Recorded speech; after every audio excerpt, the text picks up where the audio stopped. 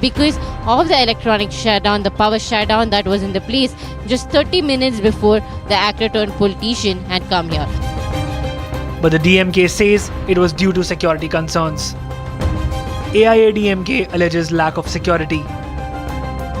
TVK கூட்டம் அறிவிக்கப்பட்டு இந்த கூட்டம் நடைபெறுகின்ற பொழுதே முன்னெச்சரிக்கை நடவடிக்கை எடுக்கப்பட்டது. இதற்கு முன்பு இதே கட்சி TVK கட்சி 4 மாவட்டத்தில் அவருடைய தேர்தல் பிரச்சார கூட்டத்தை நடத்தியிருக்கிறார்கள். அந்த 4 கூட்டத்திலும் எப்படி மக்கள் கலந்து கொள்கிறார்கள், எப்படிப்பட்ட நிலைமை என்பதையெல்லாம் ஆய்வு செய்து அதற்கு ஏற்றவாறு முழுமையான பாதுகாப்பு கொடுத்திருக்க வேண்டும் அரசாங்கம், காவல்துறை. அதேபோல அந்த பாதுகாப்பு குறைபாடுகள் இருப்பதாக தொலைக்காட்சியில் பார்க்கின்ற பொழுது தெளிவாக தெரிகிறது. ஏற்கனவே நடந்த மாவட்டத்தில் நடந்த TVK அந்த பிரச்சார கூட்டத்திலும் முழுமையான பாதுகாப்பு வழங்கப்பட்டதாக தெரியவில்லை. இதெல்லாம் தொலைக்காட்சியில் பார்த்தான் நான் இதை குறிப்பிடுகிறேன். The BJP is hitting out at government for failing to provide adequate security. When the state police says 500 people were deployed, we don't believe that. The real ground level policemen were less than 100 in number. The remaining 400 were technical staff. The riot police, the bomb disposal squad, those kind of police.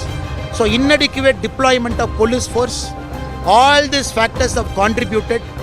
The local administration's failure has contributed to episode of this nature where 40 people have lost their life.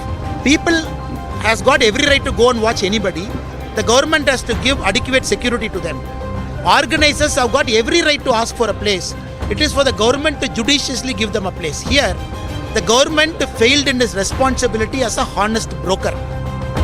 The police says that TVK flouted protocols. TVK flout rules because you gave permission. Yes, some of the conditions have been violated. Yes, yeah. No, that investigation will tell you. Okay, right? Yeah. Case registered against sir. The case has been registered. The investigation will find out who are all involved in this. TVK has moved Madras High Court seeking a CBI probe, but so has an injured victim demanding a ban on Vijay's further political campaign in Tamil Nadu. Interestingly, the same Madras High Court had warned TVK before on the overcrowding and its risks. Vijay is also in the dock, as many allege that it was the delay in his scheduled arrival that led to the overcrowding and chaos. 40 lives are lost, many more scarred. Yet, the blame game takes precedence in the poll-bound Tamil Nadu. Vijay, who is looking to contest his first elections and get a foothold, faces a major setback. Vijay is seeking a CBI probe, perhaps looking to prove the entire tragedy as a conspiracy against him. But with a warning, a similar previous instance in Madurai where a man was pushed. Years of experience of being a public figure and a team aware of his popularity, can he really shrug off the responsibility? And as for the party in power, Stalin government cannot skip the blame either.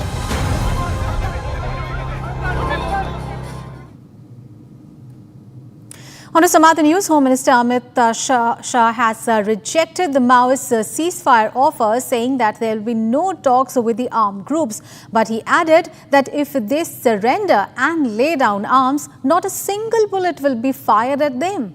Take a look at this report.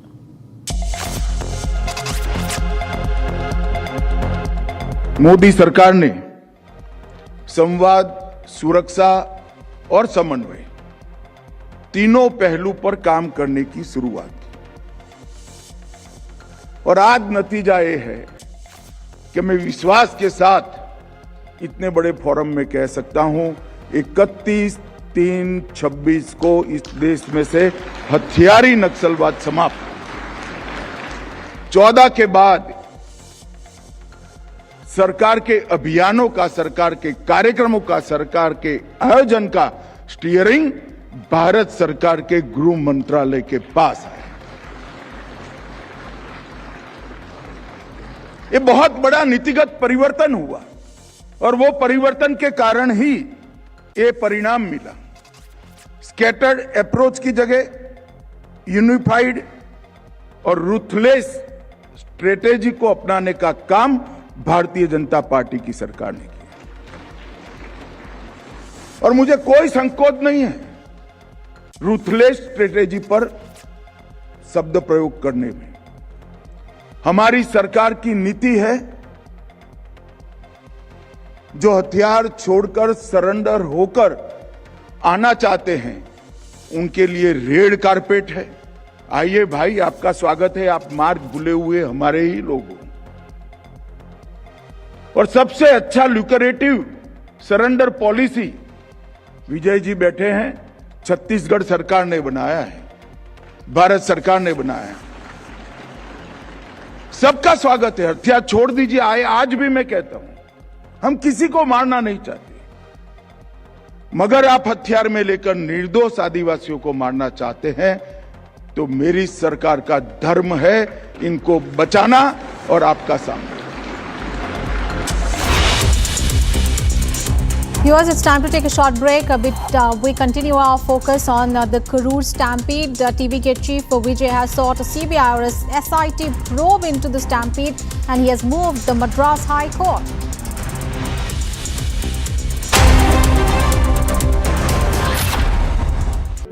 In the global employability rankings by Times Higher Education UK, only the following 6 institutions from India are ranked amongst the top 230 in the world for having the most employable graduates. IIT Delhi, IISc Bangalore, IIT Bombay, IIM Ahmedabad, IIT Kharagpur and Amity University.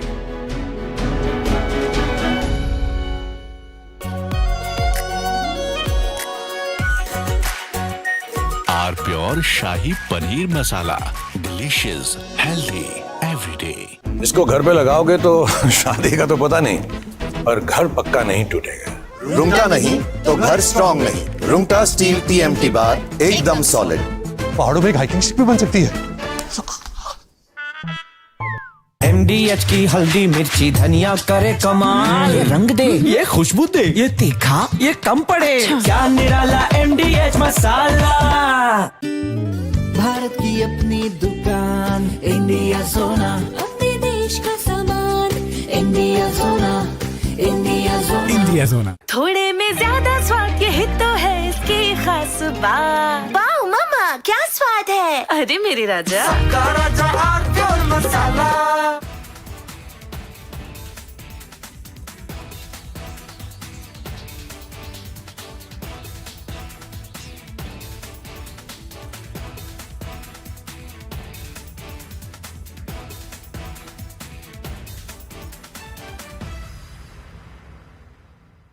साथियों, हम नागरिक देवो भवः, नागरिक देवो भवः के जिस मंत्र के साथ आगे बढ़ रहे हैं, नेक्स्ट जनरेशन GST रिफॉर्म में इसकी साफ झलक दिखाई देती है।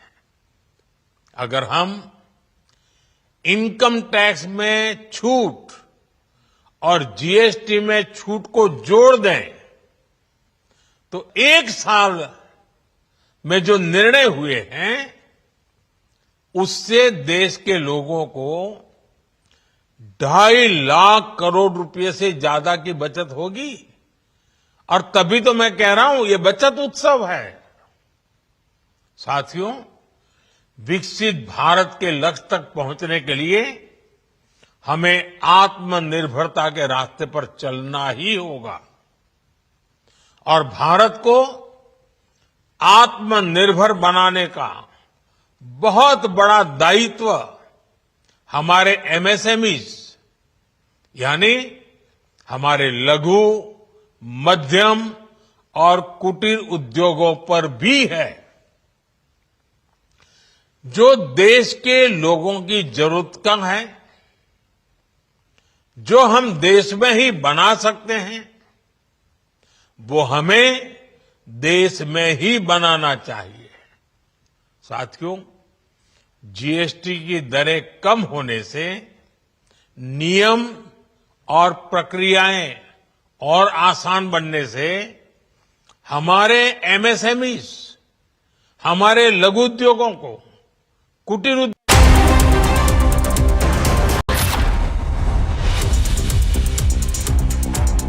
थोड़े में ज्यादा स्वाद यही तो है इसकी खास बात। वाओ मामा, क्या स्वाद है। अरे मेरे राजा, मसाला केसरिया से मन जोगी हुआ रे, दिल झूमे देखो मतवारा हुआ रे, केसरिया से मन जोगी हुआ। हर पल मनाओ केसरी त्योहार। विमल, बोलो जुबान केसरी। भारत की अपनी दुकान, इंडिया सोना, अपने देश का सामान, इंडिया सोना, इंडिया सोना, इंडिया सोना। ये है सीक्रेट रेसिपी, MDH का जीरा सिप जल जीरा मसाला। सिप सिप जीरा सिप, जीरा सिप, MDH का जल जीरा सिप, जीरा सिप, MDH का जल जीरा SIP. I choose a world where we dream, and the limit is the sky, and this world is my home where I'm living my best. Mindfully crafted home decor fabrics. Sansar, a D-Decor brand. Live consciously.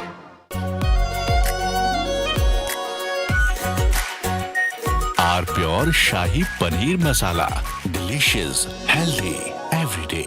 कल यानी नवरात्रि के प्रथम दिवस 22 सितंबर को सूर्योदय के साथ ही next generation GST reforms लागू हो जाएंगे। एक तरह से कल से देश में जीएसटी बचत उत्सव शुरू होने जा रहा है। इस जीएसटी बचत उत्सव में आपकी बचत बढ़ेगी और आप अपनी पसंद की चीजों को और ज्यादा आसानी से खरीद पाएंगे। नए स्वरूप में मुख्य रूप से अब सिर्फ 5% और 18% के ही टैक्स स्लैब रहेंगे। इसका मतलब है रोजमर्रा के इस्तेमाल की ज्यादातर चीजें और सस्ती हो जाएगी। खाने पीने का सामान, दवाइयां, साबुन, ब्रश, पेस्ट, स्वास्थ्य और जीवन बीमा, ऐसे अनेकों सामान, अनेकों सेवाएं या तो टैक्स फ्री होगी या फिर केवल 5% टैक्स देना होगा। जीएसटी कम होने से अब देश के नागरिकों के लिए अपने सपने पूरे करना और आसान होगा। घर बनाना, टीवी, फ्रिज खरीदने।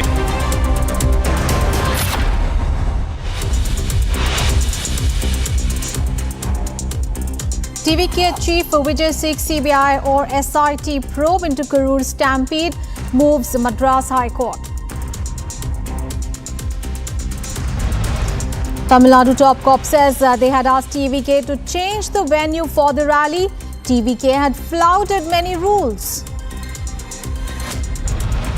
Political blame game begins over Karur Stampede. TVK alleges DMK conspiracy.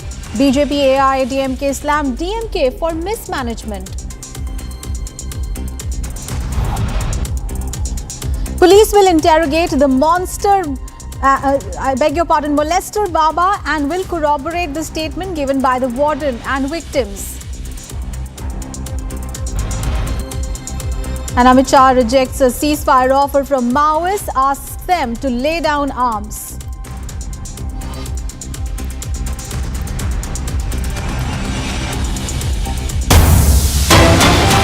We have breaking news coming in. The CID has launched a fresh probe into event manager Shyam Kanu Mahanta, already under investigation in connection with singer Zubeen Garg's death.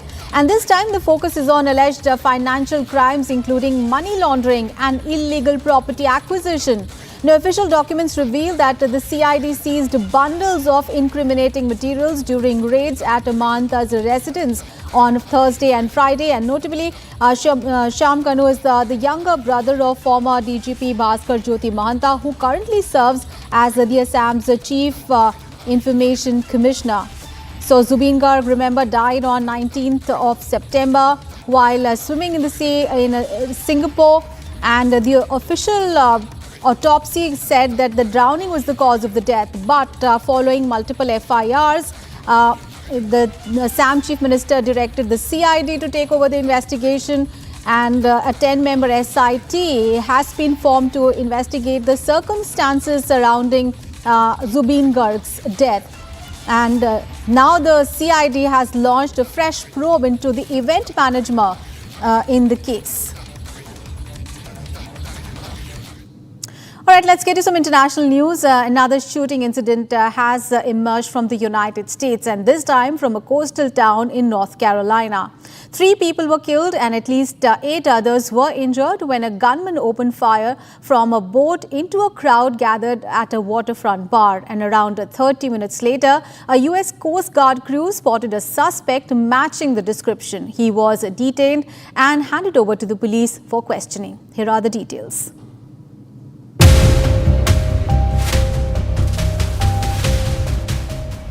A quiet Saturday night turned into chaos in the coastal town of Southport, North Carolina.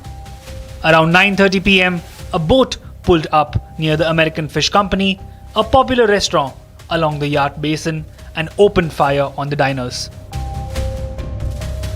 Police say at least 7 people were shot, including 3 who died on the spot. The injured were rushed to the nearby hospital. According to the eyewitnesses, the boat slowed near the dock before shots rang out. Within seconds, panic erupted and the gunmen sped away along the waterway.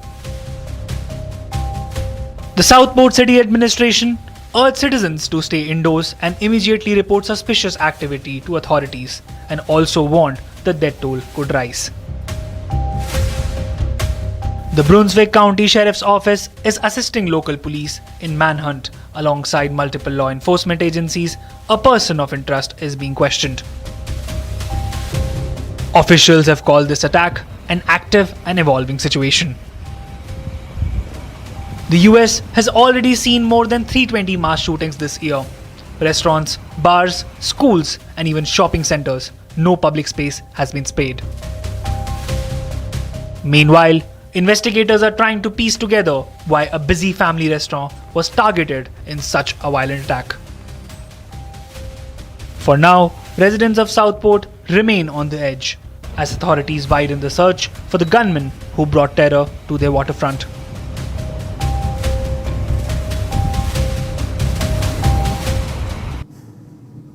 And more international news, Ukraine's capital Kiev has come under one of the most intense Russian assaults since the war began. In the early hours of Sunday, Russia launched a massive barrage, firing over 600 drones and missiles at targets across the country. And this marks one of the largest coordinated attacks of the war, leaving at least 3 people dead and several others injured. Rather updates. Kiev once again woke up to a night of terror, with drones and missiles pounding to the capital. Independent monitors say that this was one of the largest Russian strikes since the war began. At least 3 people were killed and nearly a dozen injured, according to reports. Explosions rocked the city for hours, forcing residents to take shelter deep inside the metro stations. The southern city of Zaporizhia was also targeted, leaving 16 people, including 3 children, wounded. Ukraine's foreign minister, Andriy Sybiha, called the attack massive and urged tougher sanctions, saying President Putin must feel the danger of continuing these wars. With residents back in shelters and children among the casualties, the human cost of the conflict only continues to rise. Bharat 1 Minute brought to you by Canara Bank. Together we can. The Punjab government has unveiled a comprehensive and ambitious information, education and communication plan for crop residue management as part of its move to address the pressing concern of stubble burning in the state. It held a special awareness and a support camp to curb stubble burning on Sunday with a dedicated control room set up for real-time monitoring. India's 9th Asia Cup title, following a 5-wicket win over arch rivals Pakistan in a thrilling final on Sunday, drew massive cheers from Prime Minister Narendra Modi with reference to Operation Sindoor. Prime Minister Modi said in a post on X, "Operation Sindoor on the games field, the outcome is the same. India wins. Congrats to our cricketers." Chennai police received a phone call on Sunday claiming that a bomb had been planted at the ECR Neelankarai residence of TVK chief and actor Vijay. Following the alert, police personnel rushed to the actor's residence and a bomb disposal squad was deployed. The threat turned out to be a hoax.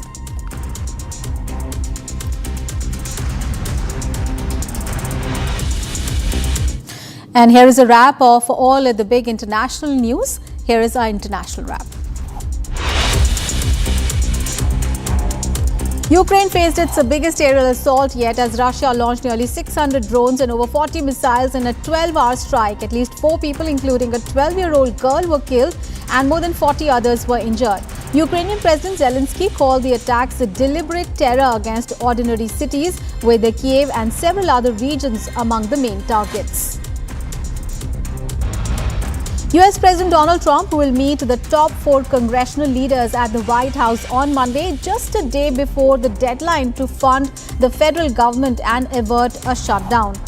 The talks will bring together House Speaker Mike Johnson, Senate Majority Leader John Thune, House Democratic Leader Hakeem Jeffries, and Senate Minority Leader Chuck Schumer. US Secretary of War Pete Hegseth has summoned more than 800 generals, admirals and senior enlisted leaders to a last-minute meeting at Quantico in Virginia. The unprecedented gathering will take place on Tuesday at the Marine Corps University, where Hegseth will speak on military standards and the so-called warrior ethos. The size and the timing of the directive has puzzled the defense officials, with speculation ranging from cuts to the officer corps to a new national security strategy or even the looming budget stalemate. Authorities in China have completed a rollout of a controversial language reform in Inner Mongolia, requiring Mandarin to be the central language of instruction in schools. Under the policy, nearly all the subjects, including mathematics, history and politics, will have to be now taught in Mandarin, leaving Mongolian reduced to a single language course. Iran is at a crossroads after the United Nations reimposed sanctions over its nuclear program.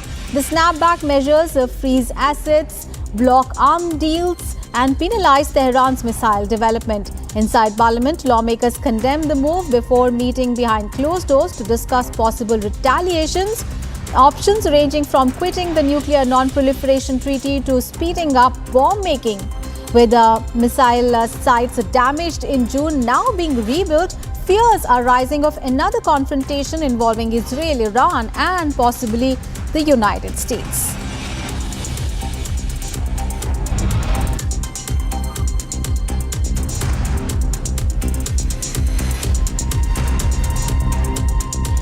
A recent war simulation has highlighted vulnerabilities in Taiwan's eastern defenses, raising alarms over China's growing military reach.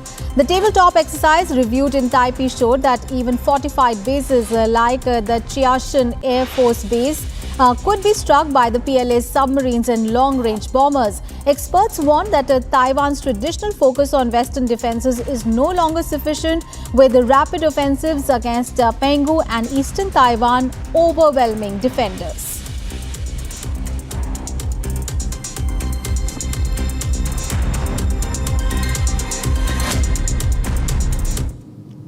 Well, tensions are rising as Iran weighs its response to the United Nations decision to reimpose sanctions on its nuclear program. The renewed measures freeze the Iranian assets overseas, also ban the arms deals and target ballistic missile development as well. Now, Iran's parliament has strongly condemned the move and has convened a closed-door meeting session with reports suggesting that lawmakers are now considering drastic options, including withdrawal from the Nuclear Non-Proliferation Treaty and also a possible acceleration of its weapons program. Take a look at this report. Iran is weighing its response after the United Nations reimposed sanctions over its nuclear program. Lawmakers denounced the sanctions before entering a closed-door session. جمهوری اسلامی ایران اجرای اسنپبک و بازگشت قطعنامه‌های تحریمی را غیر قانونی می‌داند و با توجه به اینکه روسیه و چین به عنوان دو کشور دائم شورای امنیت در بیانیه رسمی و در مواضع علنی بر این امر تصریح کرده‌اند، هیچ کشوری الزامی به رعایت آنها ندارد. در همین راستا ایران نیز خود را ملزم به رعایت این قطعنامه‌های غیرقانونی از جمله تعلیق غنیسازی نمی‌داند. Discussions included withdrawing from the Nuclear Non-Proliferation Treaty. تحریم‌های تعیین شده در این قطعنامه در مقایسه با تحریم‌های آمریکا اهمیت مؤثری ندارد. Concerns are rising about a potential new confrontation with Israel or even the United States. Sanctions are also deepening economic strain, with Iran's rial falling to a record low of 1.1 million per US dollar, pushing food price higher and affecting daily life across the country. And back home, the Election Commission has been in the eye of opposition storm for the last 3 months over the special intensive revision, that is the SIR of the electoral rolls in the state of Bihar. Well, the issue has reached from the smallest of the villages in the state to the Supreme Court, and ultimately the exercise is over. And the final electoral roll is set to be released on September 30th, and that is a Tuesday. And now we are looking at the brass tracks. The full Election Commission is going to be in Patna this week to assess the preparedness of the poll machinery. And then we would know the dates. Bihar is ready to roll. Take a look.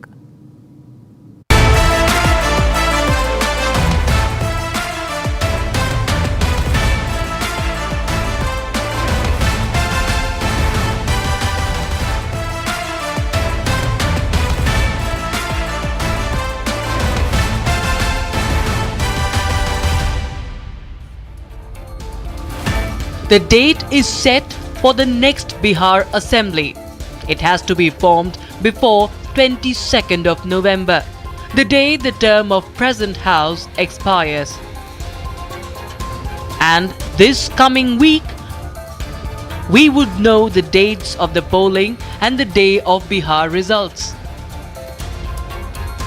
For the full Election Commission, led by its chief Gyanesh Kumar, is set to visit Patna to take stock of the ground situation this week. The Chief Election Commissioner has been a target of some opposition attacks over the issue of SIR. कई लाख वोटरों का अगर नाम काट दोगे तो ये चलने वाला नहीं है। हम लोग चुप बैठने वाले नहीं हैं। ये आप वोटर का केवल अधिकार ही नहीं छीन रहे, उसका अस्तित्व मिटा रहे हैं। But the Election Commission stood its ground and completed the process in time for the polling process to kick in. ये आरोप को मैं सिरे से इसीलिए खारिज करता हूं कि चुनाव आयोग पर उनका आरोप है। मैं राज्यसभा में था, तीन ECI जो हैं वो कांग्रेस पार्टी के मेंबर हो चुके हैं, लेकिन हमने कभी सवाल नहीं उठाया। हर बार चुनाव में अपनी गलत नीतियों की वजह से वो हारते हैं। ये वोट चोरी नहीं है। They are trying their best to build a narrative in respect of the SIR, but that is over. SIR has been fully examined by the Honorable Supreme Court of India, so SIR is no issue at all. They are trying. That's why they left this issue. Now they have come on the ECB reservation. The new electoral rolls, as per the SIR, are set to be released by the 30th of September, paving the way for announcement of dates, which is likely to happen after Dussehra. But before Diwali. ये चुनाव आयोग से हमें कोई शिकायत नहीं है। हमने वो दौर भी देखा है जब डिस्ट्रिक्ट मजिस्ट्रेट किसी राज्य का ऑल इंडिया का ECI बन जाता था, और ख़ास तौर से बिहार और ईस्टर्न यूपी जैसे राज्यों में और अन्य राज्यों में भी बूथ कैप्चर होते थे और हम लोग धरने पे बैठा करते थे, एंड विद नो सॉल्यूशन। अब EVM आया जिससे बूथ कैप्चरिंग बंद हो गई। EVM पर भी हमारे कांग्रेस के मित्र ऐतराज़ करने लगे। अब उन्होंने वोट चोरी का लगा दिया। सुप्रीम कोर्ट कहता है SIR में अगर कोई गड़बड़ी होगी तो पूरी प्रक्रिया को दोबारा करा देंगे, लेकिन जो नेता प्रतिपक्ष हैं और उनकी पार्टी है वो सुप्रीम कोर्ट के इंस्ट्रक्शंस को भी मानने को तैयार नहीं है। And the stage is set for the dance of democracy in Bihar. Bharatiya Janata party का संगठन जो है वो 24 घंटा 24/7 काम करता है। हम वो स्टूडेंट नहीं हैं कि इलेक्शन एग्ज़ाम आने पे तैयारी करें। हम साल भर मेहनत करते हैं। What are the issues, the agenda of alliances? Bihar में ही नहीं, देश में घुसपैठिया एक बहुत बड़ी समस्या है। इससे इतर नहीं हो सकते। ये सिर्फ भारत की समस्या नहीं है, ये गजबाए हिंद नहीं, ये गजबाए इस्लाम है जो पूरे विश्व में बीमारी की तरफ फैल रहा है। बिहार हो चाहे देश हो, एक भी घुसपैठिया नहीं छोड़ेंगे। चुन चुन के पकड़ पकड़ के निकालेंगे उन्हें। अभी ये राहुल बाबा यात्रा कर गए ना भाई। यात्रा का विषय क्या था उनका बताओ तो जरा। अरे यार, वोट चोरी नहीं था, यात्रा का विषय था जो बांग्लादेश से घुसपैठिए आए हैं उनको बचाने का विषय था। The opposition, however, sees a self-goal in this BJP position. Listen to Mrityunjay Tiwari of RJD. Bihar में NDA और भाजपा अपनी हार निश्चित देख करके घुसपैठिए का सवाल खड़े करके सेल्फ गोल कर रही है और अपनी ही नाकामी को उजागर कर रही है। 11 वर्षों से केंद्र में इनकी सरकार है। 11 वर्षों में इन्होंने घुसपैठिए को घुसाया और जब जब चुनाव आता है तो ये घुसपैठिए का मुद्दा उठाते हैं। Alok hits back, bringing in indie bloc's appeasement politics. देखिए, हमारा विपक्ष जो है वो एक फेक नैरेटिव लेके चल रहा है। वो कहता है संविधान की लड़ाई लड़ेंगे, लेकिन इसी गांधी मैदान में शरीयत के लिए गला कटवा लेंगे। जो कानून बना वक्फ पे उसको उठा के कूड़ेदान में फेंक देंगे, मतलब संविधान को कूड़ेदान में फेंक देंगे। इंदिरा गांधी ने इमरजेंसी लगाई थी तो यही लालू यादव कहते थे इंदिरा ने संविधान को ताक पे रख दिया। ये सब परिवारवादी अपना अस्तित्व बचाने की लड़ाई लड़ रहे हैं। Then there is a new face in Bihar politics. Prashant Kishore led Jan Suraj Party. Last 40 years, Bihar has been constantly at the bottom of the pyramid at the national stage. We have been known as the Pichhada state for such a long time. The people who reigned over Bihar and people of Bihar, they do not have the real intention or the capacity to bring a lasting change in Bihar. Veteran Tyagi disagrees. 2005 में नीतीश कुमार जी के नेतृत्व में NDA की पहली सरकार बनी थी। अब नई पीढ़ी को बताने में दिक्कत है, पुरानी पीढ़ी जानती है 15 सालों तक किस तरह का RJD का शासनकाल रहा। जो मैरिन ड्राइव है मुंबई का, उससे 10 गुना ज़्यादा भीड़ पटना के मैरिन ड्राइव पर है, जहां कम उम्र के 10,000 लड़के लड़कियां शाम को घूमते हैं। This is the limit, this is the height of the good governance of Nitish government. Jan Suraj dismisses the development pitch, calling palayan or migration of youth as the biggest agenda this election. Young people from Bihar are leaving for small jobs, jobs which give them not more than 10,000, 12,000 rupees.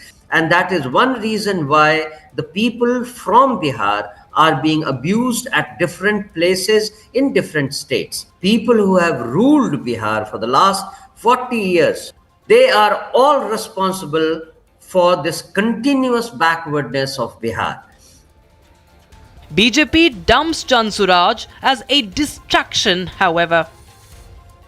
चुनाव जब आते हैं तो हम लोग कहते हैं फफूंदी बिहार में, अंग्रेजी में मशरूम। तो पॉलिटिकल मशरूमिंग बहुत होती है। पिछले बार भी हुई थी 2020 में प्लूरल्स में, इस बार जनसुराज की हुई है पॉलिटिकल मशरूमिंग। लोकतंत्र में सबको अधिकार है कुकुर मुत्ता बनना। With the agenda set, who would be the chief minister face from both sides? जो भी सहयोगी हैं, अगुवाई बिहार चुनाव में राष्ट्रीय जनता दल ही करती है, इसमें कहाँ कोई शक है। तेजस्वी यादव जी ड्राइविंग सीट पर है, राष्ट्रीय जनता दल बिहार में बड़े भाई की भूमिका में है। देखिए, अक्सर बात होती है with no CM face, no CM face. कैसे सीएम फेस नहीं है भाई? हमारा मुख्यमंत्री नीतीश कुमार हैं, उनके नेतृत्व में हम चुनाव लड़ने जा रहे हैं, उसमें दिक्कत कहाँ है? But Tiwari takes pot shots at the leadership of Nitish. सिर्फ फुटबॉल एनडीए में है, जहां आदरणीय श्री नीतीश कुमार जी को किसी भी बीजेपी के बड़े नेता ने, आदरणीय प्रधानमंत्री, आदरणीय गृह मंत्री अमित शाह जी ने ये नहीं कहा है कि चुनाव के बाद भी मुख्यमंत्री श्री नीतीश कुमार जी होंगे, नेतृत्व में लड़ेंगे। ये सब जानते हैं कि नीतीश जी को बीजेपी चुनाव बाद हटाएगी। Alok retorts. हमारे जो अलाइज है, चाहे चिराग पासवान, जीतन राम मांझी, भूपेंद्र कुशवाहा, जेडीयू और बीजेपी, ये 5 उंगलियां हैं, 5 पांडव, ये मिल के मुक्का बनते हैं। कोई सीट कन्फ्यूजन नहीं है, कुछ नहीं। चुनाव की घोषणा होने दीजिए, उसके 2 दिन के बाद सारे सीट फॉर्मेशंस की घोषणा हो जाएगी। NDA also has LJP of Chirag Paswan, which believes they should get their fair share to contest. To form the government of NDA, and for formation, the second criteria, the solo criteria, should be winnability of the candidate, and that we are discussing. So no pressure tactics. Is that going to affect the incumbent NDA's fortunes? This jostling for seats to contest. पिछली बार से कम 200 सीटें हम लोग पार करेंगे। उसका कारण समझिए क्या है। पिछली बार जेडीयू और बीजेपी का अलायंस था, इस बार हमारा जो गठबंधन है वो इंटैक्ट है, लिहाजा हम पहली भी कमी पूरी करेंगे और भी बढ़ाएंगे और ये आंकड़ा 200 पार होगा। With Election Commission visiting Patna this week, ball would be set rolling in Bihar for an exciting 2 months of the dance of democracy.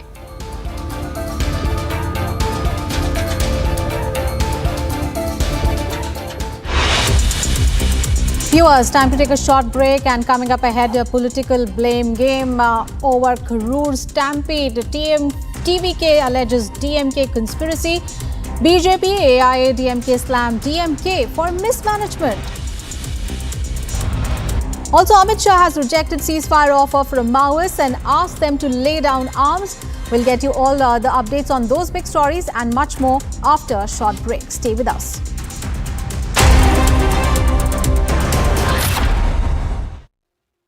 In the global employability rankings by Times Higher Education UK, only the following 6 institutions from India are ranked amongst the top 230 in the world for having the most employable graduates.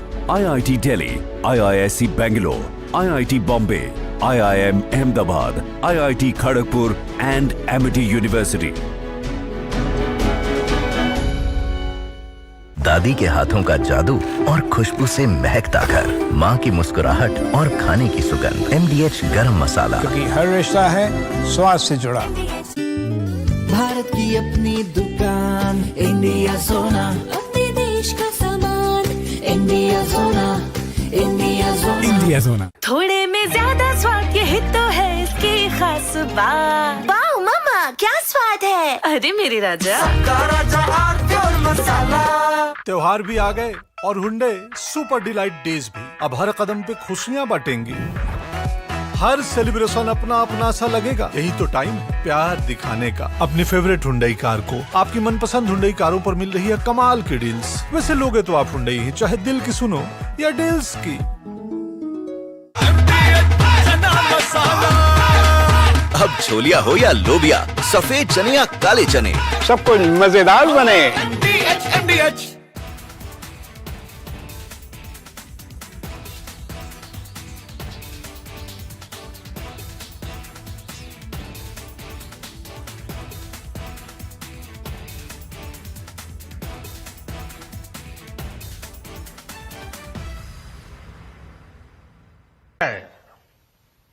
साथियों, विकसित भारत के लक्ष्य तक पहुंचने के लिए हमें आत्मनिर्भरता के रास्ते पर चलना ही होगा और भारत को आत्मनिर्भर बनाने का बहुत बड़ा दायित्व हमारे एमएसएमईज यानी हमारे लघु, मध्यम और कुटीर उद्योगों पर भी है,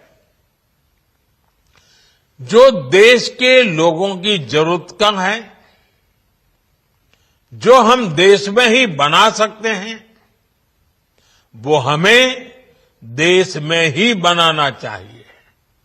साथियों, जीएसटी की दरें कम होने से नियम और प्रक्रियाएं और आसान बनने से हमारे एमएसएमईज, हमारे लघु उद्योगों को, कुटीर उद्योगों को बहुत फायदा होगा। उनकी बिक्री बढ़ेगी और टैक्स भी कम देना पड़ेगा, यानी उनको भी डबल फायदा होगा। From Asia's largest news headquarters, setting the agenda for Bharat.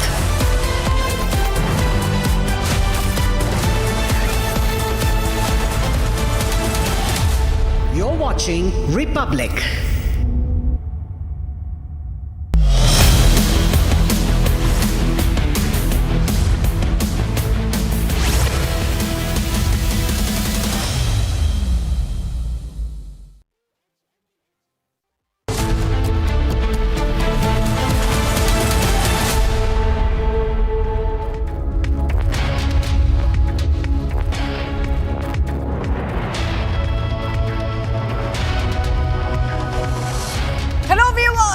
We're breaking up. Shivangi Shukla getting you the latest coming in. We have a lot lined up for you. A lot of breaking updates and, of course, we're tracking the Karur Stampede tragedy probe. But the headlines first. Let's get started.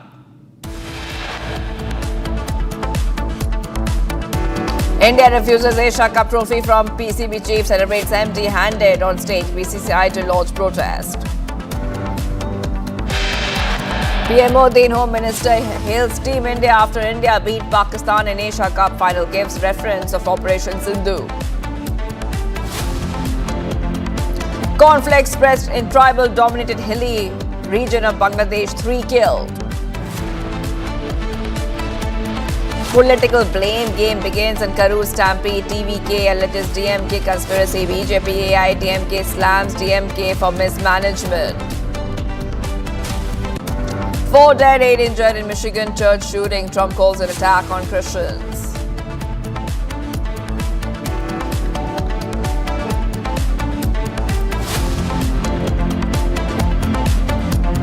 Alright viewers, the BCCI will lodge a very strong protest in the next ICC meeting in November against Asian Cricket Council Chief Mohsin Naqvi, who walked away with the Asia Cup trophy after the Indian team refused to accept it from him in Dubai. The BCCI secretary has justified the team's refusal, saying that India cannot accept the trophy from a person who is waging a war against the country. India has defeated Pakistan by 5 wickets in the final on Sunday, with Tilak Verma hitting an unbeaten 69 to be adjudged the player of the match for the summit clash.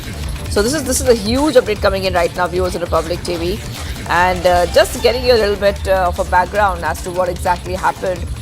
India defeated Pakistan by 5 wickets, but the post-match ceremony turned controversial as Team India refused to collect the winner's trophy and the medals. BCCI secretary revealed that the decision was taken because the ACC president and the PCB chairman Mohsin Naqvi was scheduled to hand over the awards, which India rejected, citing what happened, especially the Pahalgam attack.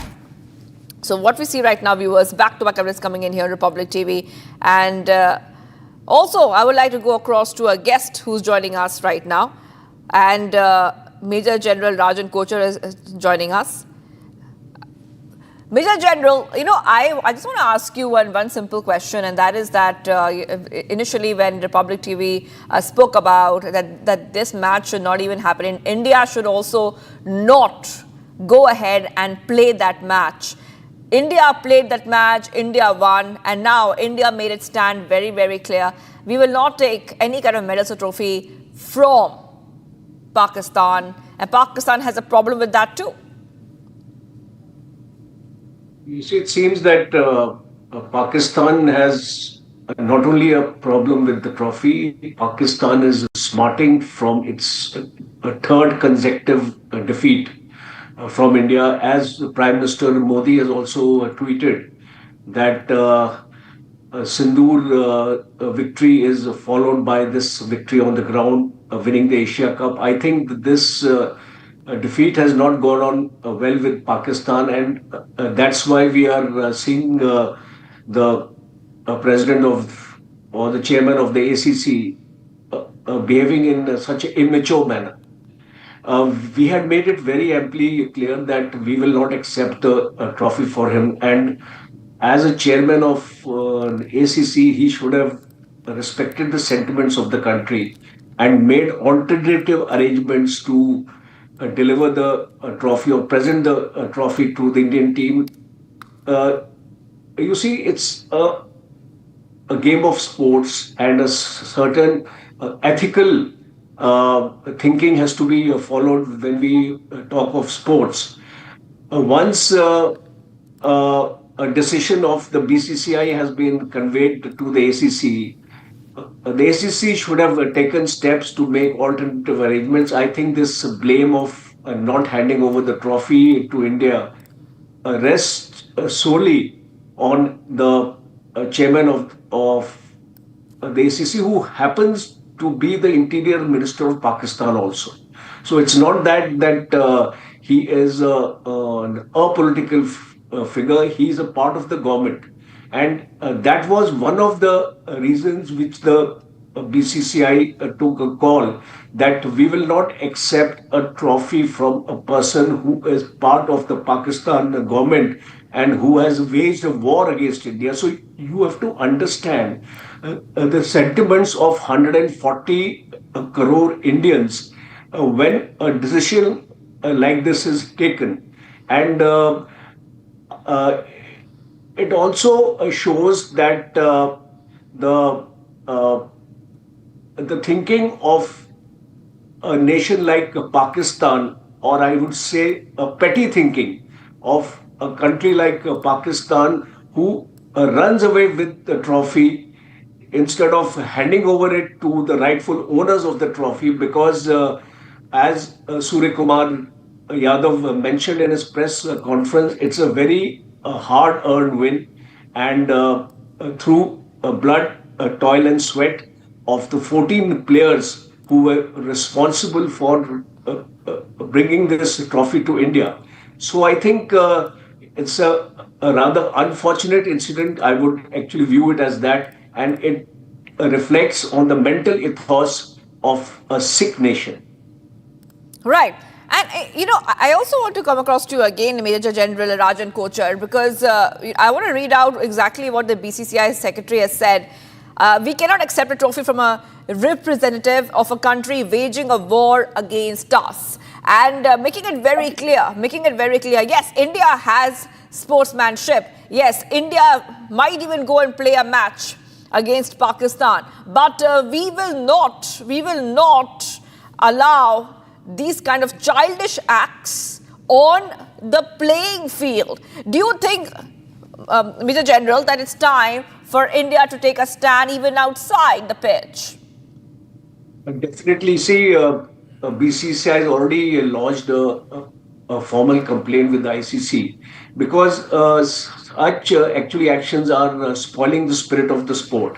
And strong action has to be taken by the ICC. I think the least they should do is to remove this chairman of the ACC because he has not acted in a manner befitting the spirit of the sport. You see, cricket is like a religion in India. Cricket is the way ICC is developing the game all across the world, and we see so many new countries are joining into play. Cricket, countries like USA, Nepal. We actually never heard of these countries earlier. They're doing so well. Nepal has even beaten the West Indies yesterday. So, we have to see the spirit of the game. We have to promote the spirit of the game. So many crores of people, millions of people in the world are actually watching this sport. So it's not a good sign for the sport to see such a spectacle by the chairman of the ACC, who happens to be a Pakistani minister. So I think you are absolutely right. The BCCI will have to take a tough stand, and we'll have to see that suitable action is taken by the ICC. Right. Okay, this happened, these visuals we're showing on a screen is how even the Pakistan minister took away the trophy. And what do you think, Major General, that really points to? What does this really mean if the Pakistan minister takes away the trophy, does not hand it over? But India has made it clear that we will celebrate whether you give us a trophy or not. We are going to celebrate our win. You see, it's a very, very immature and childish act.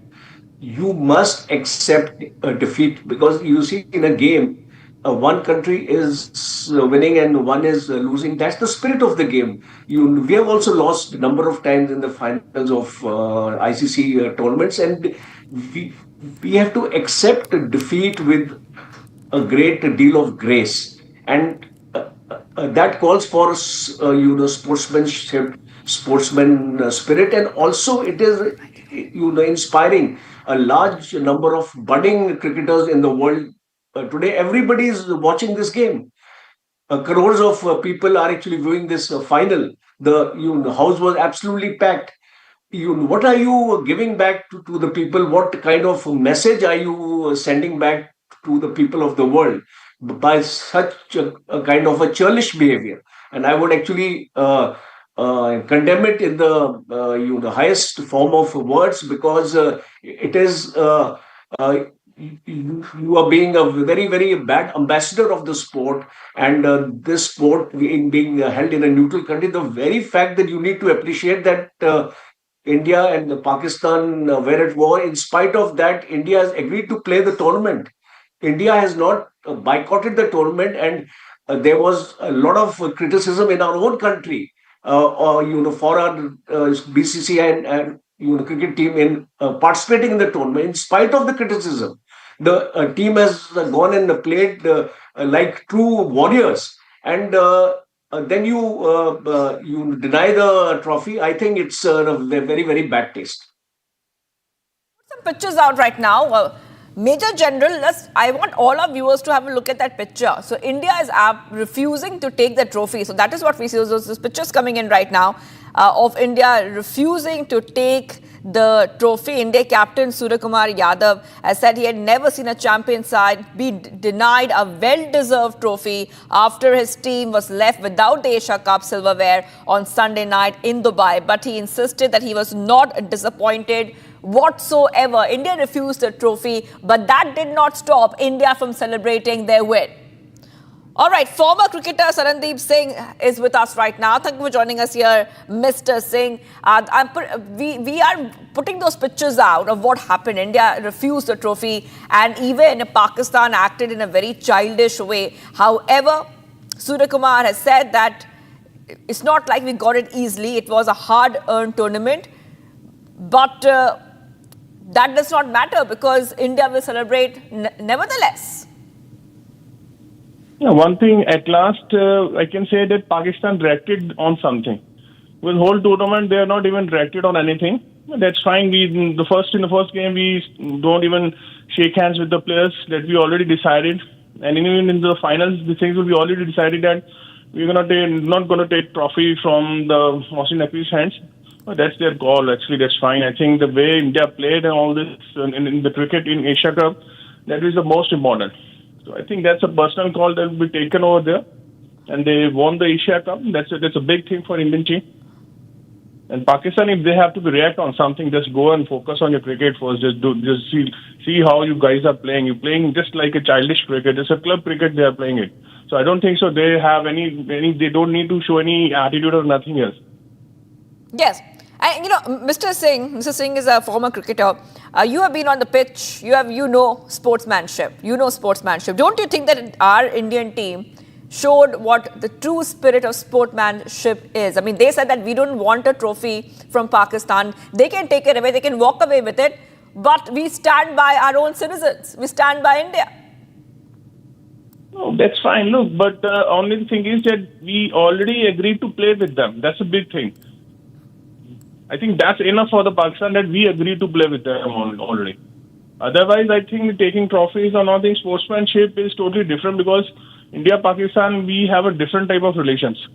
So there is no sportsmanship and nothing like going around. I think what Indian team was Surya did it. It's properly their call, and we are backing up them. They won the tournament. Let's celebrate on all these things. These things, taking trophies and sportsmanship, that doesn't matter. It's just focus on that India won. Mr. Singh, before I let you go, Mr. Singh, don't you think the BCCI should take this forward to the ICC over how the presentation was handled? Absolutely unprofessional. Look, that's a BCCI call. Now we have a new BCCI, we have a new president. So let's see how things will be taken from there now. The new body appointed yesterday. So let's see how they will take things from there. Right. Okay. All right, so thank you, Mr. Singh, former cricketer, for joining us. Let's go ahead to our next guest, Reema Malhotra, former cricketer, joining us here on Republic TV. Thank you for joining us here, Reema Malhotra. And, this is a picture coming in. Pakistan minister runs away with the trophy.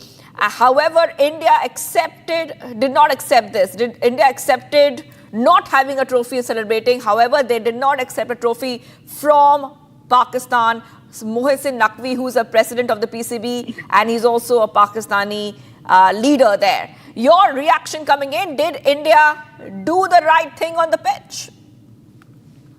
See, in cricket, there is nothing right and wrong about anything, but I think whatever has happened last night wasn't right, actually, on part of the team which have won the trophy, won the title. They deserve to take the trophy. And if they are not doing the handshakes from the very first game, they are not meeting the player on the ground or the officials on the ground, that means the signal was clear that they will not take the trophy from the PCB chairman, ACC chairman. So I feel they should have just let the trophy be there and the Indian team can collect the trophy. So it was not the right message, to be honest. But I am with the Indian team right now, who is doing the right thing and took the stand from the very first game. So when the things are cleared, you should have, just let it go. I mean, leave the trophy and leave from the podium. That's what I believe. So on part of the Pakistan team, they played badly and what they did was wrong. Right. And the BCCI is also saying that this was a deliberate act of protest. And India did not want to accept any trophy from Naqvi, citing his dual role. Even though he's a cricket official, so he's also a leader in Pakistan, and this is coming in the backdrop of the tensions between India and Pakistan. We cannot forget Pahalgam attack. This is India's stand, and Reema Malhotra, you have been on the pitch.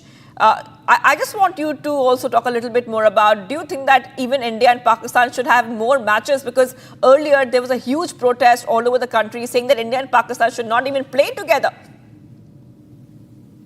So for bilateral series, for any tournament other than ICC or ACC, we are not playing with Pakistan. That the message was clear, very clear from the beginning. But there are certain rules which are made earlier, which can't be changed right now due to the circumstances between the two countries. So I think BCCI took the right decision to play against Pakistan in the ACC and ICC tournament, which is fair enough. But the message was loud and clear. We will not meet any of the players. That was the message sent by the players itself. So we should respect that. And whatever BCCI has decided or the government has decided that yes, ICC and ACC tournament will be played against any team, whichever comes. So be it Pakistan or Sri Lanka or any other team. Take it as another team who is who came to play the cricket. So let's not give weightage to India and Pakistan. No, yes, on the first game, people were not accepting also that we should play against Pakistan. But now things have calmed down and they have realized that this is just a sport. And for the major tournaments, we have to play Pakistan like any other team. Just accept it and go ahead. All right. Thank you for joining us here, Reema Malhotra, former cricketer. We're getting some more reactions coming in. Let's go and play it out.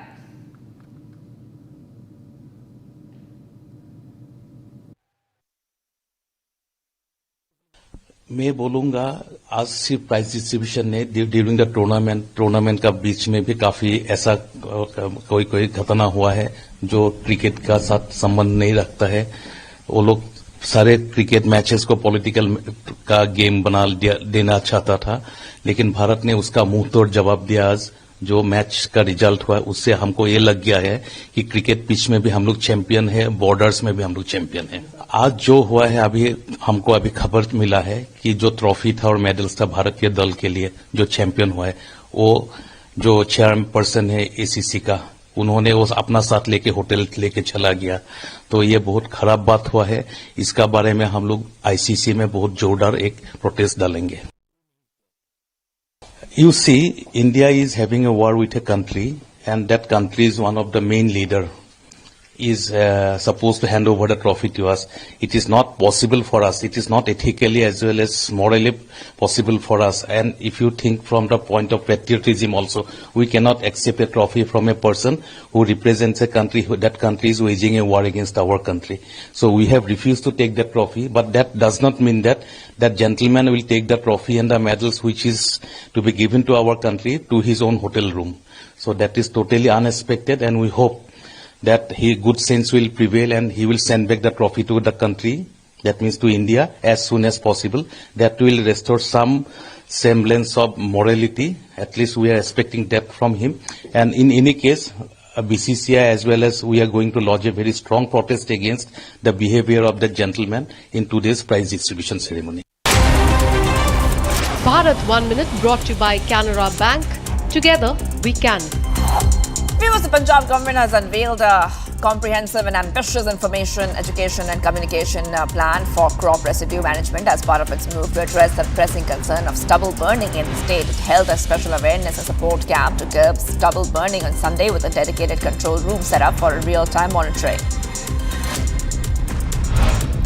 India's 9th Asia Cup title following a 5-wicket win over arch rivals Pakistan in a thrilling final of Sunday drew massive cheers from Prime Minister Modi with a reference to Operation Sindoor. PM Modi said in a post on X, Operation Sindoor on the game field. Our outcome is the same. India win. Congrats to our cricketers. Chennai police received a phone call claiming that a bomb had been planted at the ECR and the residence of the TVK chief and actor. Following the alert, police personnel rushed to the actor's residence and a bomb disposal squad was deployed. The threat turned out to be a hoax.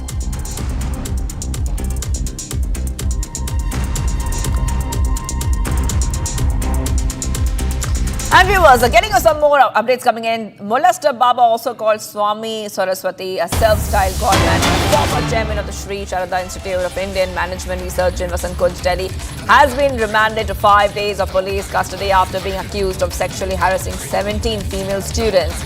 We now learn that the molester Baba is refusing to cooperate in the probe. In fact, Chaitanya Nanda faces charges of molestation, cheating and forgery, with investigators freezing ₹8 crore linked to him in multiple bank accounts. Police investigation is ongoing with Chaitanya Nanda's custody extended to facilitate further probe. So this is what you see right now. Molester Baba was caught and arrested. He was in Agra. But now we understand that he is not even cooperating with the authorities. Akil is joining us live. Akil, after Molester Baba, the Delhi Baba was arrested. And he was found in Agra after weeks and weeks of search. He is currently refusing to cooperate in the probe. That's the latest coming in. Right, Shivangi, if you see what we have seen, that he was given a 5-day of police custody, and during the court hearing at that point in time, what we have got to know from the public prosecutor, that they have recovered the iPhone and iPad. But if you see, the accused Baba refused to give passwords of those iPhone and iPad, because if you see, the police team has recovered 3 cell phones, 1 iPad in connection with the case. And earlier what we have seen that the prosecutor also said this in the court hearing, that the accused need to confront it with the victim as well, because if you see, there are very significant charges in connection with the case, because earlier what we have seen that during the investigation, Delhi police team has found out that there were several CCTV cameras installed in the female washroom, and regarding that, what we have got to learn that this very accused Baba basically not only threatened some of the individuals in the college premises. So right now, it's going to be very significant in that direction, that the Delhi police team is going to take the accused Baba to 2 different places, because there are inputs that the Delhi police is going to receive some credible evidence from Almora in Uttarakhand. Apart from that, he will also be taken to Gurugram in connection with the case. So once some more detail will come out in this case, then things will become clearer. Because if you see, there are multiple cases which have been filed against this accused Baba. Because earlier what we have seen, that back then in 2009 there was a case of molestation which was filed in Defence Colony Police Station, and then back then in 2016 as well there was a molestation case filed in Boston area. Well, and right now what we have seen, that again 2 more cases have been filed in 2025. Right, and the financial crimes are also being investigated. Taking a short break right now, viewers. Much for coming right up. We are live in breaking.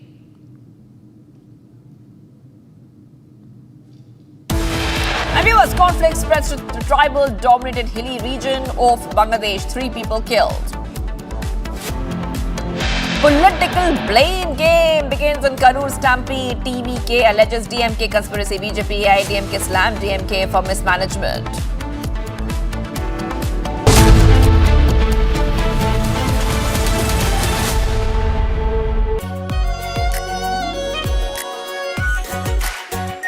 Our pure Shahi Paneer Masala. Delicious, healthy, every day. सुकून से मुलाकात कब होती है? जब गुनगुनाती बारिश को पहली बार गले लगाते हो। शायद सर्द वादियों में जब गरम कंबल से रूह सेकते हो।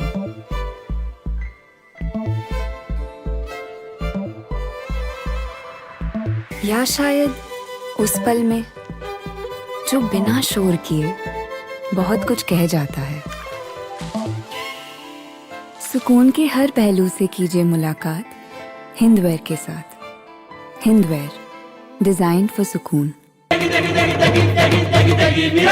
MDH की देगी मिर्च, देगी मिर्च का तड़का, अंग अंग फड़का। MDH की देगी मिर्च। केसरिया से मन जोगी हुआ रे, दिल झूमे देखो मतवारा हुआ रे। केसरिया से मन जोगी हुआ। हर पल मनाओ केसरी त्योहार। विमल, बोलो जुबान केसरी। थोड़े में ज्यादा स्वाद, यही तो है इसकी खास बात। वाओ मामा, क्या स्वाद है। अरे मेरे राजा,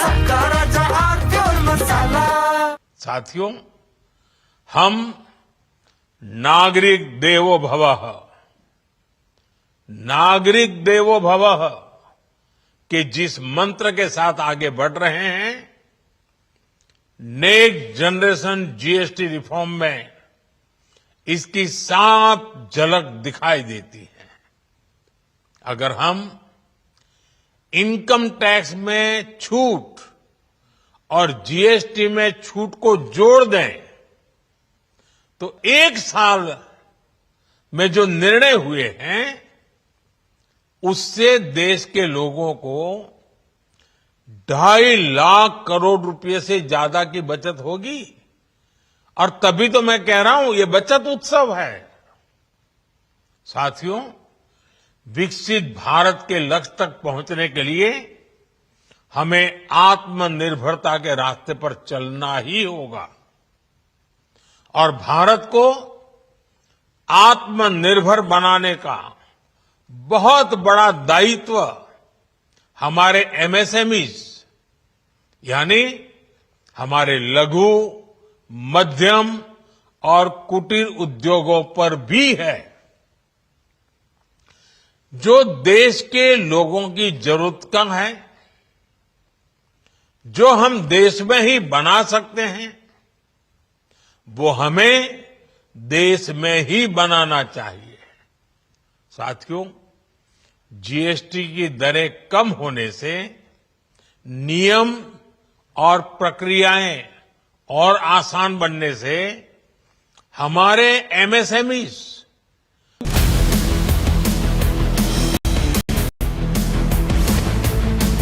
This is Republic Jack Olival Studio. Stay tuned for all the breaking news and updates. I am Tanisha Avasthi. Let's get started.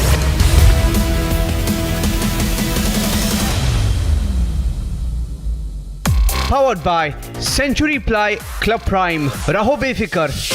ये है सीक्रेट रेसिपी एमडीएच का जीरा सिप जल जीरा मसाला। सिप सिप जीरा सिप एमडीएच का जल जीरा सिप एमडीएच का जल जीरा SIP.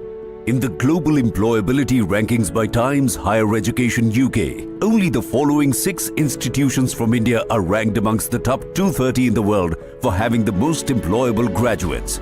IIT Delhi, IISc Bangalore, IIT Bombay, IIM Ahmedabad, IIT Kharagpur and Amity University.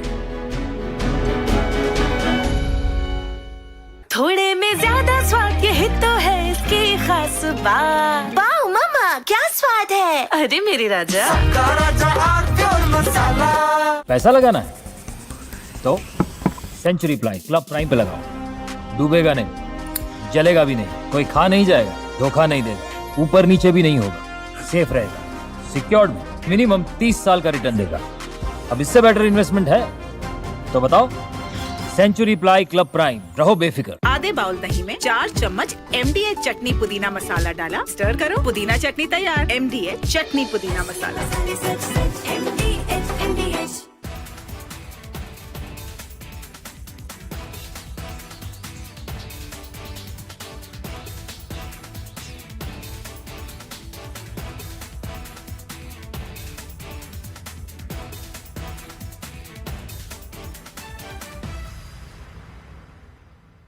कल यानी नवरात्रि के प्रथम दिवस 22 सितंबर को सूर्योदय के साथ ही नेक्स्ट जनरेशन जीएसटी रिफॉर्म्स लागू हो जाएंगे। एक तरह से कल से देश में जीएसटी बचत उत्सव शुरू होने जा रहा है। इस जीएसटी बचत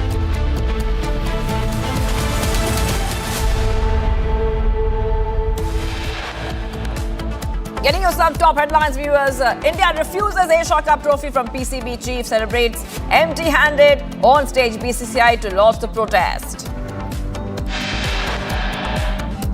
PM Modi and Home Minister hail Team India after India beat Pakistan in Asia Cup final. Gives reference of Operation Sindhu.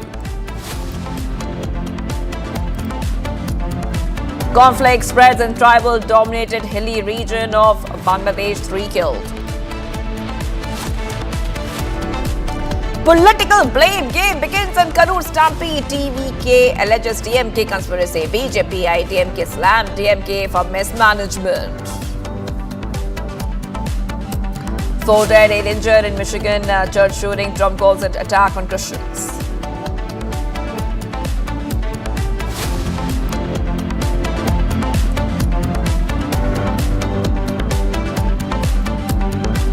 Let's go to the U.S. now. A tragic scene has unfolded in Grand Blanc, Michigan, when a 40-year-old man drove his car into a church building, opened fire on worshippers and set the building on fire, leaving at least 2 people dead and many others are wounded.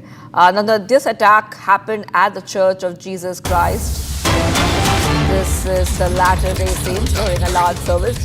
The Grand Blanc Township Police Chief William says that the gunman, identified as a man from Burton, Michigan, used an assault rifle and appeared to target people inside the church. He then exited his vehicle, firing several rounds at individuals within the church. 2 officers were involved in a shootout and killed the suspect The police believe there is only one person involved. We believe we have the guy who did this. At least 8 people were shot. We have the pictures coming in for you. 4 people are dead. That's what we know now. The death toll has gone up to 4. At least 8 people were shot, including some who are in critical condition. Authorities confirm that the children are among the wounded and the victims have been taken to local hospitals for treatment. Officials expect to find more victims once a fire-damaged building is fully secured. The gunman is dead and the motive behind the attack is still unknown. Investigators are working to determine what led to this violence. As for the fire, the police believe it was set on purpose by the suspect. So we're getting these pictures coming in right now, viewers on Republic TV. Just taking you through exactly what's happened. 4 killed and some unaccounted for after an attack on a church in Michigan. The FBI is investigating this as an act of targeted violence after 4 people were killed in a shooting. The suspect was killed after officers engaged in gunfire with him. And also, we're learning more details coming in. The police say that the church had not yet been entirely cleared because of the extensive fire damage. Getting some reactions. Let's go ahead and play it out. Here today, as I said, was happening at 10:25 a.m. at the Church of Jesus Christ of Latter-day Saints, which is located at 4285 McCandless Road. During this incident, what we know right now is that a 40-year-old suspect from Burton, he's a male, he drove his vehicle through the front doors of the church. He then exited his vehicle, firing several rounds at individuals within the church. 10 gunshot victims have been transported to local hospitals at this time, including one who has been deceased. Officers who were trained immediately responded to the area. One was a DNR officer, and then one was a Grand Blanc Township officer, where they met the suspect and they engaged in gunfire with that particular individual, neutralizing that suspect, and that suspect is no longer with us. As I said, it is a 40-year-old male from Burton. During all this incident as well, there was a fire that occurred, and we believe that was deliberately set by the suspect. We do believe that we will find additional victims once we have that scene secure. That fire was just extinguished by the Grand Blanc Township Fire Department within the past hour. So where we go from here is we have investigators. We're going to do search warrants on the suspect's residence. We're going to find out if there was a motive. We're going to go through cell phone records, things like that. Getting some breaking updates coming in right now. CT Nirmal Kumar of TVK has approached the NHRC alleging conspiracy by DMK in the Karur Stampede. A petition has been submitted on this matter. CT Nirmal Kumar of TVK has approached the NHRC alleging conspiracy by DMK in the Karur Stampede. So this is coming in as the probe continues. And we're putting those pictures out for you, also showing the horror of that Karur Stampede, where a father carries a lifeless child. Many children lost their lives. 9 children have lost their lives at least in the Karur Stampede. 41 people killed in the stampede. Also, remember, the Madras High Court will be hearing an urgent mention made by the TVK party seeking a suo motu cognizance into the stampede that took place in the Karur district. And the stampede situation had come out from a political rally organized and headed by actor Vijay. Sharada is joining us live. Sharada, heartbreaking visuals coming in. You know, we showed those visuals yesterday as well. Extensive damage. Women and children among those killed.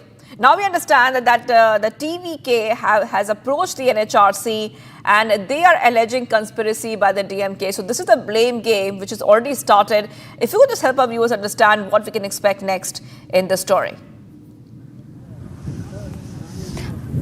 Now, Shivangi, the TVK has approached the NHRC seeking a suo motu contingence in this because they fear that whether that it was an instigated man-made tragedy, and especially if it is done by the ruling DMK government, because question arises from many on this particular, especially with the conspiracy theories that are looming over this issue are very high, because one important thing that they are seeing is that it was the police who had not many people were deployed, though the ADGP says 500 police were deployed for the political campaign in Karur. Only 100 were seen by the people, because the others were all technical staff is what the people are also claiming. And also BJP is pointing out that it was the police who did the Lathi charge first, and only then did the people gather all together at once, and which caused the stampede. And multiple other issues talk about how the DMK did not give permission also to the TVK leader in the place that he had asked for near the lighthouse, but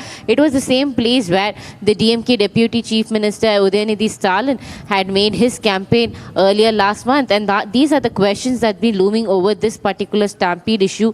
And also following this is where the CT Nirmal Kumar, the spokesperson of the TVK, has asked for NHRC to take a suo motu contingence. Following this also, the petition was filed by the TVK yesterday in the Madras High Court seeking a proper probe into this. They've also asked for a CBI probe into this issue, and today the case will be heard at the Madurai bench of the Madras High Court, as Karur district falls under the Madurai bench, Shivangi. Right. And let's talk a little bit about what the Madras High Court, what's going to happen there today, because this is a plea of the TVK. They're alleging conspiracy in this case. And the TVK is also asking for an independent probe. We already know there's a one-person commission inquiry into the stampede, which was constituted and it was asked by the Tamil Nadu government. It's one retired judge. So the TVK is saying that they want an independent probe. What do they mean by that exactly? They go to the Madras High Court for this. So fearing the DMK's involvement into this one-person commission probe, which is done by the former High Court Judge Aruna Jagadish, as they already think that there is a conspiracy behind the stampede issue by the running government with the police. Now, apart from stating that the one-person commission might not give them the exact judgment or what exactly give out all the information or explaining what is happening. So the TVK has now approached the Madras High Court seeking for separate probe from the CBI. It's not just the TVK, including the AIADMK and BJP. The opposition has asked for the sitting Supreme Court judge and the Madras High Court bench to just look into the case, because BJP's former state president Arnab has also stated that a one-person sitting commission cannot prove justice to this case. All right. Thank you so much for joining us there with all those details. I will be coming back to you for more on this, Sharada. I really have to move ahead right now. Getting some breaking news coming in. A separate investigation was initiated by the Assam police against the event manager Shyam Kanu Mahanto, and accused in the singer Zubeen Garg's death for his alleged involvement in the organized financial crimes and acquiring properties by money laundering. Now, officials are going ahead and investigating this case right now. Remember that this is a special investigation. The focus shifts to Zubeen Garg's manager in this case. Shyam Kanu is the younger brother of the former DGP Bhaskar Jyoti Mahanta, who is presently the Chief Information Commissioner for the Assam State Information Commission. His another elder brother is Nani Gopal Mahanta, who was the Education Advisor to CM Himanta Biswa Sarma before becoming the Vice Chancellor of Guwahati University. The Criminal Investigation Department seized bundles of incriminating documents and items from Shyam Kanu's home during the raid on Thursday and Friday. The documents, that's what it's showing. So right now the investigation is really, picking up pace when we talk about what exactly is happening here. This is a CID, SIT formation and case registration. A special investigation team has been constituted and headed by the special DGP. And the Assam government directed all the FIRs to be transferred to the Crime Investigation Department and be consolidated into a single case. I'll try to go across to Aniruddha when we have Aniruddha with us, but focus shifts to Zubeen Garg's manager.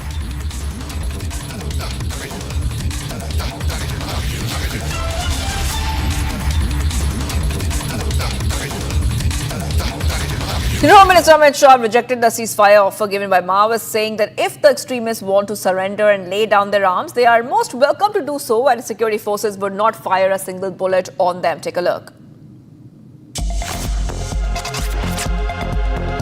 Modi सरकार ने संवाद, सुरक्षा और समन्वय तीनों पहलू पर काम करने की शुरुआत, और आज नतीजा ये है कि मैं विश्वास के साथ इतने बड़े फोरम में कह सकता हूं 31/3/26 को इस देश में से हथियारी नक्सलवाद समाप्त। 14 के बाद सरकार के अभियानों का, सरकार के कार्यक्रमों का, सरकार के आयोजन का स्टीयरिंग भारत सरकार के गृह मंत्रालय के पास है। ये बहुत बड़ा नीतिगत परिवर्तन हुआ और वो परिवर्तन के कारण ही ये परिणाम मिला। स्कैटर्ड अप्रोच की जगह यूनिफाइड और रूथलेस स्ट्रेटेजी को अपनाने का काम भारतीय जनता पार्टी की सरकार ने, और मुझे कोई संकोच नहीं है रूथलेस स्ट्रेटेजी पर शब्द प्रयोग करने का। हमारी सरकार की नीति है जो हथियार छोड़कर सरेंडर होकर आना चाहते हैं उनके लिए रेड कारपेट है। आइए भाई, आपका स्वागत है, आप मार्च भूले हुए हमारे ही लोग। और सबसे अच्छा lucrative surrender policy Vijay ji बैठे हैं, छत्तीसगढ़ सरकार ने बनाया है, भारत सरकार ने बनाया है। सबका स्वागत है, हथियार छोड़ दीजिए। आए, आज भी मैं कहता हूं हम किसी को मारना नहीं चाहते, मगर आप हथियार में लेकर निर्दोष आदिवासियों को मारना चाहते हैं तो मेरी सरकार का धर्म है इनको बचाना और आपका सामना। News coming in from Bangladesh, where conflict has spread in tribal-dominated hilly region and people have been killed. Tension spread over the alleged rape of a tribal schoolgirl. A group called Jammu students held a protest against the rape, and clashes broke out between the tribals and the Bengalis. A Bangladesh government has banned and blocked the rally in the area, and tensions are remaining high in the area. The army and the police have now been deployed there. This is what we see right now, viewers. Back-to-back updates coming in. Conflict spreads in the tribal-dominated hilly region of Bangladesh. 3 people losing their lives. Putting the pictures out there for you, protesters brandish weapons on camera. And tensions are spreading over the alleged rape of a tribal schoolgirl. The group called Jammu students are holding this protest against what has happened.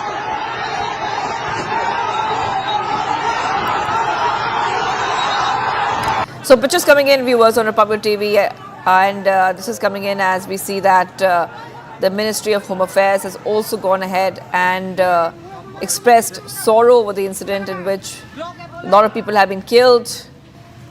And this is coming in as the ministry has assured legal action will be taken against those involved in this incident after investigation very soon. No culprit will be spared. So this is what the Home Ministry there is in Bangladesh is saying about this violence which has taken place. The police has confirmed death of 3 people without giving their identities away, while residents and witnesses said that the sides which were protesting turned violent, setting ablaze each other's businesses and households in the Hill district, which is about 270 kilometers northeast of Dhaka. So the violence broke out following an alleged gang rape of a schoolgirl.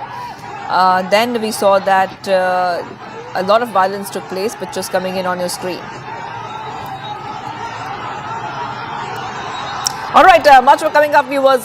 We are live and breaking here. We will be back, especially tracking some of the other stories we are tracking and which is making the news. The conflict spreads in tribal-dominated hilly region of Bangladesh. 3 people killed. And political blame game begins in Karur Stampede. TVK alleges DMK conspiracy. BJP AIDMK slammed DMK for mismanagement. Stay tuned.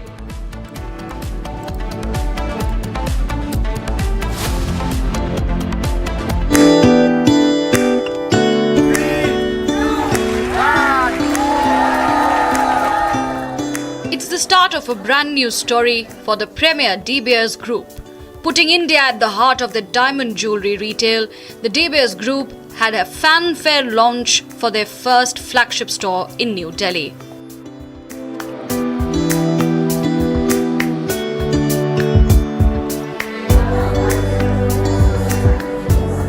Glamour, pomp and head-turning designs, showstopper Meera Kapoor lent her golden touch to the store opening.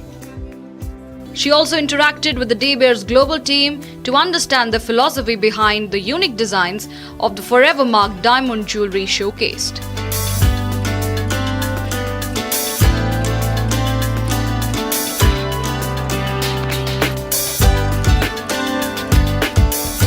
This flagship store opening is at the heart of the De Beers Group retail push into India, with many more stores being planned across the country.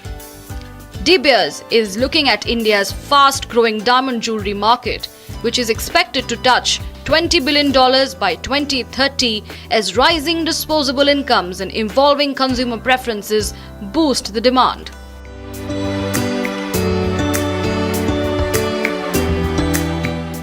What was most special was the campaign initiative, This One's For Me, by the De Beers Group, highlighting how their forever marked diamond is an emotion and a celebration for the modern, independent women in India for every milestone of their lives and not just for special occasions. Forever Mark now begins a new chapter, bringing diamonds that are not just about beauty but also about meaning and self-expression. With India leading the way, this is just the beginning of a sparkling journey. थोड़े में ज्यादा स्वाद यही तो है इसकी खास बात। वाओ मम्मा क्या स्वाद है। अरे मेरी राजा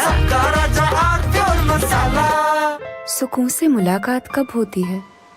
जब गुनगुनाती बारिश को पहली बार गले लगाते हो। शायद सर्द वादियों में जब गर्म कंबल से रूह सेकते हो।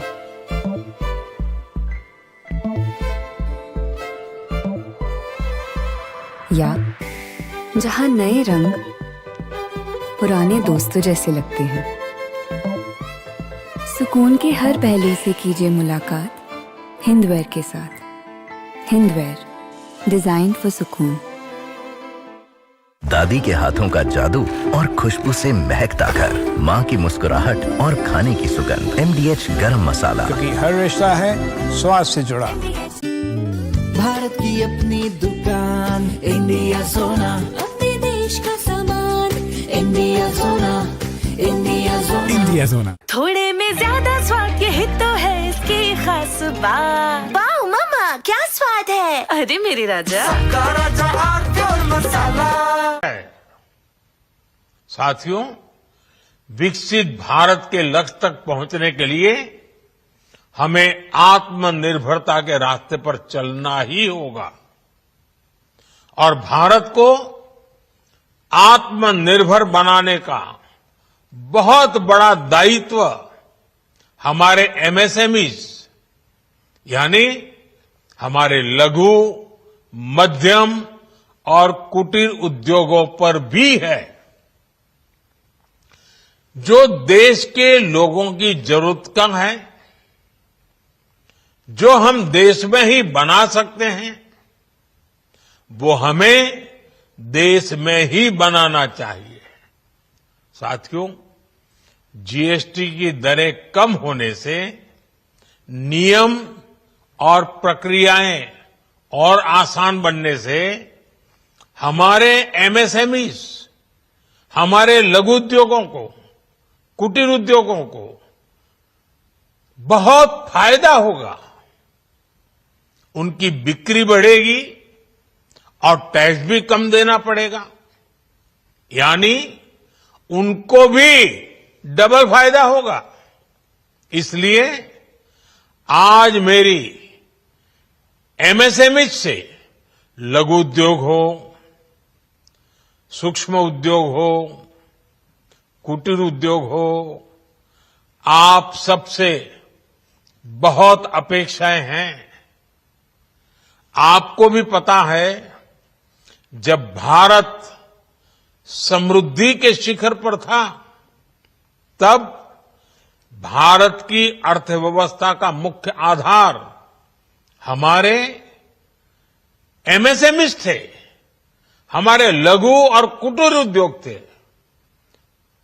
भारत की मैन्युफैक्चरिंग, भारत में बने सामानों की क्वालिटी बेहतर होती थी। हमें उस गौरव को वापस पाना है। हमारे लघु उद्योग जो बनाए,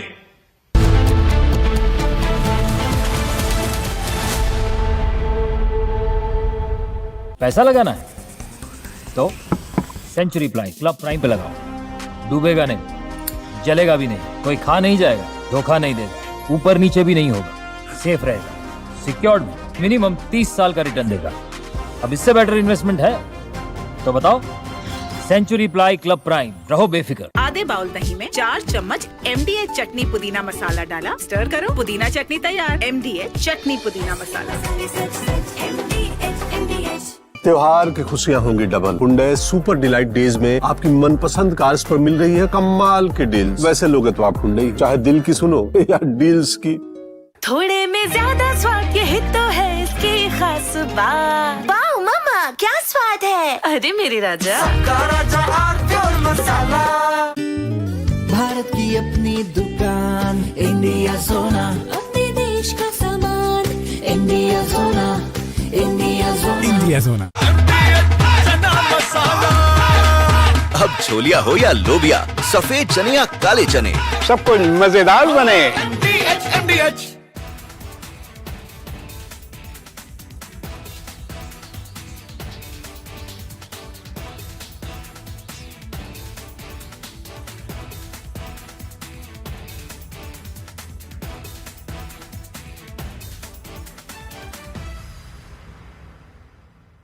साथियों, हम नागरिक देवो भवः, नागरिक देवो भवः के जिस मंत्र के साथ आगे बढ़ रहे हैं, नेक्स्ट जनरेशन जीएसटी रिफॉर्म में इसकी साफ झलक दिखाई देती है। अगर हम इनकम टैक्स में छूट और जीएसटी में छूट को जोड़ दें तो 1 साल में जो निर्णय हुए हैं उससे देश के लोगों को 2.5 लाख करोड़ रुपए से ज्यादा की बचत होगी। और तभी तो मैं कह रहा हूं ये बचत उत्सव है। साथियों, विकसित भारत के लक्ष्य तक पहुंचने के लिए हमें आत्मनिर्भरता के रास्ते पर चलना ही होगा और भारत को आत्मनिर्भर बनाने का बहुत बड़ा दायित्व हमारे एमएसएमईज यानी हमारे लघु, मध्यम और कुटीर उद्योगों पर भी है, जो देश के लोगों की जरूरत का है, जो हम देश में ही बना सकते हैं, वो हमें देश में ही बनाना चाहिए। साथियों, जीएसटी की दरें कम होने से नियम और प्रक्रियाएं और आसान बनने से हमारे एमएसएमईज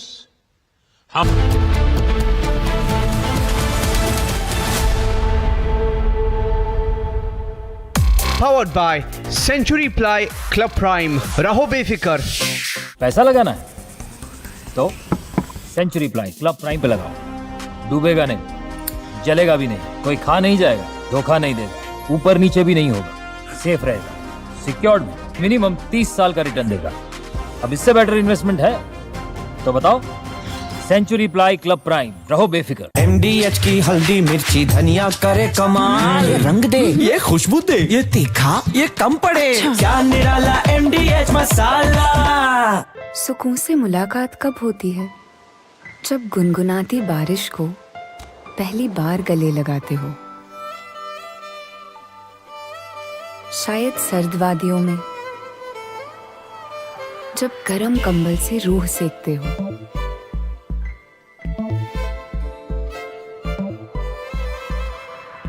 या शायद उस पल में जो बिना शोर किए बहुत कुछ कह जाता है। सुकून के हर पहलू से कीजिए मुलाकात हिंदवेयर के साथ। हिंदवेयर, डिजाइन्ड फॉर सुकून।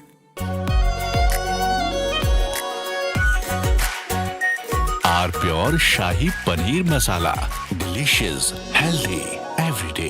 कल यानी नवरात्रि के प्रथम दिवस 22 सितंबर को सूर्योदय के साथ ही नेक्स्ट जनरेशन जीएसटी रिफॉर्म्स लागू हो जाएंगे। एक तरह से कल से देश में जीएसटी बचत उत्सव शुरू होने जा रहा है। इस जीएसटी बचत उत्सव में आपकी बचत बढ़ेगी और आप अपनी पसंद की चीजों को और ज्यादा आसानी से खरीद पाएंगे। नए स्वरूप में मुख्य रूप से अब सिर्फ 5% और 18% के ही टैक्स स्लैब रहेंगे। इसका मतलब है रोजमर्रा के इस्तेमाल की ज्यादातर चीजें और सस्ती हो जाएगी। खाने पीने का सामान, दवाइयां, साबुन, ब्रश, पेस्ट, स्वास्थ्य और जीवन बीमा, ऐसे अनेकों सामान, अनेकों सेवाएं या तो टैक्स फ्री होगी या फिर केवल 5% टैक्स देना होगा। जीएसटी कम होने से अब देश के नागरिकों के लिए अपने सपने पूरे करना और आसान होगा। घर बनाना, टीवी, फ्रिज खरीदने की बात हो, स्कूटर, बाइक, कार खरीदना हो, ये सब पर अब कम खर्च करना होगा। आपके लिए घूमना फिरना भी सस्ता हो जाएगा, क्योंकि ज्यादातर होटल्स के कमरों पर भी जीएसटी कम कर दिया गया है। हम नागरिक देवो भवः, नागरिक देवो भवः के जिस मंत्र के साथ आगे बढ़ रहे हैं, नेक्स्ट जनरेशन जीएसटी रिफॉर्म में इसकी साफ झलक दिखाई देती है। अगर हम इनकम टैक्स में छूट और जीएसटी में छूट को जोड़ दें तो एक साल में जो निर्णय हुए हैं उससे देश के लोगों को 2.5 लाख करोड़ रुपए से ज्यादा की बचत होगी। और तभी तो मैं कह रहा हूं ये बचत उत्सव है। साथियों, विकसित भारत के लक्ष्य तक पहुंचने के लिए हमें आत्मनिर्भरता के रास्ते पर From Asia's largest news headquarters, setting the agenda for Bharat.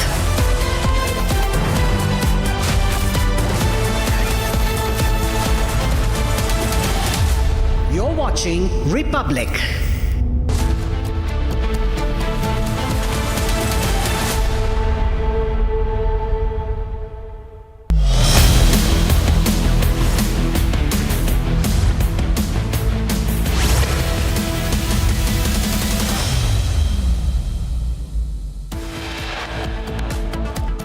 India refused Asia Cup trophy from PCB chief. Celebrate empty-handed on stage. BCCI to lodge protest. Prime Minister Modi and Home Minister hail Team India after India beat Pakistan in Asia Cup final. Gave a reference of Operation Sindoor. Conflict spreads in tribal-dominated hilly region of Bangladesh. 3 killed. Political blame game begins in Karur Stampede. TVK alleges DMK conspiracy. BJP AIADMK slammed DMK for mismanagement. And 4 dead and 8 injured in Michigan church shooting. Donald Trump calls it attack on Christians.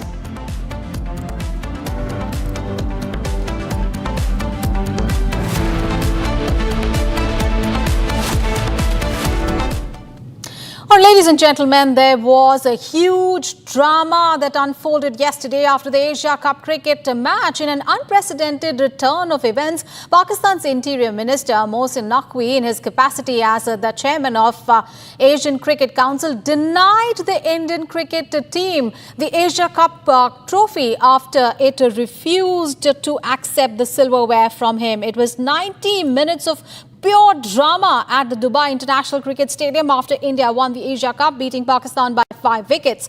However, what happened after the high-octane game of cricket overshadowed the performance on the 22 yards. Let's first take you through the snippets of the 90-minute drama. Take a look, viewers.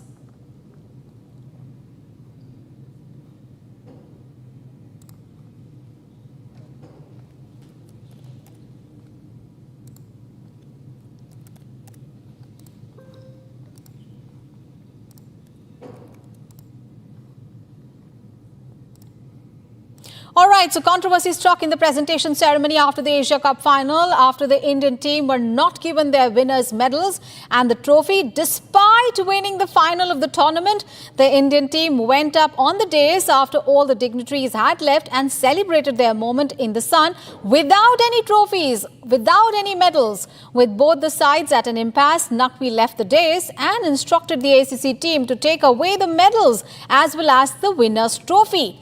Now, BCCI Secretary Saikia has blasted Naqvi's act and mocked him in the interview after the game. Saikia also called for good sense to prevail and criticized the decision to have a Pakistani leader present the trophy. So these...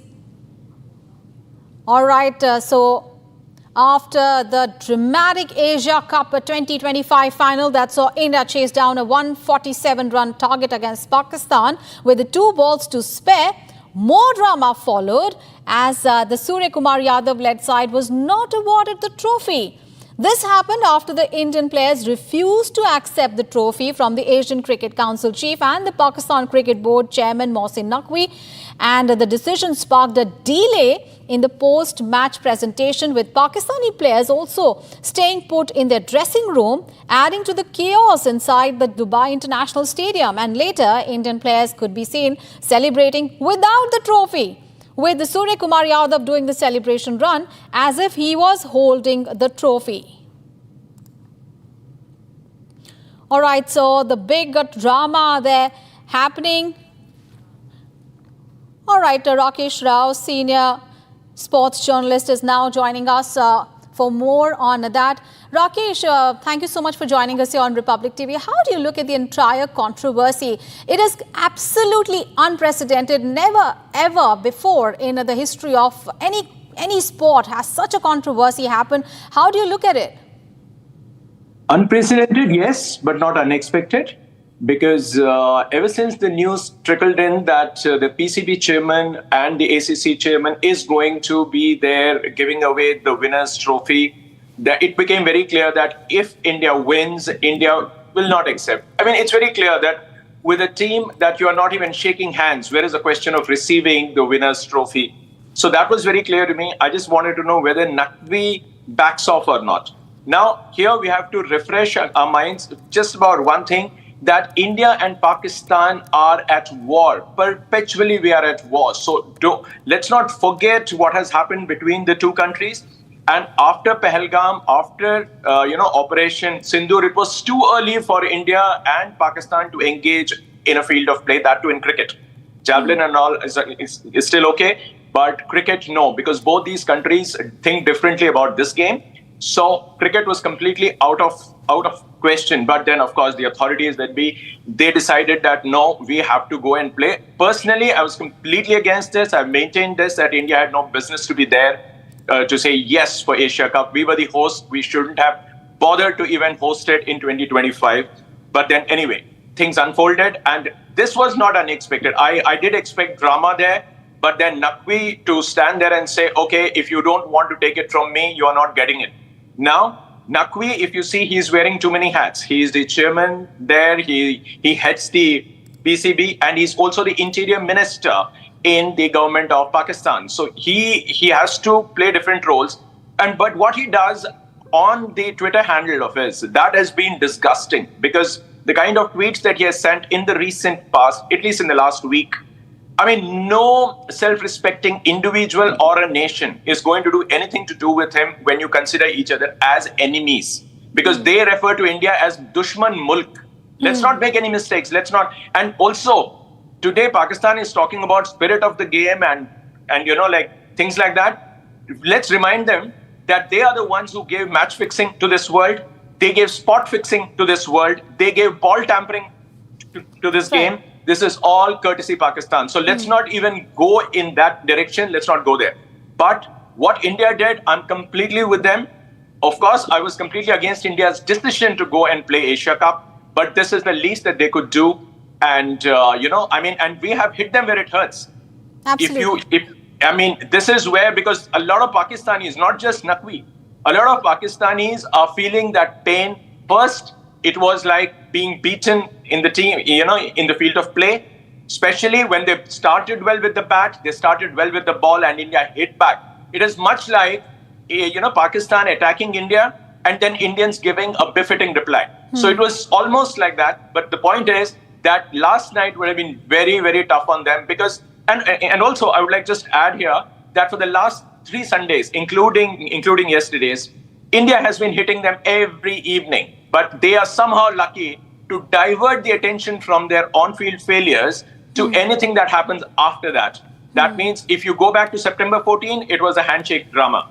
On the 21st of September, you spoke about Rafael and 6-0 and, like all kinds of, like gestures in the field of play, of course.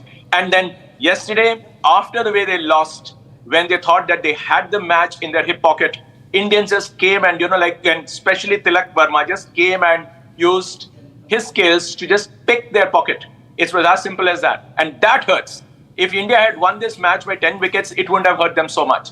But this is where it hurts. And Indians did whatever was appropriate. And they had indicated that we are not going to receive the trophy from Mr. Naqvi for more reasons than one. And Indians stuck to it. I'm very, very proud of this decision. Right. Rakesh, stay with us. We'll just come back to you. Viewers, we have more breaking news coming in related to this event only. The BCCI has said that it will lodge a very strong protest in the next ICC meeting in November against Asian Cricket Council Chief Mohsin Naqvi, who walked away with the Asia Cup trophy after the Indian team refused to accept it from him in Dubai. Now, BCCI Secretary Devajit Saikia justified the team's refusal, saying that India cannot accept the trophy from a person who is waging a war against the country. Remember, India defeated Pakistan by 5 wickets in the final on Sunday, with Tilak Verma hitting an unbeaten 69 to be adjudged the player of the match for the summit clash. All right, let's go back to Rakesh Rao for more insights. Rakesh, now we'd like to understand from you, the protocols really, what the protocols are, because talking about Mohsin Naqvi, is the tournament's chief or the governing council president always required really to present the trophy? And the big question, can an alternate be delegated? Yes. It was up to Naqvi to just step back. He only stood his ground and made matters worse. He knew it. He just knew it. He's nobody's fool. Let's not fool ourselves. He's fooling his country. He's just trying to come up with this. He has a false sense of bravado where he wants to show that, look, we Pakistanis are no less. You are getting smashed in the field of play. You are getting smashed in every area that you confront India. On every international forum, you get the stick. You get it back with interest. But the point is, he is also a politician. Let's not forget that. He has to act. He has to, hide behind things. He's doing just that. So he could have, but then he diverted the attention Now that the world is watching, the world watched yesterday what happened. At least the cricketing world knows what has happened. Now here, see, they had a few options. A, they knew that the team that has refused to shake hands with you, how will they come and take it? I mean, Pakistan would have done the same. Now imagine Pakistanis were waiting to celebrate, and trust me, their celebration would have been uglier than anything that you've seen ever before.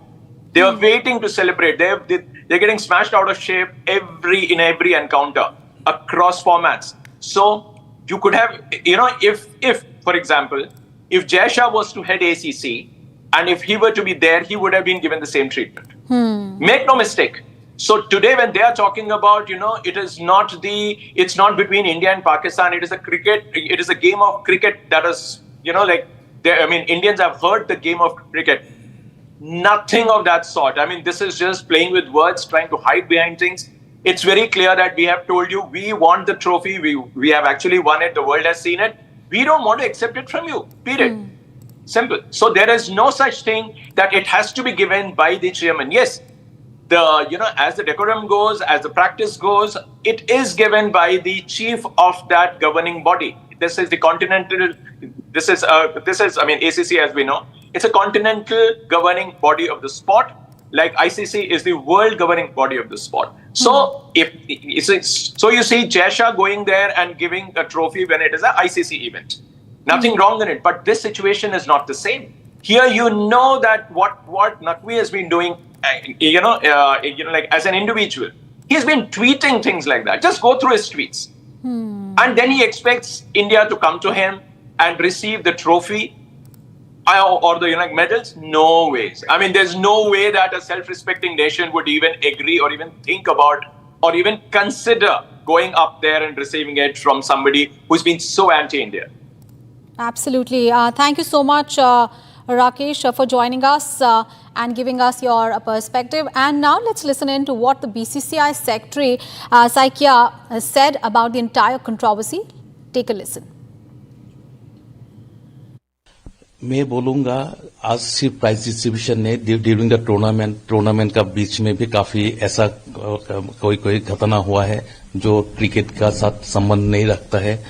वो लोग सारे cricket matches को political का game बना देना चाहता था, लेकिन भारत ने उसका मुंह तोड़ जवाब दिया. आज जो मैच का रिजल्ट हुआ उससे हमको ये लग गया है कि क्रिकेट पिच में भी हम लोग चैंपियन है, बॉर्डर्स में भी हम लोग चैंपियन है. आज जो हुआ है हमको अभी खबर मिला है कि जो ट्रॉफी था और मेडल्स था भारतीय दल के लिए जो चैंपियन हुआ है, वो जो चेयरपर्सन है एसीसी का, उन्होंने वो अपना साथ लेके होटल लेके चला गया. तो ये बहुत खराब बात हुआ है. इसका बारे में हम लोग आईसीसी में बहुत जोरदार एक प्रोटेस्ट डालेंगे. You see, India is having a war with a country, and that country is one of the main leader, is supposed to hand over the trophy to us. It is not possible for us. It is not ethically as well as morally possible for us. And if you think from the point of patriotism also, we cannot accept a trophy from a person who represents a country, that country is waging a war against our country. So we have refused to take the trophy, but that does not mean that that gentleman will take the trophy and the medals which is to be given to our country to his own hotel room. So that is totally unexpected, and we hope that good sense will prevail and he will send back the trophy to the country, that means to India, as soon as possible. That will restore some semblance of morality. At least we are expecting that from him. And in any case, BCCI as well as we are going to lodge a very strong protest against the behavior of the gentleman in today's prize distribution ceremony. All right, let's shift focus and talk about the Karur Stampede. And we have breaking news coming in. C.T. Nirmal of the TVK has approached the NHRC alleging conspiracy by DMK in the Karur Stampede case. Now, a petition has been submitted. So remember, after the Karur Stampede, there are political parties and the big question that everybody is putting blame on each other. And now the C.T. Nirmal Kumar of the TVK has approached the NHRC, and a petition has been submitted that alleges conspiracy by DMK in the Stampede case. Remember, the DMK has been saying that the TVK did not handle the crowd management, and that really led to the entire stampede case. Chief Minister has announced a compensation of 10 lakh rupees each to the victims' families, and 40 people have been killed, including a lot of women and children were killed in the stampede at the actor turned politician and TVK chief's Vijay's rally in Karur. And the crowd swelled, became uncontrollable while Vijay was addressing the gathering, and a number of people fainted and fell down, and that led to the stampede. And the blame game continues. The politics over the stampede is continuing, and the questions are being asked about who is responsible. Of course, Sarda, my colleague, is now joining us for more on this.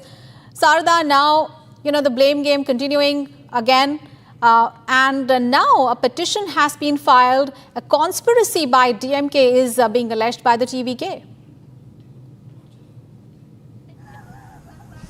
You're right, Aishwarya. So what the TVK is claiming is that how did the DMK come to the hospital on time, and why was the police not given enough powers to control the crowd? Why only, though the ADGP says 500 police officials were deployed, less than 100 people were seen at the stampede location, and this is the question that the TVK is alleging now. And following that, the petition has been filed in the Madras High Court yesterday, and now the Madurai bench will be hearing the case today. And the petition is against the ruling DMK, and also a CBI probe has been ordered. A CBI probe has been asked by the TVK to be ordered by the High Court, because following a single person commission that the state government has ordered, TVK is now probing for a CBI inquiry in this case, Aishwarya. And Sharda, there was a big question mark as far as TVK has been saying that there was a 30-minute power cut that really led to the sequence of events leading up to the stampede. However, that really has been denied by the DMK. Well, the power cut was not denied by the DMK, but the TNEB officials say that the power cut was done before actor Vijay arrived at the location, and that it was cut because people were climbing on the transformers, and also they were climbing on trees to make sure that they are safe is the only reason that the power cut was done. But as soon as actor Vijay had come, generators were used, so there was no issue. But however, the eyewitnesses and the families of victims claim that there was power cut throughout, and there was no lights, and especially when the place where the accident happened, where the stampede happened, there was not enough light, and that's the reason people had actually stepped on each other while trying to escape the crowd. We understand also that there are reports that Union Finance Minister Nirmala Sitharaman is also going to reach Karur. She is going to meet with the families of the victims and those injured as well. Any update on that? The Finance Minister Nirmala Sitharaman has now reached Coimbatore, and she'll also be now going to the location where the stampede had happened 2 days before, and she'll also be meeting the families of the victims. We are right here at one of the villages where Finance Minister Nirmala Sitharaman would be coming to meet the victims' families. Following that, she'll also be going to the government hospital to meet the injured who are in ICU, and also have a final meeting with the collector of the district to understand what exactly is happening at the moment. And TVK, of course, moving the NHRC, alleging a plot. What is the premise that the TVK is alleging as far as the conspiracy part is concerned, the plot part is concerned? The TVK went to the NHRC thinking that it was the DMK's work in hand with the police to not provide enough protection, and it also includes the power cut that was done, and also claiming that whether it was a man-made tragedy on purpose, because it was only after the police had a lathi charge against the people who were crowding is when people tried to escape, and everybody came near the actor's van to meet him once before they leave the location. And considering that would have been the main cause of the accident, the TVK lawyer yesterday went to the Madras High Court, and it also said that if DMK and the police worked hand in hand just to make sure that actor Vijay is not gaining traction in the district of Karur, if that is a plan, is the reason they have moved NHRC now, Aishwarya. All right. Thank you so much, Sharda, for all those updates there. Thank you so much. And viewers, now let's take a look at a report. Well, Union Home Minister Amit Shah has rejected the ceasefire offer given by the Maoists, saying that if the extremists want to surrender and lay down arms, they are most welcome to do so. And security forces would not fire a single bullet on them. Take a look. Modi सरकार ने संवाद, सुरक्षा और समन्वय तीनों पहलू पर काम करने की शुरुआत, और आज नतीजा ये है कि मैं विश्वास के साथ इतने बड़े फोरम में कह सकता हूं, 31/3/26 को इस देश में से हथियारी नक्सलवाद समाप्त। 14 के बाद सरकार के अभियानों का, सरकार के कार्यक्रमों का, सरकार के आयोजन का स्टीयरिंग भारत सरकार के गृह मंत्रालय के पास है। ये बहुत बड़ा नीतिगत परिवर्तन हुआ, और वो परिवर्तन के कारण ही ये परिणाम मिला। स्कैटर्ड अप्रोच की जगह यूनिफाइड और रूथलेस स्ट्रेटेजी को अपनाने का काम भारतीय जनता पार्टी की सरकार ने किया, और मुझे कोई संकोच नहीं है रूथलेस स्ट्रेटेजी पर शब्द प्रयोग करने में। हमारी सरकार की नीति है, जो हथियार छोड़कर सरेंडर होकर आना चाहते हैं उनके लिए रेड कारपेट है। आइए भाई, आपका स्वागत है, आप मार्ग भूले हुए हमारे ही लोग। और सबसे अच्छा lucrative surrender policy Vijay ji बैठे हैं, छत्तीसगढ़ सरकार ने बनाया है, भारत सरकार ने बनाया है। सबका स्वागत है, हथियार छोड़ दीजिए। आए, आज भी मैं कहता हूं, हम किसी को मारना नहीं चाहते, मगर आप हथियार में लेकर निर्दोष आदिवासियों को मारना चाहते हैं, तो मेरी सरकार का धर्म है इनको बचाना और आपका सामना।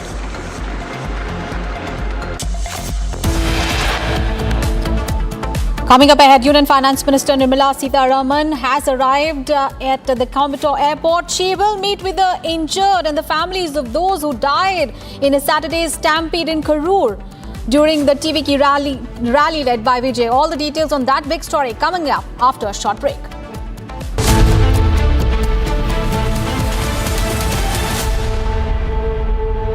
सुकून से मुलाकात कब होती है?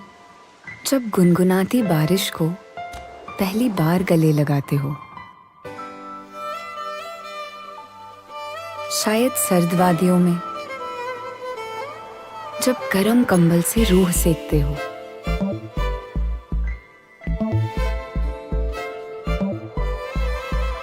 या जहां नए रंग पुराने दोस्तों जैसे लगते हैं।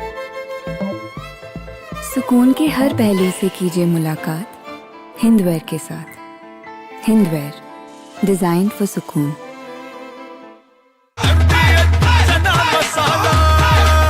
अब छोलिया हो या लोबिया, सफेद चने या काले चने, सब कुछ मजेदार बने। इसको घर पे लगाओगे तो शादी का तो पता नहीं, पर घर पक्का नहीं टूटेगा। रुंगटा नहीं तो घर स्ट्रॉन्ग नहीं। रुंगटा स्टील TMT बार एकदम सॉलिड। पहाड़ों में एक हाइकिंग स्टिक भी बन सकती है।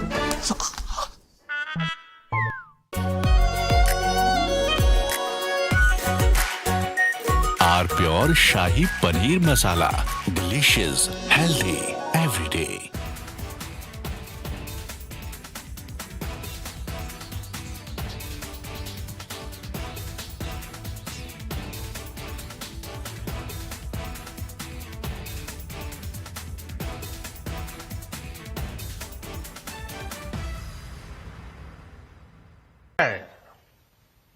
साथियों, विकसित भारत के लक्ष्य तक पहुंचने के लिए हमें आत्मनिर्भरता के रास्ते पर चलना ही होगा।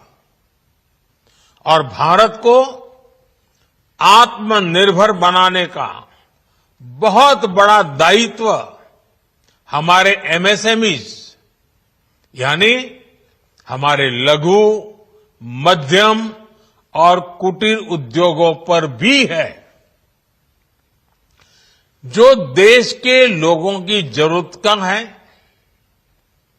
जो हम देश में ही बना सकते हैं, वो हमें देश में ही बनाना चाहिए। साथियों, जीएसटी की दरें कम होने से नियम और प्रक्रियाएं और आसान बनने से हमारे एमएसएमईज, हमारे लघु उद्योगों को, कुटीर उद्योगों को बहुत फायदा होगा।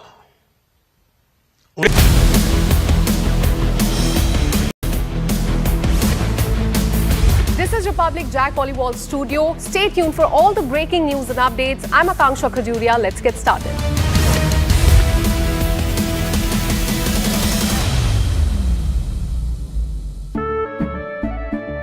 केसरिया से मन जोगी हुआ रे, दिल झूमे देखो मतवारा हुआ रे। केसरिया से मन जोगी हुआ। हर पल मनाओ केसरी त्योहार। विमल, बोलो जुबान केसरी। आधे बाउल दही में 4 चम्मच MDH चटनी पुदीना मसाला डाला, स्टर करो, पुदीना चटनी तैयार। MDH चटनी पुदीना मसाला। I choose a world where we dream, and the limit is the sky. And this world is my home where I'm living my best. Mindfully crafted home decor fabrics. Sansar, a D-Decor brand. Live consciously. थोड़े में ज्यादा स्वाद, यही तो है इसकी खास बात। वाओ मामा, क्या स्वाद है। अरे मेरी राजा, मसाला। साथियों, हम नागरिक देवो भवः,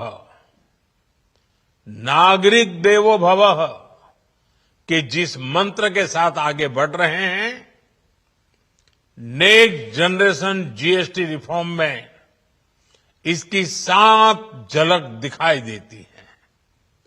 अगर हम इनकम टैक्स में छूट और जीएसटी में छूट को जोड़ दें, तो 1 साल में जो निर्णय हुए हैं, उससे देश के लोगों को 2.5 लाख करोड़ रुपए से ज्यादा की बचत होगी।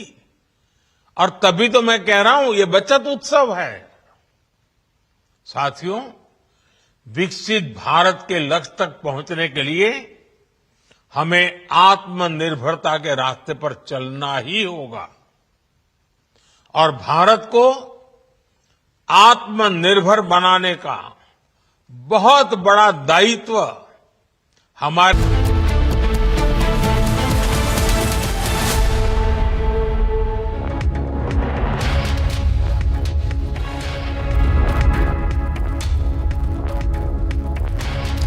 Very good morning, viewers. Thanks for tuning into Republic TV. You're watching live and breaking, and we are getting you the biggest news stories, including the top story of the molester Baba case. Now the Delhi police has taken him back to the institute to collect more evidence, and especially from the room where he used to meet the students there. We'll get you all the updates on that big story and much more. Here are the headlines that we are tracking at this time. India refused the Asia Cup trophy from PCB chief. Celebrate empty-handed on stage. BCCI to lodge protest. Prime Minister Modi and Home Minister hail Team India after India beat Pakistan in Asia Cup final. Gave reference of Operation Sindoor. Conflict spreads in tribal-dominated hilly region of Bangladesh. 3 killed. Political blame game begins in Karur Stampede. TVK alleges DMK conspiracy. BJP, AI, DMK slam DMK for mismanagement. 4 4 dead, 8 injured in Michigan church shooting. Donald Trump calls it attack on Christians.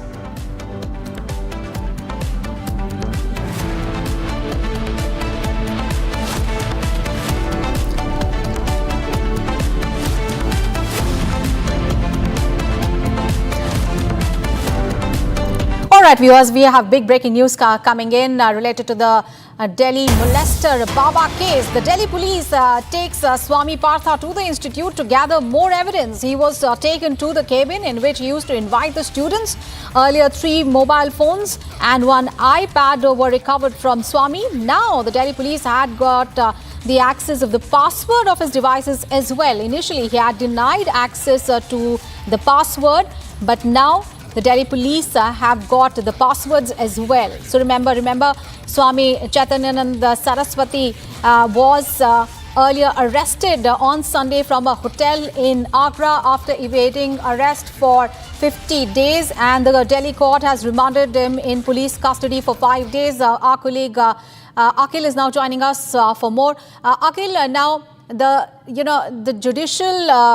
police custody has been given for 5 days. And the Delhi police, of course, is now taking Swami Chaitanyananda to the institute. Give us more updates. What is happening there?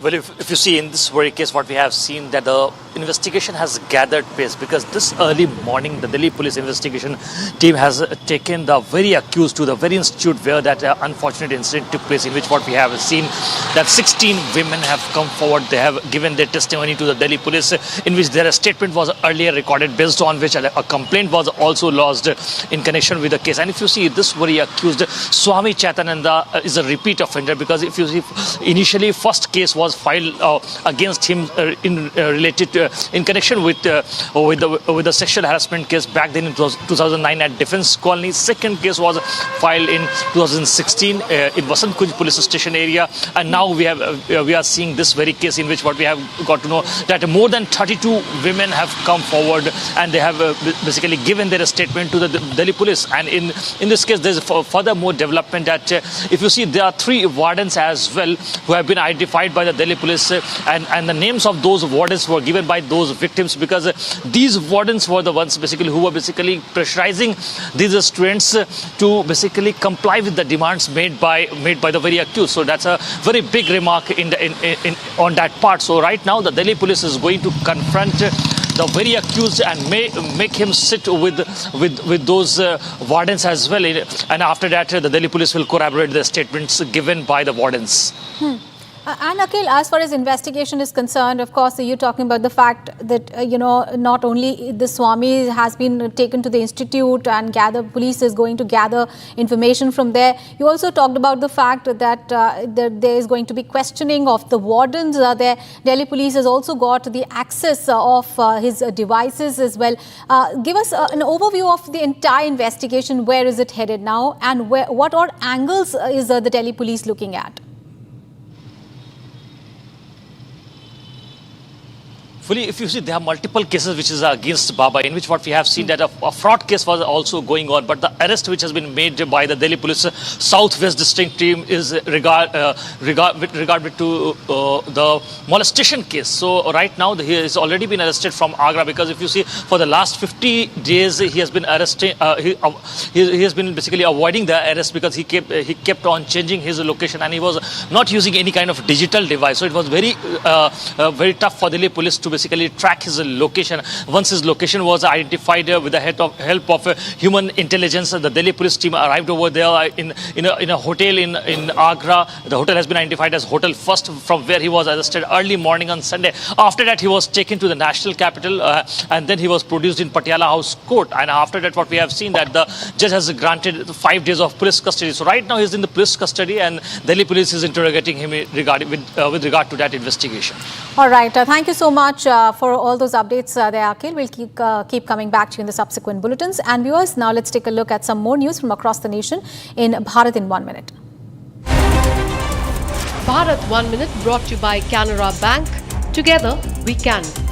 The Punjab government has unveiled a comprehensive and ambitious information, education and communication plan for crop residue management as part of its move to address the pressing concern of stubble burning in the state.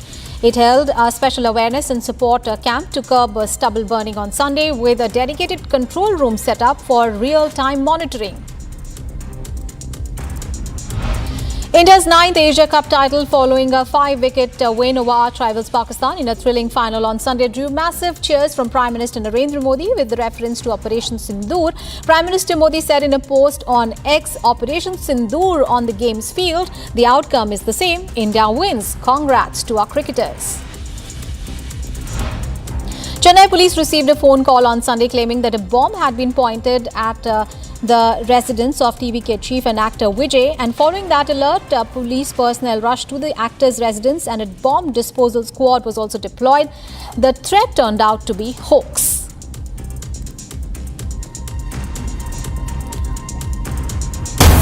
Viewers, we have breaking news coming in related to Zubeen Garg's death case, and a separate investigation was initiated by the Assam police against event manager Shyam Kanu Mahanta, who is an accused in singer Zubeen Garg's death for his alleged involvement in organized financial crimes and acquiring properties by money laundering. Officials' documents showed now Shyam Kanu is the younger brother of former DGP Bhaskar Jyoti Mahanta, who is presently the Chief Information Commissioner of the Assam State Information Commission.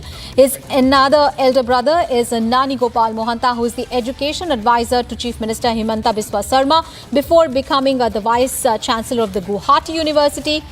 Now, the CID, that is the Criminal Investigation Department, has seized bundles of incriminating documents and items from Shyam Kanu's home during the raids on Thursday and Friday.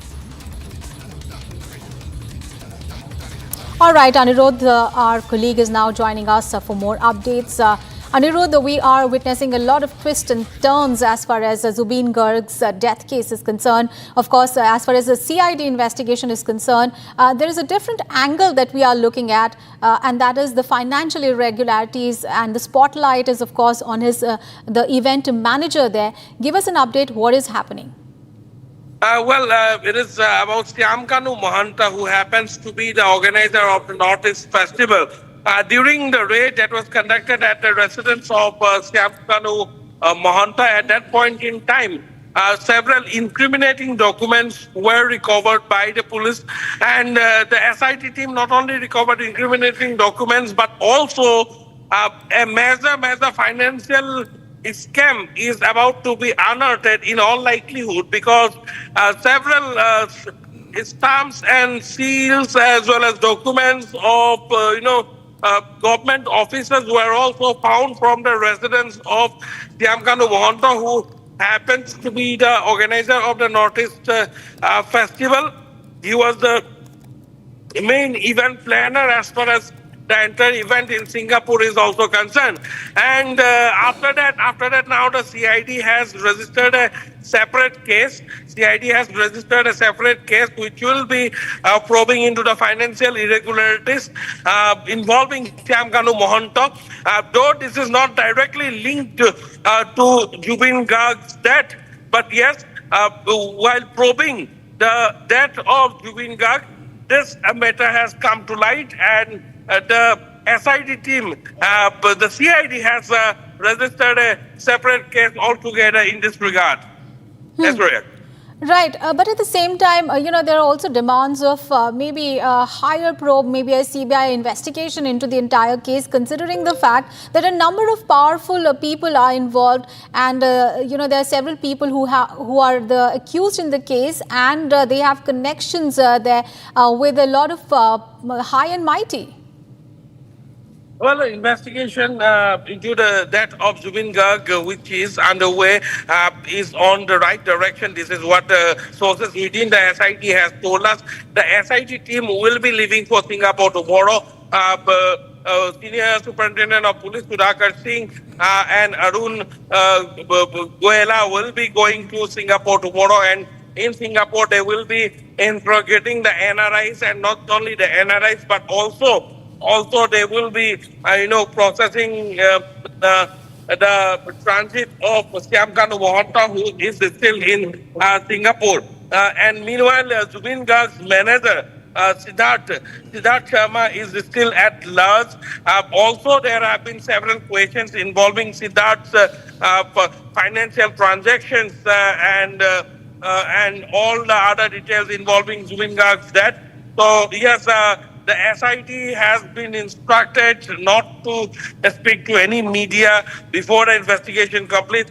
And Assam Chief Minister Himanta Biswa Sarma is personally taking brief from the SIT as far as this entire investigation is concerned.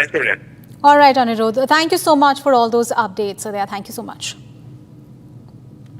And viewers, let's move on to the bulletin now. Union Home Minister Amit Shah rejected the ceasefire offer given by Maoists, saying that if the extremists want to surrender and lay down arms, they are most welcome to do so, and security forces would not fire a single bullet at them. Here's a short report. Modi सरकार ने संवाद, सुरक्षा और समन्वय तीनों पहलू पर काम करने की शुरुआत की और आज नतीजा ये है कि मैं विश्वास के साथ इतने बड़े फोरम में कह सकता हूं 31/3/26 को इस देश में से हथियारी नक्सलवाद समाप्त, 14 के बाद सरकार के अभियानों का, सरकार के कार्यक्रमों का, सरकार के आयोजन का स्टीयरिंग भारत सरकार के गृह मंत्रालय के पास है।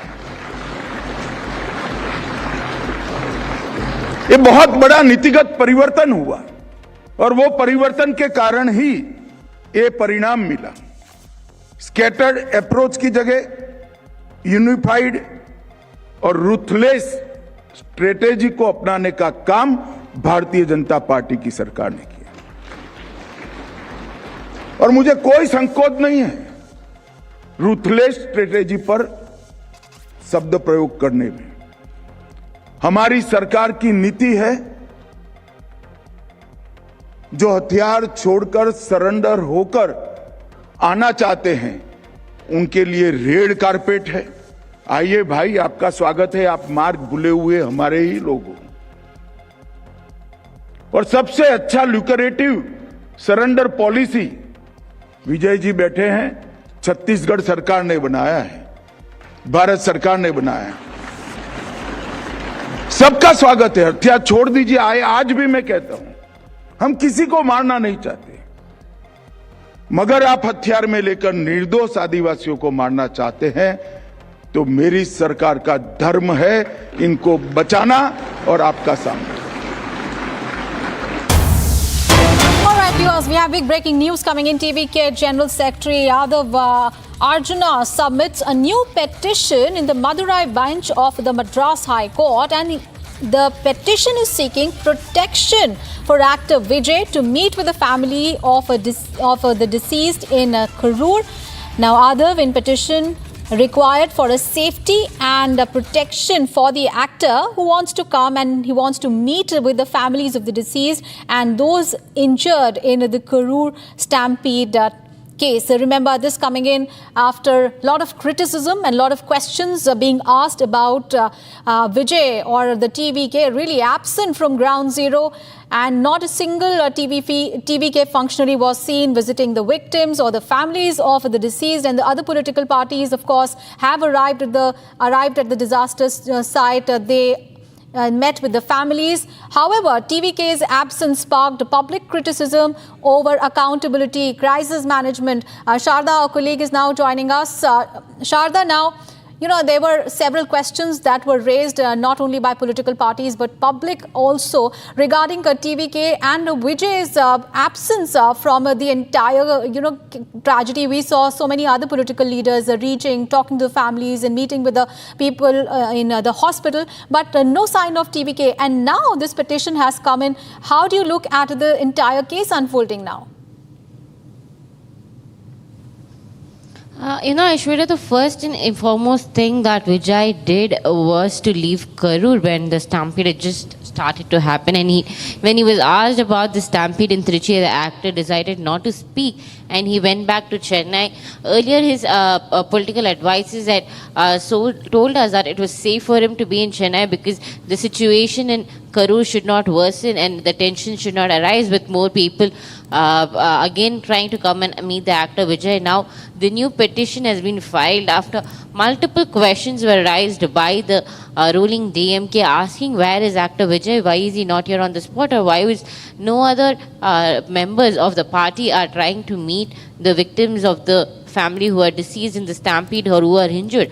Now, Adha Arjuna, the party's second most important leader, has come forward, filed a petition in the Madurai bench of Madras High Court seeking protection and safety for actor Vijay, saying that if actor Vijay comes again to Karur, there might be a situation where people might again come to see him and to make sure that the actor is also protected and at the same time there is not a commotion which is again formed. The TVK has now filed a petition saying that Vijay would want to come and see the people, the family of the deceased and also the people who are injured in the stampede, and that's the reason this petition has now been filed. And it is expected that this petition will also be heard along at 2:30 p.m. at the Madurai bench of High Court, where the TVK had earlier submitted the petition seeking for a CBI probe into the matters of the stampede. Sharda, of course, the security around his house was also increased earlier, but this petition has come in after so much criticism from all quarters. Do you think is this looking like more of a damage control exercise rather than a genuine effort really to reach out to the victims? Aishwarya, that we cannot answer as such whether if actor Vijay has taken this step after multiple pressure bound on him, because there was also multiple statements made by the politicians themselves and also critics themselves if Vijay would have been disheartened and sorrowed, and in what mental condition would he have been after the stampede situation had happened. So we have to wait and watch whether if the TVK responds to this in a genuine way, saying if actor Vijay was actually mentally distressed after what had happened and did not have the strength to talk to the media and did not have the strength to meet the people or something is not what we can answer, but we have to wait and watch. But the Edapadi Palani who is the opposition leader, also said that Vijay is new into politics and this is the first time he is seeing something so massive. So he might have been a little bit disturbed with what has happened. But however, DMK points it out as a cowardly action of the actor. All right. Thank you so much for those details there, Sharda. So questions continue to arise as far as accountability is concerned, as far as who is to be blamed. All right, viewers, we have breaking news coming in right now. Karnataka State Contractors Association has written a letter to Chief Minister Siddaramaiah alleging double corruption under the Congress regime. The Karnataka State Contractors Association, that is the KSCA, has written to Chief Minister Siddaramaiah alleging that corruption in some departments has doubled under the present Congress government compared to the previous BJP regime. Now, KSCA said dues of over 30,000 crore rupees remain unpaid despite repeated assurances, and accused departments of releasing only 15 to 20% of the pending bills every 3 months without following seniority. The letter also alleged that bodies like Nirmiti Kendra and the Kridal Award projects are to the ruling party supporters, who then subcontract them for commissions that affects the quality. Further, the municipal administration, urban development and labour departments were accused of corrupt tender practices, with the packages being awarded to powerful contractors. The association said that the ministers have failed to act on these irregularities, and this is the first written corruption complaint against the Congress government since it came to power in 2023 on an anti-corruption platform. So these are big allegations, huge allegations there, and this is by the Karnataka State's Contractors Association. And this association has written a letter to the Chief Minister of the state, Siddaramaiah, and the association is alleging corruption under the Congress regime. And it alleges that the corruption in some departments has actually doubled under the present Congress regime.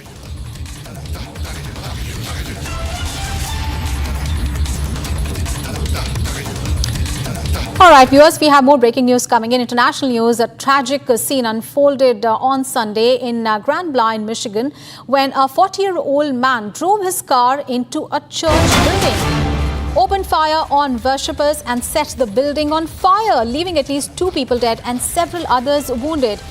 Now, CNN reported that the attack happened at the Church of Jesus Christ of Latter-day Saints during a large service. Grand Blanc Township Police Chief has said that the gunman, who has now been identified as a man from Burton, Michigan, he used an assault rifle and appeared to target people inside the church. Now, the police chief said that he then exited his vehicle, firing several rounds at the individuals within the church. 2 officers were involved in the shootout and killed the suspect, and police believe that there is only 1 person involved. He said that we believe that we have the guy who did this. Remember, at least 8 people were shot, including some who are right now in a critical condition. Authorities confirmed that children were among the wounded, and the victims have been taken to local hospitals for treatment. Officials expect to find more victims once the fire-damaged building is fully secured. The gunman, remember, is dead. The motive behind the attack is still unknown, and investigators are working to determine what led to the violence. As for the fire, police believe that it was deliberately set by the suspect. The police said that we are trying to determine exactly when and where the fire started. We believe more people were near the fire and were unable to get out of the church. As far as the investigation part is concerned, the authorities will execute a search warrant at the suspect's residence now, and they will go through the cell phone records to find out if there was a motive. The incident that we're going to talk about here today, as I said, was happened at 10:25 a.m. at the Church of Jesus Christ of Latter-day Saints, which is located at 4285 McCandless Road.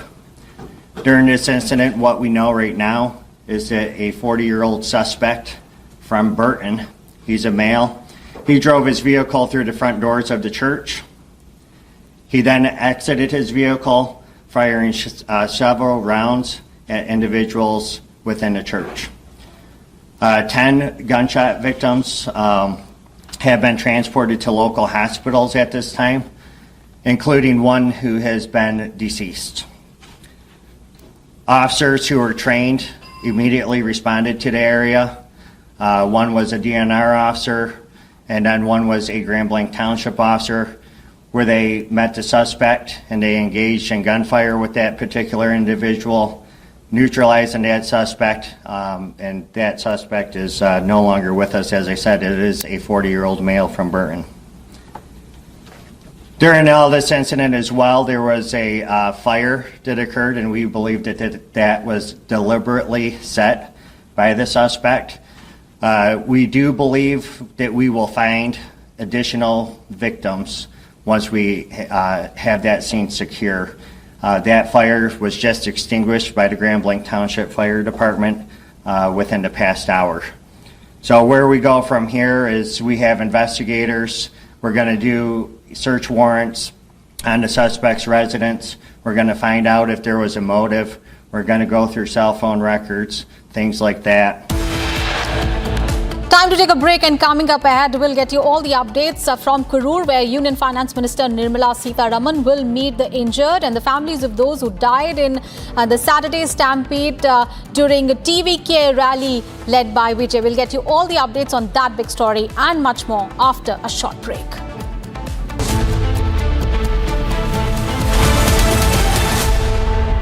MDH की हल्दी मिर्ची धनिया करे कमाल, ये रंग दे, ये खुशबू दे, ये तीखा, ये कम पड़े, क्या निराला MDH मसाला। सुकून से मुलाकात कब होती है? जब गुनगुनाती बारिश को पहली बार गले लगाते हो। शायद सर्द वादियों में जब गरम कंबल से रूह सेकते हो।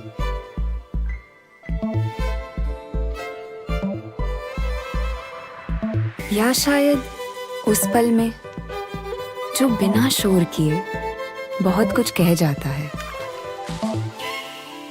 सुकून के हर पहलू से कीजिए मुलाकात हिंदवेयर के साथ। हिंदवेयर, डिजाइन फॉर सुकून।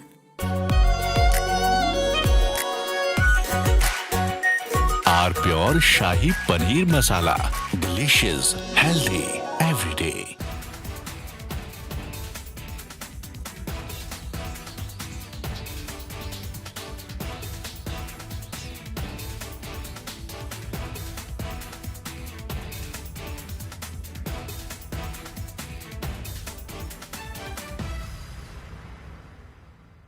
कल यानी नवरात्रि के प्रथम दिवस 22 सितंबर को सूर्योदय के साथ ही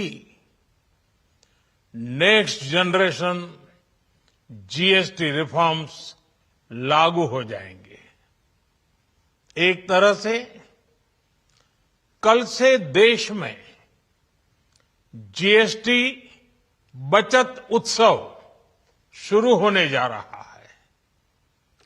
इस जीएसटी बचत उत्सव में आपकी बचत बढ़ेगी और आप अपनी पसंद की चीजों को और ज्यादा आसानी से खरीद पाएंगे। नए स्वरूप में मुख्य रूप से अब सिर्फ 5% और 18% के ही टैक्स स्लैब रहेंगे। इसका मतलब है रोजमर्रा के इस्तेमाल की ज्यादातर चीजें और सस्ती हो जाएगी। खाने पीने का सामान, दवाइयां, साबुन, ब्रश, पेस्ट, स्वास्थ्य और जीवन बीमा, ऐसे अनेक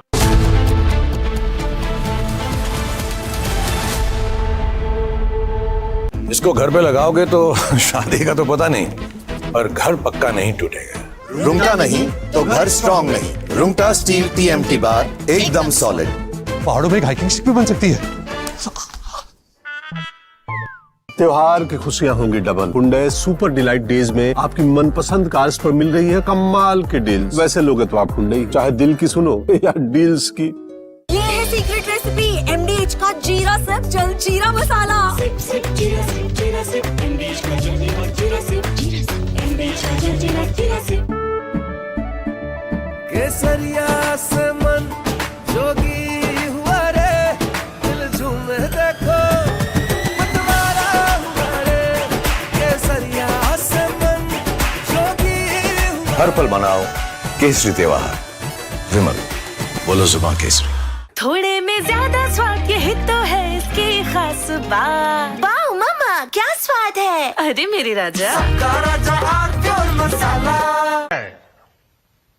साथियों, विकसित भारत के लक्ष्य तक पहुंचने के लिए हमें आत्मनिर्भरता के रास्ते पर चलना ही होगा और भारत को आत्मनिर्भर बनाने का बहुत बड़ा दायित्व हमारे एमएसएमईज यानी हमारे लघु, मध्यम और कुटीर उद्योगों पर भी है,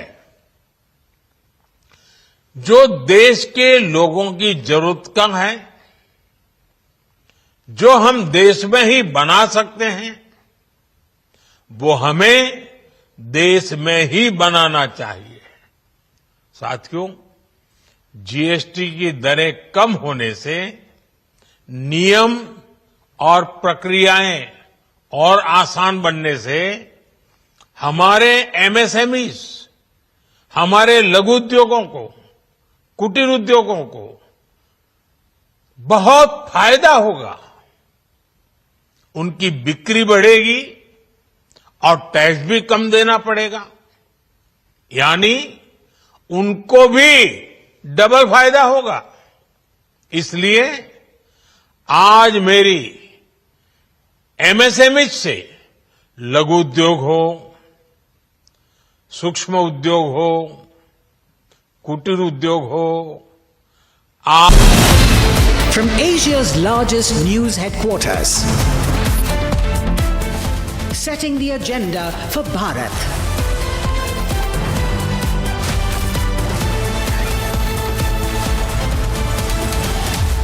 You're watching Republic.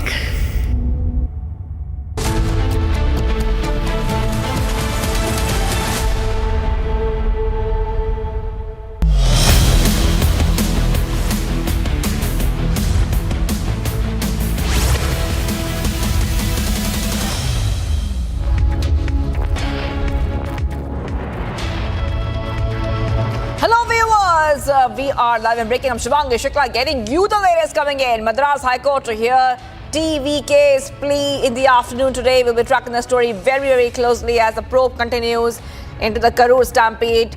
But now we take the headlines. Let's get started.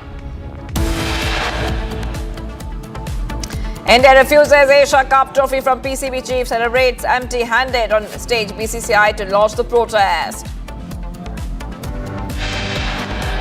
PM Modi, no minister, hailed Team India after India beat Pakistan in Asia Cup final, gives reference of Operation Sindoor.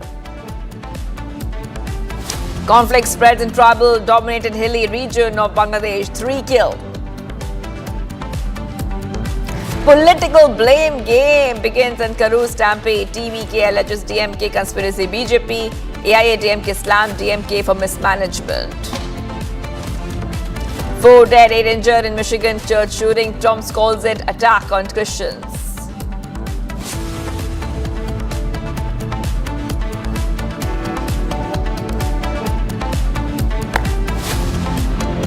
Viewers, breaking news coming in right now. Second mastermind of the Bareilly violence has been arrested. Police have been searching for Nadeem since the violence began. Nadeem had created a WhatsApp group and gathered the crowd. Nadeem was arrested in Shahjahanpur, Uttar Pradesh. So that's what we see right now. He was arrested in Shahjahanpur, Uttar Pradesh, viewers.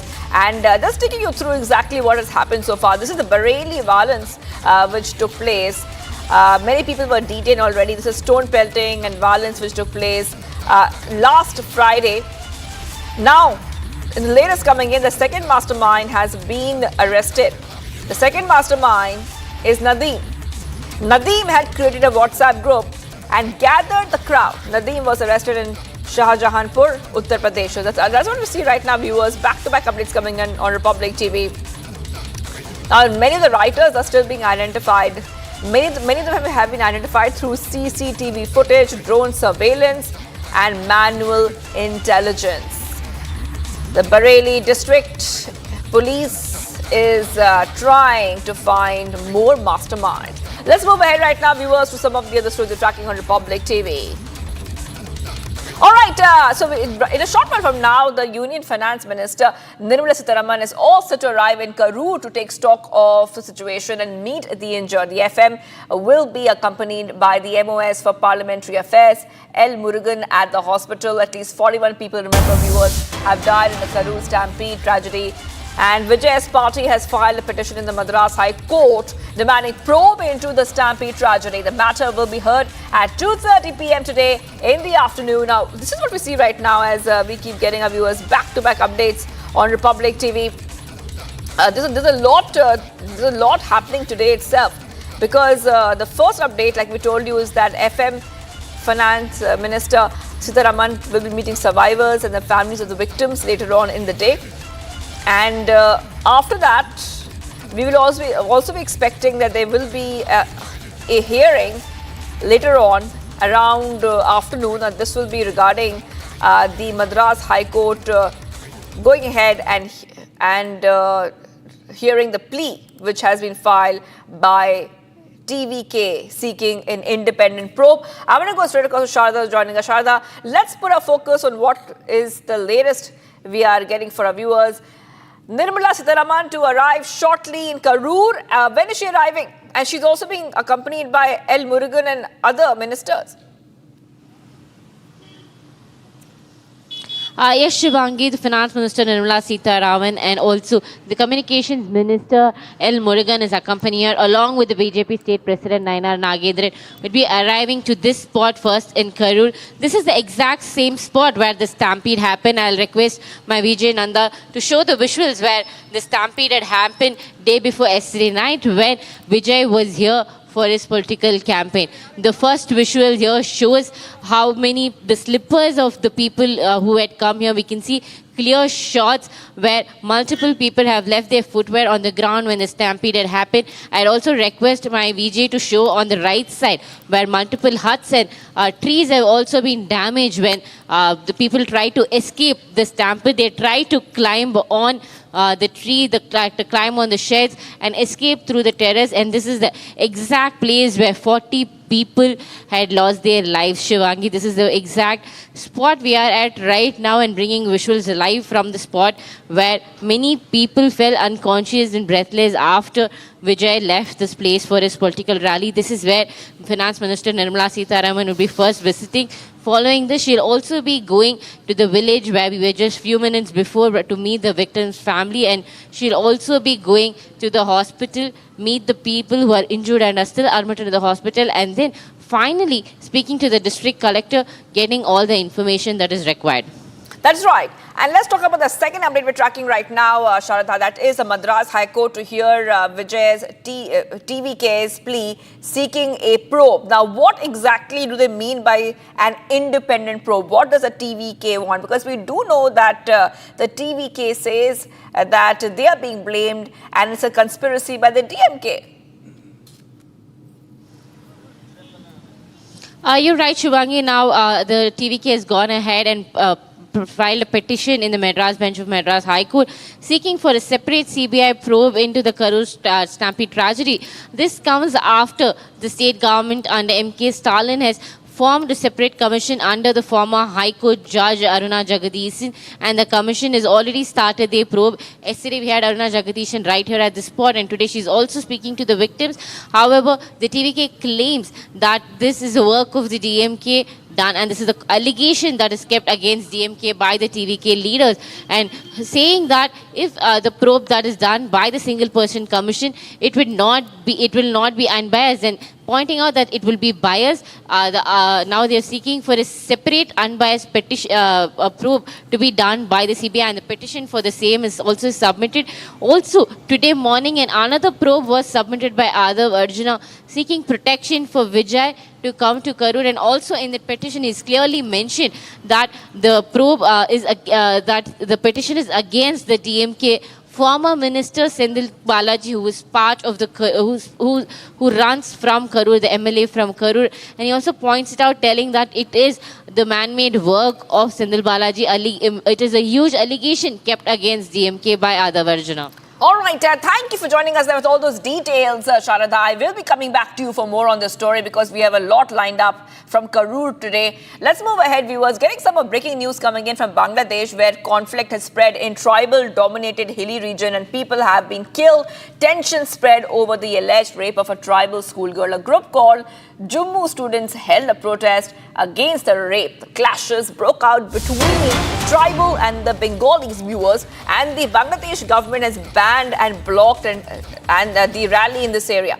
Now, viewers, the tensions remain high in the area, and the army and the police have now been deployed right over there. Okay, so pictures coming in right now. Tribal school girl raped in Bangladesh, and after these allegations have come in, violence has led to 3 people losing their lives. At least 3 people have been killed. Many of them are injured as violence broke out in parts of southeastern Bangladesh hills between the tribemen and the settler Bengali community over the alleged gang rape of a tribal girl. The police confirmed the deaths of 3 men, even though we do not know their identities. On your screens, viewers, you can see the protesters attacking the security personnel, and we are also showing you all the images that we have got from Bangladesh after clashes have broken out. Things have turned extremely violent. Protesters setting each other's businesses and households on fire. This is just 270 kilometers northeast of Dhaka. Now we see that we're getting some more reactions coming in. Let's go and play them out. So how do you see the unrest in Bangladesh? You know, just when we thought that things are getting back to normal, another protest happens over an alleged rape, and tensions flare up once again. How do you look at the situation in Bangladesh? Do you think the unrest is yet to die down? Yes, you said rightly, especially the lust what happened in Khagrachori. You know that the Khagrachori is from a hilly area from Bangladesh, in the three hilly areas, especially Rangamati, Bandarban and Khagrachori. And their location is close to the Indian Mizoram and a very close border from sharing from Mizoram and also some border from Tripura. Especially Mizoram, the very close border. And very unfortunate. All right, pictures coming in right now, viewers, of Nirmala Sitharaman, who's arrived in Karur, and this is her visit to meet the survivors and the families of the Karur tragedy. Pictures coming in on your screen, viewers. Pictures coming in. Union Finance Minister Sitharaman is visiting Karur to meet the survivors and the families of the victims of the devastating stampede that killed 41 people. And among those people who were killed were also children and women. So making this extremely, extremely tragic. Those pictures coming in. Sharada is joining us. Sharada is joining us live from the exact spot where the stampede took place. And Sharada, you know where you are. The strewn chappals, the strewn objects and possessions of those who survived and those who could not. It paints a very sad picture. Right now, the Finance Minister Nirmala Sitharaman has arrived in Karur. Where will she go to next now? Shivangi, we are right at the spot where the stampede happened day before yesterday, and Finance Minister Nirmala Sitharaman has now reached the spot. We can see the visuals right in front of us as she's speaking to the important officials of the district, where she's also consulting them, asking them what exactly happened. She'll now be following this inquiry. She'll now be looking at the spot where the stampede had happened. We had a Vijay show you the exact spot just few minutes before, and she'll now be making sure what has gone wrong here. She'll be checking the entire place as to how the stampede exactly happened. She'll also be meeting the victims, and following that, she'll also be going to the hospital, Shivangi. All right, so pictures coming in of the Finance Minister was reached, and she's also being accompanied by other top ministers. If you could help our viewers understand what exactly has been happening so far, because we have seen that almost all parties, all leaders have arrived in Karur to meet the injured, to meet the families of the victims, but there's somebody who has not come, and that somebody is Vijay. Shivangi, so give a clear picture of what exactly happened here 2 days ago. Almost 15,000 people were crowded on the same roads where Vijay was to do a political rally. And the roads are very narrow, and the roads will not take more than 2,000 people at this because the place is literally less than 1,000 square meter. And with the number of people turning out to meet actor Vijay, who recently turned into politician, marks his third rally here in Karur, had literally 15,000 people surround him and to meet him specially, and they had come here. However, there was a power cut as the youngsters who tried to meet actor Vijay climbed on trees and transformers. Following the power cut, there was a huge ruckus because people tried to go near the van of actor Vijay, and then that's when the exact issue started, because following that is when the police did the lathi charge against the people who tried to cross the borders and go on the road near the campaign van of actor Vijay. And following the lathi charge, many people were pushed together, and that's when the stampede happened. One climbed on other, and multiple people fell down. And another reason is breathlessness, because fatigue, because people were almost waiting for 10 hours on this particular road, hoping meeting actor Vijay, because he was set to come here at 12 noon, but there was a constant delay, and the actor came to this place only by evening 7 p.m., which was a huge issue, and that is the main reason that many people fainted. That's right. That's right. Sharada, we have seen grief being poured in from across the country. We've seen President Draupadi Murmu say she was deeply pained by the loss of the lives, and even Prime Minister Modi has sanctioned an ex gratia of rupees 2 lakh from the PMNRF to the families and of the victims, and rupees 50,000 for the injured. So this has come in from the government, from the NDA-led government. But just speaking on these pictures coming in, just take our viewers through Finance Minister Nirmala, who is in Karur right now, and the blame game also, which has begun simultaneously.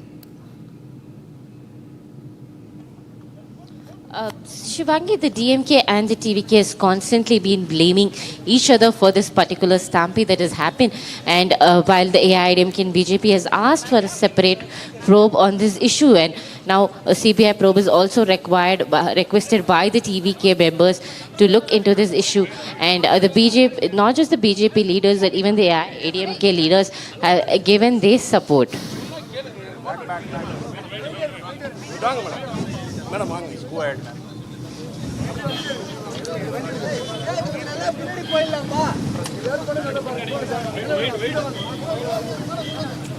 Right. Okay. Just staying with these pictures which are coming in right now, Finance Minister is visiting Karur to meet the injured at the hospital, and she just arrived a short while back. Sharada, we've seen the CM stand-in has ordered a judicial probe led by retired High Court Judge Justice Aruna Jagdishan to determine the cause of the tragedy and recommend safety measures for future events. However, now we see that the BJP has said this is not enough. This is a stand which the BJP has taken, so has the AIADMK.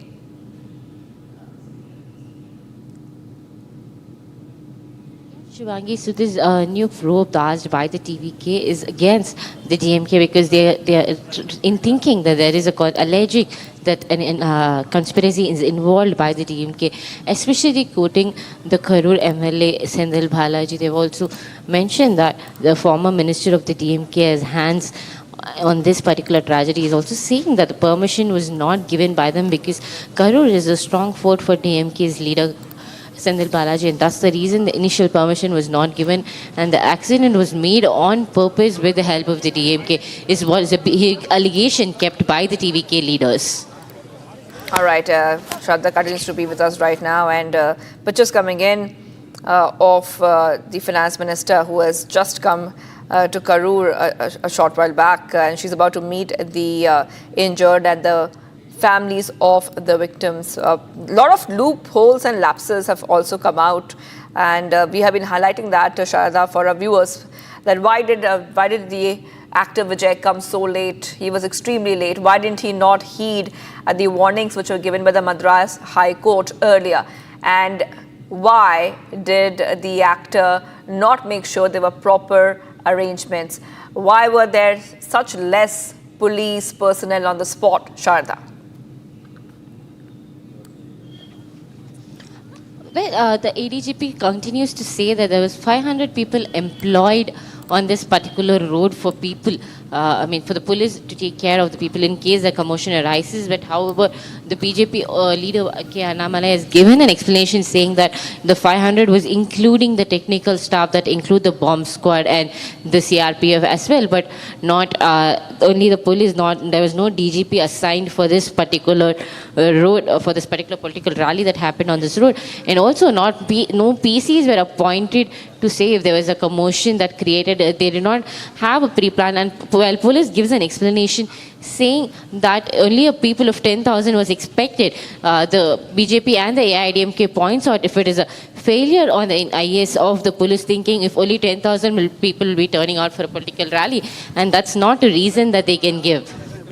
Right, Sharatha. So the pictures coming in, the Karur Town Police has already filed a case against many of the TVK officials. Especially cases have been filed in the BNS sections 109, culpable homicide not amounted to murder, 110, attempting to commit culpable homicide, 125B, act endangering life or personal safety of others, 223, which that is disobedience to order duly promulgated by a public servant. So these are some of the sections I was reading from the BNS. I'm coming back to you right now, Sharda.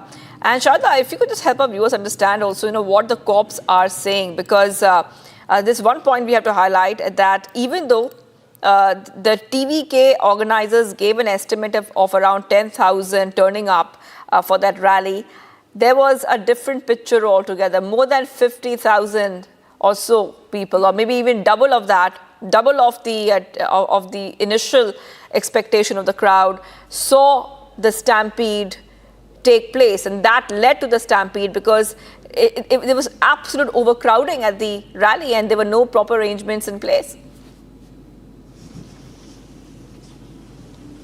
Yes, Shivang, it's completely right. Well, the police say that the 10,000 was the number they believed on, but the number increased upon and on and on. It came up to 50,000, but still, the police continue to say that even that comes up to single police for 40 people is what they had planned. We had a ADGP Davidson explaining this to us yesterday, but saying that if one was equal to 40, however, the stampede should not have happened because the police should have controlled the situation. But eyewitnesses and the families of the victims told us clearly that not even a single police official was found at the place where the stampede what happened, and they had initially, after doing the latte charge, the police had moved away from the location, and following which is the stampede had happened. So this shows how the negligence of the police had happened here yesterday when the stampede happened. That's right, Shraddha. Pictures coming in right now of the Finance Minister Nirmala in Karur, and we're also highlighting the lapses and loopholes which are coming out because the probe has been already ordered by the Tamil Nadu CM. However, the other parties say that is not enough. Thank you, Shraddha, for those pictures and for telling us what is happening. I'll be coming back to you for more in a short while. Bharat 1 Minute brought to you by Canara Bank. Together we can. A walkathon was organized on the occasion of World Heart Day to raise awareness on heart health and care. Organizer of the walkathon, Dr. Parvez Ahmed, called the walkathon a heart awareness campaign and said that people should be aware of how to avoid these illnesses, especially heart diseases. Education Minister Dharmendra Pradhan visits the Dholi Hill and also offers prayers and seeks blessings of Lord Shiva at the historical premises. Pradhan said the foundation of New Odisha will be laid with the development of this area. ईसा पूर्व 261 में उड़िया समाज के लोग, कलिंग साम्राज्य के लोग मगध के साथ जो युद्ध हुई थी, जिसके नाम कलिंग युद्ध के नाम पे जिसको जाना जाता है, इसी क्षेत्र में जहां हम लोग खड़े हैं, उसी क्षेत्र में आज से लगभग 2300 साल पहले ये लड़ाई हुई थी। मेरे पूर्वजों ने यही जगह पे बिना हारे लड़ाई किए थे। उड़िया अस्मिता, उड़िया स्वाभिमान, उड़िया पराक्रम की ये पवित्र भूमि में मैं आज आके नवरात्रि के अवसर पे, आज अष्टमी की तिथि है, आज की तिथि में मैं यहाँ आके बहुत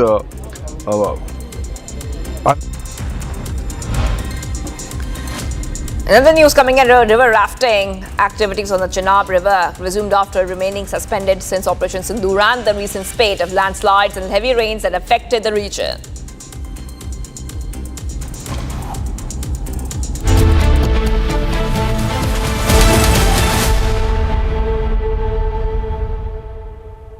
I choose a world where we dream, and the limit is the sky. And this world is my home where I'm living my best. Mindfully crafted home decor fabrics. Sansar, a decor brand. Live consciously. दादी के हाथों का जादू और खुशबू से महकता घर, माँ की मुस्कुराहट और खाने की सुगंध। MDH गरम मसाला, क्योंकि हर रिश्ता है स्वाद से जुड़ा।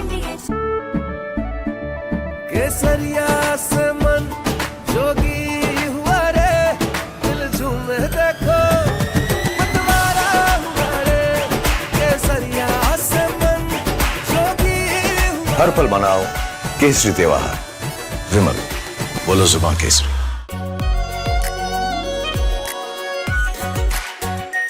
Are pure shahi paneer masala, delicious, healthy every day.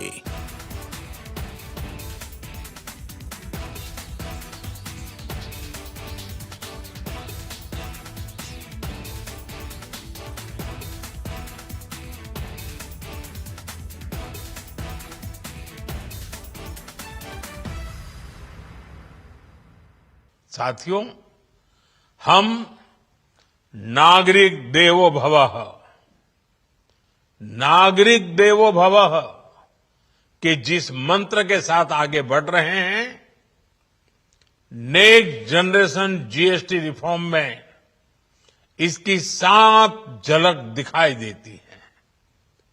अगर हम इनकम टैक्स में छूट और जीएसटी में छूट को जोड़ दें तो एक साल में जो निर्णय हुए हैं उससे देश के लोगों को 2.5 लाख करोड़ रुपए से ज्यादा की बचत होगी।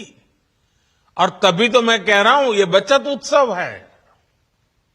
साथियों, विकसित भारत के लक्ष्य तक पहुंचने के लिए हमें आत्मनिर्भरता के रास्ते पर चलना ही होगा और भारत को आत्मनिर्भर बनाने का बहुत बड़ा दायित्व हमारे एमएसएमईज यानी हमारे लघु, मध्यम और कुटीर उद्योगों पर भी है, जो देश के लोगों की जरूरत का है, जो हम देश में ही बना सकते हैं, वो हमें देश में ही बनाना चाहिए।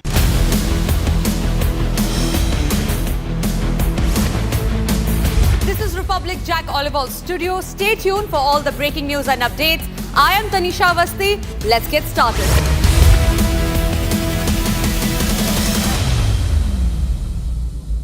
थोड़े में ज्यादा स्वाद यही तो है इसकी खास बात। वाओ मामा, क्या स्वाद है? अरे मेरे राजा, मसाला। Bliss. Sometimes it dances on your skin like first rain. Weaves the magic of warmth into a cold day.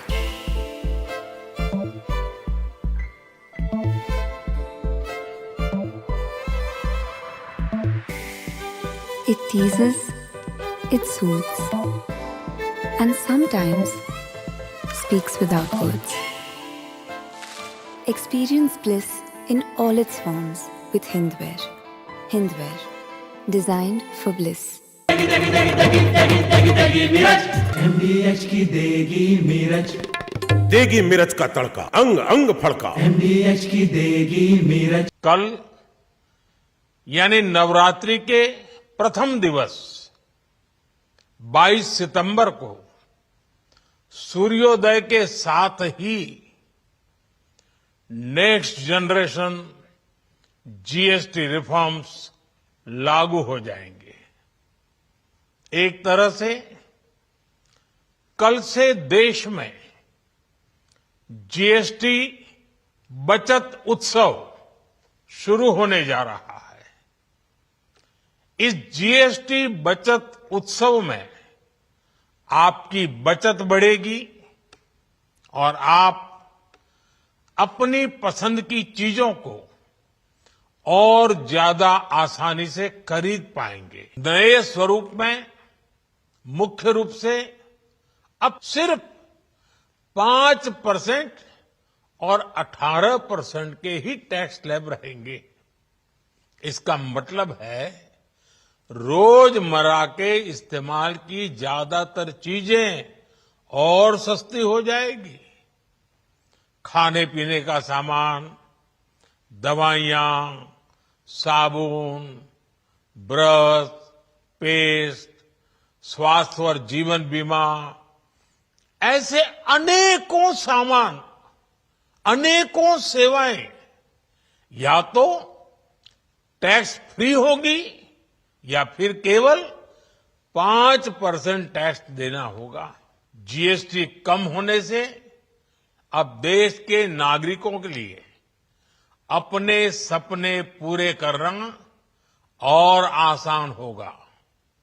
घर बनाना, टीवी, फ्रिज खरीदने की बात हो, स्कूटर, बाइक, कार खरीदना हो, ये सब पर अब कम खर्च।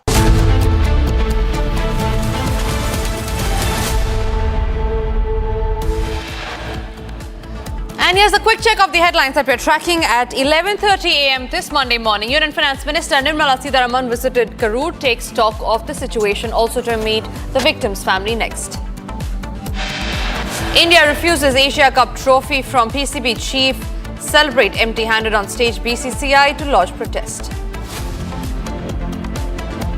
Prime Minister Modi and Home Minister hail Team India after India beat Pak in Asia Cup final, gives reference of Operation Sindoor. conflict spreads in tribal-dominated hilly region of Bangladesh. 3 people have been killed. Political blame game begins in Karur Stampede case. TVK alleges a DMK conspiracy. BJP AIADMK slammed the DMK for mismanagement. 4 dead and 8 people have been injured in Michigan church shooting. Trump calls it attack on Christians.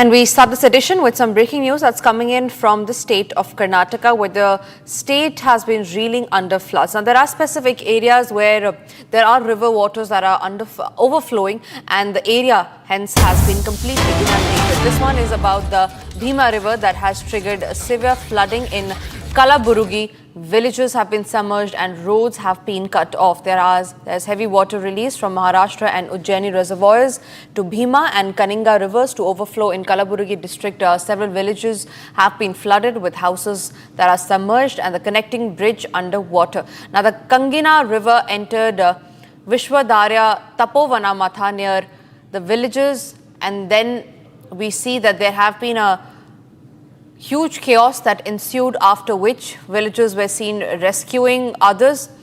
Makeshift boats have been made and victims have been shifted to relief camps, and they have also expressed their anger. Also, Nagendra is joining us live on the broadcast on that. Nagendra, what is the situation currently in Kalaburugi? We see that the area has been completely inundated, connectivity has been completely cut off.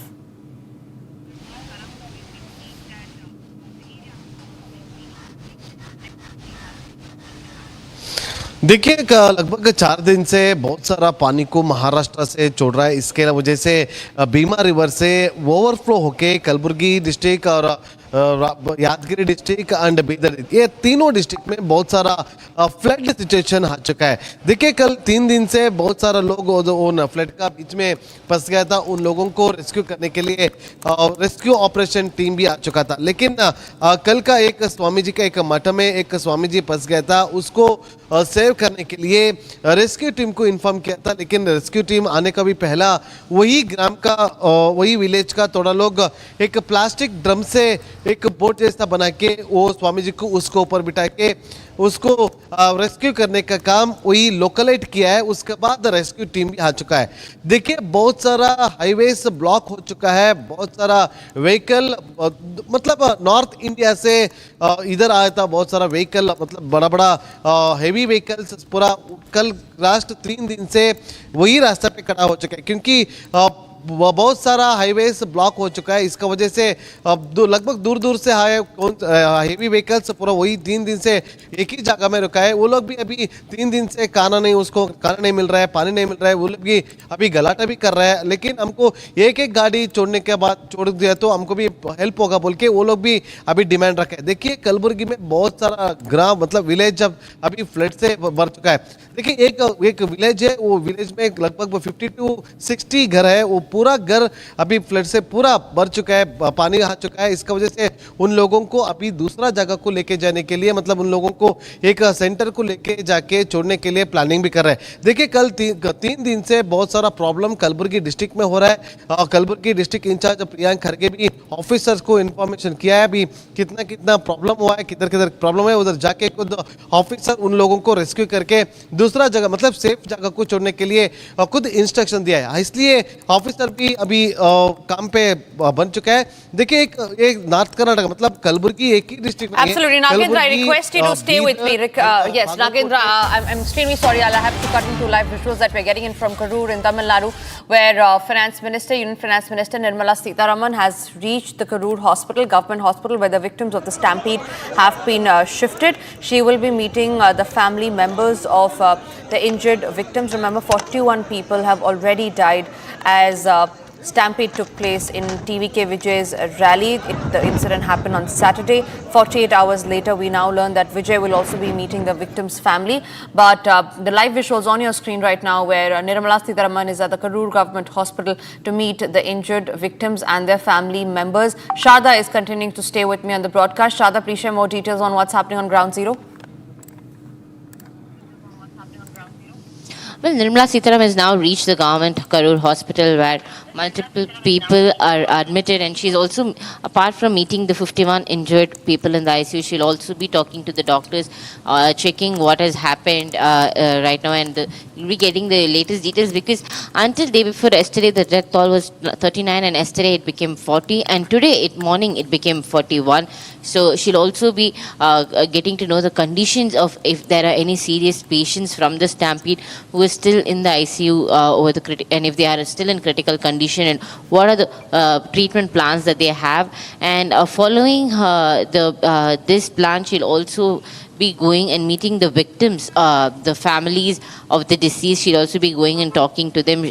She'll be going to 3 houses in the village nearby who lost their family members in this particular stampede. And also apart from this, Nirmala Sitharaman has taken a full detailed information from the district collector, and she will also be giving a press meet right after a meeting in the hospital with the patients. Right. Also, Shada, we learned that it is later in the day when TVK Chief Vijay will also be meeting the victim's family. But the catch here is that he's doing this act after 48 hours after the stampede happened, that too in his own political rally.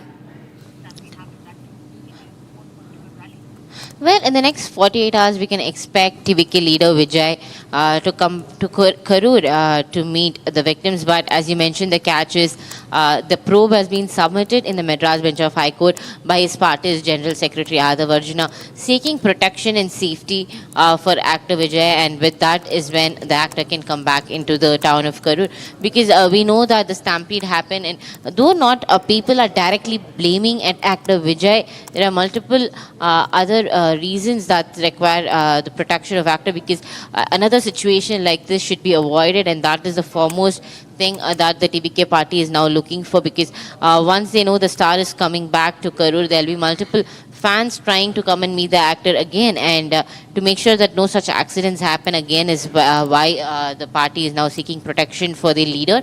And also it was just 2 days ago the entire incident happened, and Vijay left Karur and was in Chennai, and it is only today morning he stepped out from his Chennai residence. So we can hope that actor Vijay will again try to come back to Karur and meet the people, and also won't stop his political campaign. Right. Also, Sharda, talk to us about if there's any action that has been taken yet against those who organized this political rally, on why there was a delay, on why there were more number of people than it was allowed in the ground, because this is a severe cause of concern. There are lapses that have come to fore, but has any action been taken yet on any of the officials, or in fact the TVK chief himself?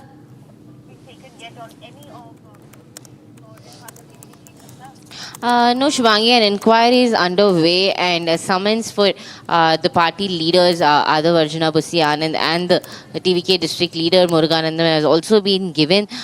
This will come after the probe is conducted at 2:30, and only after a full investigation and inquiry will the party leaders will be arrested or not is something we will know, because the ADGP has clearly stated a complete inquiry will be done apart from the single person commission that the state government has appointed. The police will also be doing a separate investigation, and that is still underway, and after only they find the main reason for how the stampede was caused is when an arrest is made, and we can expect if any of the TVK district officials will be arrested or not for not organizing the political rally properly. Also, what we have to notice here is there is a case filed only against the party for the political rally, but not against actor Vijay, who is the leader of the party. Right, Sharda, for the moment, stay with me because I'm getting in those live visuals. Let's just describe to our viewers on what's happening on camera right now. This is Union Finance Minister Nirmala Sitharaman, who is in the Karur Government Hospital to meet the survivors and families of the victims of the devastating stampede that had killed 41 people and had left over 50 injured during actor-turned-politician Vijay's TVK rally. And this happened on 27th of September. And with that, it's time for us to now slip into a short break. After the break, we'll keep getting you the live updates on Nirmala Sitharaman's visit to Karur, where stampede victims have been shifted to.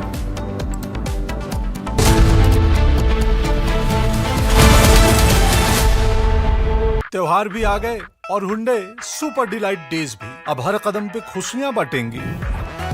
Her celebration अपना अपना सा लगेगा। यही तो time है प्यार दिखाने का। अपनी फेवरेट हुंडई कार को आपकी मनपसंद हुंडई कारों पर मिल रही है कमाल की डील्स। वैसे लोगे तो आप हुंडई ही, चाहे दिल की सुनो या डील्स की।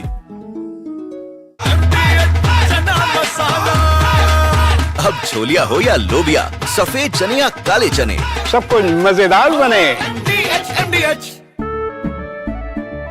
केसरिया से मन जोगी हुआ रे, दिल झूमे देखो मतवारा हुआ रे।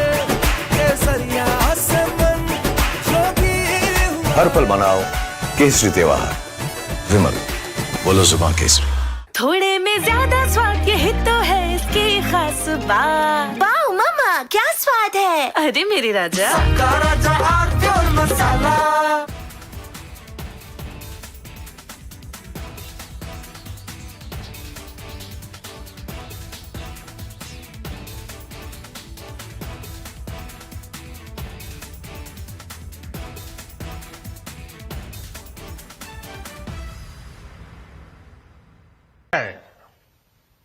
साथियों, विकसित भारत के लक्ष्य तक पहुंचने के लिए हमें आत्मनिर्भरता के रास्ते पर चलना ही होगा और भारत को आत्मनिर्भर बनाने का बहुत बड़ा दायित्व हमारे एमएसएमईज यानी हमारे लघु, मध्यम और कुटीर उद्योगों पर भी है,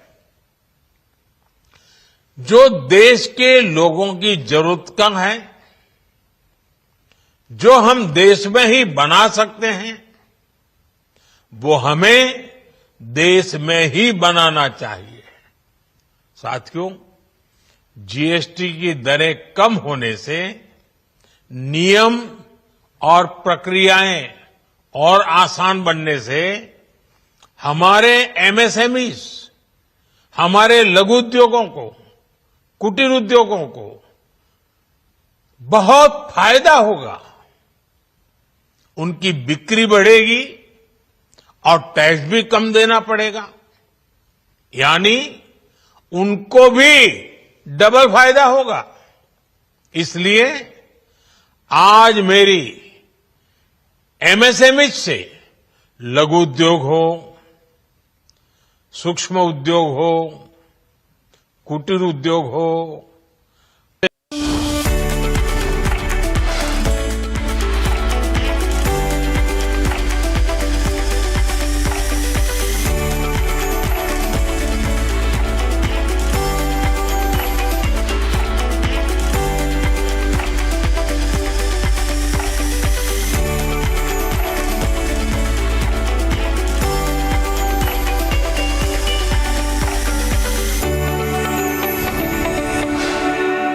Bliss. Sometimes it dances on your skin like first rain. Weaves the magic of warmth into a cold day.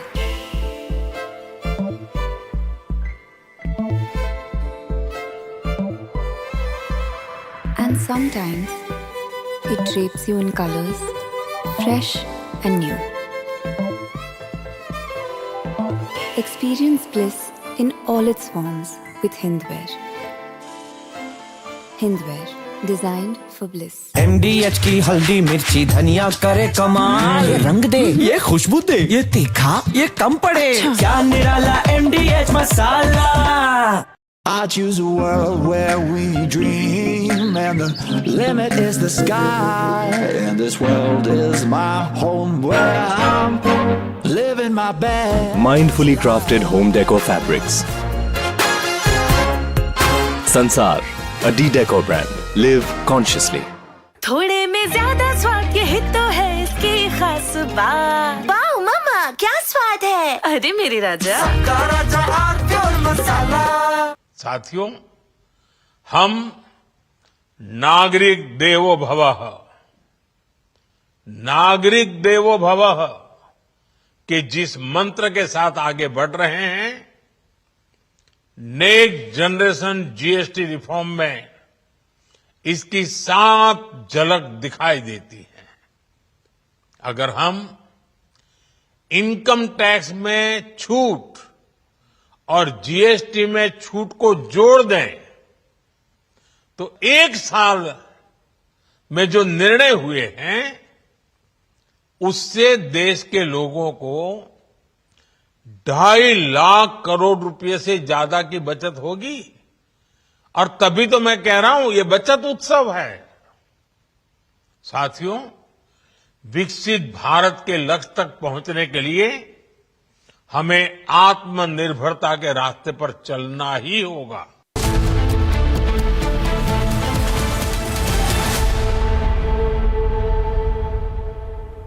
Thank you for staying with Republic. And there's more breaking news that's coming in from Bangladesh, where conflict has spread in the tribal-dominated hilly region and people have been killed as tensions have spread over the alleged rape of a tribal schoolgirl. A group called Jammu students held a protest against the rape.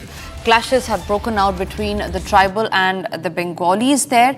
The Bangladesh government has banned and blocked the rally in the area. Tensions have remained high in the area, and that the army police have also been deployed. We also spoke to Prashanta, who is a senior Bangladeshi journalist. Let's listen into what he had to say on the current situation of Bangladesh.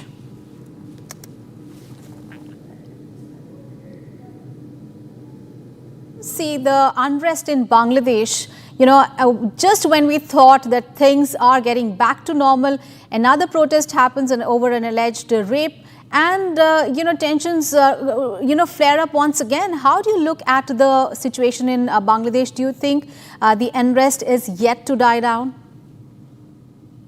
Yes, you said rightly, especially the last what happened in Khagrachori. You know that the Khagrachori is from a hilly area from Bangladesh, in the three hilly areas, especially Rangamati, Bandarban and Khagrachori. And their location is close to the Indian Mizoram and a very close border sharing from Mizoram and also some border from Tripura. Especially Mizoram, the very close border. And very unfortunately, you see that the three people died at that kind of clash. But what the behind reason you see in the present unrest situation in the hill area? What the behind reason? We see that there is some actually geopolitical interest, and another is a conflict of ethnicity from there. That is a differentiate between the Bengali or Bangladeshi people versus the tribe people. So that is one kind of phenomenal ground from that kind of clash.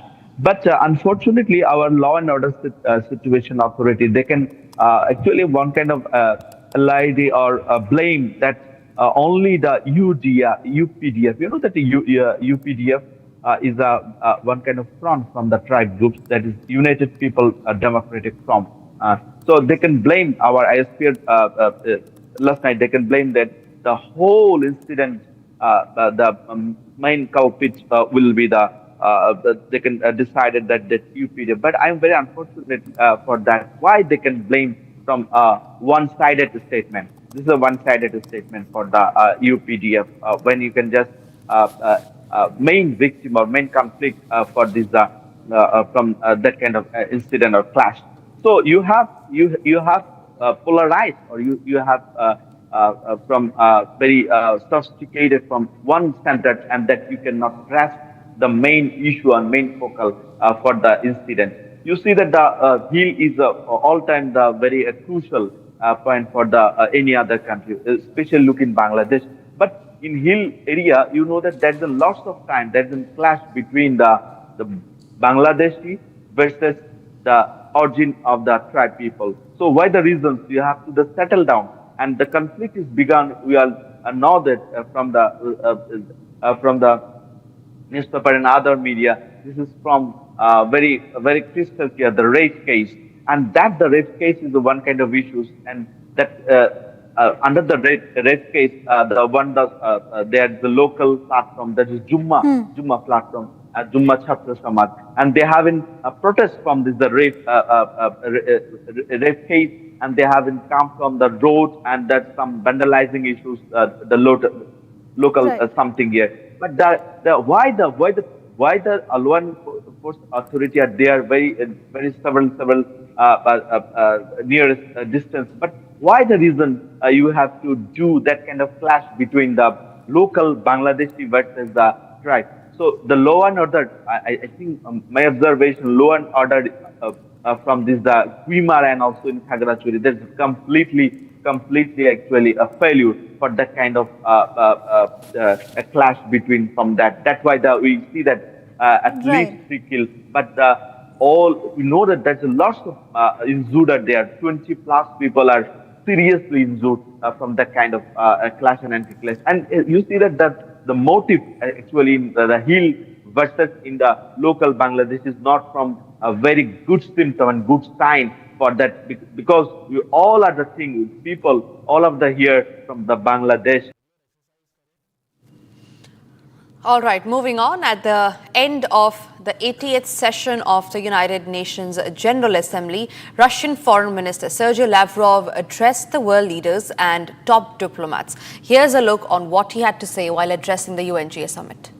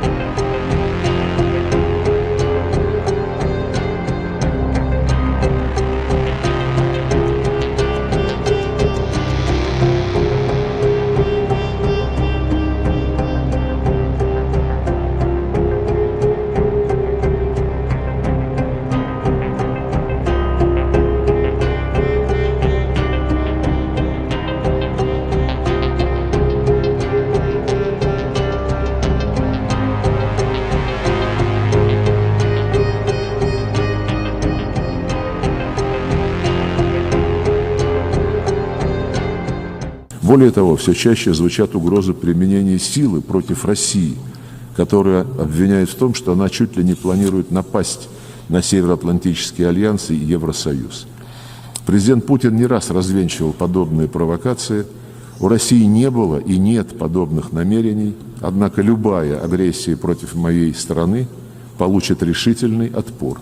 На этот счет не должно быть никаких сомнений у тех в НАТО и Евросоюзе, кто не только убеждает своих избирателей в неизбежности войны с Россией и заставляет их затягивать пояса, но и в открытую заявляет о подготовке к нападению на нашу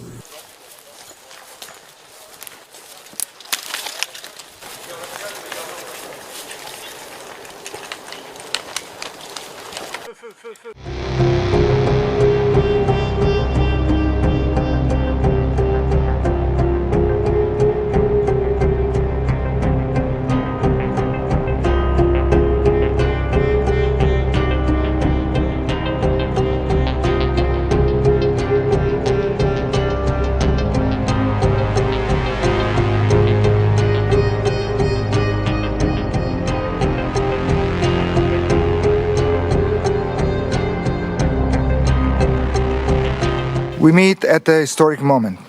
Russia's brutal war aggression against Ukraine continues to rage. New technologies are transforming the very character of warfare, and the rules-based international order that has preserved our peace is under direct and deliberate challenge. As Latvians say, he who is ready is never taken by surprise, and Latvia knows what this means.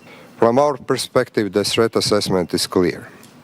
Russia poses a long-term threat to Euro-Atlantic security. Terrorism remains a persistent threat. Europe and the alliance is being tested in every way possible. So that the task is to equip our forces for the threats and challenges of today and those of tomorrow. Russia continues a pattern of provocations, most recently recklessly violating the airspace of Poland and Estonia. And here I really want to thank and welcome NATO's immediate response commencing Eastern Sentry. This serves as a tangible example of NATO's decisive response.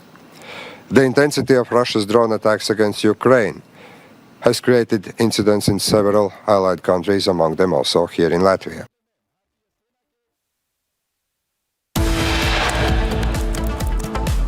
It's time for us to slip into a short break. After the break, we'll get to the live visuals from Karur, where Nirmala Sitharaman, the finance minister, has reached to meet the victims. Also, after the break is the biggest controversy on the Asia Cup. India says no trophy, no problem as they celebrate the victory without the cup.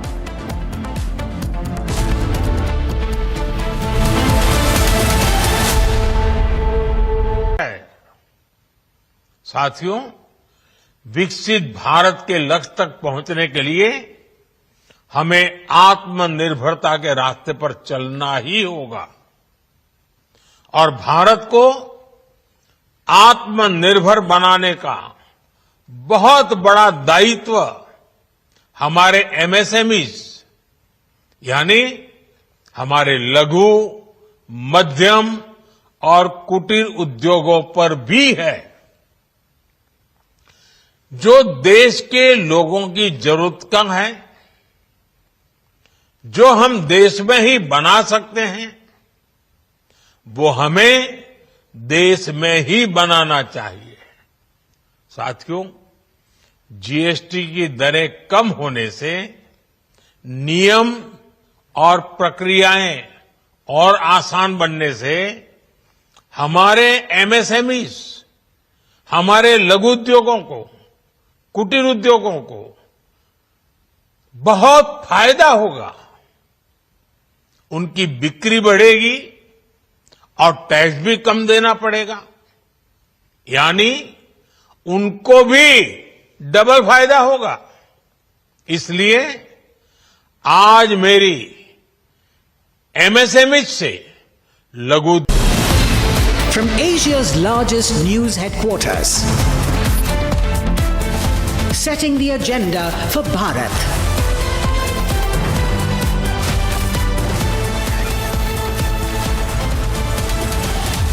You're watching Republic.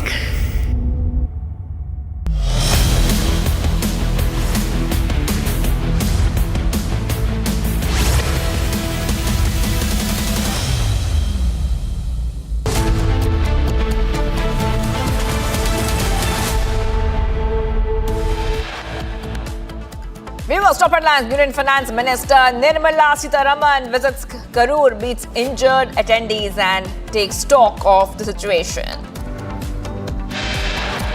India refuses Asia Cup trophy from PCB chief, celebrates empty-handed on stage. BCCI to lodge protest. PM Modi and Home Minister hailed Team India after India beat Pakistan in Asia Cup final, gives reference of Operation Sindhu.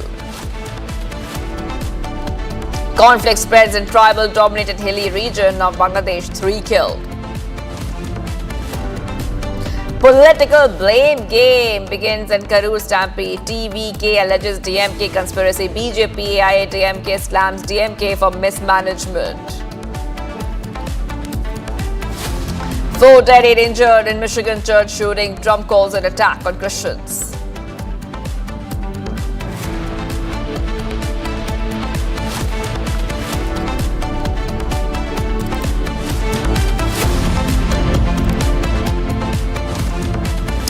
Viewers, we are live and breaking. I'm Shivangi Shakla getting you the latest. Breaking massive updates are coming in right now from POK. Big protests against Shehbaz Sharif government. In fact, what we are learning so far is that Rawalkot in POK is under complete lockdown as we speak, viewers. And the protesters have made a slew of demands, including abolition of privileges, of running elites, end of assembly seats in the name of refugees residing in Pakistan, free and equal education, employment of Shahid Azhar's brother, establishment of international airport, prevention of timber smuggling, elimination of quota for refugees residing in Pakistan in jobs. So this is what we see right now, viewers. We're getting these pictures coming in. Massive protests are happening as we speak in POK, where the demands are ringing louder and louder. Now, what are the demands? The demands, like I read them out, but these protests are specifically against Shehbaz Sharif government in POK. Now, POK is witnessing one of its largest protests in recent history. You can see how many people have turned up in large numbers. There's a big call for shutdown and wheel jam strike, potentially indefinite, has triggered heightened tensions with Islamabad deploying security forces and cutting internet access from midnight to curb the mobilization. I want to go across to Soumya, who's joining us live right now. Soumya, what we see is a huge traction when it comes to the protests. They are citing decades of being ill-treated, decades of economic neglect, and they are standing up against the Shehbaz Sharif government. Yes. Yes, well, Shivangi, as you correctly mentioned, that this is one of the biggest protests in the recent times that the Shehbaz Sharif government will experience with regards to POK. Now, this protest is spearheaded by Awami Action Committee in coordination with thousands of civilians based out of POK amidst the demands for complete lockdown in POK. Now, there are certain demands that have been made with regards to this protest. One of the important one being a call for abolishing 12 seats in the assembly reserved specifically for the Kashmiri refugees. Then there is also renegotiation of hydropower agreements so that the communities benefit directly from the power generated through the dams. So this is what we are picking up at the moment. However, this particular demand by the AAC that 12 seats reservation should be abolished is the big one, as it's a direct pushback to the proxy political framework. Hold on for a second. Being joined by Major General KK Sinha joining us right now. I want to go across to a guest defense expert joining us. Thank you for joining us here, Major General. I hope you can hear me. And obviously, you know, this is something that we have been highlighting again and again, how POK has been neglected by Pakistan. And now they are not standing down. They are demanding many things which I just read out. But they are together when it comes to the message they want to send. That is that we cannot be neglected anymore. That's what is happening in POK. Jayan, and good afternoon. Yeah, of course, what we are saying, you know, that is, and today is the 29th of September. This is the date was given by them, you know, the people of POK and the organization of POK. This is the date they have decided that they will go all out. That is to start up with the demand. The way they have been treated all over the, you know, since the formation of Pakistan and the POK, when they snatched from India. That is the time, you know, they have been standing and they were very vocal about it. But this is the last call they have given. This is exactly from their side. If you keep in mind, you know, what the Raksha Mantri of India has been saying about it, that the POK, you know, the people of the POK wants to join India and the POK will come back to us without fighting.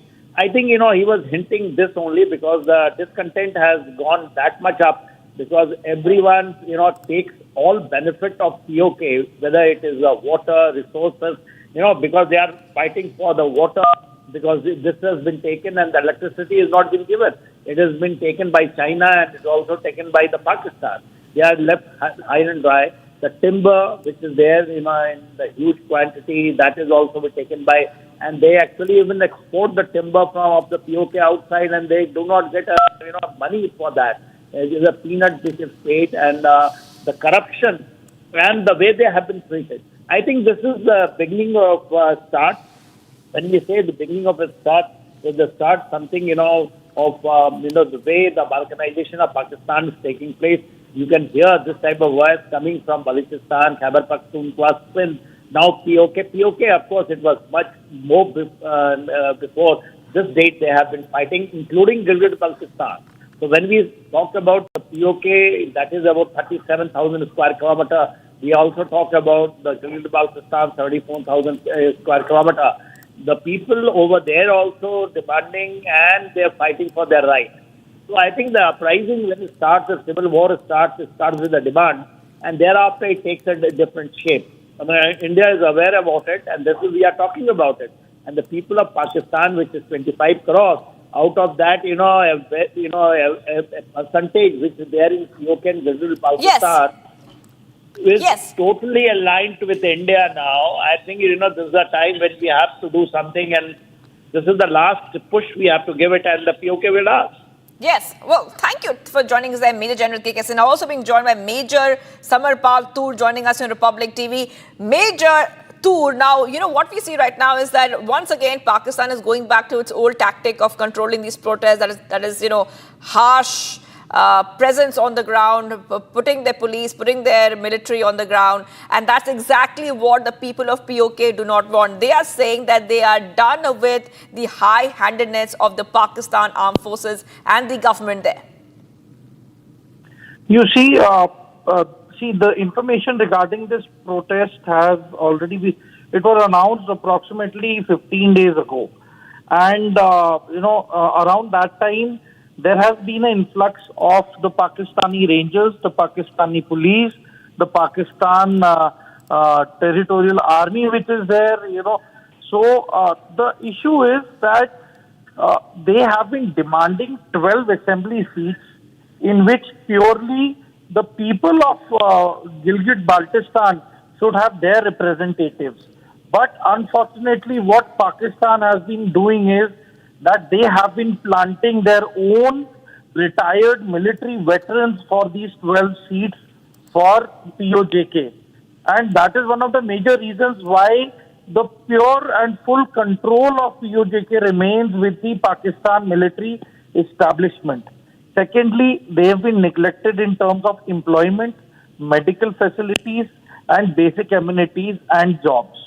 So because of this, there has been a lot of resentment, and then there have been power outages for many hours, high taxation on electricity bill for whatever number of hours they get. They are, charged very high bills, and medical amenities are very limited. They have to go to Islamabad for it, and for that they need to take permissions to cross certain checkpoints. So basically, it has become more of a harassment for the people of Gilgit and Baltistan, and that is one of the major reasons why they have come down on this, this protest which is taking place at a mass scale. And to counter this, the Pakistanis have also imported a chemical which will be mixed in the water and sprayed onto the protesters, which it is eventually being said by the agencies that it causes rashes, skin irritation, and skin disease as well to those who have the lesser immune system. So this is the amount of tactics that they've been doing. There are going to be mass arrests, and the colleges and schools have already been shut for the past 1 week. So this is definitely going to flare up, and it is an open statement and an invitation to the Indian government as well to make use of the 24 reserved seats for POJK. And the Indian government should take a call and appoint representatives in our Lok Sabha itself for representing, Gilgit-Baltistan as well. Because if we don't start it now, I think it's going to be too late. So now is the time where the Indian government takes a call and the people of Gilgit and Baltistan come in sync with the Indian government, and we move ahead for a permanent solution to Gilgit-Baltistan. Right. Okay. Thank you for joining us there, Major Samarpal Toor. We are seeing protests break out in POK, one of the biggest protests that we have seen recently. And I want to go back to Soumya, who's joining us right now. Soumya, I'm coming across to you. Now we see that the protesters are very, very clear that if their demands are not met, this is just their plan A. What we see right now, those pictures, the lockdown, the protests is just plan A. They will become more harsh and they will go to their plan B, C, D, E. They want their demands to be met. Soumya. Yes, well, see, Shivangi, as mentioned by Major Toor as well, the undercurrents were there. There has been a build-up and now it has flared up and it will continue to do so if the demands are not met.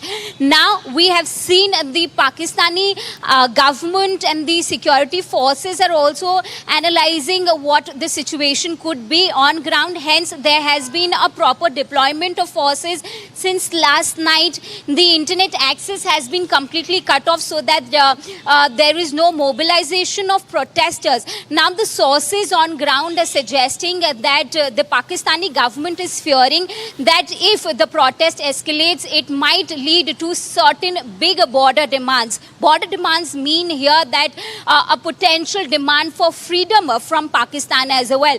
So even now, if we go through the demands, one of the major demands here that was made by the protesters and the committee which is spearheading this protest is abolishing a call for abolishment of the 12 seats reserved in the assembly for the Kashmiri refugees. It is one of the important demands that has been made because it is a direct pushback to the proxy political framework there in Pakistan, because that's how the Pakistani government has been over the years has been able to control the politics there in POK, has had a direct control over Muzaffarabad.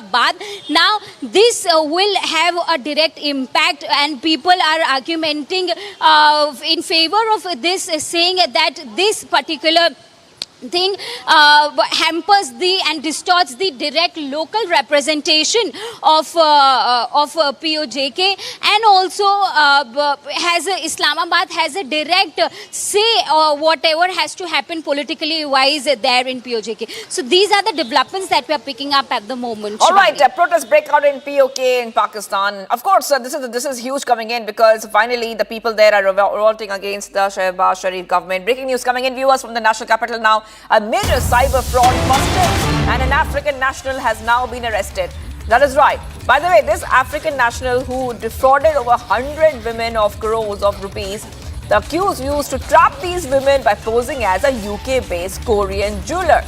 And then he created a fake profile under the name Duck Young and lured them with promises of friendship and business partnership. The police are investigating the accused network and establishing a list of other victimized women. Akil is joining us right now. Akil, I'm coming across to you. Major cyber fraud busted. African national has been arrested. This African national defrauded 100 women. That too, crores of rupees has been siphoned off from these women on fraud charges.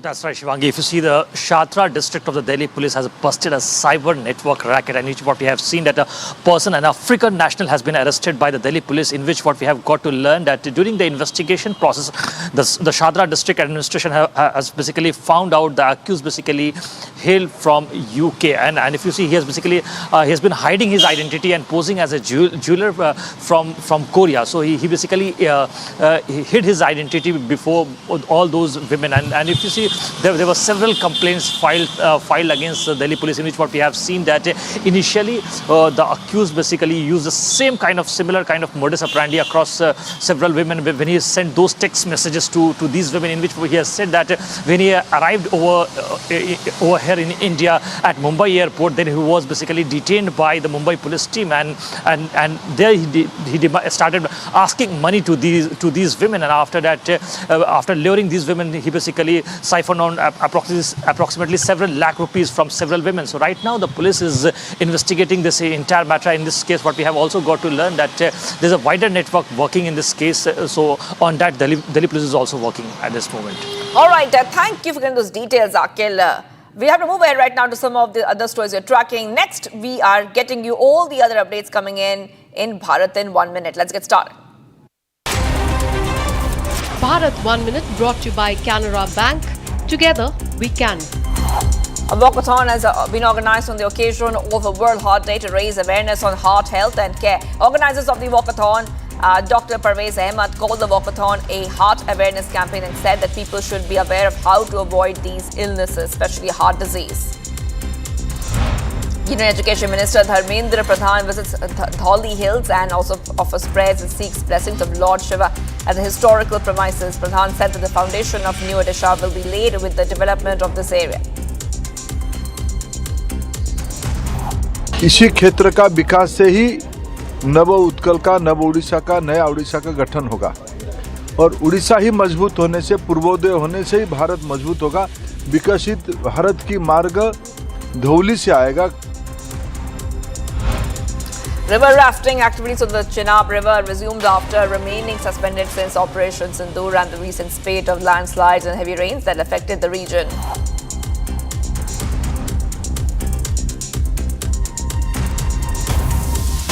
Getting you some updates coming in right now, viewers of Republic TV. Let's go straight across to what is happening. Ladakh curfew enters day 6. LG calls a meeting. Now, this is happening as Ladakh Lieutenant Governor Kavindra Gupta calls a meeting at LG Secretariat on day 6 of curfew. LG Gupta leaves Raj Niwas for LG Secretariat meeting called to discuss the prevailing situation and relaxation and curfew to be given. CRPF, ITBP and lay police, all of them are part of this meeting. Chief Secretary Dr. Pawan Kotwal, DGP Dr. S.T. Singh, Jamwal also to attend this meeting. So a big meeting taking place, viewers, because the situation in Ladakh has been quite tense ever since we saw those protests break out. A couple of meetings, the security meetings are taking place as the curfew remains. And viewers, let's go to US, where an eatery was attacked in North Carolina, resulting in deaths of 3 people. Here's more on what's happening in the United States.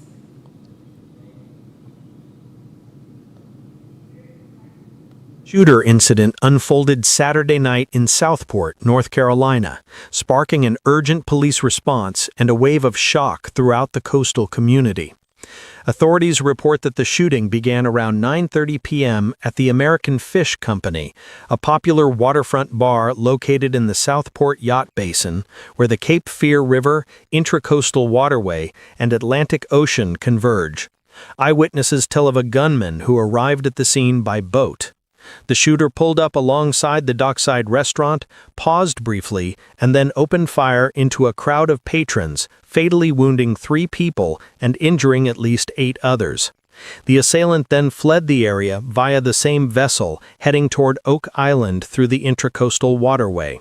In response to immediate reports of shots fired and multiple injuries, law enforcement swiftly declared an active shooter situation within the Southport Yacht Basin area.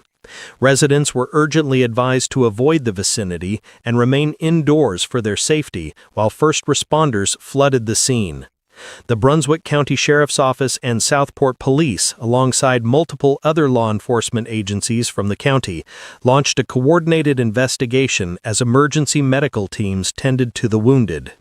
Police confirmed the shooter had not been apprehended initially, but within 30 minutes, a suspect matching the description was located by the U.S. Coast Guard at a public boat ramp in Oak Island and detained by Oak Island Police.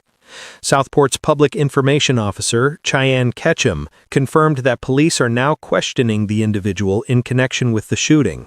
Authorities emphasize there are no other suspects believed to be involved and that there is currently no known further threat to the public. This tragic incident sent ripples of fear and concern through the local community. The American Fish Company has long been a favored gathering spot known for its outdoor live music and vibrant atmosphere. Saturday night had been no exception, with a band scheduled to perform until 10 p.m. Residents and witnesses shared their shock and prayers for the victims and first responders across social media.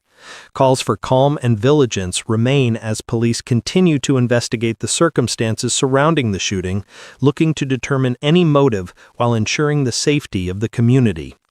Southport, home to roughly 4,300 residents, is a small city situated at the mouth of the Cape Fear River, about 10 miles south of Wilmington. The city's serene coastal setting was violently disrupted by this act of gun violence, marking one of the deadliest incidents in the region in recent memory. Law enforcement urges anyone with information about the shooting to come forward and report suspicious activity immediately by dialing 911. The community remains on edge, hoping for answers and swift justice as the investigation unfolds. And viewers, there's a lot happening in Bangladesh. A lot of protests, conflict has spread in tribal-dominated hilly region and people have been killed. Tensions are spreading over the alleged rape of a tribal schoolgirl. A group called Jummu students held a protest against the rape and clashes broke out between the tribal and the Bengalis. Now, pictures on your screen are showing exactly what happened. You can see the kind of clashes which have taken place. Now, the Bangladesh government has banned and blocked the rallies in the area. And tensions remain high in the area. The army and the police have been deployed there. You see the unrest in Bangladesh, just when we thought that things are getting back to normal, another protest happens over an alleged rape and, tensions, flare up once again. How do you look at the situation in Bangladesh? Do you think the unrest is yet to die down? Yes, you say rightly, especially the last what happened in Khagrachori. You know that the Khagrachori is from a hilly area from Bangladesh, in the three hilly areas, especially Rangamati, Bandarban and Khagrachori. And their location is close to the Indian Mizoram and a very close border sharing from Mizoram and also some border from Tripura. Especially Mizoram, the very close border. And very unfortunately, you see that the three people died at that kind of clash. But what the behind reason you see in the present unrest situation in the hilly area? What the behind reason? We see that there is some actually geopolitical interest, and another is a conflict of ethnicity from there. That is a differentiate between the Bengali Bangladeshi people versus the tribe people. So that is one kind of phenomenal ground from that kind of clash. But unfortunately, our law and order situation authority, they can actually one kind of LID or blame that only the UPDF. You know that the UPDF is one kind of front from the tribe groups, that is United People Democratic Front. So they can blame our ISP last night. They can blame that the whole incident, the main culprit will be they can decided that UPDF. But I'm very unfortunate for that. Why they can blame from one-sided statement? This is a one-sided statement for the UPDF. When you can just main victim or main conflict for this from that kind of incident or clash. So you have polarized, or you have from very sophisticated from one standard, and that you cannot grasp the main issue and main focal for the incident. You see that the hill is all-time the very crucial point for the any other country, especially look in Bangladesh. But in hill area, you know that there's a lots of time there's a clash between the Bangladeshi versus the origin of the tribe people. So why the reasons? You have to settle down, and the conflict is begun. We all know that from the newspaper and other media. This is from very crystal clear, the rape case, and that the rape case is the one kind of issues, and that under the rape case, the one there's the local platform, that is Jumma platform, Jumma Chhatra Samaj, and they have a protest from this the rape case, and they haven't come from the road, and that's some vandalizing issues, the local something here. But why the law enforcement authority are there very several nearest distance? But why the reason you have to do that kind of clash between the local Bangladeshi versus the tribe? So the law and order, I think my observation, law and order from this the Quimar and also in Khagrachuri, there's completely actually a failure for that kind of a clash between from that. That's why we see that at least 3 killed. But we know that there's a lots of injured are there. 20 plus people are seriously injured from that kind of clash and anti-clash. And you see that the motive actually in the hill versus in the local Bangladesh is not from a very good symptom and good sign for that, because we all are the thing, people, all of the here from the Bangladesh. Viewers, we're getting you much more coming right up here live and breaking. On the other side, we'll put our focus on what's happening in Karur. Union Finance Minister Nirmala Sitharaman is visiting Karur and is taking stock of the situation. India refuses Asia Cup trophy from the PCB chief. Celebrates empty-handed on stage. BCCI to lodge a protest.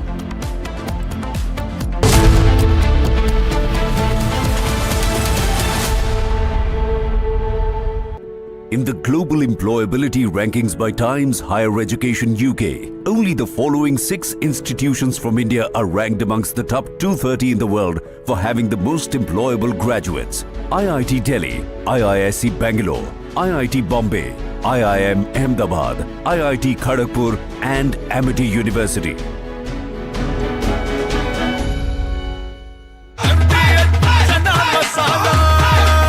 अब छोलिया हो या लोबिया, सफेद चने या काले चने, सब कुछ मजेदार बने। Bliss. Sometimes it dances on your skin like first rain. Weaves the magic of warmth into a cold day.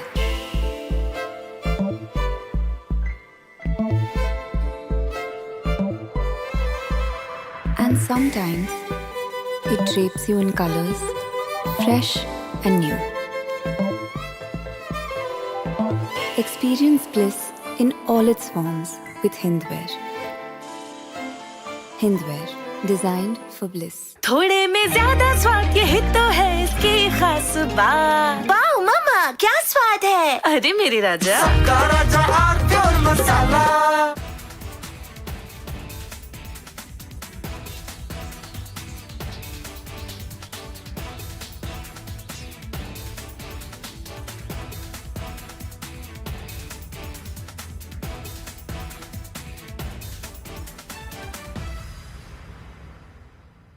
कल यानी नवरात्रि के प्रथम दिवस 22 सितंबर को सूर्योदय के साथ ही नेक्स्ट जनरेशन जीएसटी रिफॉर्म्स लागू हो जाएंगे। एक तरह से कल से देश में जीएसटी बचत उत्सव शुरू होने जा रहा है। इस जीएसटी बचत उत्सव में आपकी बचत बढ़ेगी और आप अपनी पसंद की चीजों को और ज्यादा आसानी से खरीद पाएंगे। नए स्वरूप में मुख्य रूप से अब सिर्फ 5% और 18% के ही टैक्स स्लैब रहेंगे।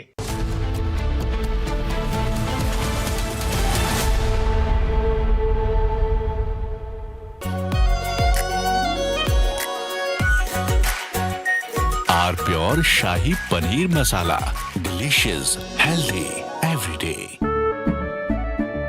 केसरिया से मन जोगी हुआ रे, दिल झूमे देखो।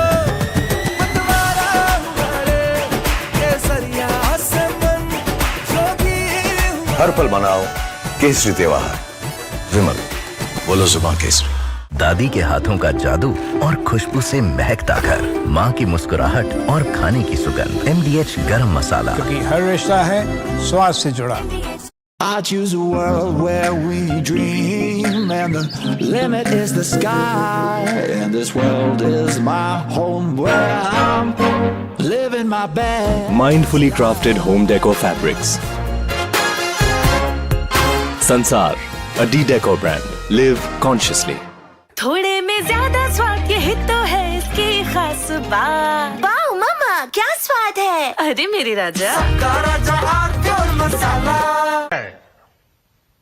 साथियों, विकसित भारत के लक्ष्य तक पहुंचने के लिए हमें आत्मनिर्भरता के रास्ते पर चलना ही होगा और भारत को आत्मनिर्भर बनाने का बहुत बड़ा दायित्व हमारे एमएसएमईज यानी हमारे लघु, मध्यम और कुटीर उद्योगों पर भी है,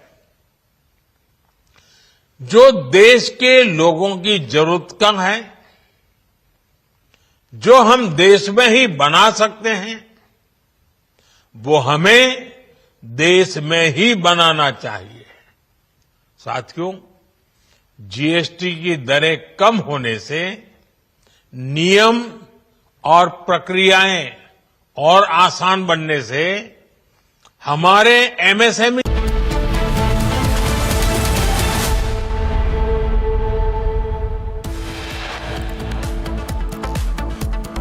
And here are the top headlines that we're tracking at 12:30 p.m. this Monday afternoon. Union Finance Minister Nirmala Sitharaman visits Karur, meets injured attendees and takes stock of the situation. India refuses Asia Cup trophy from PCB chief, celebrate empty hand on stage, BCCI to lodge protest. Prime Minister Modi and Home Minister hail Team India after India beat Pak in Asia Cup final, gives reference of Operation Sindoor. Conflict spreads in tribal-dominated hilly region of Bangladesh. 3 people have been killed. Political blame game erupts in the Karur Stampede case. TVK alleges DMK conspiracy. BJP AIADMK slammed the DMK for mismanagement. Trouble mounts for Pakistan Prime Minister Shehbaz Sharif as thousands stage protest in Pakistan-occupied Kashmir. 4 dead and 8 injured in Michigan church shooting. Trump calls it an attack on Christians.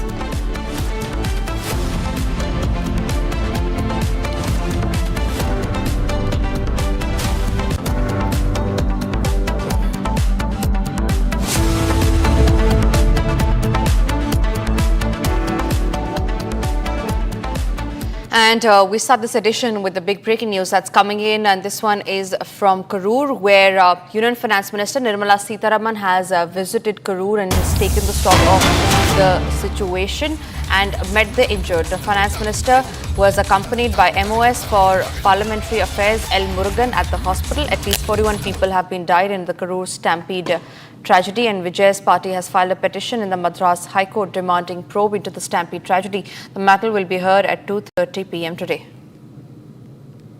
Shada is joining us live from Bengaluru. On that note, Shada, please share more details about the TVK's plea that will come up for hearing today late in the afternoon.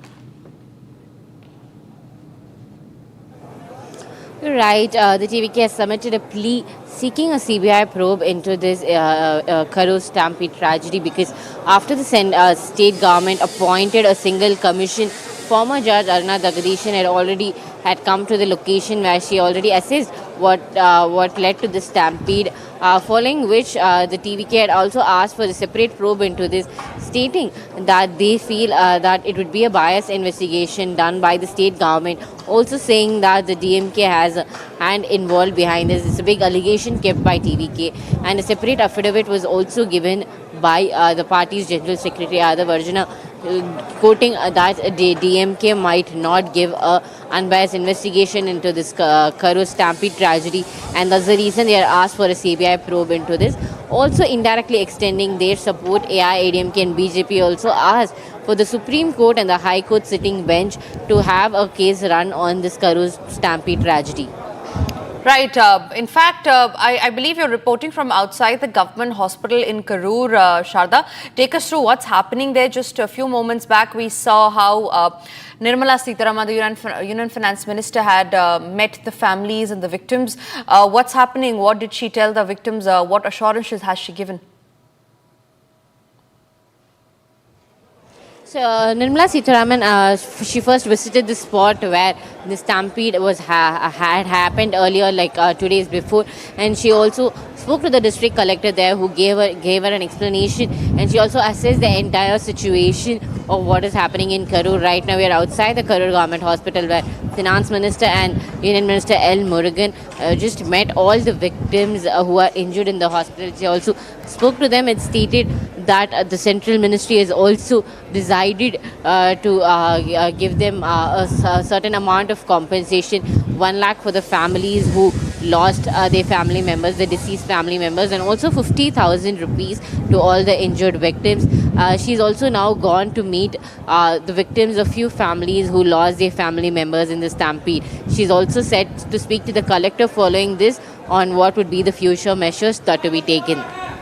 Right, Shada, thank you very much for getting us those details. Quickly moving across to the other big top stories that we're tracking here on Republic. This is about the Asia Cup, then the drama, the 90-minute drama that unfolded after the match. Now, after making provocative gestures in matches to humiliating the spirit of cricket, now Pakistan has cried victim. Pakistan Minister Mohsin Naqvi in a social media post on X, and he's replied to the Prime Minister hailing Team India and giving a reference to Operation Sindoor. Now, it is Pakistan Minister Mohsin Naqvi in a now deleted post on X where he said, if war was your measure of pride, history already records your humiliating defeat at Pakistan's hands. No cricket match can rewrite that truth.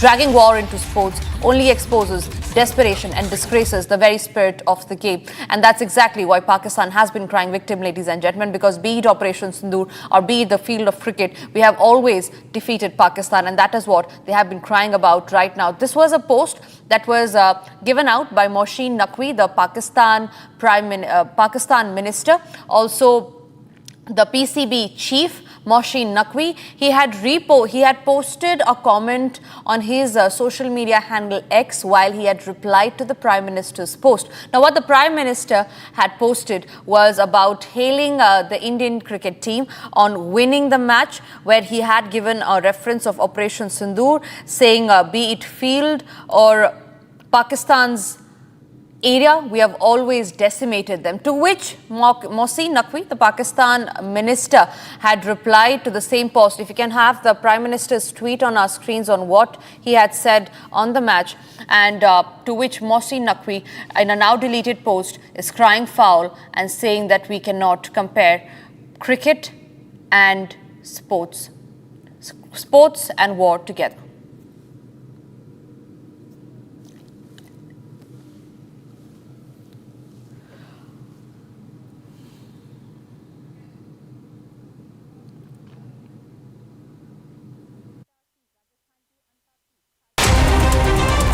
Bharat 1 Minute brought to you by Canara Bank. Together we can. Kenyan Navy Commander Major General Paul paid tribute to fallen soldiers by laying a wreath at the National War Memorial during his state visit to India. Union Railways Minister Ashwini Vaishnav has flagged off 3 new Amrit Bharat Express trains on the Darbhanga, Ajmer, Muzaffarpur, Hyderabad and Chhapra Delhi routes at the Anand Vihar terminal in the national capital. Major General Paul of the Kenyan Navy received a guard of honor at the South Block lawns in Delhi while on an official visit to India from the 28th of September to the 2nd of October. Uttarakhand Chief Minister Pushkar Singh Dhami flagged off the Dr. Bhimrao Ambedkar Social Welfare Multipurpose Rath from Dehradun. The convoy shall organize 240 camps aimed at welfare for the poor in the state of Uttarakhand.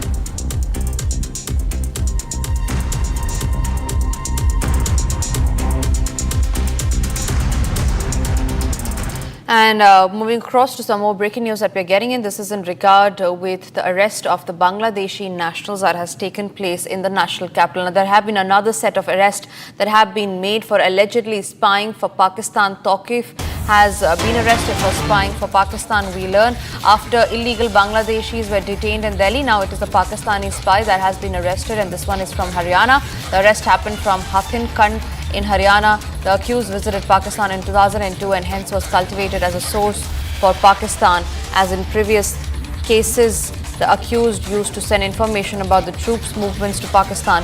Akhil is joining me live for more details on that. Akhil, please share about the alleged Pakistani spy. What do we know about him? What was his modus operandi?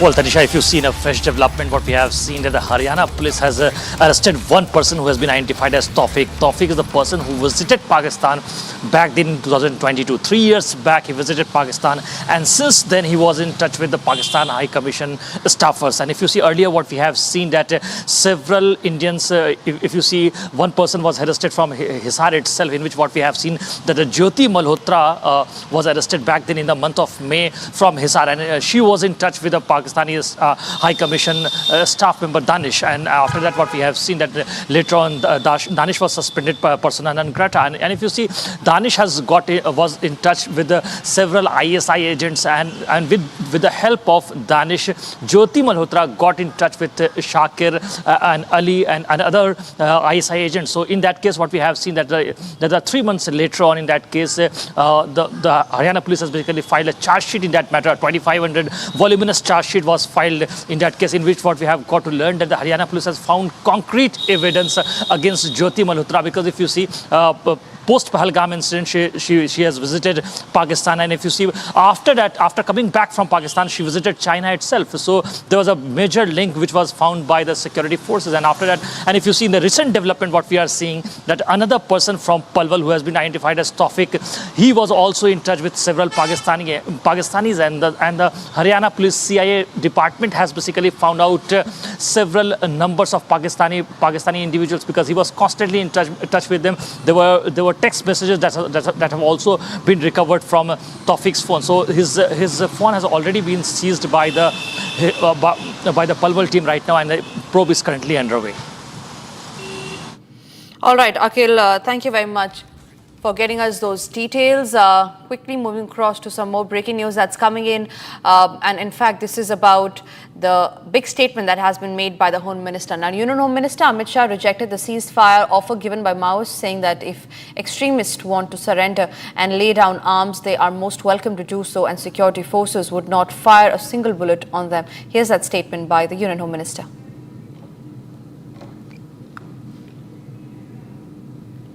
Modi सरकार ने संवाद, सुरक्षा और समन्वय तीनों पहलू पर काम करने की शुरुआत की, और आज नतीजा ये है कि मैं विश्वास के साथ इतने बड़े फोरम में कह सकता हूं, 31/3/26 को इस देश में से हथियारी नक्सलवाद समाप्त। 14 के बाद सरकार के अभियानों का, सरकार के कार्यक्रमों का, सरकार के आयोजन का स्टीयरिंग भारत सरकार के गृह मंत्रालय के पास है। ये बहुत बड़ा नीतिगत परिवर्तन हुआ, और वो परिवर्तन के कारण ही ये परिणाम मिला। स्कैटर्ड अप्रोच की जगह यूनिफाइड और रूथलेस स्ट्रेटेजी को अपनाने का काम भारतीय जनता पार्टी की सरकार ने किया, और मुझे कोई संकोच नहीं है रूथलेस स्ट्रेटेजी पर शब्द प्रयोग करने में। हमारी सरकार की नीति है, जो हथियार छोड़कर सरेंडर होकर आना चाहते हैं उनके लिए रेड कारपेट है। आइए भाई, आपका स्वागत है, आप मार्ग भूले हुए हमारे ही लोग। और सबसे अच्छा ल्यूकरेटिव सरेंडर पॉलिसी विजय जी बैठे हैं, छत्तीसगढ़ सरकार ने बनाया है, भारत सरकार ने बनाया है। सबका स्वागत है, हथियार छोड़ दीजिए। आज भी मैं कहता हूं, हम किसी को मारना नहीं चाहते, मगर आप हथियार में लेकर निर्दोष आदिवासियों को मारना चाहते हैं तो मेरी सरकार का धर्म है इनको बचाना और आपका सामना। All right, breaking news now coming in. There have been massive protests that has broken out in Pakistan-occupied Kashmir against Shehbaz Sharif government. Rawalkot in POK is under complete lockdown. The protesters have made a slew of demands, including abolition of privileges of ruling elites, end of assembly seats in the name of refugees residing in Pakistan, free and equal education and employment of Shahid Azhar's brother, establishment of international airport, prevention of timber smuggling, and elimination of quota for refugees residing in Pakistan in jobs. So these are the kind of demands that people of POK have put out. There are massive protests that are being held against the Shehbaz Sharif government. All right, Pakistan-occupied Kashmir seeing massive protests against Shehbaz Sharif government. Thousands have been on street. The call for a shutdown and wheel jam strike, potentially indefinite, has triggered heightened tensions in Pakistan-occupied Kashmir. The call, remember, it is a clash of willpower. A civil society alliance has now gained traction in recent times. It has rallied thousands under its banner, citing decades of political marginalization and economic neglect. Now, the group's 38-point character demands structural reforms, including the abolition of 12 legislative seats in the POK assembly reserved for Kashmiri refugees living in Pakistan, which locals argue undermines their representative governance. In fact, authorities have also responded with a show of strength. In the recent days, heavily armed convoys staged flag marches through major POK towns, while thousands of troops were moved in from Punjab. And Soumya is joining us on the phone line to share more details on that. All right, Soumya is live. Soumya, this is a huge POK uprising that we're seeing against Pakistan. Protests are being held. Talk us through the demands that the POK people have been raising. He mentioned that this is, in the recent times, one of the biggest protests that Pakistan security forces, and for that matter, Pakistani government will also face from POK. Now, this particular protest was spearheaded by Awami Action Committee, based out of POK, and in coordination of thousands of civilians. Thousands of civilians have come in support of this protest and the demands that have been made through this protest. Now, the understanding how the situation might flare up on the ground, the Pakistani government has heavily deployed security forces on ground zero. From last night, they have completely cut off the internet services there in POK, so that mobilization of protesters can be completely avoided. Now, few of the demands, if we go through them, one of them being the AAC demanding the abolishment of 12 seats reserved for the Kashmiri refugees there in the assembly. This is a direct pushback to the political framework of Pakistan, because the protesters are arguing that this particular thing distorts the local representation in POK in the politics, and this has led the Pakistani government having a direct control over Muzaffarabad over years. Now there's an attempt to internationalize this protest as well, because the POK diaspora, sources are suggesting that the POK diaspora who are based out of US, UK, and for that matter Europe also, they will also pick up this topic and will also stage protests. So this is how POK is, residents of the POK, and for that matter Awami Action Committee has led forward this protest against the Pakistani forces and the Pakistani government. Sources are suggesting that Pakistani government is at the moment fearing that if the matter escalates, it might lead to certain escalation to border demands. They're scared that it might lead to demands for freedom as well. So these are the developments that we are picking up, and it might flare up in few hours or maybe in few days if the demands are not met. Tanisha. Right, Soumya, stay with me and talk to us about what is it, which group is this that are leading the protest, because we learned that government muscle and a breakdown in talks is going to happen anytime soon. Yes, well, see, Tanisha, as I mentioned earlier, it's Awami Action Committee there which has spearheaded this protest. It has a huge support from the residents of POK, because they have for years have felt neglected, have felt that the demands have not been met, and in so many areas they have felt heavily neglected over the years.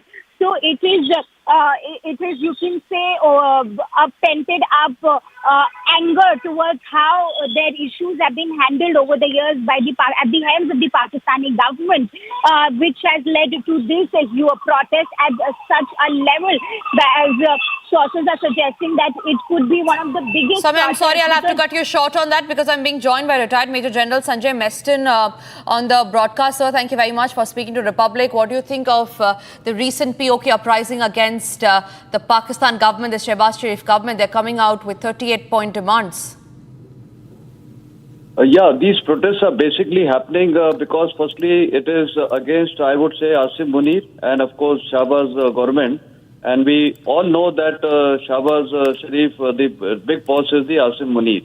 And why these protests are happening? Because whether it is POK, whether it is Balochistan, whether it is Khyber Pakhtunkhwa, whether it is Sindh, most of these provinces are very, very badly neglected by Pakistan authorities and their focus is only on Pakistan, Punjab. And POK, of course, they have been neglecting it over the period of time. And unfortunately, the ground reality is that POK is part of India. And this is also one of the reasons they are protesting, because they want to finally align with India, because that's a neighbor which compares itself to the development what has happened in India and what is going on in Pakistan. It's gone to shambles. And look at India, the way we are a rising prosperity, and see even in the bordering states of POK, basically it is the Kashmir, the Indian Kashmir. And the people are so happy. There's so much of prosperity. Trains are moving. Everything is happening. So when they see the disparity, and this is exactly what they're doing, the disparity, the development is not happening because of the corruption. So this, I would say, augurs well for India, because one day everyone is talking about when will POK rejoin India. I think it will happen on its own. And this is, I would say, a good trend which is going to suit our national interest. Because whatever it is, we have to get back our POK. Absolutely, sir. In fact, that was the same statement that was reiterated by the Home Minister, by the Defence Minister and by the Prime Minister time and again. But one more question before I let you go, General Maston, is that don't you think that after such a massive uprising that the POK has been showcasing, the Pakistan government is now under pressure? Yeah, very true. Pakistan government, see, firstly, what's Pakistan government? We must be very clear. Pakistan government is actually this Munir, Asim Munir. That is a Pakistan government. You know, this Shehbaz Sharif is just a, I would say, puppet. And we have seen, this is the first time in the history of this world that United States President, he is invited the second time Asim Munir. And this shows that one of the most important democracies in the world, America, is siding with a terrorist country like Pakistan. And therefore, to say that, the Pakistan government, I would not say the word at all Pakistan government, because it's Pakistan dictatorship. It is protester against the armed forces, the senior leadership of the armed forces, because they are the ones who are corrupt and they are the ones who are cheating their own country. And POK, though, they have never considered themselves as a part of Pakistan, absolutely, including Khyber Pakhtunkhwa. They have never considered that as part of Pakistan. Absolutely, so all these are second-grade citizens, and therefore the intent is to keep hitting them. And therefore Pakistan army, or I would say Asim Munir, they have failed. Shehbaz Munir, of course, is just a puppet government. We all realize that. Right, sir. General Maston, thank you very much for speaking to Republic, being here with us and sharing your opinion on that. With that, it's time for us to now quickly have a check of the other breaking news stories that are making headlines. The Kerala Legislative Assembly unanimously has passed a resolution opposing the Election Commission of India's special intensive revision of the voters list. Chief Minister Pinarayi Vijay has moved the resolution in the House. Now, the opposition has extended its support and the resolution was passed after incorporating their suggestions. The resolution expressed serious concerns that the SIR exercise could become a backdoor to attempt and implement the National Population Register. Citing the process conducted in Bihar, it warned that the arbitrary deletions from the voters list reflected quote-unquote politics of exclusion that could be extended nationwide.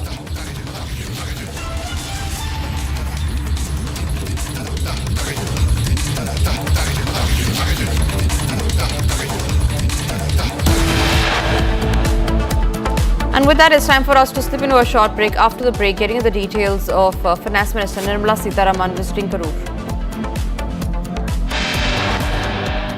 Also, after the break is the biggest controversy that has now broken out, the 90-minute drama that unfolded after the Asia Cup cricket match final.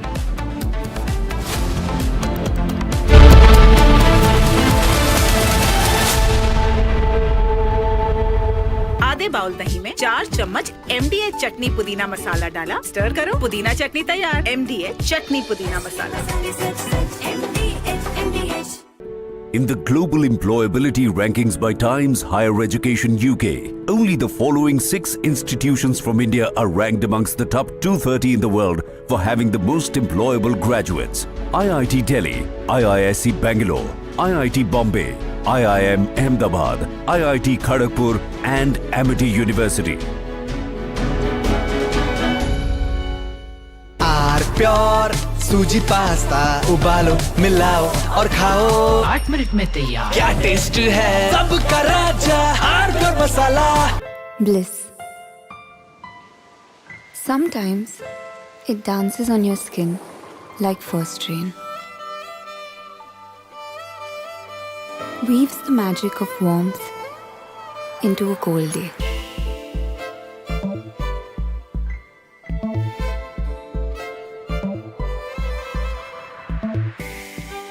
It teases, it soothes, and sometimes speaks without words. Experience bliss in all its forms with Hindware. Hindware, designed for bliss. MDH की देगी मिर्च, देगी मिर्च का तड़का, अंग अंग फड़का। MDH की देगी मिर्च।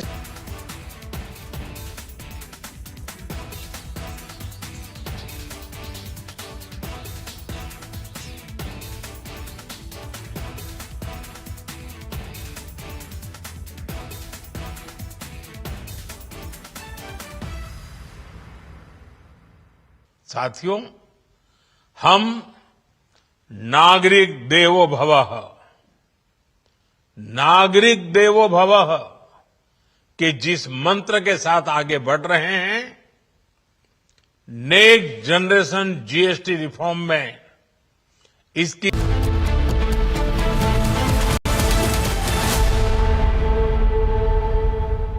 त्योहार भी आ गए और हुंडई सुपर डिलाइट डेज भी। अब हर कदम पे खुशियां बांटेंगी, हर सेलिब्रेशन अपना अपना सा लगेगा। यही तो टाइम है प्यार दिखाने का। अपनी फेवरेट हुंडई कार को आपकी मनपसंद हुंडई कारों पर मिल रही है कमाल की डील्स। वैसे लोगे तो आप हुंडई ही, चाहे दिल की सुनो या डील्स की। आर प्योर सूजी पास्ता उबालो मिलाओ और खाओ 8 मिनट में तैयार। क्या टेस्ट है सबका राजा आर प्योर मसाला। केसरिया से मन जोगी हुआ रे, दिल झूमे देखो मतवारा हुआ रे। केसरिया से मन जोगी हुआ। हर पल मनाओ केसरी त्योहार। विमल, बोलो जुबान केसरी। ये है सीक्रेट रेसिपी MDH का जीरा सिप जल जीरा मसाला। सिप सिप जीरा सिप जीरा सिप MDH का जल जीरा जीरा सिप जीरा सिप MDH का जल जीरा सिप। कल यानी नवरात्रि के प्रथम दिवस 22 सितंबर को सूर्योदय के साथ ही नेक्स्ट जनरेशन जीएसटी रिफॉर्म्स लागू हो जाएंगे। एक तरह से कल से देश में जीएसटी बचत उत्सव शुरू होने जा रहा है। इस जीएसटी बचत उत्सव में आपकी बचत बढ़ेगी और आप अपनी पसंद की चीजों को और ज्यादा आसानी से खरीद पाएंगे। नए स्वरूप में मुख्य रूप से अब सिर्फ 5% और 18% के ही टैक्स स्लैब रहेंगे। इसका मतलब है रोजमर्रा के इस्तेमाल की ज्यादातर चीजें और सस्ती हो जाएगी। खाने पीने का सामान, दवाइयां, साबुन, ब्रश, पेस्ट, स्वास्थ्य और जीवन बीमा, ऐसे अनेकों सामान, अनेकों सेवाएं या तो टैक्स फ्री होगी या फिर केवल 5% टैक्स देना होगा। जीएसटी कम होने से अब देश के नागरिकों के लिए अपने सपने पूरे करना और From Asia's largest news headquarters, setting the agenda for Bharat.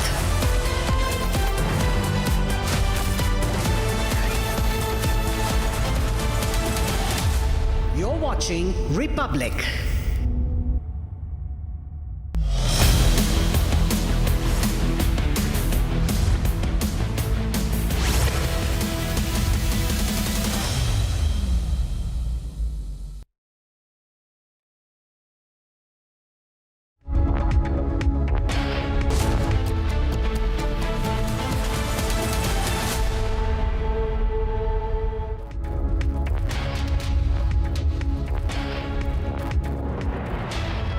Hello and welcome. You're watching Republic TV with me, Akanksha Khajuria. Top of the hour, we'll get you details about the deadly stampede in Tamil Nadu. 41 people have lost their life, but in the last 48 hours, in fact, no accountability or responsibility either by DMK or by the political leader Vijay. We'll get you more details on that. First up, the headlines.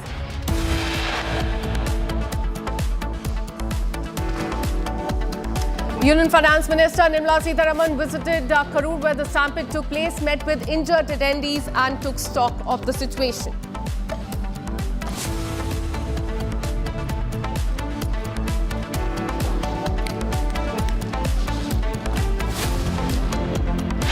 India refuses Asia Cup trophy from PCB chief, celebrates empty-handed on the stage, BCCI to lodge a protest.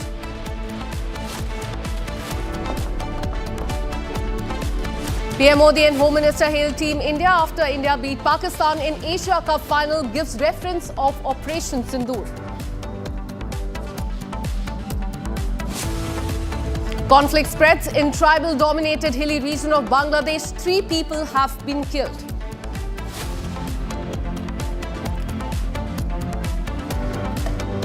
Political blame game begins in Karur Stampede. TVK alleges DMK conspiracy. Bharatiya Janata Party, AIA, DMK slam DMK for mismanagement.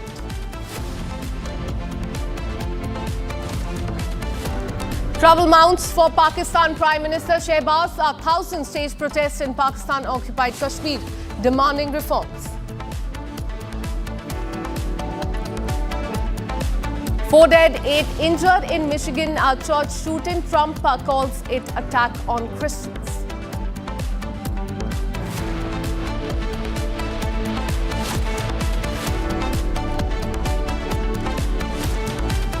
Let's start with a breaking update coming in from the state of Kerala. Kerala Assembly has passed a resolution opposing the Election Commission of India's Special Intensive Revision. Remember that took place in Bihar earlier this year, and Chief Minister Pinarayi Vijayan has moved the resolution in the House. The opposition has extended its support and the resolution was passed after incorporating their suggestion. The resolution expressed serious concern that the SIR exercise could become a backdoor attempt to implement the National Population Register, citing the process conducted in Bihar as well. It warned that deletion from the voter list reflected a politics of exclusion that could be extended nationwide.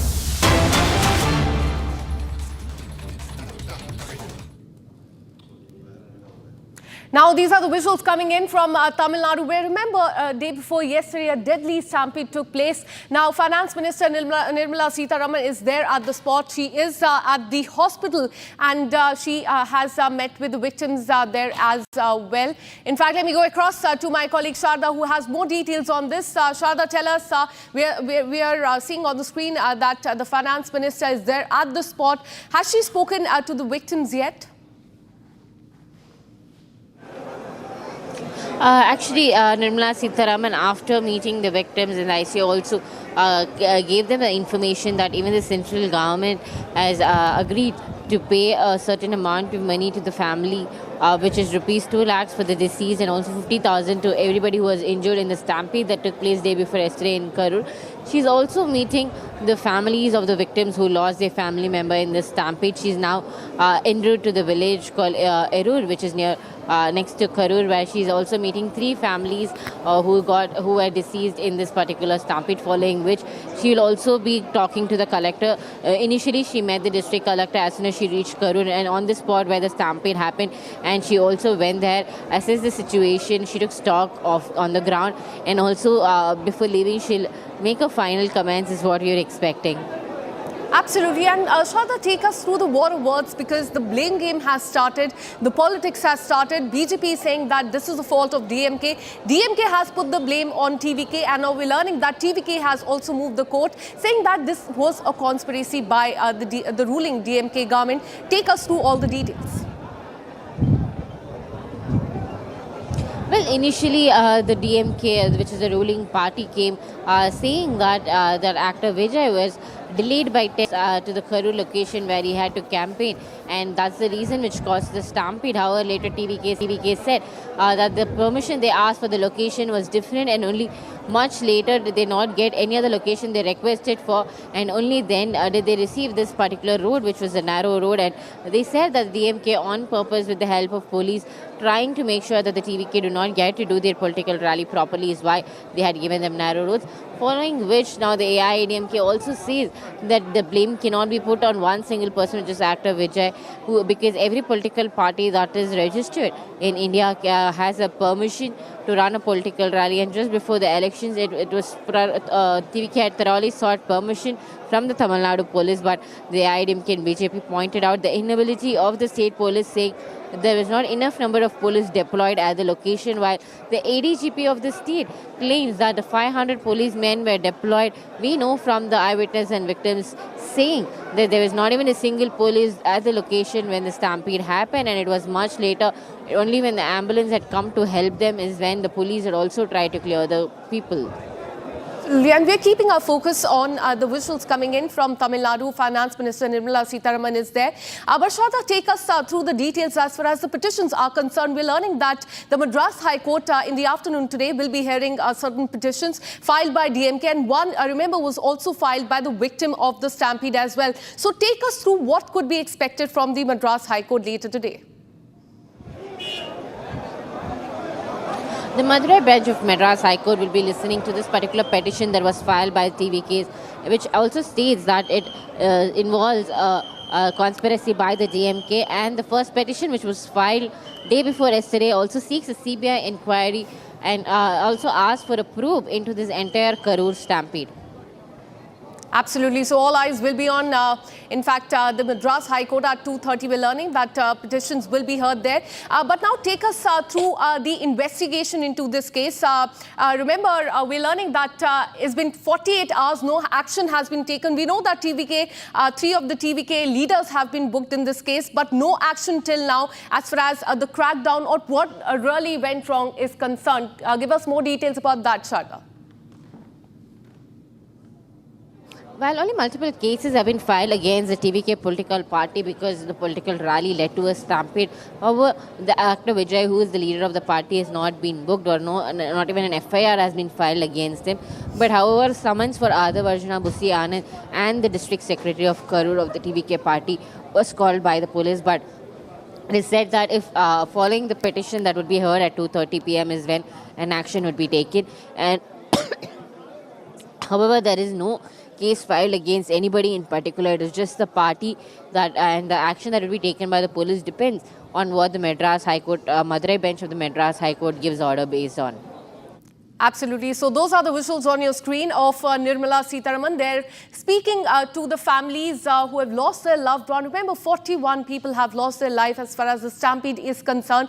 The blame game and the politics has started. One member commission, in fact, that is headed by a former judge there, will be carrying out the investigation. And yesterday she was there at the spot, but since early morning today, we are seeing that several BJP leaders are coming to Karur to take stock of the situation.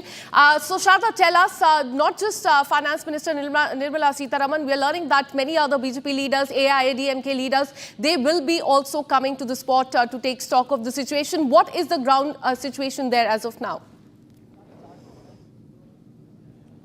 Multiple leaders had already come to the hospital to visit the victims and the families yesterday, and today it's expected the Congress leader from the central would also be arriving soon to meet the victims. And earlier today we also heard from our sources that the opposition leader of Parliament, Rahul Gandhi, had also made a call to M.K. Stalin, the chief minister of the state, to condole him on the death of 41 members in the Karur Stampede. And also following that, it's expect multiple BJP leaders yesterday, including the state president Naina Nagendran, had come.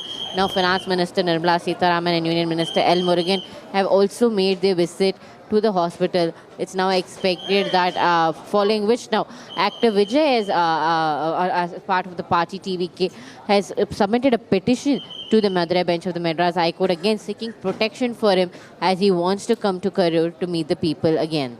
Absolutely. Those are the visuals there on the screen of Nirmala Sitharaman, Finance Minister, speaking to the family members, people who have lost their loved one in the deadly stampede that happened yesterday. Shraddha, take us through the details as far as the people who have lost their lives are concerned. We're learning that the identification process is over. Have all the bodies been handed over to the families? Yes, yesterday all the identity process of the 40 people who were deceased in the stampede was done, and the bodies were also handed over to their family. We also got learned that one person who died early in the morning today, she was 65 years old and she was admitted in the hospital after she was hurt in the stampede to breathlessness, and her body was also handed over to the family. And now only 50 more people are admitted here in the hospital who were injured in the stampede.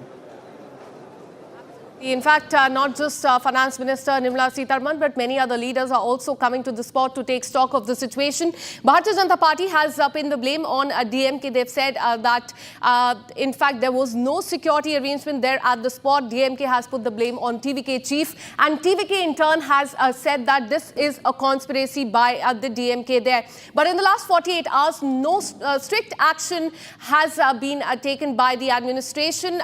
In fact, we're learning that the person who's been tasked to find out what really went wrong went to take stock of the situation yesterday, and a report will be submitted as soon as possible.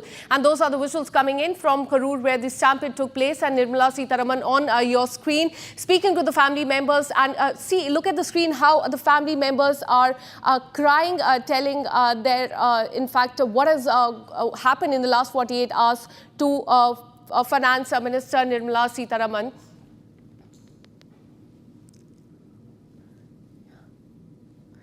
Let me go across to BJP leader ANS Prasad for more on this. Thank you so much for speaking to Republic TV. It's been 48 hours since the incident has taken place. 41 people have lost their life. But what we are seeing there is a blame game that is happening. DMK saying that a TVK chief is to be blamed.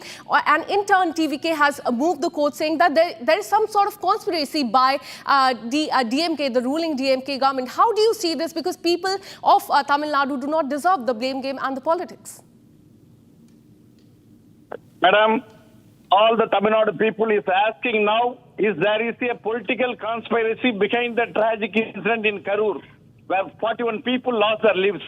The Chief Minister Stalin must announce a CBI inquiry to answer the question of 6 crore Tamil Nadu people. This is the main thing is going there. Most importantly, the Tamil Nadu government must act with utmost care in conducting postmortems of the deceased to bring out the truth transparently. In cases of suspicious and controversial deaths like this, based on various court rulings, postmortems must be conducted by experienced doctors and fully recorded on video. The Tamil Nadu government must clarify whether it has adhered to the practice. More than that, to expedite the initial investigation before a CBI inquiry, the Tamil Nadu government must immediately appoint an honest Inspector General rank, IG rank police officer as the investigation officer, supported by Deputy Inspector General and the DSPs. The investigation must cover all aspects, including how many police personnel were deployed for security, the number of district police and the traffic police and armed police personnel assigned, and address all questions raised by the people of Tamil Nadu, prominent journalists and media throughout field-based inquiry. More than that, very important matter I am telling the Republic TV, Tamilaga Vettri Kazhagam TVK leader Vijay must avoid the advice of Congress leader Rahul Gandhi in the matter of 41 deaths, because in the stated that yesterday, leader of opposition in the Lok Sabha, Rahul Gandhi, expressed condolences to TVK leader Vijay. However, sources indicate that Vijay was allegedly threatened that if he does not align with the DMK government, there would be consequences. The Tamil Nadu police and the commission led by Justice Arnab Jagadishan must investigate the Rahul Gandhi, discuss with whom and in what context regarding the issue. More than that, to dilute the TVK's allegations of a political conspiracy, the local involvement in this tragic incident, Rahul Gandhi is reportedly exerting indirect pressure on actor Vijay to suppress the truth. The Tamil Nadu BJP will soon expose the efforts. Absolutely, sir. And one more question before I let you go. In fact, the investigation has now started in this entire matter. Are you satisfied with the investigation that has happened so far, or would you also demand a CBI inquiry just like TVK? Yes, madam, yes. We are not satisfied with the inquiry. Previously, Karur DSP Selvaraj was appointed as the investigation officer. Now, an apparent I was ADSP, Premanandan, only ADSP. The incident, very big incident, crucial incident, 41 deaths has happened. They're deploying ADSP Premanandan has been appointed as the new investigation officer. This is raises serious doubts about the Tamil Nadu government lack of seriousness and reluctance to conduct the swift and proactive investigation. Absolutely, sir. And what would be your demand from the DMK government? Because now they have pinned the blame on the TVK chief. But if you look at the ground situation and what the eyewitnesses have said, they've also said that there was no proper security arrangement, and that onus comes on the police administration there. So what would your demand be from the DMK, the ruling DMK government in Tamil Nadu? My humble request to CM Stalin should announce CBI inquiry. This is the first step Tamil Nadu government has to take care. More than that, Mr. Vijay must honor the 41 people who lost their lives while attending this election campaign by ensuring that the investigation is conducted without any compromise, even in the face of alleged threats from the DMK government or Congress intermediaries. He must act with transparency and truthfulness towards the people of Tamil Nadu and his loyal fans. The Tamil Nadu BJP stands fully with the Tamil Nadu government, actor Vijay, and the people of Tamil Nadu in ensuring truthful and just investigation into the tragic incident. Absolutely. So Bharatiya Janata Party there demanding a CBI inquiry into the entire incident. Thank you so much, Mr. Prasad, for speaking to Republic TV. Let me also go across to BJP leader Rajan Jayaprakash. Thank you so much, sir, for connecting with us. It's been 48 hours since the incident has taken place. 41 people have lost their lives. Several others are still injured. Many of them are still in the ICU. But what we are seeing there is blame game politics that is underway. DMK is putting the blame on TVK. TVK in turn is putting the blame on DMK. So that is what is happening in Tamil Nadu. Do people of Tamil Nadu deserve this, sir? No, they 100% do not deserve this, madam. See, the whole point is for everything, for any meeting or anything, any rally, the permission is granted by the Tamil Nadu police. When Tamil Nadu police gives us the permission, they sit across with the actual person who is doing the meeting, and then they come together. This is not the first time that Vijay has done a meeting. For every meeting, he's getting at least about 50,000 to 75,000 people coming there. That I do not understand why they gave that place for him and they do not provide security. Assuming I walk into the secretariat with 1,000 people, they arrest us even before that.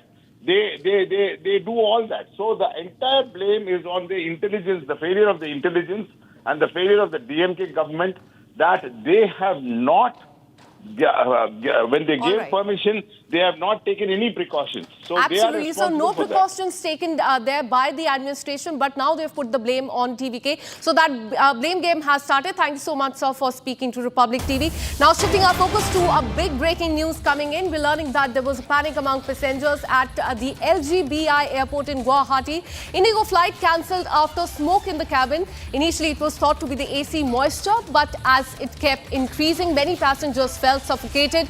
The flight Indigo 6E565 was supposed to depart at 9:20 a.m. to Hyderabad, but after technical snag, all the passengers were deboarded and they are being assured a next flight. So this appears to not be an AC issue, but there was a smoke in the cabin. What was the reason behind it is something that will come out during the investigation.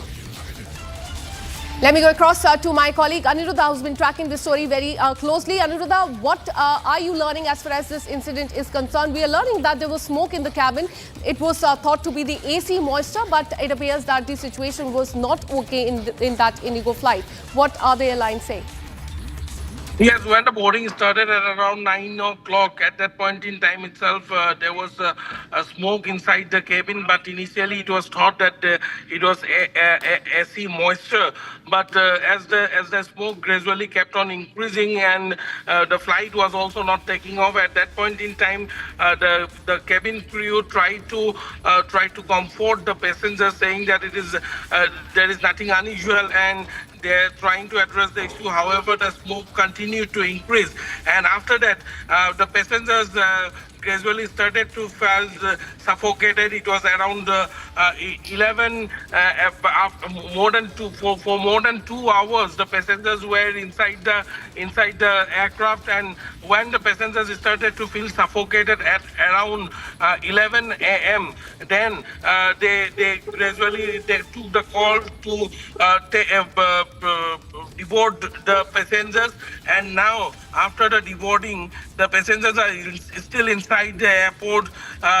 They are being assured another flight by the Indigo authorities.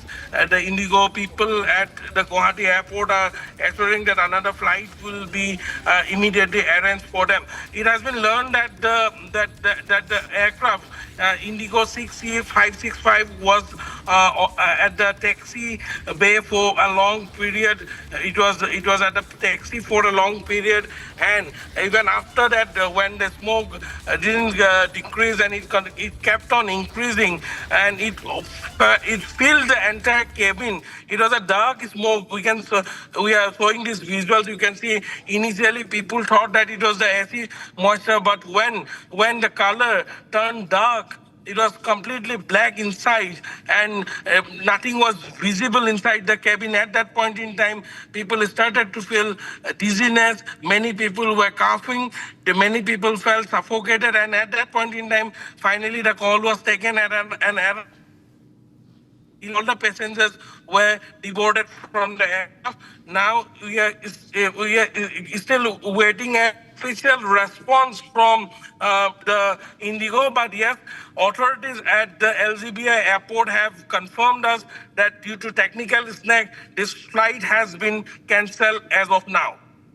Absolutely, and those are the visuals on the screen of the smoke that inside the cabin that you can see thick smoke inside the Indigo flight. Panic at the Guwahati airport. What was first believed to be just AC moisture quickly turned into cloud of smoke inside the cabin, and those are the visuals on the screen. And we're learning that several passengers were coughing, many suffocated as the smoke kept rising. And we'll continue to get to more details on the story. We're learning that in fact all the passengers have been deboarded. The health update is also okay, but very concerning update coming in from Guwahati. We'll get you more details on this after this very short break. Keep watching Republic TV.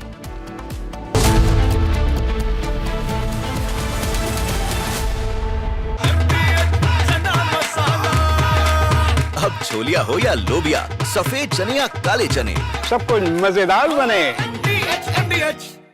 In the global employability rankings by Times Higher Education UK, only the following 6 institutions from India are ranked amongst the top 230 in the world for having the most employable graduates. IIT Delhi, IISc Bangalore, IIT Bombay, IIM Ahmedabad, IIT Kharagpur and Amity University.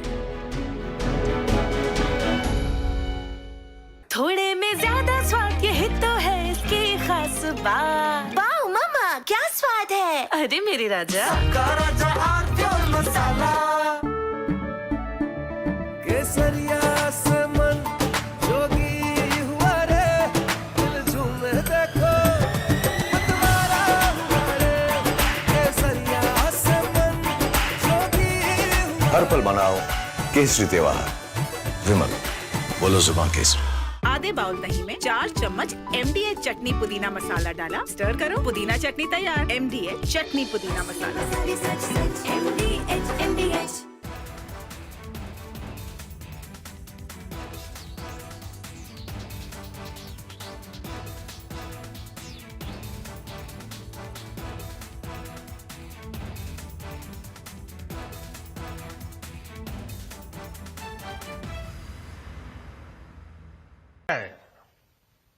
साथियों, विकसित भारत के लक्ष्य तक पहुंचने के लिए हमें आत्मनिर्भरता के रास्ते पर चलना ही होगा और भारत को आत्मनिर्भर बनाने का बहुत बड़ा दायित्व हमारे MSMEs यानी हमारे लघु, मध्यम और कुटीर उद्योगों पर भी है, जो देश के लोगों की जरूरत का है, जो हम देश में ही बना सकते हैं, वो हमें देश में ही बनाना चाहिए। साथियों, GST की दरें कम होने से नियम और प्रक्रियाएं और आसान बनने से हमारे MSMEs, हमारे लघु उद्योगों को, कुटीर उद्योगों को बहुत फायदा होगा। उनकी बिक्री बढ़ेगी और टैक्स भी कम देना पड़ेगा। मोदी सरकार ने संवाद, सुरक्षा और समन्वय तीनों पहलू पर काम करने की शुरुआत की और आज नतीजा ये है कि मैं विश्वास के साथ इतने बड़े फोरम में कह सकता हूं 31/3/26 को इस देश में से हथियारी नक्सलवाद समाप्त। 14 के बाद सरकार के अभियानों का, सरकार के कार्यक्रमों का, सरकार के आयोजन का स्टीयरिंग भारत सरकार के गृह मंत्रालय के पास है। ये बहुत बड़ा नीतिगत परिवर्तन हुआ और वो परिवर्तन के कारण ही ये परिणाम मिला। स्कैटर्ड अप्रोच की जगह यूनिफाइड और रूथलेस स्ट्रेटेजी को अपनाने का काम भारतीय जनता पार्टी की सरकार ने किया और मुझे कोई संकोच नहीं है रूथलेस स्ट्रेटेजी पर शब्द प्रयोग करने में। हमारी सरकार की नीति है जो हथियार छोड़कर सरेंडर होकर आना चाहते हैं उनके लिए रेड कारपेट है। आइए भाई, आपका स्वागत है, आप मार्ग भूले हुए हमारे ही लोग हो। और सबसे अच्छा ल्यूकरेटिव सरेंडर पॉलिसी विजय जी बैठे हैं, छत्तीसगढ़ सरकार ने बनाया है, भारत सरकार ने बनाया है। सबका स्वागत है, हथियार छोड़ दीजिए। आज भी मैं कहता हूं, हम किसी को मारना नहीं चाहते, मगर आप हथियार में लेकर निर्दोष आदिवासियों को मारना चाहते हैं तो मेरी सरकार का धर्म है इनको बचाना और आपका सामना। Bliss. Sometimes it dances on your skin like first rain. Weaves the magic of warmth into a cold day.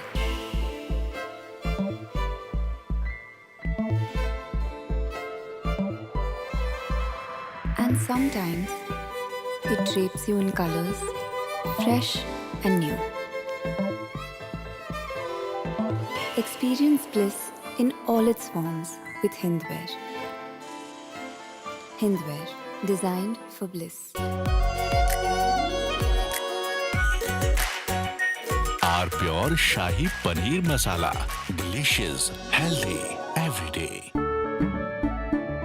केसरिया से मन जोगी हुआ रे, दिल झूमे देखो मतवारा हुआ रे।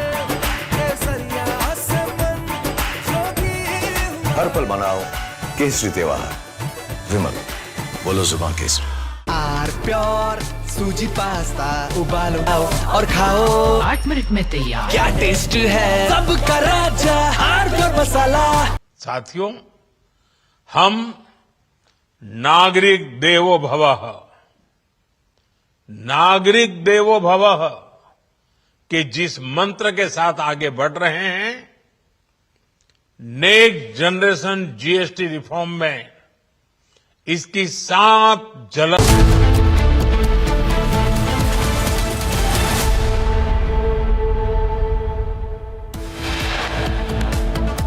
Union Finance Minister Nirmala Sitharaman visits Karur, meets injured attendees and takes stock of the situation.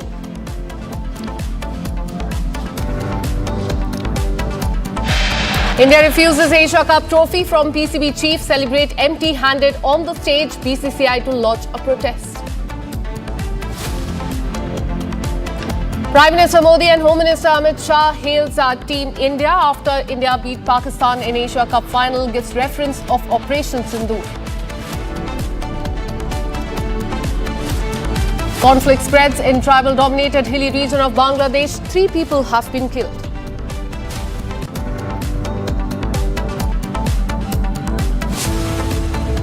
Political blame game begins in Karur Stampede. TVK alleges DMK conspiracy. BJP, AIADMK slam DMK for mismanagement.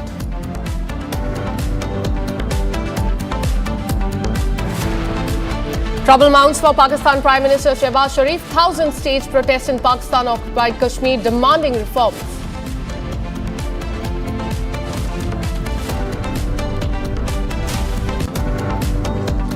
Four dead, 8 injured in US church shooting. Trump calls it attack on Christians.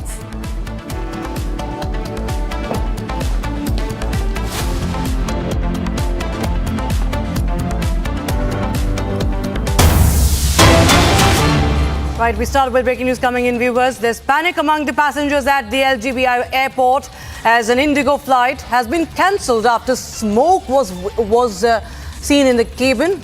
Now, initially it was thought to be AC moisture, but as it kept increasing, many passengers felt suffocated, and you can see the visuals on your screens. We've seen, viewers, many a times there is mist inside the aircraft due to the air conditioning, but this is actually smoke on this flight, this Indigo flight, and that led to suffocation also. The flight Indigo 6E565 was supposed to depart at 9:20 a.m. To Hyderabad, but after this technical snag, all passengers deboarded. Now they are being assured a next flight. But viewers, this of course is a big cause of concerns. Aniruddha joins us from Guwahati. Aniruddha, this is of course a very, very serious matter. There was smoke billowing from the cabin that, we can see that there is massive suffocation also being suffered by the passengers. What really happened? Yeah, we just spoke to a passenger who was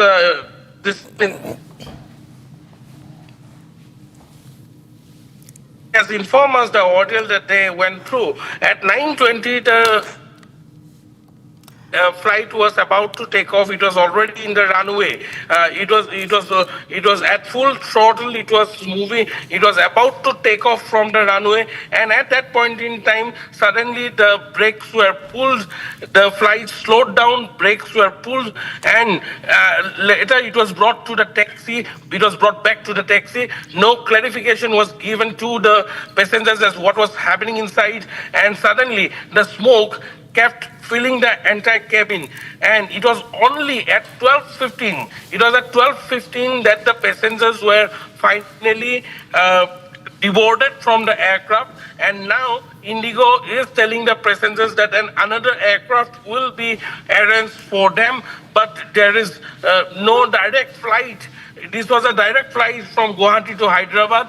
Now they are not giving any direct flight to the passengers who were supposed to go to Hyderabad, but we're giving connecting flights. They are giving assurances that we'll give you a connecting flight via Chennai, via Bangalore. The passengers are still in the departure area, and they are not being allowed to come out of the airport also by the airlines, and they are still inside the airport. So yes, the first-hand information that Republic TV has got from the passenger who was inside this aircraft, he has told us that at 9:20 the flight was already in the runway, about to take off, but suddenly brakes were pulled. Okay, just turn with us, Aniruddha. I think we have one of the passengers who was on this flight. Okay, we have the Indigo passenger who was on the flight. Sir, can you just share your experience, sir? If you could share your name and also what really happened? Madam कुछ नहीं है, वो क्या है ना 9:20 का उसका departure time है. फ्लाइट रनवे में चला गया, एकदम स्पीड हो गया, about to take off, sudden brake मार के बोला था, कुछ नहीं बोला, फिर जाके पार्किंग में रख दिया. No response from air hostess, anyone. Okay, and when उसके बाद हम लोग पूछा था क्या हुआ, यानी टेक्निकल इशू, कोई रिप्लाई नहीं है. प्लीज वेट, एक ही reply, please wait. After 1 hour वो लोग बोला था सम टेक्निकल इशू है, हम लोग का टेक्नीशियन आया है और सॉर्ट आउट कर रहे हैं, प्लीज बी पेशेंट. जी, ऐसा बोलने के बाद 1 घंटा हुआ, 2 घंटा हुआ, उसका टेक्नीशियन आया, कुछ स्पेयर पार्ट्स लेके आ रहे, वो लगा रहे, चेक कर रहे, रिमूव कर रहे, चेक कर रहे, रिमूव कर रहे.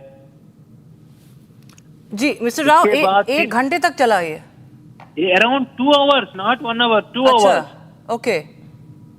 आफ्टर 11:30 फिर बोला था वो लोग, हाँ अभी फिर से टेक ऑफ हो जाएगा, डोंट वरी, अभी ठीक हो गया, टेक्नीशियन आके रिसॉल्व कर दिया प्रॉब्लम, अभी टेक ऑफ करेगा. फिर अराउंड 11:45 अराउंड 12 बिटवीन वो लोग रनवे में लेके गए फिर से फ्लाइट्स. रनवे में आराम से गया, फिर रनवे में इंजन फुल फोर्स में स्टार्ट किया, एकदम इंजन ये किया, दुआ आना चालू हो गया, स्मोक का स्मेल आना चालू हुआ. फिर वो लोग ब्रेक मार के स्टॉप कर दिया, पूरा धुआं हो गया, स्मोक का स्मेल आ रहा है, कोई रेस्पॉन्स नहीं, कुछ नहीं. एटलीस्ट तुम डीबोर्ड तो करो यार, या दूसरा फ्लाइट तो दो, कोई रेस्पॉन्स नहीं. हम लोग कोई बात नहीं, ये टेम्परेचर के बाहर में बहुत गर्मी है, इसका वजह से इतना स्मोक आ रहा है, कोई बात नहीं, ये रेगुलर प्रोसेस है. जी, हम लोग तो रेगुलर ट्रैवल करने वाला है, हम लोग तो बोला है, हम लोग तो रेगुलर ट्रैवल करता है, ऐसा तो नहीं होता है कभी भी. वो लोग बोले कोई बात नहीं, अभी गर्मी गुवाहाटी में बहुत गर्मी है ना, इसका वजह से एसी का प्रेशर थोड़ा ज्यादा हो गया, कुछ नहीं. हम लोग बोला था थोड़ा स्मोक का स्मेल भी आ रहा है, कुछ देखो, नहीं टेक ऑफ हो जाएगा. ऐसा वो लोग हाफ एन आवर रनवे में ही ट्राई किया टेक ऑफ करने के लिए, नहीं हो पाया, फिर आके पार्किंग में खड़ा कर दिया. अच्छा, फिर पार्किंग में खड़ा करने के बाद हम लोग को डीबोर्ड कर रहा है क्या, वो लोग ट्राई कर रहा था डीबोर्ड करने के लिए, डोर लॉक तो ओपन नहीं हो रहे, डोर स्ट्रक हो गया, डोर ओपन नहीं हो रहे. उसके बाद उसका टेक्नीशियन आके कुछ किया, डोर ओपन हुआ, सबको अराउंड 12:20 में डीबोर्ड किया. 9:20 का फ्लाइट है, 12:20 में डीबोर्ड किया. उसके बाद बोल रहे हैं उसका मैनेजर, इंडिगो एयरलाइंस का मैनेजर आके बोलता है हमारा रेस्पॉन्सिबल है, मगर टेक्निकल इश्यू है तो हम क्या करेगा, हाफ एन आवर वेट कीजिए, उसके बाद बताएगा क्या होगा. ये फ्लाइट कैंसिल हो गया, आपको रिफंड मिलेगा या दूसरा फ्लाइट अरेंज करेगा, आपको बताएगा.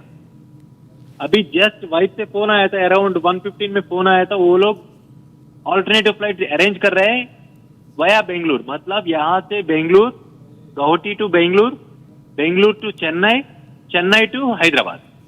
अच्छा, वो कल सुबह 10 बजे तक हैदराबाद पहुंचेगा. हम लोग डिनाई किया था, इतना हम लोग का इमरजेंसी वर्क भी हो सकता है ना, किसी का भी कुछ भी काम हो सकता है ना. हम लोग फिर से आर्ग्यू किया तो वो लोग बोला ठीक है सर, आपको यहाँ से बेंगलुरु लेके जाएंगे, बेंगलुरु में कल सुबह का फर्स्ट फ्लाइट में आपको आपके डेस्टिनेशन में पहुंचा देंगे. जी, अभी हम लोग स्टिल अभी डिपार्चर का सिक्योरिटी एरिया में हम लोग वेट किया. वेट कर रहे हैं। जी, तो ये मतलब आप कह रहे हैं कि ये अभी तक कुछ रीजन में नहीं बताया गया इसका क्या है, और ये 2 घंटे तक चला गया? नहीं, अराउंड 3.5 आवर्स। उसका वीडियो भी है, उसका खुद का मैनेजर बोला था हम लोग ऑलमोस्ट 5 आवर्स वेट किया, 7 o'clock से लेके अराउंड 12:30 तक एयरपोर्ट में वेट किया बोट करके। आप लोग कुछ रेस्पॉन्स नहीं ले रहे बोल के हम लोग आर्ग्यू किया था। उसका मैनेजर बोला हाँ सर 5 आवर्स हुआ, हम क्या करेगा, टेक्निकल इशू होने से हम लोग कुछ नहीं कर पाएंगे ना। जी, वो लोग का रेस्पॉन्स ये है। तो आपने कोई कंप्लेंट दायर की है, कंप्लेंट फाइल करी है? सुनने के लिए रेडी नहीं है इंडिगो वाला। ओके, सुनने के लिए रेडी नहीं है। हम लोग अरेंज करेंगे ना। अच्छा, आपको उसका ऑडियो वीडियो भी आपको शेयर कर रहा हूँ मैं। जी जी, आपको दे दिया हूँ। पब्लिक का क्या रिस्पॉन्स है, उसका मैनेजर का क्या रिप्लाई आ रहा है जी। मैं शेयर किया हूँ, मिस्टर प्रंजित सैकिया को शेयर किया हूँ, शायद आप वहां से कलेक्ट कर सकते हैं।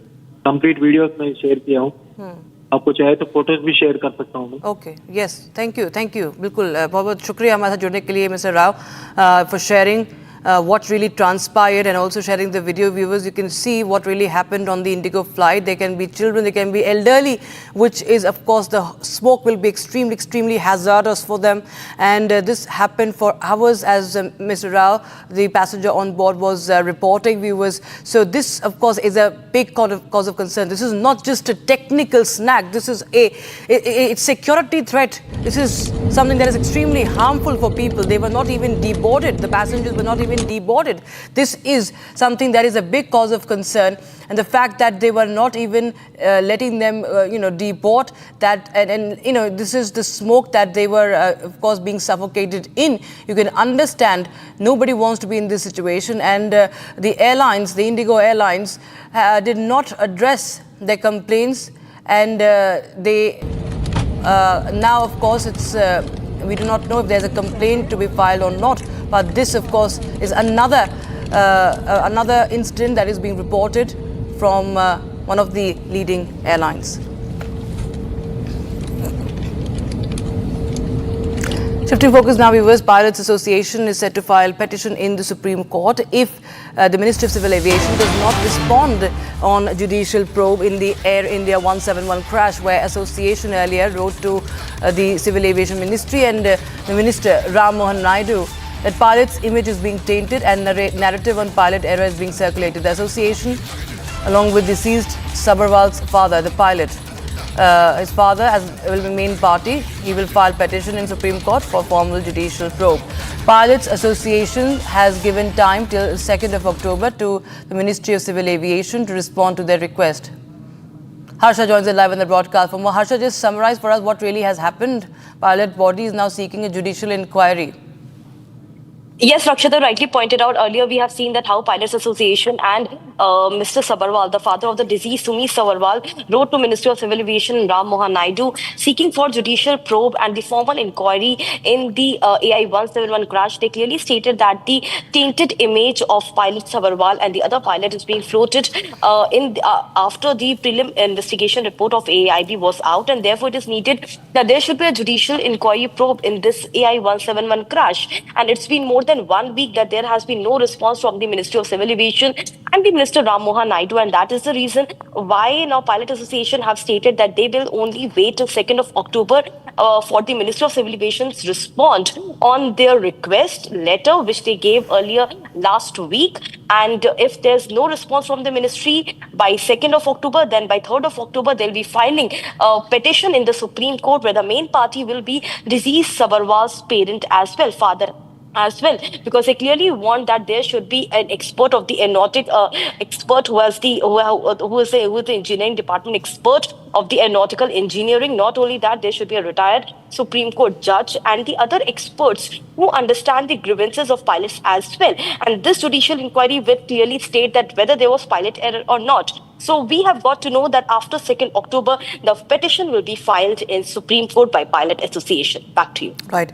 Thank you so much, Harsha, for joining us with those details coming in on that story. Was the Pilot Association is set to move to the Supreme Court for the judicial probe, and Captain Sabharwal's father will also be made a party in this case.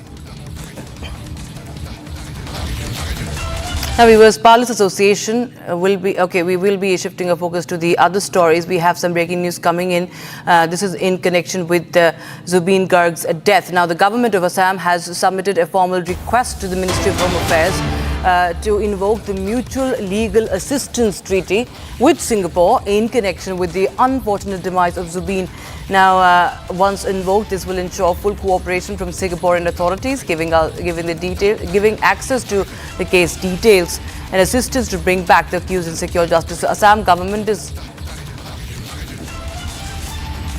going to invoke MLAT for the probe.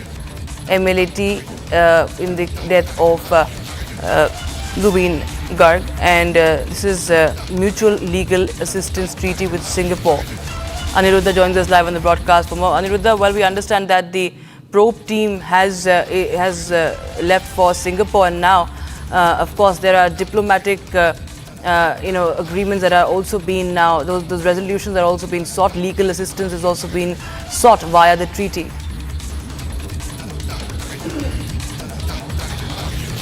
Yes, Rakshita. In fact, the SID team will be reaching Singapore tomorrow, and right now we are getting to know that the Assam government, the Home Department, has approached the Ministry of Home Affairs with a formal proposal to invoke the MLAT, that is the Mutual Legal Assistance Treaty with Singapore, so that justice can be served to Zubeen Garg. The invoking of the Mutual Legal Assistance Treaty, the MLAT in short, will ensure legal cooperation and assistance as far as the investigation is concerned. The Singaporean authorities will be also assisting and looking after the entire case, and there will be mutual cooperation as far as the SIT team is also concerned, and it will also help in extradition of the NRIs to bring them back to India so that the investigation can be carried out. And also, one of the prime accused in this case, Yamkan Mohanta, who happens to be still in Singapore, he has not left the country, he is still in Singapore. In order to bring him back also, the MLAT is very much essential, because there are at least nine NRIs whose name has surfaced in this case, and that is the reason why now the Assam government has formally approached the Ministry of Home Affairs to invoke the MLAT with Singapore so that justice can be served to Zubeen Garg. Rakshita. Right. Thank you so much, Aniruddha, for joining us with those details coming in, viewers. And, the world, viewers, is still remembering, mourning Assam's beloved singer, Zubeen Garg's unexpected death that occurred almost 10 days ago. And fans have reached out in support, demanding justice from the government of India. SIT has been formed. It has already been formed, and Assam Chief Minister Hemanta Biswa Sarma has assured justice. Watch this video, viewers, where the fans remember and also demand justice.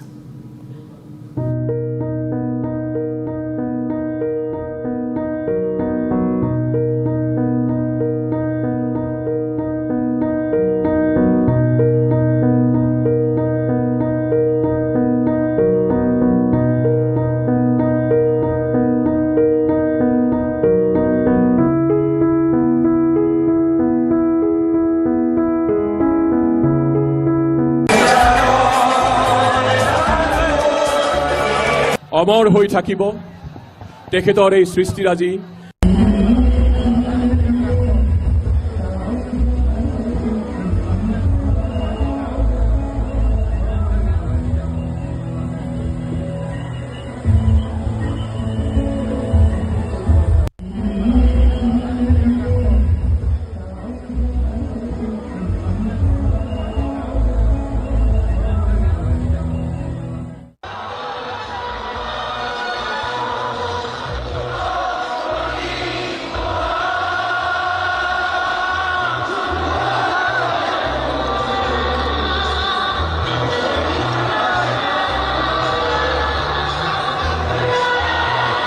One of the most loved singers from Assam, Zubeen Garg, lost his life while swimming in the sea without a life jacket in Singapore. The 52-year-old singer was famous for his song in Assamese, Bengali and Hindi. Despite being rushed to the Singapore General Hospital, Zubin succumbed to death in the intensive care unit. But suspicions still prevail around his death. Was it a natural or a controversial death?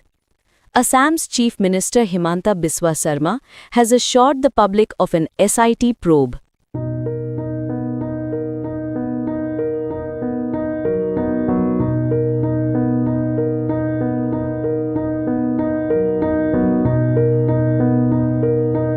As every other proud Assamese, I too have grown up listening and cherishing the songs of our beloved Zubinder. His untimely and unfortunate death has rattled us all. As per the news, if it's true that there is any sort of foul play in his death, then we, his fans, his family, demand full justice for him. I, Ananya Parashar, demand justice for Zubin Garg, our king. Zubin Garg's untimely passing is the clear result of negligence by certain people around him. I demand that strict action be taken against them under all the possible provisions under the law. While I welcome the SIT that has been formed by the Assam government to probe into the incident, I demand that the whole case be fast-tracked and the perpetrators be brought to book at the earliest. I demand justice for Zubin. Hello, my name is Anjana Bordoloy and I'm from Washington DC, and this is a very crucial time for Assam, and especially like losing our iconic figure Zubin Garg, and it's becoming like a huge controversy not only in Assam but entire world. So today I'm here to basically ask the government of India to take a drastic step in order to get the justice for Zubin Garg. We all know that we lost him in Singapore during his visit, but we don't know what happened. So we cannot, afford to live our life without knowing the actual truth of his death. So I'm hearing from that the government is asking Shamkanu Mohanta and then Siddharth Sharma to come to the CID office on October 6th. But I pledge the government of India to move the date up because there is a lot of chance that we can miss the critical information. And rather than delaying the process, we should, start the process immediately. So we need justice for Zubin. We basically want to know what happened there, and then who are the people are involved in that incident. So it's a truly demise for the entire world that we don't have. And viewers, let's take a quick look at some other stories making news from across the country. This is Bharat in a minute. Bharat 1 Minute brought to you by Canara Bank. Together we can. A walkathon has been organised on the occasion of World Heart Day to raise awareness on heart health and care. Organisers of the walkathon, Dr. Parvez Ahmed, called the walkathon a heart awareness campaign, and this took place in Srinagar. Union Education Minister Dharmendra Pradhan visits Dolly Hill and also offered prayers and sought blessings of Lord Shiva at the historical premises. Pradhan said that the foundation of new Odisha will be laid with the development of this area. इसी क्षेत्र का विकास से ही नव उत्कल का, नव उड़ीसा का, नया उड़ीसा का गठन होगा और उड़ीसा ही मजबूत होने से, पूर्वोदय होने से ही भारत मजबूत होगा। विकसित भारत की मार्ग धौली से आएगा। River rafting activities on Chenab River has resumed after remaining suspended since Operation Sindoor and the recent spate of landslides and heavy rains that affected the region.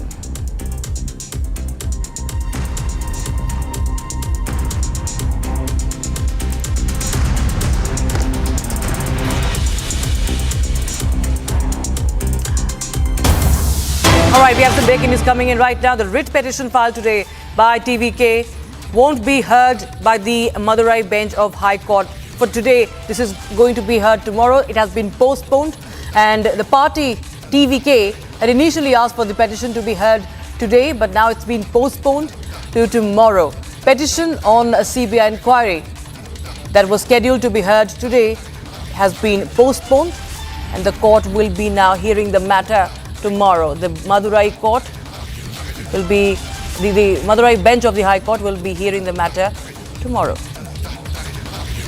Shada joins us live for more details. Shada, tell us more details about this, please. Why has this been postponed?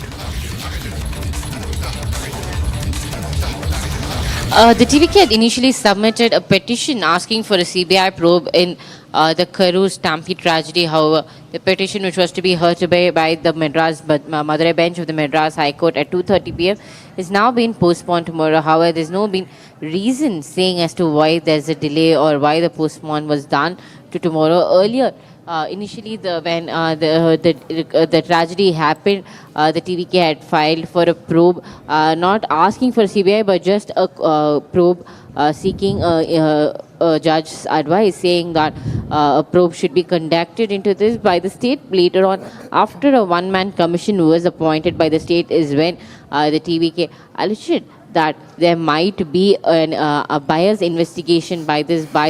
The matter will be heard on Friday. Sir, please name, sir. Yes, Sarivalagan, Advocate, Wing Secretary of TVK. Sir. Right, that was the TVK advocate's reaction that was coming live right now, viewers, and we will continue to keep a track of more updates on that story, as the TVK petition that was scheduled to be heard today has been now postponed, and now we will be shifting our focus to the story. Thank you so much, Shada, for joining us, and in the meantime, we'll slip into a short break. Don't go anywhere. We'll get you the latest as the situation is tense in Bangladesh. 3 killed in the fresh protests breaking out in Bangladesh. Trouble mounts for Pakistan Prime Minister Shehbaz Sharif. Thousands staged protest in Pak-occupied Kashmir demanding reforms.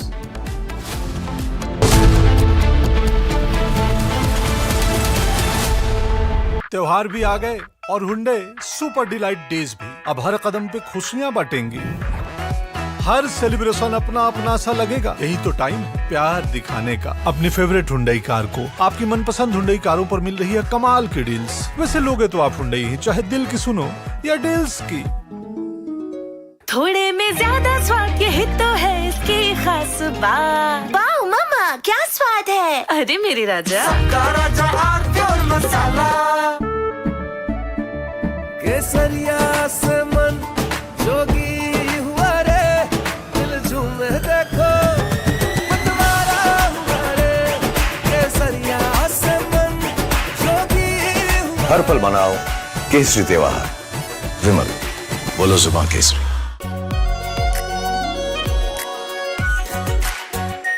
Are pure shahi paneer masala, delicious, healthy everyday.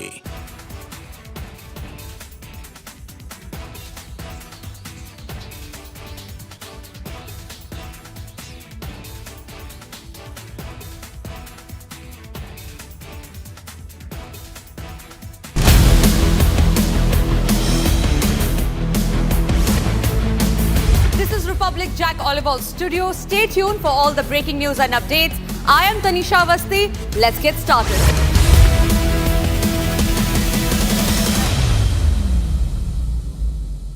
Bliss. Sometimes it dances on your skin like first rain. Weaves the magic of warmth into a cold day.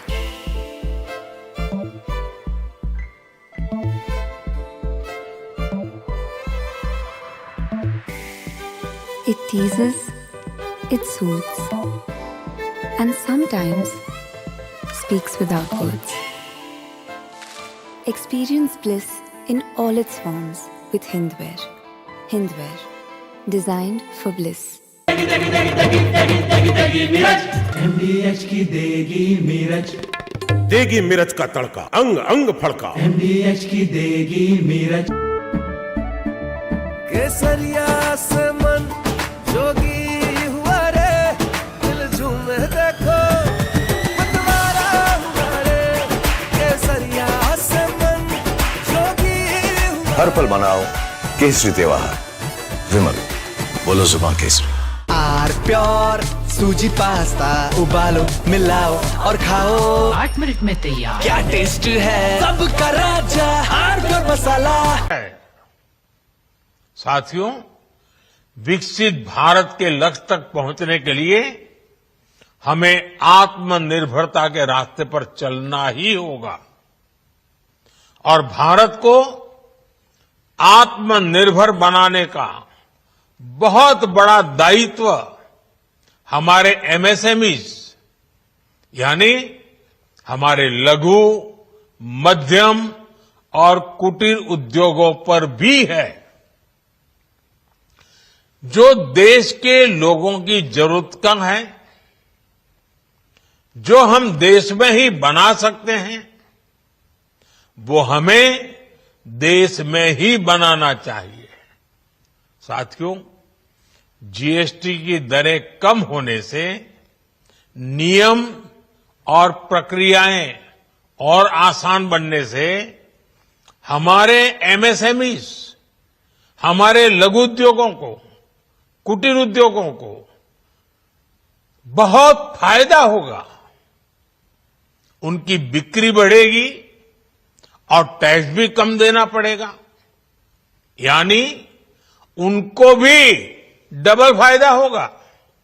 इसलिए आज मेरी MSME से लघु उद्योग हो, सूक्ष्म उद्योग हो,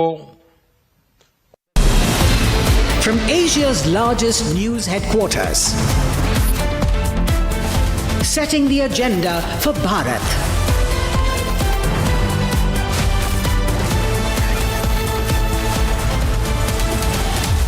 You're watching Republic.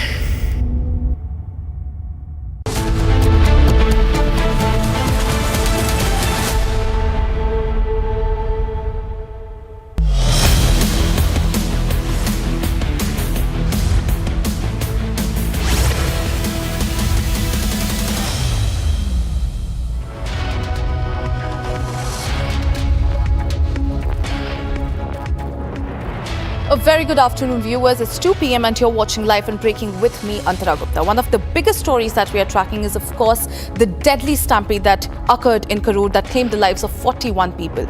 Viewers, the blame game has erupted, and by the looks of it, the finger pointing has just begun. We'll be getting you all of this and much more, but first, as always, a quick check of the headlines. TVK's big charge in Karur tragedy says stampede was engineered by police and DMK. TVK demands CBI probe.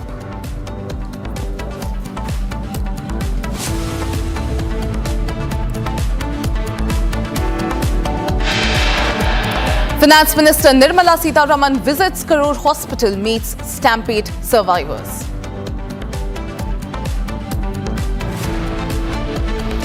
PM Modi and Home Minister hail Team India after India beat Pakistan in Asia Cup final, gives reference of Operation Sindoor.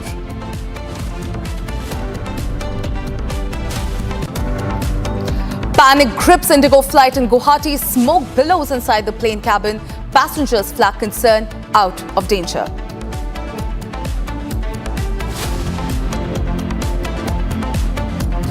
Conflict spreads in tribal-dominated hilly region of Bangladesh, 3 killed.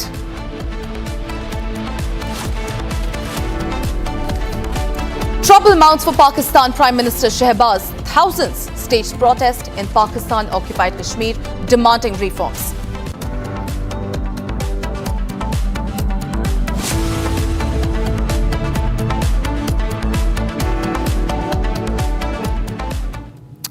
Our top focus, ladies and gentlemen, remains on the tragic Karur Stampede that claimed the lives of at least 41 people, including 9 children. Innumerable questions, and the families and the victims of the families are demanding answers. The TVK has in fact filed a petition in the Madras High Court citing that the incident was engineered by the police and local politician with illicit connection with the local hooligans. The petition filed by Vijay's party says that the electricity line was disconnected right before Vijay's speech, and that during the speech, TVK's event was infiltrated.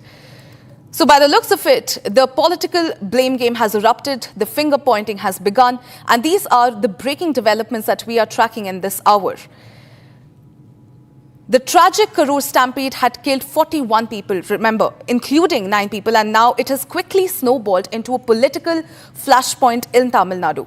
Let's cut straight across to my colleague Sharda, who's joining me live for this story. Sharda, of course, now the TVK has in fact decided to move courts. They have now said that there is a conspiracy behind the tragic stampede that claimed the lives of 41 people. What are the other developments that you're picking up?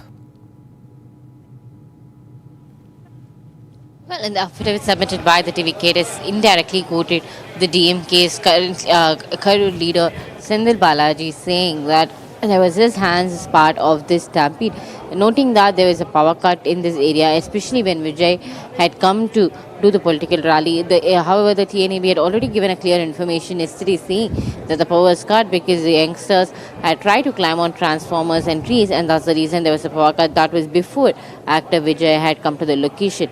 Following which there was also a statement saying that even when the political rally was happening, the generators were being run and that should not have caused a problem. However, this is not the first time when Vijay had gone to a political rally, the power was shut down completely. Earlier in Perambalur and Trichy, when he had gone for last week, the same issue is there when the TVK leader tried to address the people around. His mic audio was cut off because there was no power in the entire area. So this seems to be the problem of the TVK, saying that the government is misusing their powers, trying to shut down the power when the TVK leader Vijay is speaking.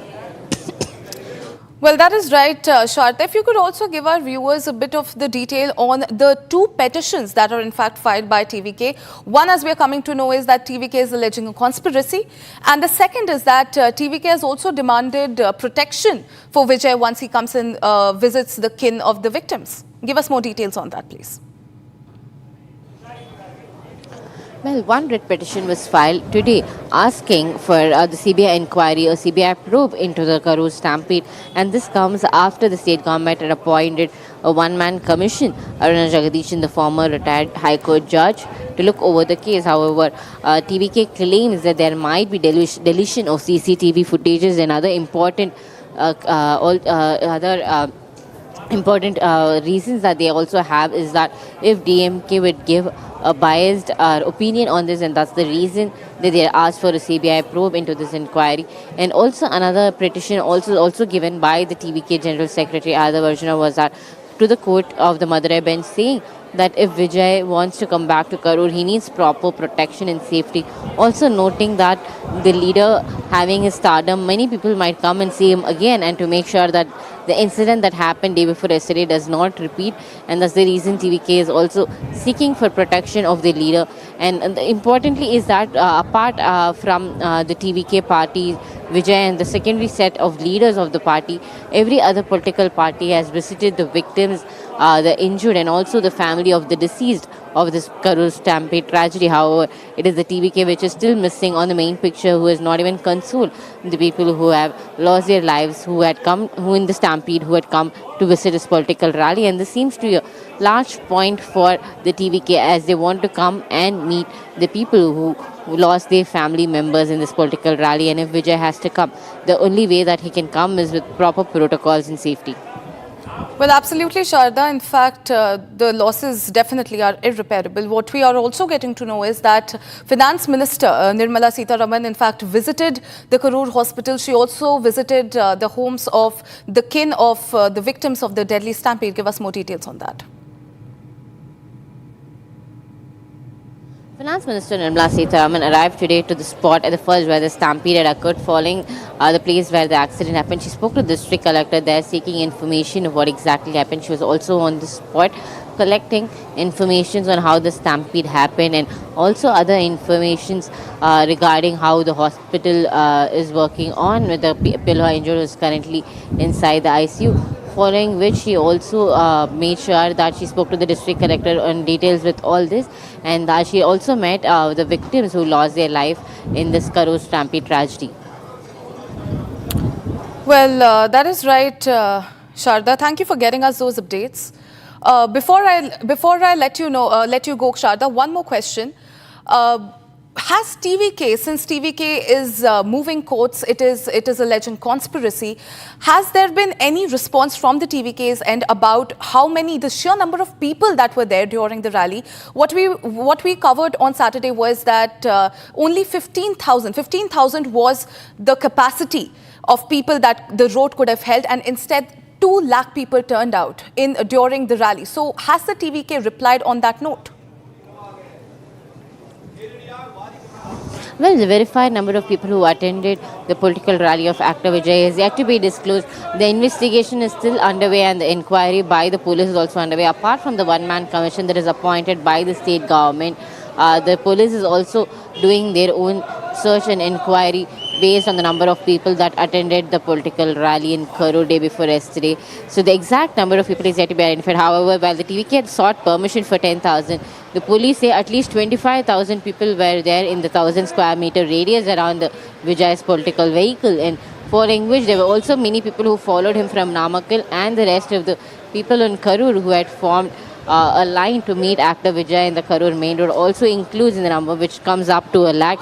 And the police will do a detailed investigation on this. And the TVK, the party, has still not given the number of people, or they did not take account of the number of people who were actually present at the political rally that day. Well, absolutely, Sharda. Thank you for getting us those updates. Before we move on from the story, let's listen into this reaction coming in from BJP's Annamalai. Take a look. Very unfortunate, sir. What happened in Karur is very unfortunate. 40 innocent people lost their lives. In our state, this has never happened previously in a political rally. And we clearly find fault with the local administration, because it's very clear the government has to act as a honest broker. That is their role. You have to be a honest broker. And your first duty is to take care of the public who come in a public place. Government has utterly failed. 20,000, 30,000 people coming with 500 policemen deployed. If you see, hardly 100 policemen on the ground, 400 are technical staff. So how can you expect people to feel safe? So it's very, very unfortunate what happened in Karur.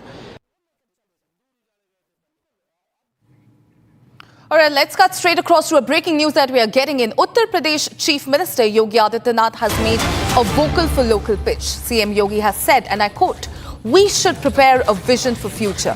We should end the slavery mentality, and everyone should follow the rights and the rules of the country by buying things manufactured in India only." Yogi's Swadeshi pitch has come at a time when Diwali is around the corner, ladies and gentlemen. So right ahead of this festive season, Yogi Adityanath has pushed for a vocal for local voice. In fact, he has made a very, very strong pitch here for the Swadeshi products. He has in fact urged people to prioritize vocal for local in their daily choices. Listen in to what Yogi Adityanath had to say. 11 वर्ष में हमने बदलते हुए भारत को देखा है, और भारत के बारे में दुनिया के मन में जो परसेप्शन था उसको बदलते हुए भी हमने देखा है। भारत को दुनिया की एक बड़ी आर्थिक ताकत के रूप में उभरते हुए हम देख रहे हैं। हर एक सेक्टर में भारत की जो सफलता है वो अभूतपूर्व है, अभिनंदनीय है। जब प्रधानमंत्री जी ने देशवासियों से कहा था आजादी के अमृत महोत्सव वर्ष में कि हमें 2047 के लिए अपना एक विजन डॉक्यूमेंट तैयार करना चाहिए, 2047 कैसा होना चाहिए, तब प्रधानमंत्री जी ने कहा कि विकसित भारत होना चाहिए, और विकसित भारत के लिए उन्होंने पंच प्रण की बात की थी। पंच प्रण, पहले अपने परंपरा और अपने पूर्वजों पर गौरव की अनुभूति होना, यानी विरासत का सम्मान। दूसरा, प्रधानमंत्री जी ने जो लक्ष्य हम सबको दिया वह था गुलामी की मानसिकता को समाप्त करना। यानी गुलामी की ये मानसिकता, अरे साहब नहीं हो पाएगा, हम नहीं कर पाएंगे, हम पिछड़े हैं, हम नहीं कर पाएंगे।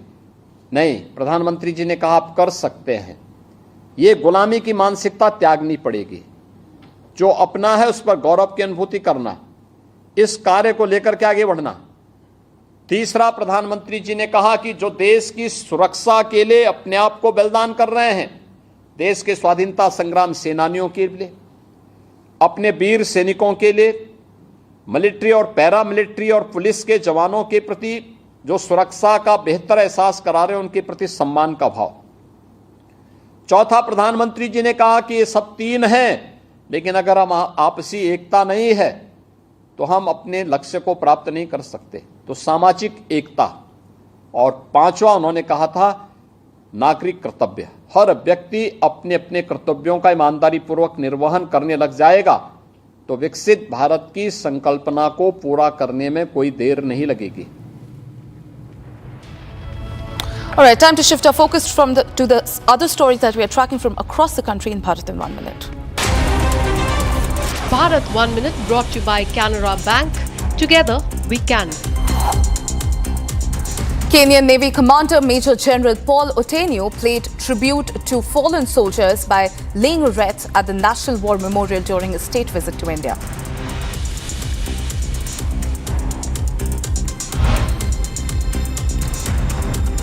Union Railways Minister Ashwini Vaishnav flagged off 3 new Amrit Bharat Express trains on the Darbhanga, Ajmer and Muzaffarpur, Hyderabad and the Chhapra Delhi routes at the Anand Vihar terminal in Delhi.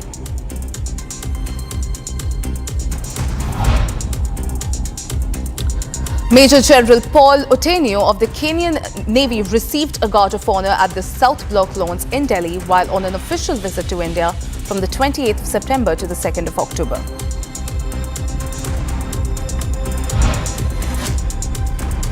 Uttarakhand Chief Minister Pushkar Singh Dhami flagged off the Dr. Bhim Rao Ambedkar Social Welfare Multi-Purpose Rath from Dehradun.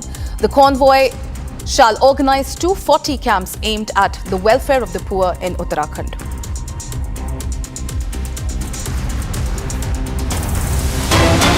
All right, shifting our focus to another breaking news that we are tracking. There's an update on the Indigo 6C5652 Guwahati to Hyderabad, the flight that was cancelled. What we're coming to know is that the alternate flight arranged for the passenger is what was promised. However, no direct flight has been given. In fact, flight to Hyderabad has been given via Bangalore is what we're coming to know. The alternate aircraft has yet not been arranged and that the passengers are waiting for the alternate aircraft. The earlier aircraft was now grounded, remember, due to the technical snag. There was a snag because of an AC problem. No official statement from Indigo has come so far. Remember, viewers, Indigo flight 6C565 to Hyderabad was cancelled at the Guwahati airport after smoke was reported inside the cabin. Initially, it was believed to be due to AC pressure. However, the smoke continued to increase and which caused the passengers to feel suffocated. All right, let's cut straight across to my colleague Aniruddha, who is joining me live on this edition. Aniruddha, we are getting to know that while the passengers were promised a flight, we are getting to know that there is no direct flight that has been appointed for the passengers. In fact, the flight will now go via Bangalore, is what we're coming to know. Aniruddha. Yes, in fact, we spoke to one of the passengers who was there in this flight Indigo 6C565, and he has confirmed to us that though an alternate aircraft has been assured to them, nothing has been informed to them officially or no boarding passes have been handed over to them yet. So yes, though verbally the Indigo officials inside the departure area are trying to convince and trying to keep the passengers calm by saying that an alternate aircraft will be arranged for them. There is no official statement from Indigo yet. Another major thing is that though it was a technical snag which led to the cancellation of the flight, and not just in the taxiway or in the parking area, but the flight was in fact on the runway when it was cancelled. The pilots pulled the brakes, they slowed down the aircraft and brought it back to the taxi. Means it was not a minor technical snag, but in fact a major technical snag that needs to be clarified by the Indigo authorities. No official statement has been issued by Indigo in this regard yet, and they are only verbally saying that it was a minor technical snag. But what we are getting to know is that it was a problem which the AC which led to this cancellation of this flight. Initially, as we have been telling you, initially the passengers who were boarding the flight, they thought that it was the moisture of the AC that was filling the cabin, but gradually when it kept on increasing, the entire cabin was filled with a dark, thick, dense smoke. It was black. That is what we are being told. In fact, there was no visibility inside the aircraft. In the visuals that we are showing, it clearly shows that the visibility was not there inside the aircraft. And even after then, the passengers were not being allowed to deboard. And after close to 2.5 hours, at 12:15, the passengers were allowed to deboard, and they were taken to the departure lounge again. Now still without any assurance, they are still in the departure lounge. We spoke to the passengers and they have told us that no foods have been arranged for them. Nothing have been arranged by the Indigo for them yet. The passengers are all on their own. And on the top of it, though the passengers had, booked a direct flight from Guwahati to Hyderabad, now when they are asking for a direct flight, as they should get, in fact, they are not being given a direct flight, and Indigo is giving an alternative flight to them, which will take off from Guwahati possibly at around 4:15, and another connecting flight is being offered to them from Bangalore to Chennai at around 8. The flight which was supposed to take off at 9:20 is still at the LGBI airport in Guwahati. It has not taken off. Passengers should have reached their destination by now, but they are still stuck inside the airport. The passengers, lot of passengers are actually patients who travel from different parts of the Northeast to Hyderabad for treatment. And so this negligence of Indigo is something that needs to answer, because this is not just a small negligence. Most of the people who are on this aircraft are actually patients who are going to Hyderabad for treatment. So yes, Indigo needs to answer these questions and also address this negligence. Well, certainly, Anirudh. Of course, the string of technical snags continue on our flights. And let's quickly toss to this report that tells us exactly what happened in the Indigo flight. Watch this. An emergency cancellation of a flight Indigo 6E565 took place in Guwahati today morning at around 9:20. The flight was supposed to take off for Hyderabad. However, after smoke filled the cabin of the Indigo aircraft 6E565, the takeoff was called off.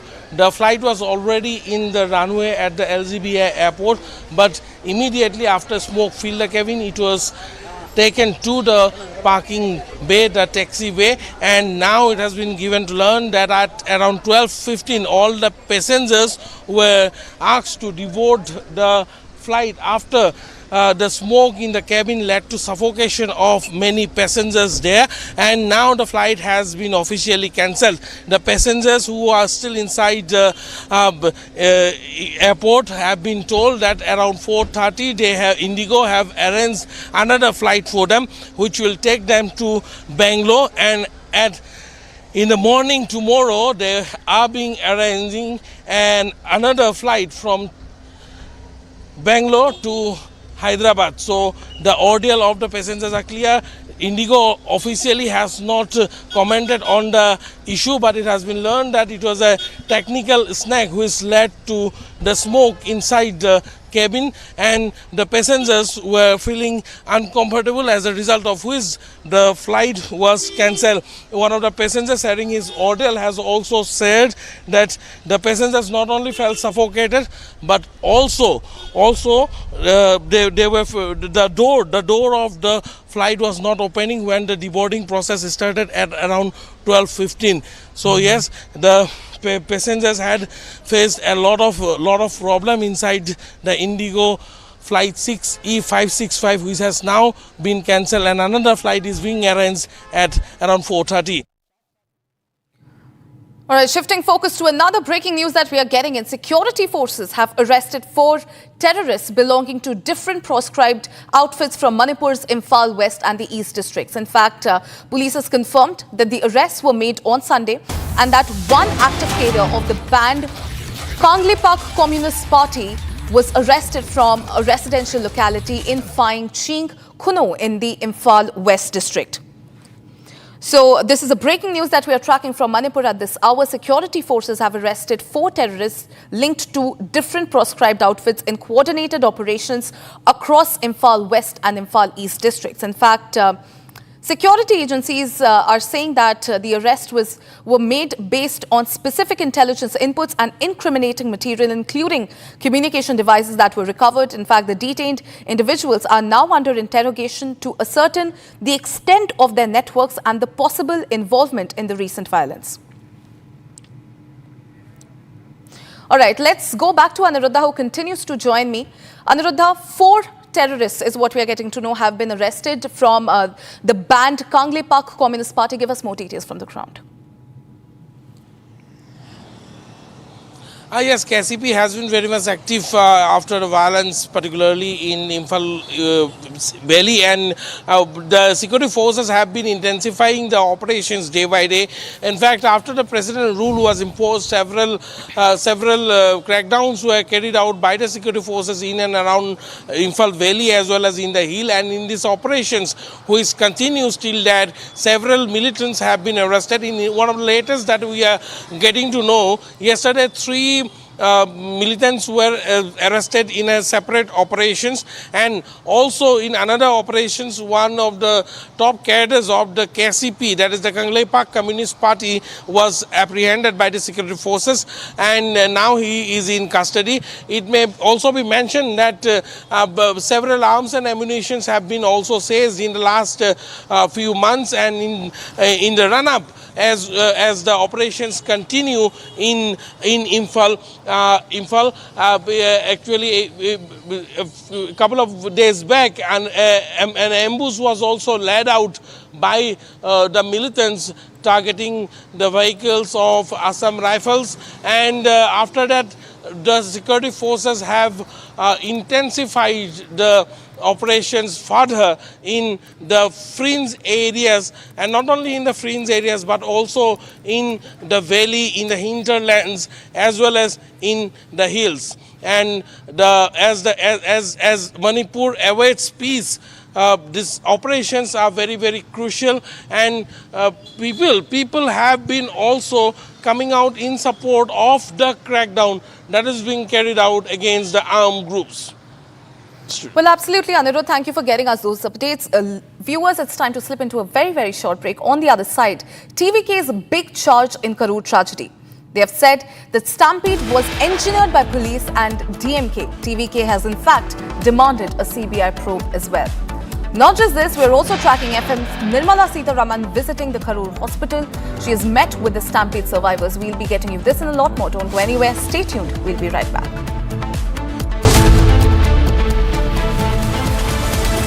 MDH की हल्दी मिर्ची धनिया करे कमाल, ये रंग दे, ये खुशबू दे, ये तीखा, ये कम पड़े, क्या निराला MDH मसाला।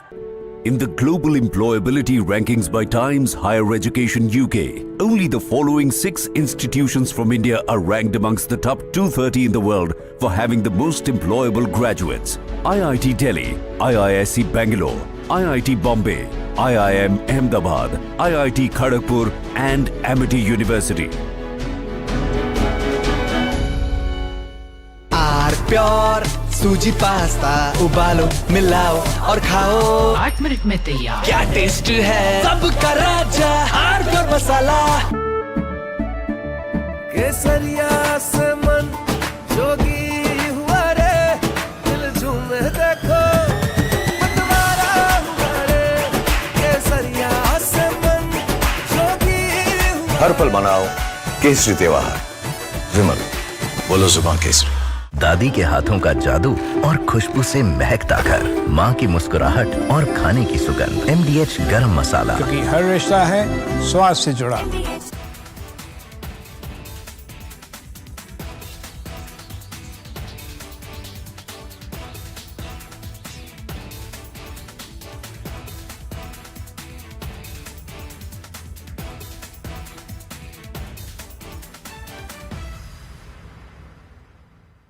साथियों, हम नागरिक देवो भवः,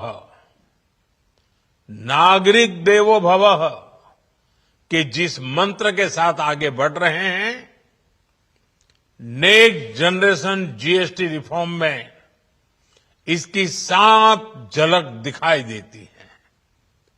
अगर हम इनकम टैक्स में छूट और जीएसटी में छूट को जोड़ दें तो एक साल में जो निर्णय हुए हैं उससे देश के लोगों को 2.5 लाख करोड़ रुपए से ज्यादा की बचत होगी। और तभी तो मैं कह रहा हूं ये बचत उत्सव है।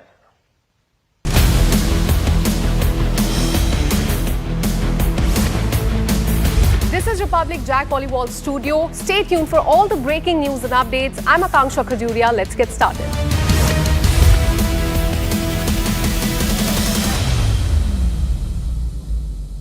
Bliss. Sometimes it dances on your skin like first rain.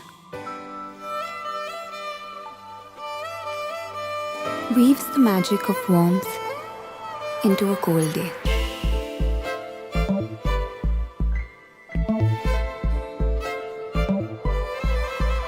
And sometimes it drapes you in colors, fresh and new. Experience bliss in all its forms with Hindwear. Hindwear, designed for bliss. Are pure shahi paneer masala, delicious, healthy everyday. I choose a world where we dream and the limit is the sky, and this world is my home where I'm living my best. Mindfully crafted home decor fabrics. Sansar, a D-Decor brand. Live consciously. थोड़े में ज्यादा स्वाद, यही तो है इसकी खास बात। वाओ मामा, क्या स्वाद है? अरे मेरी राजा, कल यानी नवरात्रि के प्रथम दिवस 22 सितंबर को सूर्योदय के साथ ही नेक्स्ट जनरेशन जीएसटी रिफॉर्म्स लागू हो जाएंगे। एक तरह से कल से देश में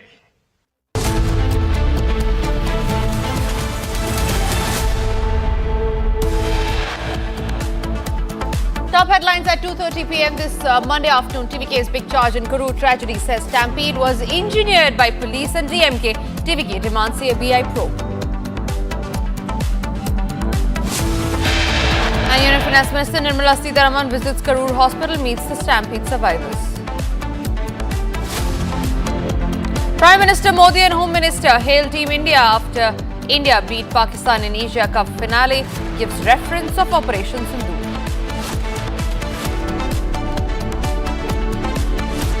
Panic grips Indigo flight in Guwahati. Smoke billows inside the plane cabin. Passengers flag concern out of danger.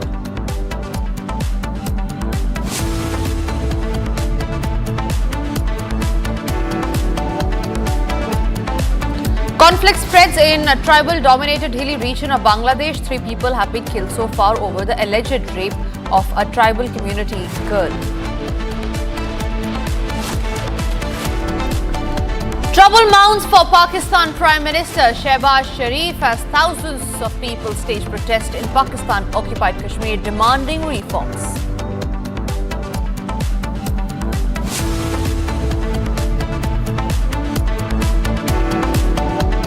And we start this edition with the top focus story that we are tracking here on Republic. It is about the Karur Stampede. Now, in the case, we learned that TVK has advocated and said a petition has been filed before the High Court of Madras, Madurai bench seeking a transfer of the case from the town police station of Karur to the Central Investigation Team for a probe into the entire occurrence. Now, the party lawyer has also said that the incident was solely motivated by the political party, including DMK and its functionaries. The matter will be taken up on Friday, that is the 3rd of October. So that's the latest breaking news that we are getting in as far as the Karur Stampede is concerned. In fact, we have the soundbite of the lawyer as well. Let's listen into that.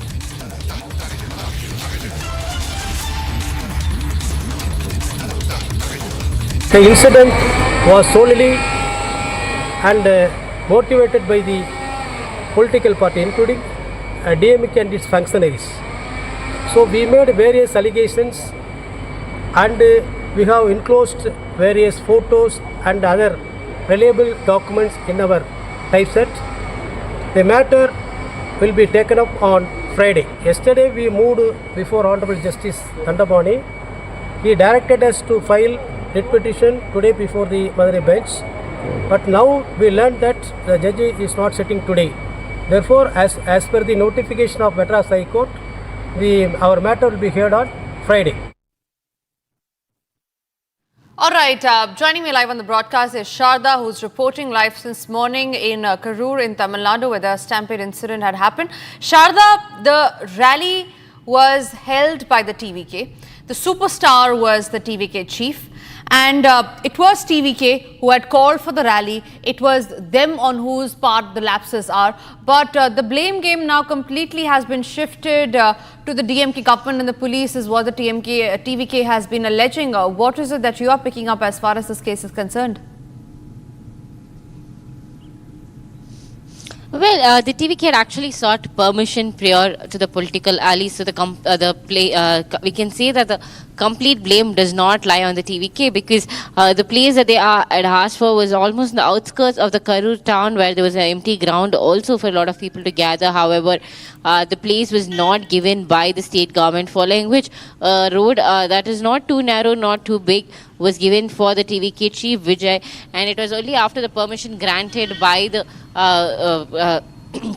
ADGP of Karur the political rally took place. And if the political rally had happened without the proper permission, probably then we could have put the entire blame on one particular party. Now, TVK also states that it was the police who had actually mishandled them with taking them to another place which they did not even ask for, and the blame continues, where apart from the TVK and the state police, where TVK now alleges that even the DMK government is involved in it, indirectly pointing out to the Karur DMK star, Mr. Sendil Balaji as well. And this is where it all gets into turmoil, where DMK and TVK pointing out hands at each other. Now, while DMK has indirectly stated that these allegations are not true, TVK continues to say that a one-man commission will not be very unbiased, and also added that if this one-man commission being appointed by the state government has a bias on what TVK has done,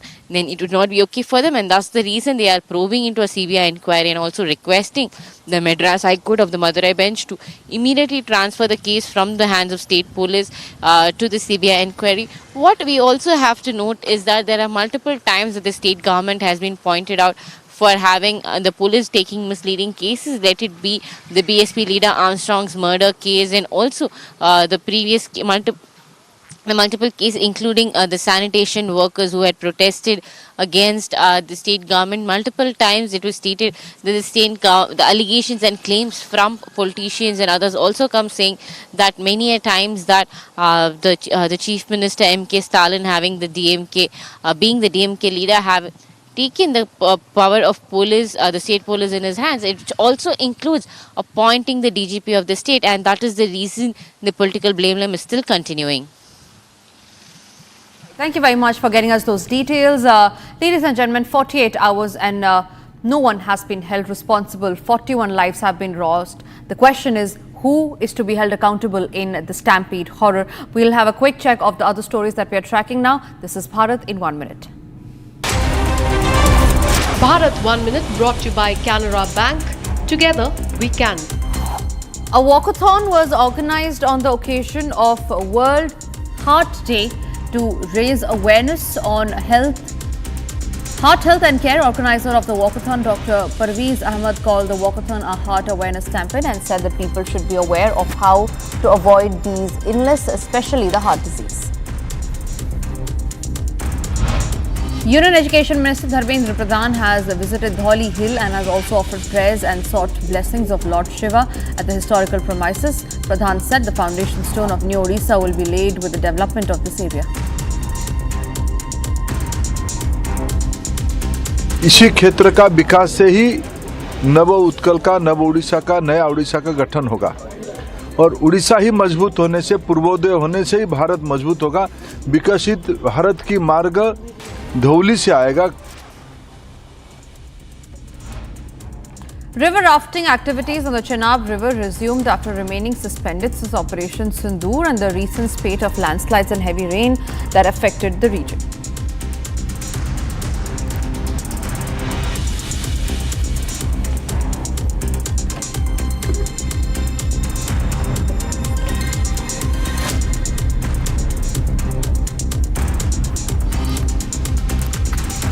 And moving across to more stories that we are tracking, a chilling case of crime in Mangaluru has been caught on camera. The video shows how a man was brazenly abducted on a busy road. Here's a quick report on that. In a shocking incident reported from Mangaluru, the victim was first stopped by two bike-borne men. Moments later, another group arrived in a car and forcefully abducted him, while bystanders watched in silence.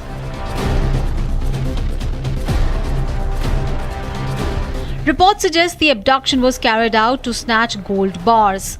The crime, which occurred on 26th of September, surfaced only later.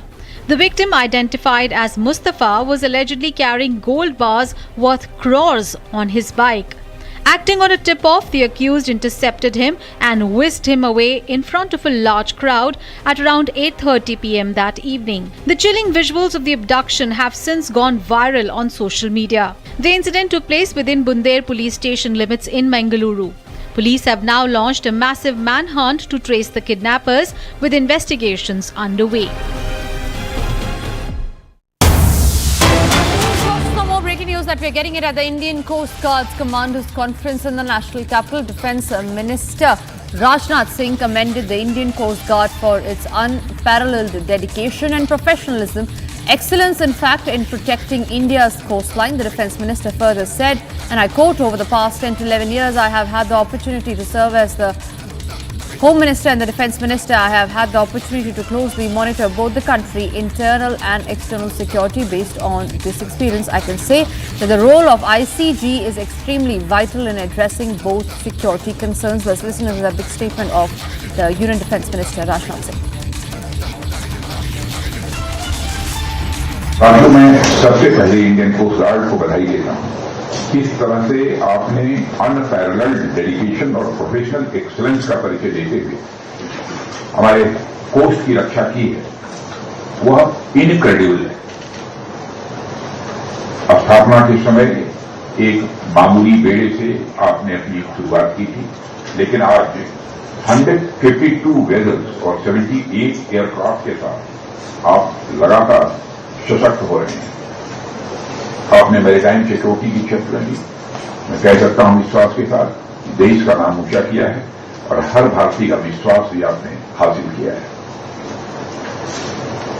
साथियों, पिछले 10-11 वर्षों में मुझे पहले home minister के रूप में और अब डिफेंस मिनिस्टर के रूप में काम करने का यह अवसर मिला हुआ है और इस दौरान मुझे देश की इंटरनल और एक्सटर्नल सिक्योरिटी दोनों को नजदीक से समझने का भी अवसर मिला है। यह मेरे लिए बहुत ही, मैं कह सकता हूं कि शानदार अनुभव रहा है और इन्हीं अनुभवों के आधार पर मैं ये कह सकता हूं कि इंडियन कोस्ट गार्ड का रोल दोनों ही सिक्योरिटीज के संबंध में बहुत ही वाइटल है। और आमतौर पर जब भी हम सिक्योरिटी की बात करते हैं तो ब्रॉडली इसे दो हिस्सों में बांटते हैं, एक्सटर्नल सिक्योरिटी और इंटरनल सिक्योरिटी। एक तरफ एक्सटर्नल सिक्योरिटी की जिम्मेदारी हमारी तीनों सेनाओं की है, वहीं दूसरी तरफ इंटरनल सिक्योरिटी के लिए कई एजेंसी और फोर्सेज देश के अलग अलग हिस्सों में काम करती हैं। लेकिन कोस्ट गार्ड की खासियत यह है, उसका रोल इंटरनल और एक्सटर्नल दोनों ही सिक्योरिटी से डायरेक्टली और इनडायरेक्टली ये जुड़ा हुआ है। और आप जब एक्सक्लूसिव इकोनॉमिक जोन में पेट्रोलिंग करते हैं तो आपको केवल बाहरी खतरों को ही रोकना नहीं होता, बल्कि देश के अंदरूनी सुरक्षा से जुड़े हुए जो मुद्दे हैं उन मुद्दों से भी आपको निपटना होता है। यही वजह है कि कोस्ट गार्ड का दायरा बहुत ही व्यापक और यदि मैं इसे यूनिक कहूं तो यूनिक कहना भी एग्जैजरेशन नहीं होगा। एक तरफ तो आपके काम का दायरा काफी बढ़ चुका है, तो वही दूसरी तरफ आपके लिए मैरीटाइम डोमेन में भी आज चुनौतियां भी मल्टी डायमेंशनल हो चुकी हैं। सिर्फ पायरेसी या इलीगल फिशिंग की बात नहीं है, अब narcotics smuggling, arms trafficking, human trafficking, illegal trade और मेरीन पोल्यूशन जैसी समस्याएं भी लगातार सामने आती रहती हैं और इन सब से डील करने में मैं विश्वास के साथ कह सकता हूं कि कोस्ट गार्ड की भूमिका बहुत ही डिसाइसिव रहती है।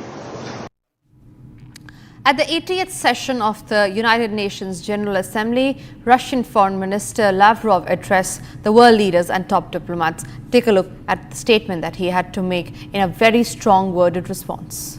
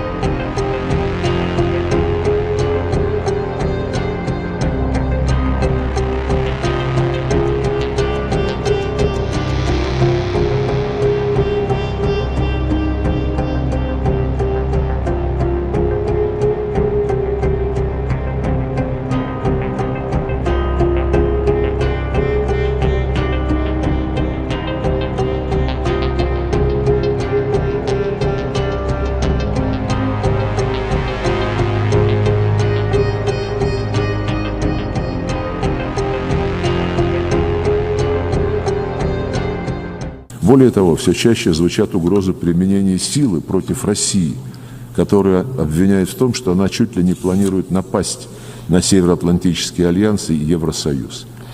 Президент Путин не раз развенчивал подобные провокации. У России не было и нет подобных намерений, однако любая агрессия против моей страны получит решительный отпор. На этот счет не должно быть никаких сомнений у тех в НАТО и Евросоюзе, кто не только убеждает своих избирателей в неизбежности войны с Россией и заставляет их затягивать пояса, но и в открытую заявляет о подготовке к нападению на нашу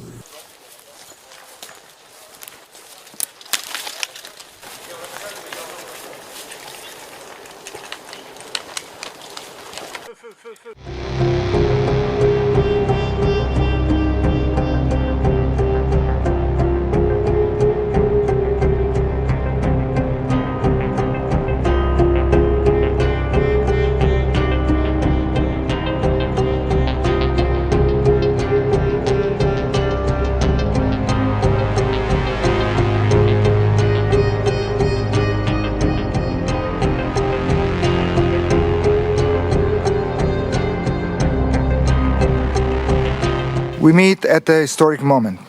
Russia's brutal war aggression against Ukraine continues to rage. New technologies are transforming the very character of warfare, and the rules-based international order that has preserved our peace is under direct and deliberate challenge. As Latvians say, he who is ready is never taken by surprise, and Latvia knows what this means. From our perspective, the threat assessment is clear. Russia poses a long-term threat to Euro-Atlantic security. Terrorism remains a persistent threat. Europe and the alliance is being tested in every way possible. So that the task is to equip our forces for the threats and challenges of today and those of tomorrow. Russia continues a pattern of provocations, most recently recklessly violating the airspace of Poland and Estonia. And here I really want to thank and welcome NATO's immediate response commencing Eastern Sentry. This serves as a tangible example of NATO's decisive response. The intensity of Russia's drone attacks against Ukraine has created incidents in several allied countries, among them also here in Latvia.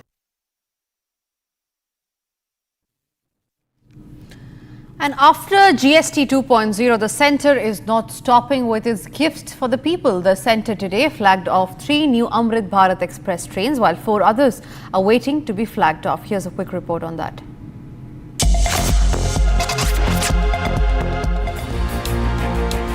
Union Railways Minister Ashwini Vaishnav has flagged off 3 new Amrit Bharat Express trains, giving a festive boost to passengers in Bihar. The new trains will run on the Darbhanga-Ajmer route via Mother Station, Muzaffarpur Hyderabad via Charlapalli, and Chhapra to Delhi, connecting thousands of daily travellers. Speaking at the launch, Vaishnav thanked Prime Minister Narendra Modi for what he called a Navratri gift to the people of Bihar. इस पावन नवरात्रि के समय में जो माननीय प्रधानमंत्री जी ने GST बचत उत्सव का बड़ा उपहार दिया हम सबको, उसके लिए मैं सबसे पहले माननीय प्रधानमंत्री जी को बहुत बहुत हार्दिक धन्यवाद देना चाहूँगा और उनका अभिनंदन करना चाहूँगा. He said that under Prime Minister Modi, railway investment in Bihar has jumped from just 1,000 crore rupees a decade ago to 10,000 crore rupees today, with projects worth 1 lakh crore already underway. The minister also announced that a record 12,000 special trains will be run for Chhath and Diwali, with over 10,000 already notified and another 150 kept ready for emergency demand. Chhath और दीपावली पे record संख्या में 12,000 special trains, last year 7,500 special trains की थी और इस बार प्रधानमंत्री जी ने हमको मार्गदर्शन दिया तो 12,000 स्पेशल ट्रेन, जिसमें करीब 10,500 ऑलरेडी नोटिफाई हो चुकी हैं और 150 ट्रेन्स रखी जाएंगी अनरिजर्व, जिससे कि अचानक लास्ट में कहीं से मेजर डिमांड आती है तो वहां पर डिप्लॉय कर सकें. Vaishnav added that Indian Railways is not just improving speed and connectivity, but also ensuring affordability and comfort for passengers. He said today's launch is part of 7 new trains being introduced across the region this week.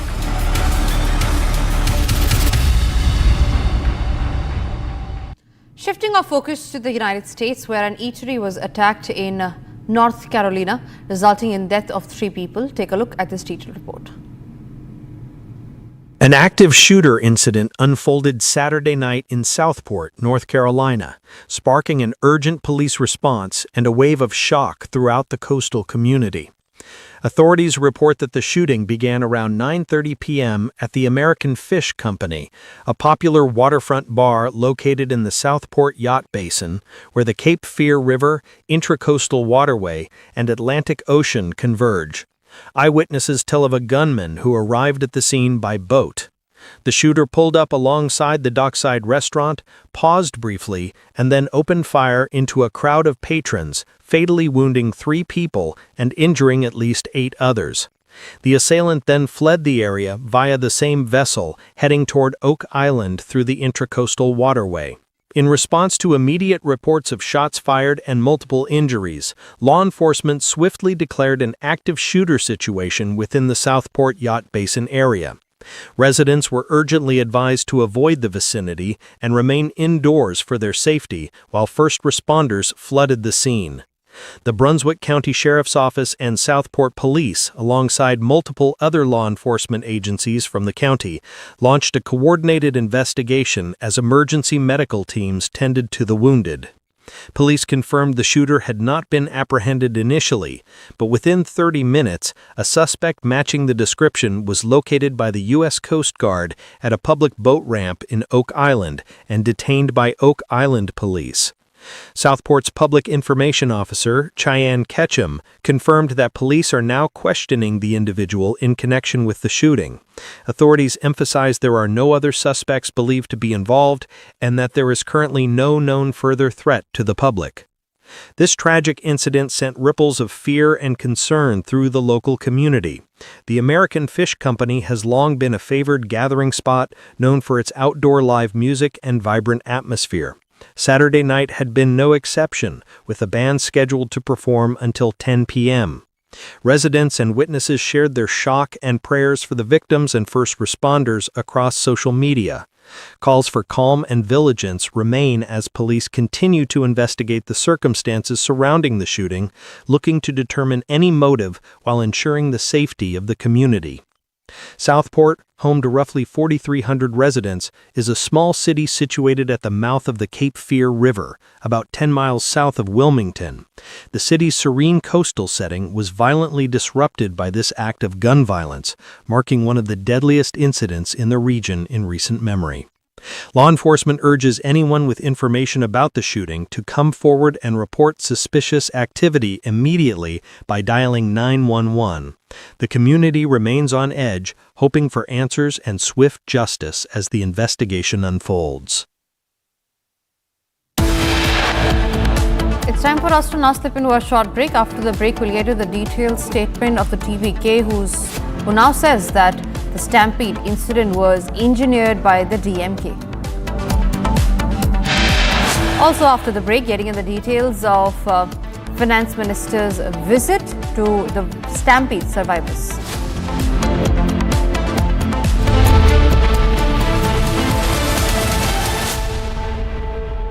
इसको घर पे लगाओगे तो शादी का तो पता नहीं, पर घर पक्का नहीं टूटेगा। रुंगटा नहीं तो घर स्ट्रॉन्ग नहीं। रुंगटा स्टील TMT बार एकदम सॉलिड। पहाड़ों में एक हाइकिंग शिप भी बन सकती है।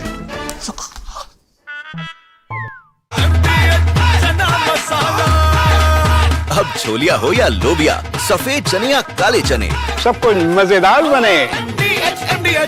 त्योहार की खुशियां होंगी double. Hyundai super delight days में आपकी मनपसंद कार्स पर मिल रही है कमाल के डील्स। वैसे लोगे तो आप हुंडई, चाहे दिल की सुनो या डील्स की।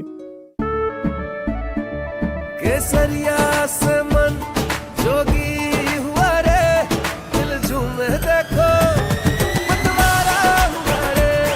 केसरिया से मन जोगी हुआ। हर पल मनाओ केसरी त्योहार। विमल, बोलो जुबान केसरी। थोड़े में ज्यादा स्वाद, यही तो है इसकी खास बात। वाओ मामा, क्या स्वाद है। अरे मेरे राजा, सबका राजा और pure masala.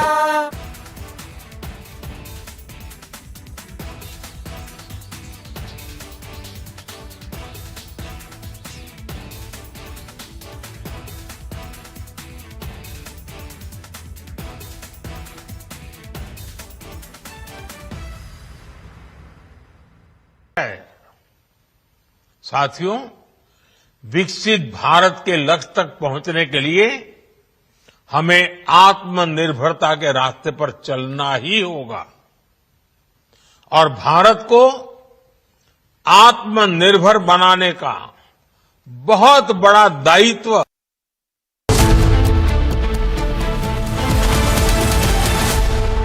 Bliss. Sometimes it dances on your skin like first rain. Weaves the magic of warmth into a cold day.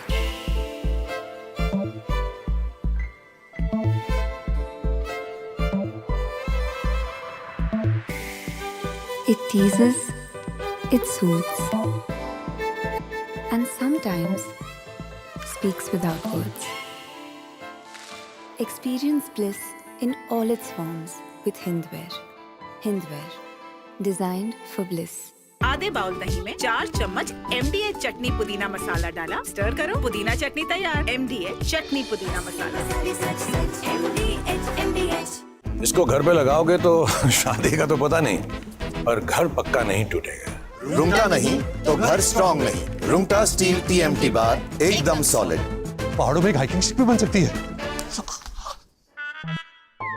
थोड़े में ज्यादा स्वाद, यही तो है इसकी खास बात। वाओ मामा, क्या स्वाद है। अरे मेरे राजा, सबका राजा और प्योर मसाला।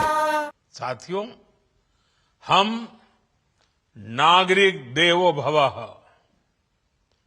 नागरिक देवो भवः के जिस मंत्र के साथ आगे बढ़ रहे हैं, नेक्स्ट जनरेशन GST रिफॉर्म में इसकी साफ झलक दिखाई देती है।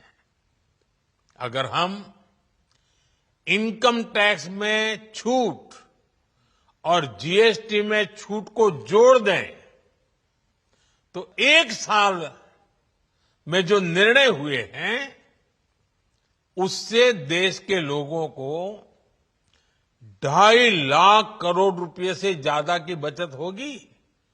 और तभी तो मैं कह रहा हूं ये बचत उत्सव है। साथियों, विकसित भारत के लक्ष्य तक पहुंचने के लिए हमें आत्मनिर्भरता के रास्ते पर चलना ही होगा और भारत को आत्मनिर्भर बनाने का बहुत बड़ा दायित्व हमारे एमएसएमईज यानी हमारे लघु, मध्यम और कुटीर उद्योगों पर भी है, जो देश के लोगों की जरूरत का है, जो हम देश में ही बना सकते हैं, वो हमें देश में ही बनाना चाहिए। साथियों, जीएसटी की दरें कम होने से नियम और प्रक्रियाएं और आसान बनने से हमारे एमएसएमईज, हमारे लघु उद्योगों को, कुटीर उद्योगों को बहुत फायदा होगा। From Asia's largest news headquarters, setting the agenda for Bharat.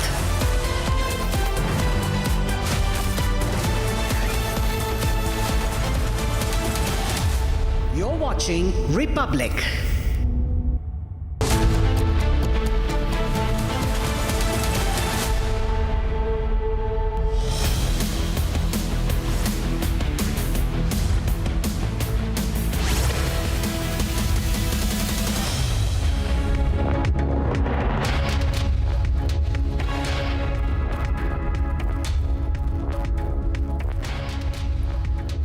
Viewers, you're watching live and breaking, and I am Rakshita Mishra with you, viewers. The politics over the India-Pakistan match is being now fueled by Pakistan. Pakistan's Interior Minister, the PCB chairperson, in a very juvenile act, when he felt so insulted and embarrassed, he runs away with the trophy, something that the world of cricket has never seen before. We'll tell you all that's happening and much more. First, the headlines.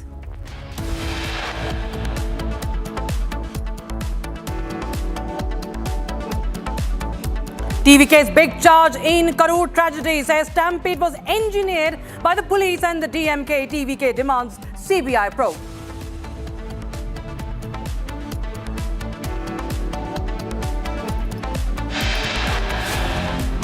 Nirmala Sitharaman visits Karur Hospital, meets Stampede survivors.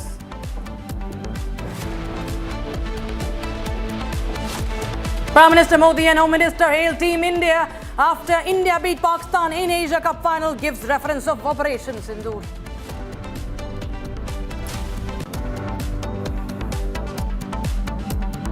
Panic grips Indigo flight in Guwahati. Smoke billows inside plane cabin. Passengers flag concern out of danger.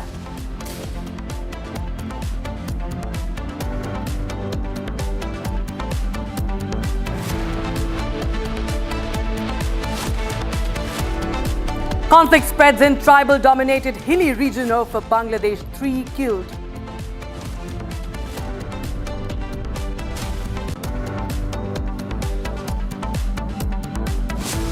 Trouble mounts for Pakistan Prime Minister Shehbaz Sharif. 1,000-stage protest in Pak-occupied Kashmir demanding reforms.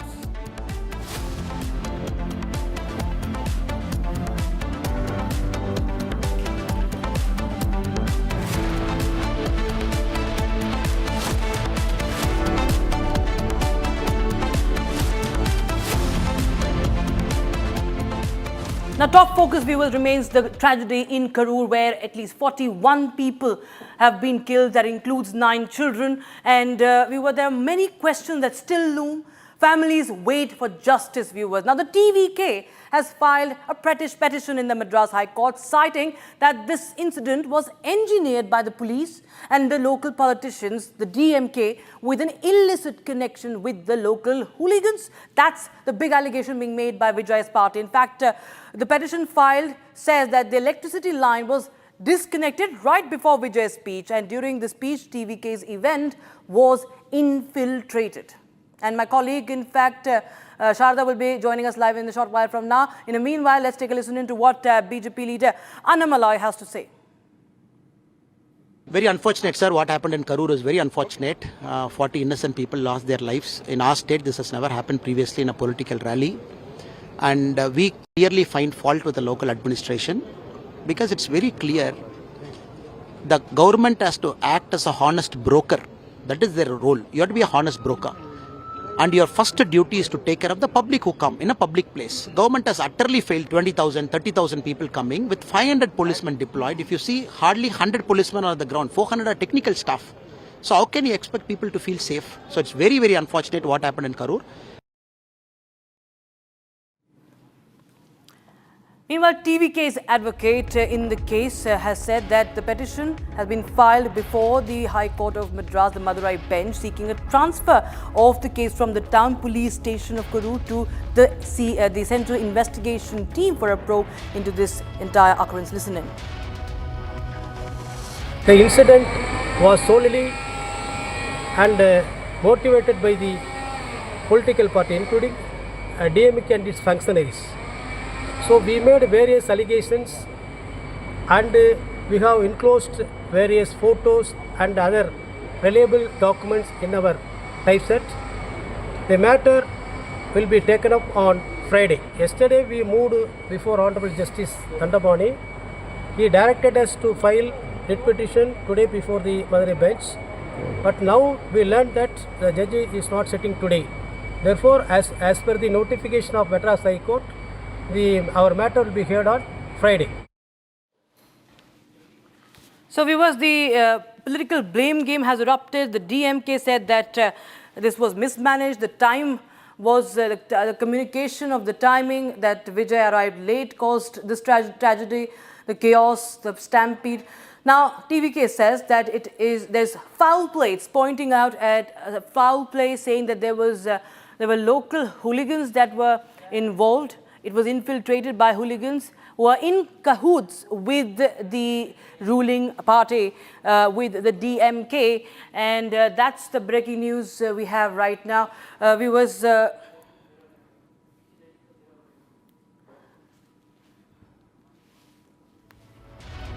and we will now shift our focus to other stories. At the Indian Coast Guard Commanders Conference in the national capital, Defence Minister Rajnath Singh commended the Indian Coast Guard for its unparalleled dedication and professional excellence in protecting India's coastline. The Defence Minister also went on to say that over the past 10 to 11 years, he has had the opportunity to serve as the Home Minister, Defence Minister, and had the opportunity to closely monitor both the country's internal, external security, viewers, and that the ICG is extremely vital in its role to address both the security concerns. Listen in.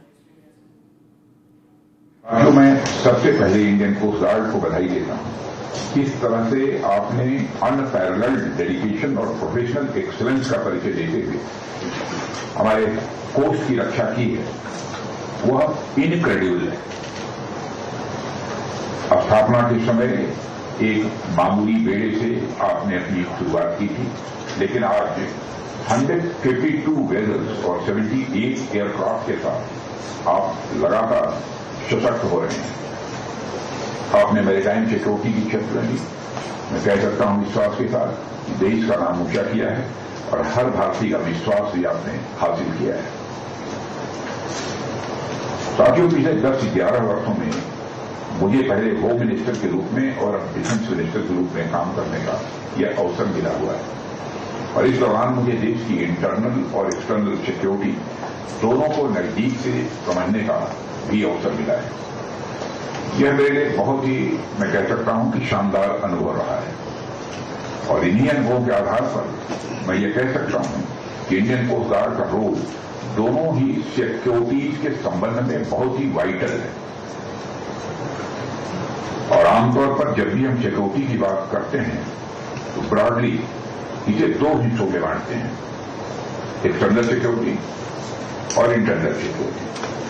एक तरफ external security की जिम्मेदारी हमारी तीनों सेनाओं की है, वहीं दूसरी तरफ इंटरनल सिक्योरिटी के लिए कई एजेंसी और फोर्सेज देश के अलग अलग हिस्सों में काम करती हैं, लेकिन कोस्ट गार्ड की खासियत यह है उसका रोल इंटरनल और एक्सटर्नल दोनों ही सिक्योरिटी से डायरेक्टली और इनडायरेक्टली ये जुड़ा हुआ है।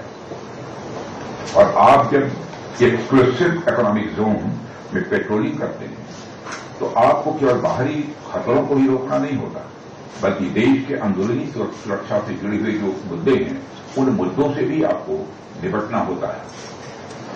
यही वजह है कि कोस्ट गार्ड का दायरा बहुत ही व्यापक और यदि मैं इसे यूनिक कहूं तो यूनिक कहना भी एग्जैजरेशन नहीं होगा। एक तरफ तो आपके काम का दायरा काफी बढ़ चुका है, तो वहीं दूसरी तरफ आपके लिए मैरीटाइम डोमेन में भी आज चुनौतियां भी मल्टी डायमेंशनल हो चुकी हैं। सिर्फ पायरेसी या इलीगल फिशिंग की बात नहीं है, अब narcotics smuggling, arms trafficking, human trafficking, illegal trade और मेरीन पोल्यूशन जैसी समस्याएं भी लगातार सामने आती रहती हैं। और इन सब से डील करने में मैं विश्वास के साथ कह सकता हूं कि कोस्ट गार्ड की भूमिका बहुत ही डिसाइसिव रहती है। And now a quick look at the stories from across the country. This is Bharat in 1 minute. Bharat 1 minute brought to you by Canara Bank. Together we can. Kenyan Navy Commander Major General Paul Owor has paid tribute to fallen soldiers at the War Memorial in Delhi by laying a wreath during his state visit to India.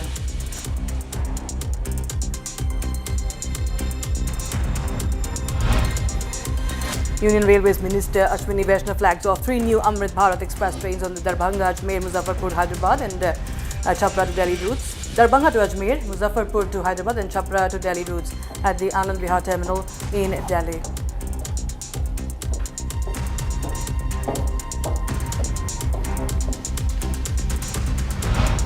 Major General Paul Owor, Oteni of the Kenyan Navy, received a Guard of Honor at the South Block lawns in Delhi while on an official visit to India from the 28th of September to the 2nd of October. And Uttarakhand Chief Minister Pushkar Singh Dhami flags off the Dr. Bhimrao Ambedkar Social Welfare Multipurpose Rath from Dehradun. The convoy shall organize 240 camps aimed at welfare for the poor in Uttarakhand.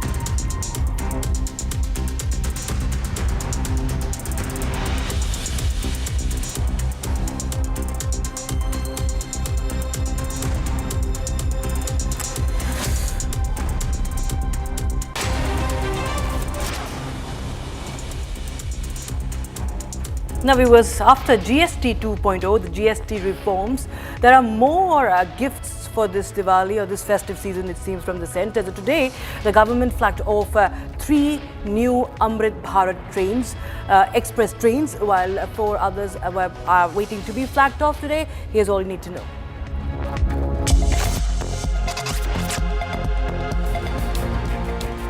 Union Railways Minister Ashwini Vaishnav has flagged off 3 new Amrit Bharat Express trains, giving a festive boost to passengers in Bihar.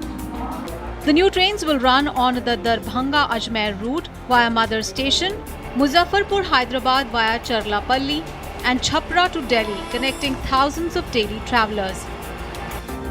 Speaking at the launch, Vaishnav thanked Prime Minister Narendra Modi for what he called a Navratri gift to the people of Bihar.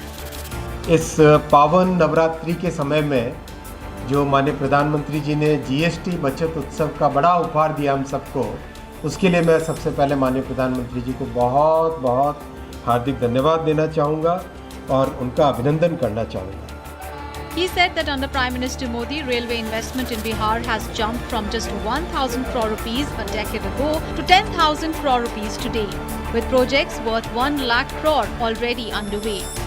The minister also announced that a record 12,000 special trains will be run for Chhath and Diwali, with over 10,000 already notified and another 150 kept ready for emergency demand. Chhath और दीपावली पे record संख्या में 12,000 special trains, last year 7,500 special trains की थी और इस बार प्रधानमंत्री जी ने हमको मार्गदर्शन दिया तो 12,000 स्पेशल ट्रेन, जिसमें करीब 10,500 ऑलरेडी नोटिफाई हो चुकी हैं और 150 ट्रेन्स रखी जाएंगी अनरिजर्व, जिससे कि अचानक लास्ट में कहीं से मेजर डिमांड आती है तो वहाँ पर डिप्लॉय कर सकें। Vaishnav added that Indian Railways is not just improving speed and connectivity, but also ensuring affordability and comfort for passengers. He said today's launch is part of 7 new trains being introduced across the region this week.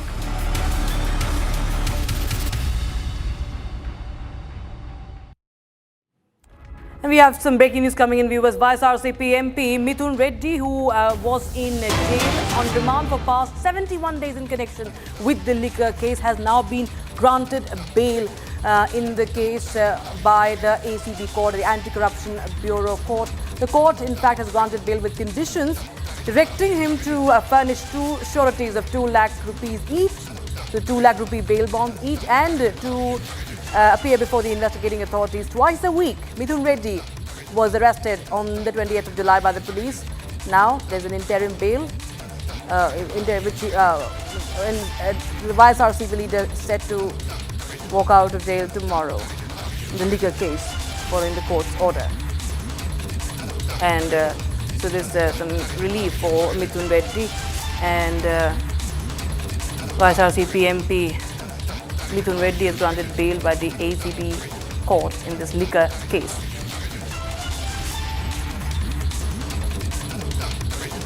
Well, let's straight away cut across to Nirmala Sitharaman, who's holding a press conference in Karur right now as we speak.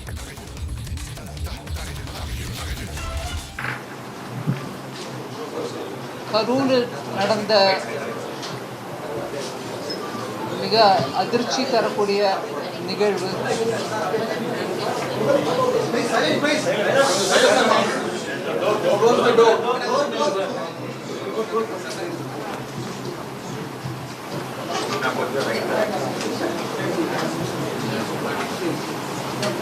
அதுக்கு பிறகு உயிரிழப்பு அந்த நம்பரும் கூடிக்கிட்டே வருது. அதை தவிர அந்த சம்பவத்தில் அடிபட்டவங்க எல்லாரும் ஹாஸ்பிட்டலில் இருக்கிறவங்க, இப்படியாக செய்தி வந்துட்டு இருந்தது. சோஷியல் மீடியா மூலமாக மாண்புமிகு பிரதமர் ஐயாவும் இல்லை ஹோம் மினிஸ்டரோ இதர அமைச்சர்களோ எல்லாரும் கூட இரங்கலை தெரிவித்தோம். ஆனால் நேற்றுக்கு இரவு பிரதமர் ஐயா, ஹோம் மினிஸ்டர் இருவரும் டாக்டர் முருகன் அவர்களையும் என்னையும் பர்சனலாக நீங்கள் போய் உயிரிழந்தவங்களுடைய குடும்பங்களை சந்தித்து அவங்களுக்கு ஆறுதல் கூறுறோம். அதே மாதிரி ஹாஸ்பிட்டலில் அட்மிட் ஆகிருக்கிறவங்களையும் பார்த்து அவங்களுடைய ட்ரீட்மெண்ட் எப்படி நடந்துட்டுருக்கு என்னன்றதையும் விசாரிக்கவும்,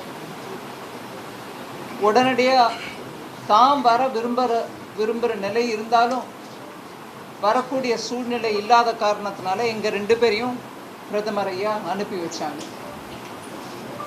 அதே அவருடைய ராத்திரி அவர் சொன்ன அட்வைஸ்க்கு இன்னைக்கு காலையிலேயே நாங்கள் டெல்லியிலேருந்து கிளம்பி கோயம்புத்தூர் வந்து இறங்கி டைரெக்டாக இங்கே வந்தோம். கலெக்டர் ஐயா எங்களை சம்பவம் நடந்த இடத்தையும் காமிச்சார்.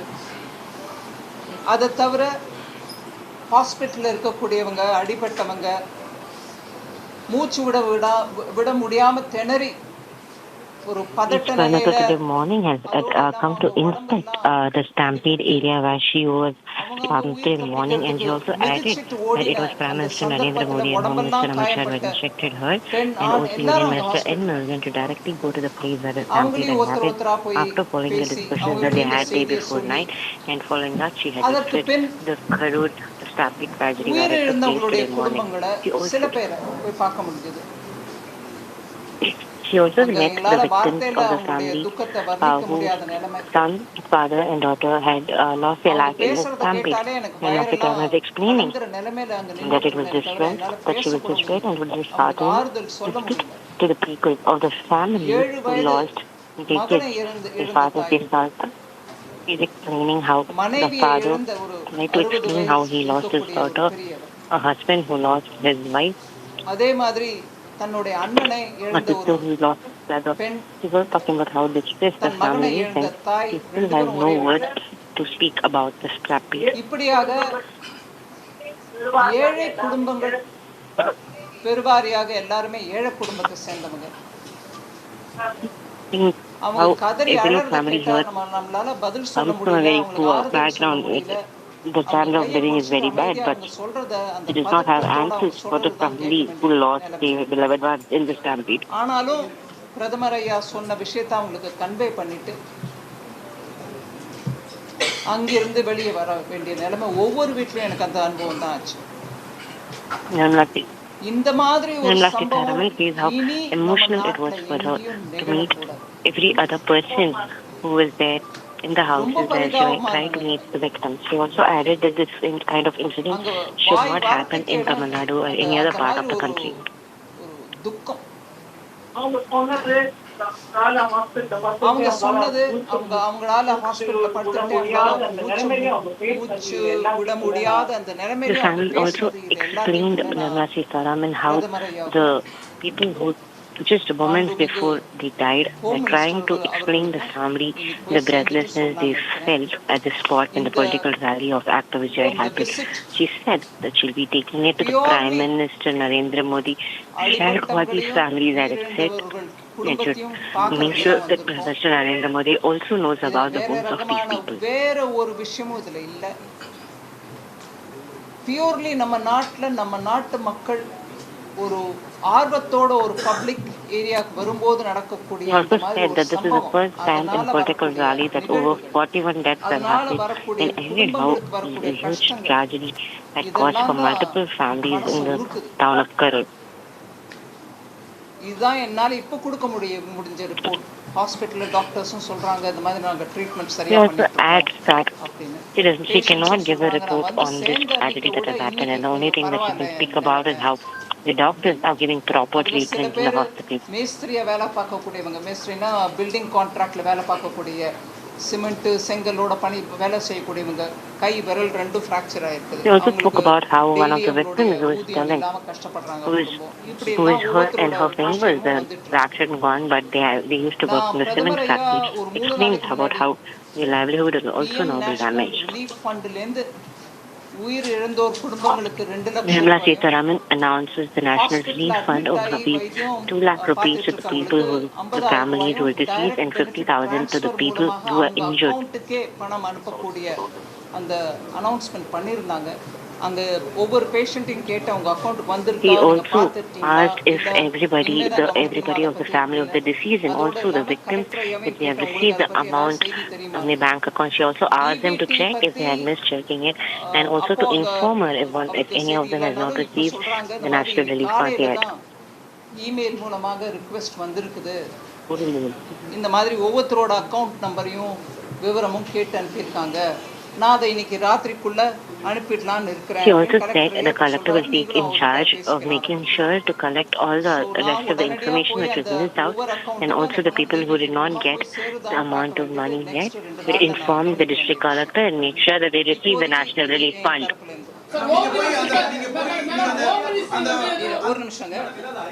ஒரு நிமிஷம் இருங்க. நான் எல்லாருக்கும் பொறுமையா சொல்றேன். எதுக்கு பதில் சொல்லணுமோ நான் சொல்றேன், எதுக்கு நான் பதில் சொல்ல முடியாதோ நான் சொல்ல முடியாதுன்னு சொல்றேன். ஆனா எல்லாருக்கும் சொல்றேன், தயவு பண்ணி 3 பேர் ஒரே சமயம் 5 பேர் ஒரே சமயம் இப்படி அப்படி பண்ணாதீங்க. ஒன்று ஒன்றா கேளுங்க, நான் எல்லாருக்கும் சொல்றேன். பொறுமையா ஆரம்பிங்க.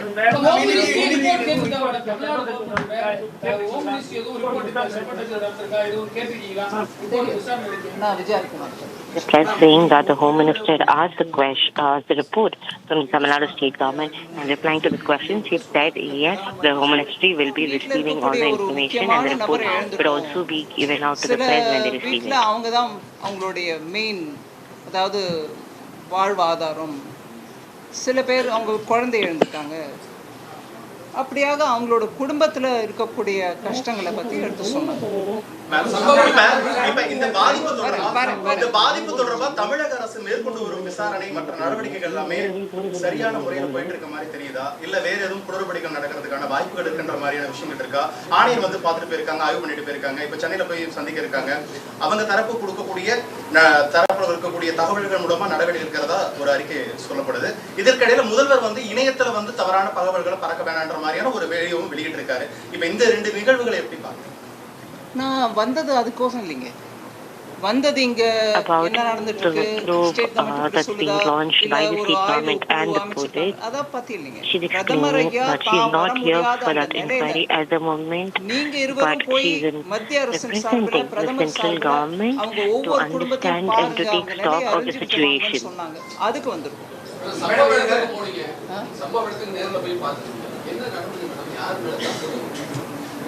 சம்பவம் நிகழ்ந்ததை பத்தி அவங்க சொன்னாங்க. இந்த மாதிரி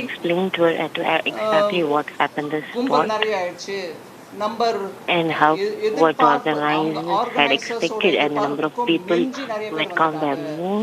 மேல பில்டிங் மேல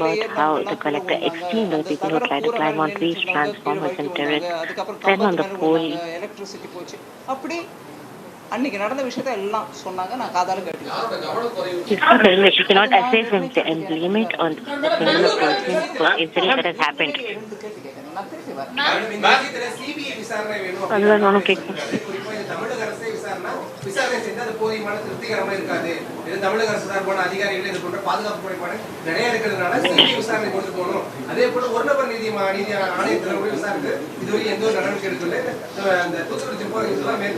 Answering the question of a severe inquiry is required. Nirmala Sitharaman says it should be an L. Murugan and she are just representatives of the central government.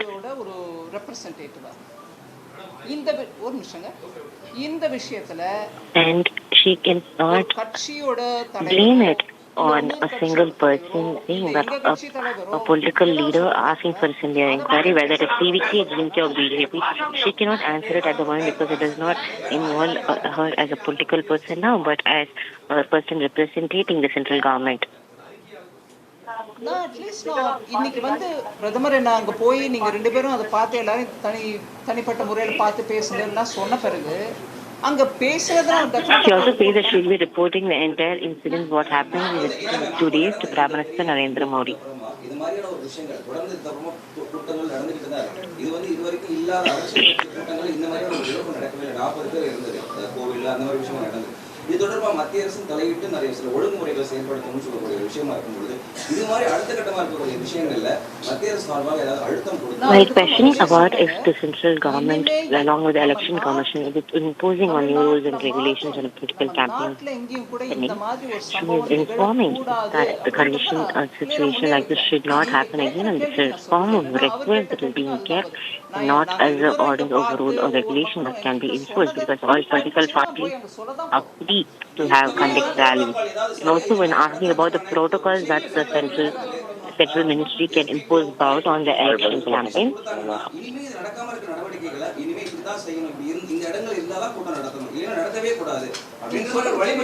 he is also saying that the protocols that cannot be imposed by her personally will take time to talk to the central ministry and then we can take into tragic instance such as this. As a union finance minister, as a woman, or as a common public office, what would you want to say to people who are making noise out of something tragic like that? I don't know how I can classify one as noise and another as I don't know how I can classify one as noise and another as a view. Everybody's opinion is important. But I'm not here to judge which is noise and which is not. One. Second, on these sort of sensitive matters, voices will come. People's opinions will come. And anxiety and anger will come. We cannot say this is right and that's wrong. We have to hear everybody. And post that, whoever does whatever, hope it's for the welfare of the people. That's all I can observe. The politics is being played, your Bliss. Sometimes it dances on your skin like first rain. Weaves the magic of warmth into a cold day.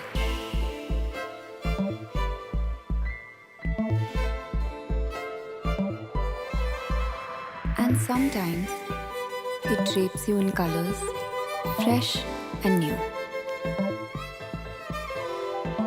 Experience bliss in all its forms with Hindwear. Hindwear, designed for bliss. ये है secret recipe MDH का जीरा SIP जल जीरा मसाला। SIP SIP जीरा SIP MDH का जल जीरा सिप MDH का जल जीरा सिप। केसरिया से मन जोगी हुआ रे, दिल झूमे देखो मतवारा हुआ रे।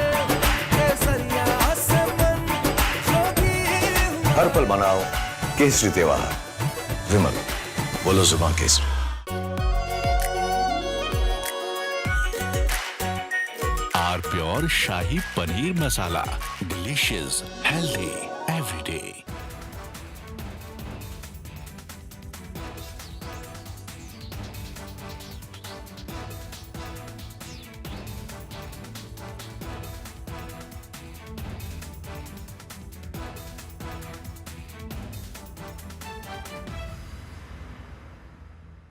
कल यानी नवरात्रि के प्रथम दिवस 22 सितंबर को सूर्योदय के साथ ही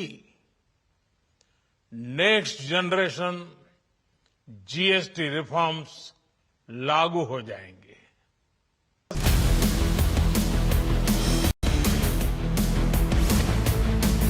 This is Republic Jack Oliver's studio. Tune for all the breaking news and updates. I am Tanisha Avasthi. Let's get started.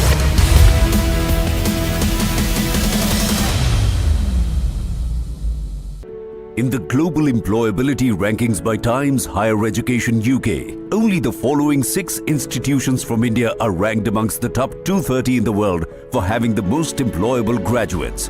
IIT Delhi, IISc Bangalore, IIT Bombay, IIM Ahmedabad, IIT Kharagpur and Amity University. दादी के हाथों का जादू और खुशबू से महकता घर, माँ की मुस्कुराहट और खाने की सुगंध। MDH गरम मसाला, क्योंकि हर रिश्ता है स्वाद से जुड़ा। I choose a world where we dream and the limit is the sky, and this world is my home where I'm living my best. Mindfully crafted home decor fabrics. Sansar, a D-Decor brand. Live consciously. थोड़े में ज्यादा स्वाद, यही तो है इसकी खास बात। वाओ मामा, क्या स्वाद है। अरे मेरे राजा, सबका राजा आर प्योर मसाला। साथियों, विकसित भारत के लक्ष्य तक पहुंचने के लिए हमें आत्मनिर्भरता के रास्ते पर चलना ही होगा और भारत को आत्मनिर्भर बनाने का बहुत बड़ा दायित्व हमारे MSMEs यानी हमारे लघु, मध्यम और कुटीर उद्योगों पर भी है, जो देश के लोगों की जरूरत कम है, जो हम देश में ही बना सकते हैं, वो हमें देश में ही बनाना चाहिए। साथियों, जीएसटी की दरें कम होने से नियम और प्रक्रिया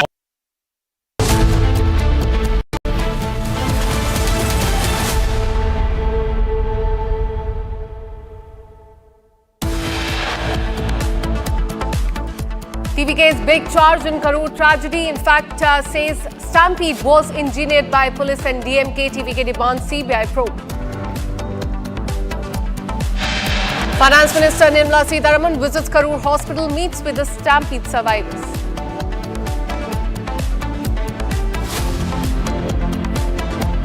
PM Modi and Home Minister hailed Team India after India beat Pakistan in Asia Cup final, gives reference of Operation Sindoor. Panic grips Indigo flight in Guwahati. Smoke billows are inside plane cabin. Passenger flag concern out of danger right now.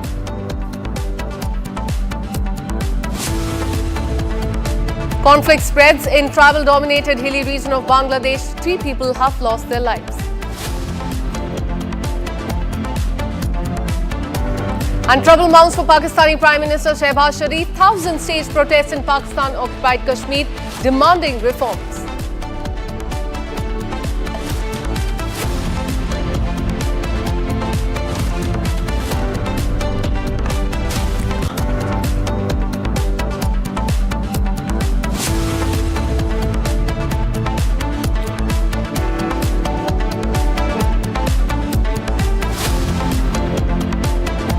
Hello and welcome. You're watching Republic TV with me, Akanksha Khajura. Let's start with the inputs as far as India's victory is concerned. India stars Surya Kumar Yadav, Abhishek Sharma, Shubman Gill and Hardik Pandya decided to mock Pakistan Cricket Board Chairman and Asia Cricket Council Chief Mohsin Naqvi after he ran away with the Asia Cup trophy. India won a thrilling contest by 5 wickets in a thriller in Dubai to lift the Asia Cup title. However, Surya Kumar and co decided not to receive the trophy from Naqvi at the post-match presentation along with their winner's medal as well.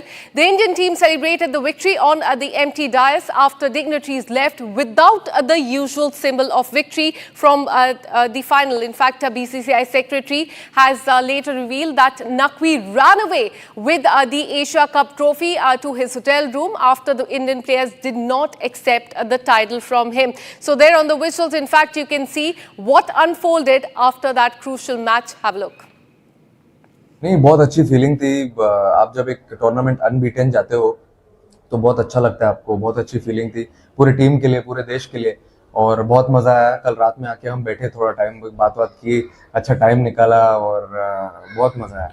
Controversy तो नहीं बोलूंगा मैं. अगर आपने देखा होगा सही से तो ट्रॉफी तो देखी होगी आपने, लोगों ने डाला ही है फोटो, यहाँ वहाँ सब ट्रॉफी तो थी.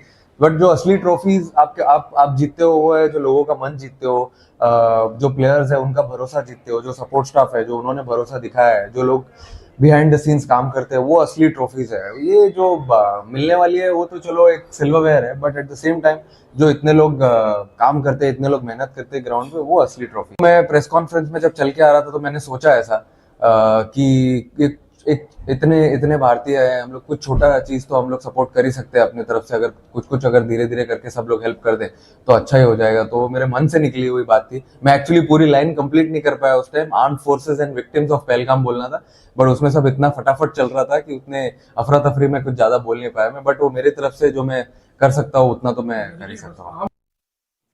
Now let me bring in Major General Ashwini Sivat. Thank you so much, sir, for speaking to Republic TV. After Operation Sindoor, another slap on the face of Pakistan. Firstly, your reaction to what actually unfolded after the cricket match there. Mohsin Naqvi, in fact, ran away with the trophy. Your reaction to that? You know, 2-3 things stand out as far as this tournament is concerned. First of all, India has remained victorious all throughout.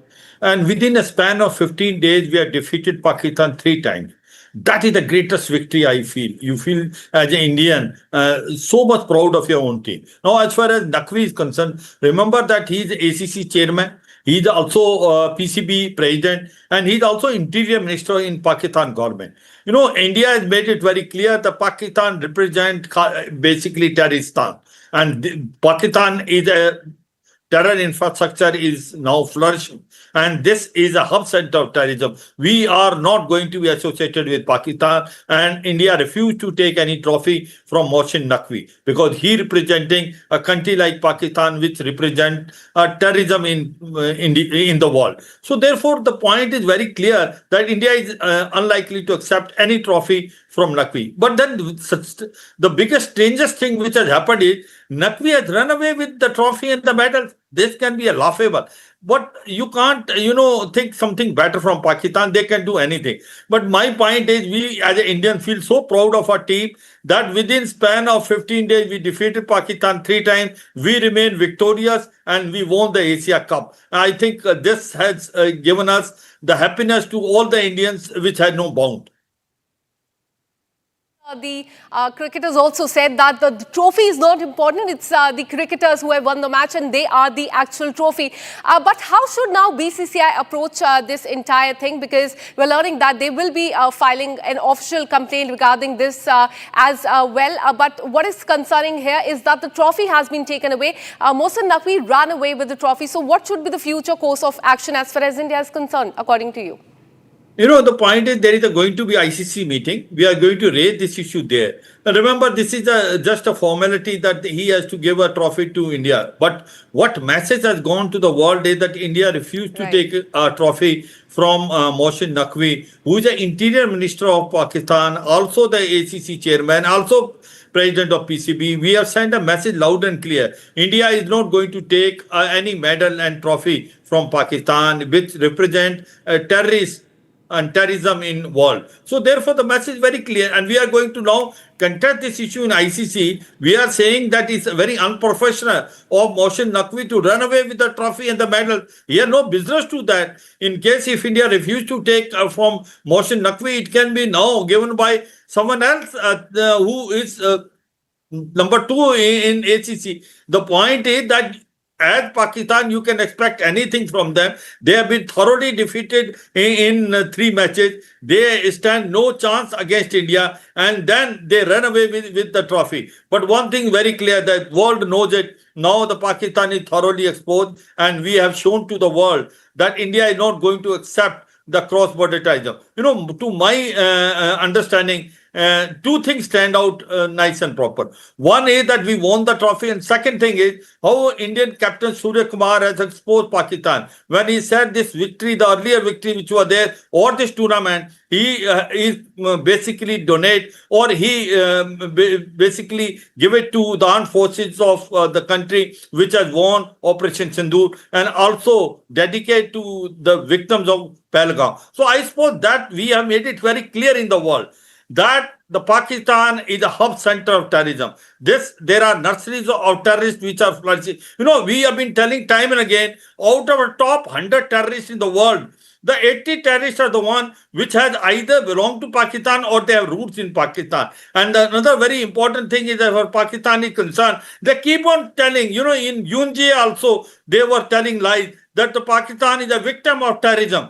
But who created this terrorism in first place? Hillary Clinton, when she came in 2013 as a Secretary of State in Pakistan, she told Pakistan, if you have snakes in your courtyard and you think they will only bite your neighbors, one day they will strike at you. And that's what's happening in Pakistan. Instead of now trying to take action against TTP and all, they are still nursing, basically Pakistan is nursing Lashkar-e-Toba Jaise Mohammed. So Pakistan is not going to change. The policy of cross-border terrorism and bleed India with 1,000 cuts is unlikely to change in Pakistan, in spite of the fact that themselves are facing a lot of wrath of the terrorism which was created by them in form of TTP. But the point today is India has made it very clear in the world that we will isolate Pakistan diplomatically and financially, and we will like that Pakistan to be placed in grey list of financial action task force, and strong action to be taken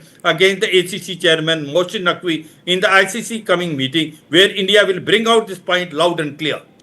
Absolutely, and the whole world is watching, looking at how Mohsin Naqvi ran away with the trophy, but the outcome remains the same. India has won the match, and this is a big slap on the face of Pakistan. Thank you so much, Major General Ashwini Sivej, for speaking to Republic TV. And now shifting our focus to Karnataka, a chilling case has come to the fore from Bengaluru that has been caught on camera. The video shows how a man brazenly abducts, in fact, he was abducted on a busy road, and we will be showing you visuals on that. Here's more.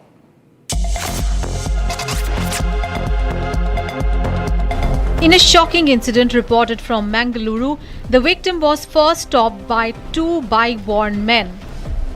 Moments later, another group arrived in a car and forcefully abducted him, while bystanders watched in silence.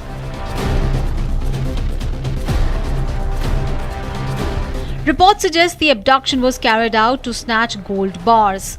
The crime, which occurred on 26th of September, surfaced only later. The victim, identified as Mustafa, was allegedly carrying gold bars worth crores on his bike.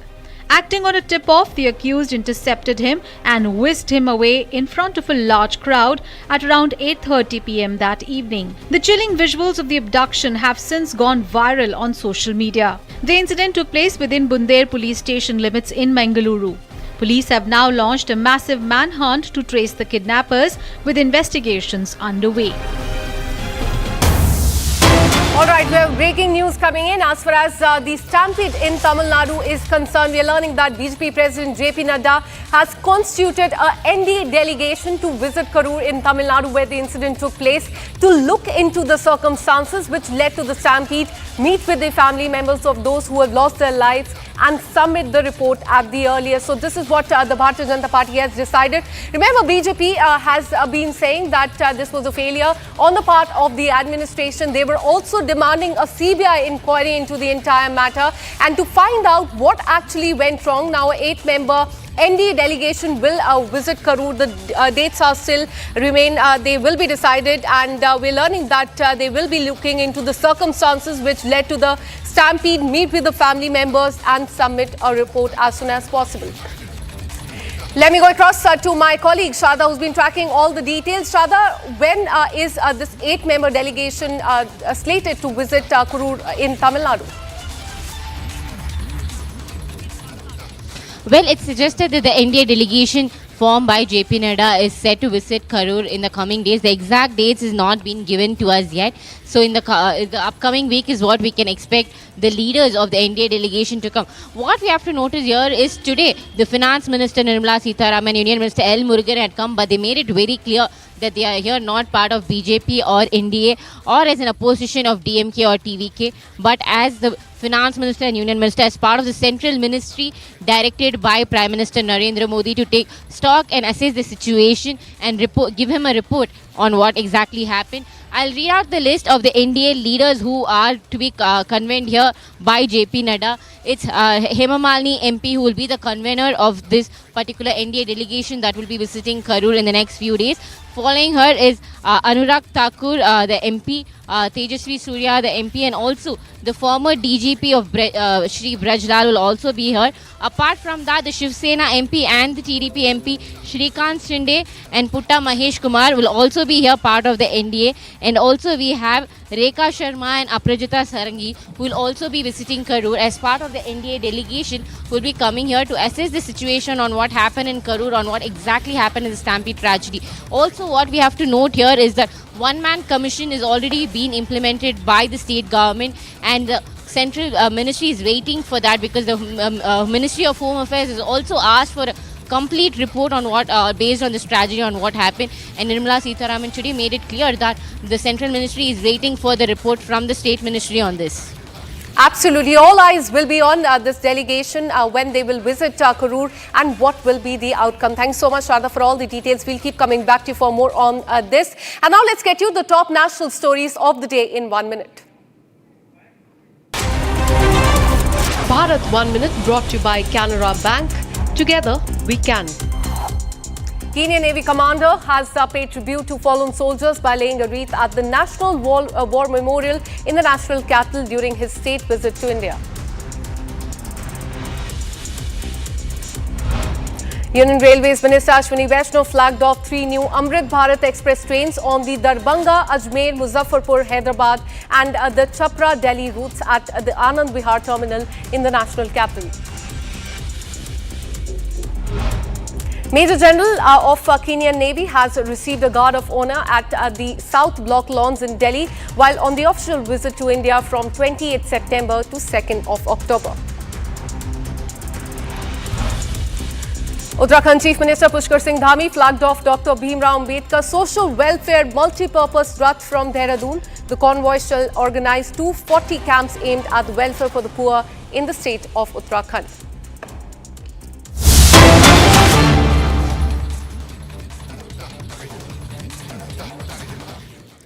All right, now shifting our focus to POK, which is witnessing massive uproar, and we're learning that this is against the Shehbaz Sharif government there in Pakistan. And they have several demands, and there you can see people there on the ground raising slogans against the government. They are saying that this is an anti-corruption protest, but they have several other demands, and mainly they are regarding the jobs, the employment in that area, and those are the people there on the streets of POK. That is Rawal. In fact, that is the area in POK where the protests are happening, is what we are learning. And they are raising slogans against the Shehbaz Sharif government.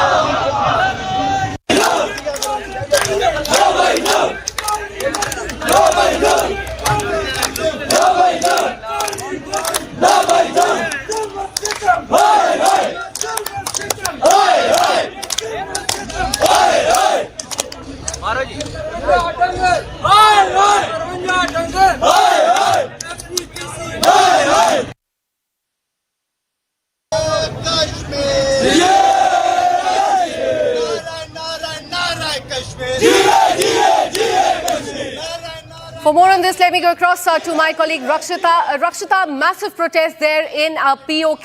Take us through their demands. Well, this is, of course, clearly another example of Pakistan is imploding, from Khyber Pakhtunkhwa to Balochistan to what's happening in Pakistan-occupied Kashmir. Stone pelting also against Pakistani forces, sloganeering, and we have seen that mercilessly bullets are being shot upon. Bullets are being fired at the civilians in POK. Now, they are demanding fundamental rights, and they have been demanding this for a long, long time. The AAC has demanded that it's a 38-point charter, and it wants the Pakistan government to fulfill right from the assembly seats to the renegotiation of hydropower projects, subsidies on essentials, subsidies on power bills, and so on and so forth. In the past as well, from Balochistan to Khyber Pakhtunkhwa, we've seen protests for subsidies for electricity also, and now you have the Awami Action Committee. It's a civil society alliance calling for massive protests, and these protests are said to be spiraling out also because they are planning to internationalize this matter as well. In the meanwhile, we're getting a reaction on the same. Listen in, viewers. ना वो totally Azad Kashmir के different ward से यहाँ पर जो है ना वो पहुँच रही है। इस वक्त कश्मीर में जो है ना वो सूरत हाल खौफनाक है। जैसे ही हम देख रहे थे कि रात को जिस कदर खामोशी थी, आज उतना ही पूरी रियासत के अंदर शोर बरपा है, और वो इंशाल्लाह ये शोर इनके वानों तक पहुँचेगा, और एक्शन कमेटी के जो मुतालबात हैं, ये 12 नशिस्तें हैं, उसके खात्मे तक ये लोग जो है ना पुरजोश रहेंगे और वो अपने मुतालबात को मनवाएंगे इंशाल्लाह।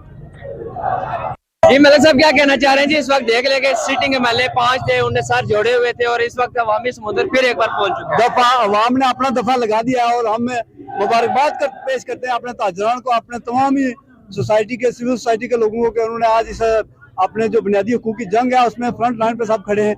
इंशाल्लाह ये जंग हम जीतेंगे। पिछले 3 दिन से अवामी एमएलए, सिटिंग एमएलए इस वक्त उन्हें सर जोड़े हुए थे। लॉकडाउन को नाकाम बनाने के लिए इस वक्त हमने देखा, आपने भी देखा होगा, शहर पूरा बंद है। क्या पैगाम देना चाह रहे हैं? इन पे अदम एतमाद तो पहले ही हो चुका है, ये तहरीक इन पे अदम एतमाद है, और उन्हें पूरे कंडे इस्तेमाल किए, लोगों को डराया धमकाया, लेकिन आज अल्हम्दुलिल्लाह अवाम फतह की तरफ जानब गामजन है, और इंशाल्लाह फतह हमारे मुकद्दर में लिखी जा चुकी है। Thank you. So there you have the anger amongst the people of POK, viewers. You can see they have opened a war front against the Shehbaz Sharif government, and they are demanding, they're making demands of 12 assembly seats, 12 legislative assembly seats, demanding free education and healthcare, health facilities, and also they're making demand for essential goods, subsidies on essential goods, and they also want facilities, electricity for locals as well. They're, of course, in a lot of anger. There's a lot of outrage among the people of POK, and they are not going to stay quiet anymore. That's what they are saying. And viewers, there are so many visuals that are coming in as we speak, where the civilians are being targeted by the armed forces. These are the same Pakistan who has always attempted to internationalize and always dragged the issue of Kashmir in the United Nations on a world platform. We've seen the statements that have come in on Kashmir from the Pakistani government leadership and of course the military leadership who are of course the same. But here you have the reality check. This is the reality check. This is the mirror being shown to Shehbaz Sharif and Rawalpindi, of course, as they continue to target the civilians. In fact, what they want is a 38-point charter. They are alleging political neglect, and they demand that there should be powers given to them. They are completely sidelined. They say that they are completely ignored. Their needs, their demands, there's no respect for the people. And this group is now, in fact, expanding their protests across regions. And as we speak, there are many ISI-backed groups. There are goons on the roads from Muzaffarabad to Kotli, several other areas in Pakistan-occupied Kashmir, where a death has also been reported. Several people have been now injured. And as we speak, there are bullet shells that have been recovered. Pak Army is so desperate to crush this rebellion that they are resorting to fire on the civilians. That what we have seen in Khyber Pakhtunkhwa, also the carnage that was carried out in Khyber Pakhtunkhwa. Unfortunately, we see that Pakistan is attempting to do the same in Pakistan-occupied Kashmir as well. There are dramatic visuals, as you see, viewers. They are the protesters are seeking to end the privileges for the elite. And the stone pelting that is being continues against POK, against the Pakistani forces. And this is a civilian uprising that is led by the Awami Action Committee. Many people are seriously injured after Pak security forces unleashed brute force. And it's for the world to see that there is no basic fundamental right for anyone who's living, for the people of Pak-occupied Kashmir. Akanksha. Absolutely. In fact, massive protest there, and mirror being shown to Shehbaz Sharif. He's trying to woo Donald Trump, but maybe he should look back in his backyard where the trouble is mounting. Now shifting our focus, Indian Army conducted Vayu Samanvay, an exercise focusing on the coordinated use of unmanned aircraft system and counter UAS measures as well. What's this?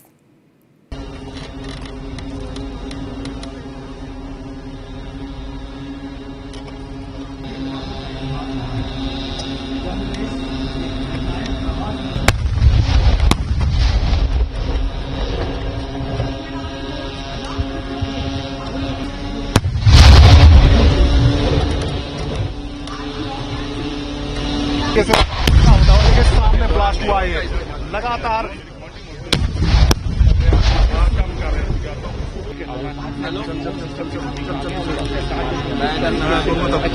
उसके बारे में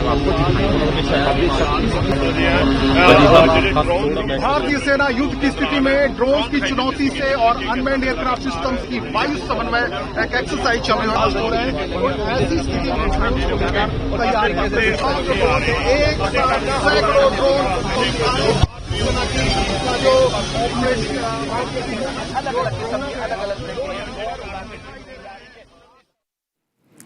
And with this, we're taking a very short break. Coming up on the other side, we'll tell you about how panic-gripped Indigo flight in Guwahati. Smoke billows as inside the plane cabin, passengers flag concern. They're out of danger now.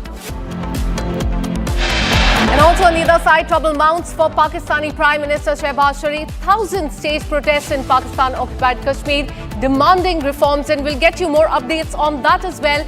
Keep watching Republic TV.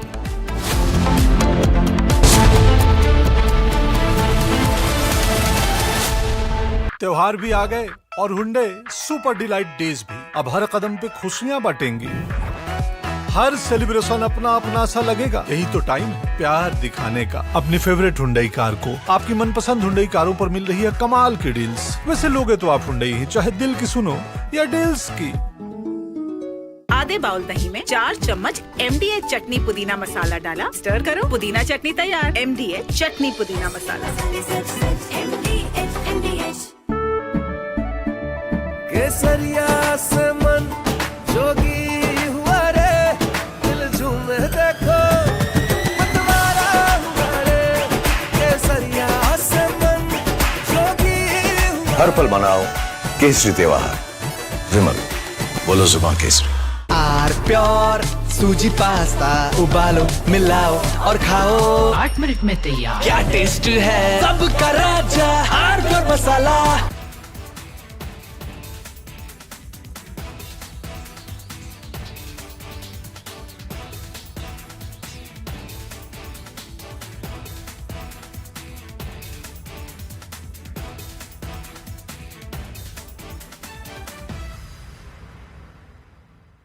साथियों, हम नागरिक देवो भवः, नागरिक देवो भवः के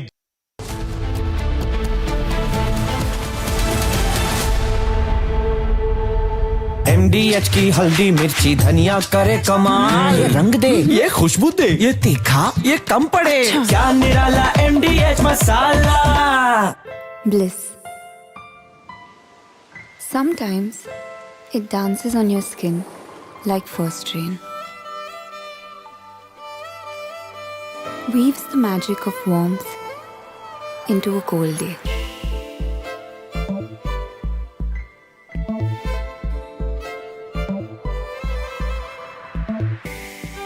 It teases, it soothes, and sometimes speaks without words. Experience bliss in all its forms with Hindware. Hindware, designed for bliss.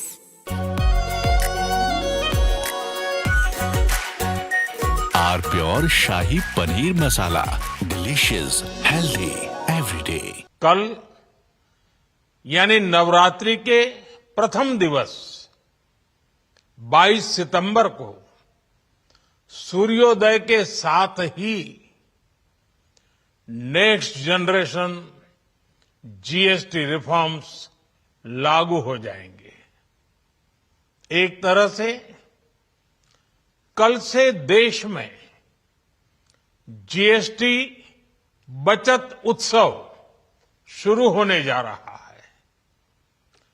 इस जीएसटी बचत From Asia's largest news headquarters, setting the agenda for Bharat.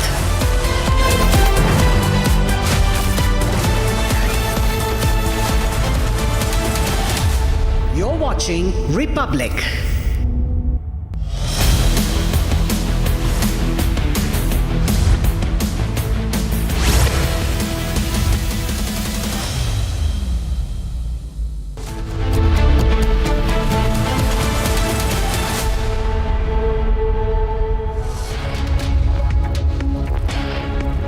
Very good afternoon, viewers. You're watching Live and Breaking, and I am Rakshita Mishra with you. We were closely tracking all the reactions coming in on the Asia Cup victory, which of course is completely not being digested by Pakistan. The sore losers run away with the Asia Cup trophy. Unprecedented scenes, Pakistan making a mockery of itself once again on a public platform on the world stage. We'll get you more on that, but first, a quick check of the headlines.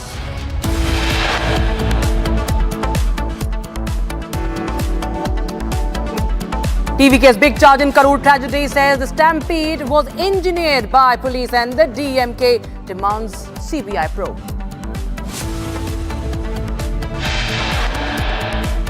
Finance Minister Nirmala Sitharaman visits Karur Hospital, meets stampede survivors.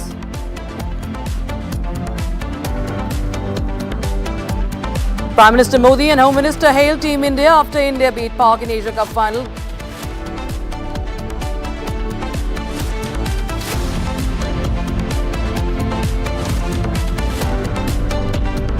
Indian Army conducts a Vayu Samanvaya exercise focusing on coordinated use of unmanned aircraft systems and counter UAS measures.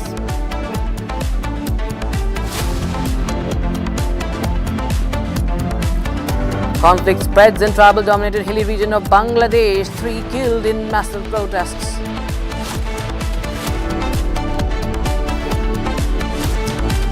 And trouble mounts for Pakistan Prime Minister Shehbaz Sharif. 1,000-stage protest in Pakistan-occupied Kashmir demanding reforms.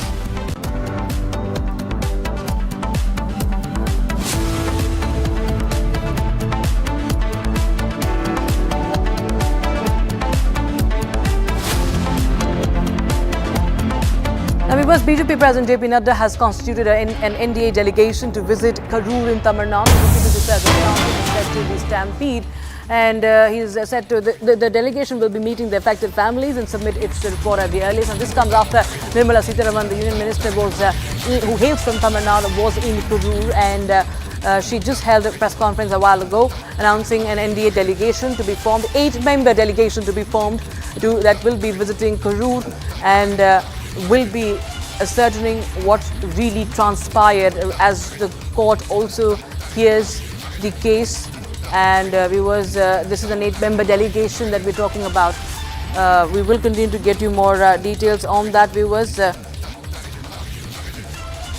This NDA delegation will be submitting a report on the matter, viewers. Remember, 41 is the death toll right now in the Karur tragedy. Several of them being children.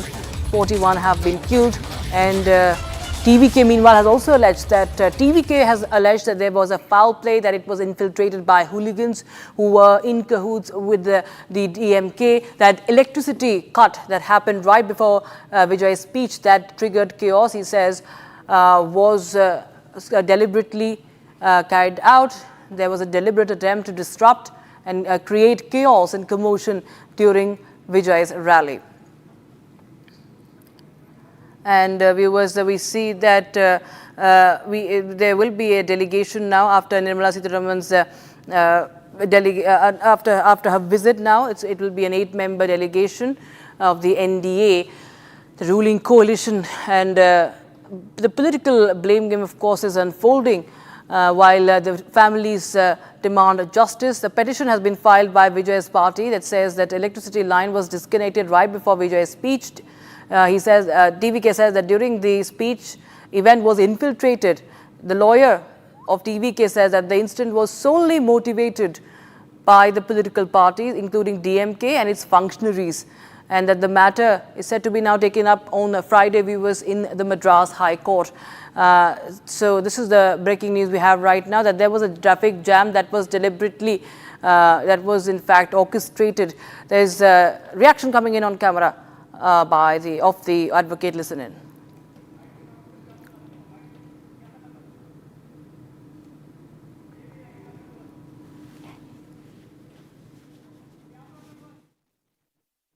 The incident was solely and motivated by the political party, including DMK and its functionaries. So we made various allegations, and we have enclosed various photos and other reliable documents in our typeset. The matter will be taken up on Friday. Yesterday we moved before Honorable Justice Tandamani. He directed us to file writ petition today before the Madurai bench. But now we learned that the judge is not sitting today. Therefore, as per the notification of Madras High Court, our matter will be heard on Friday.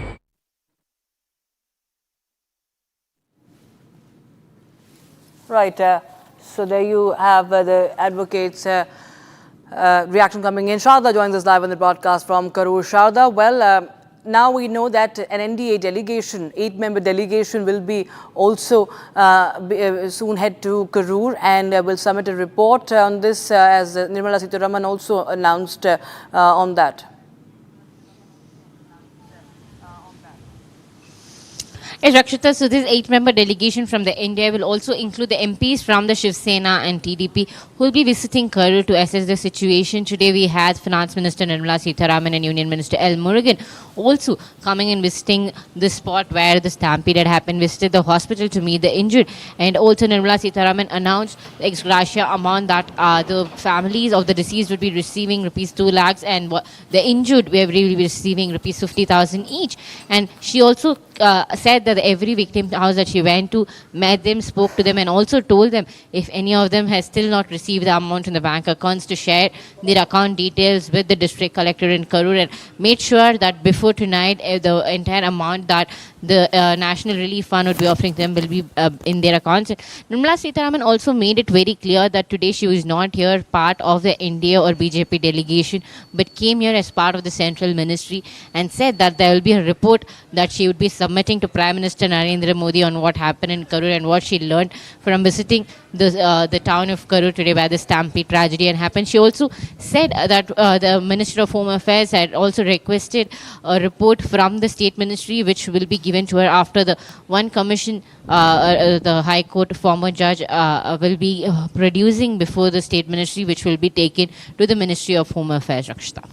Right, thank you so much, Shada, for joining us with those details coming in on that story, viewers. Meanwhile, my colleague Shada also spoke to one of the victims' husband of the deceased.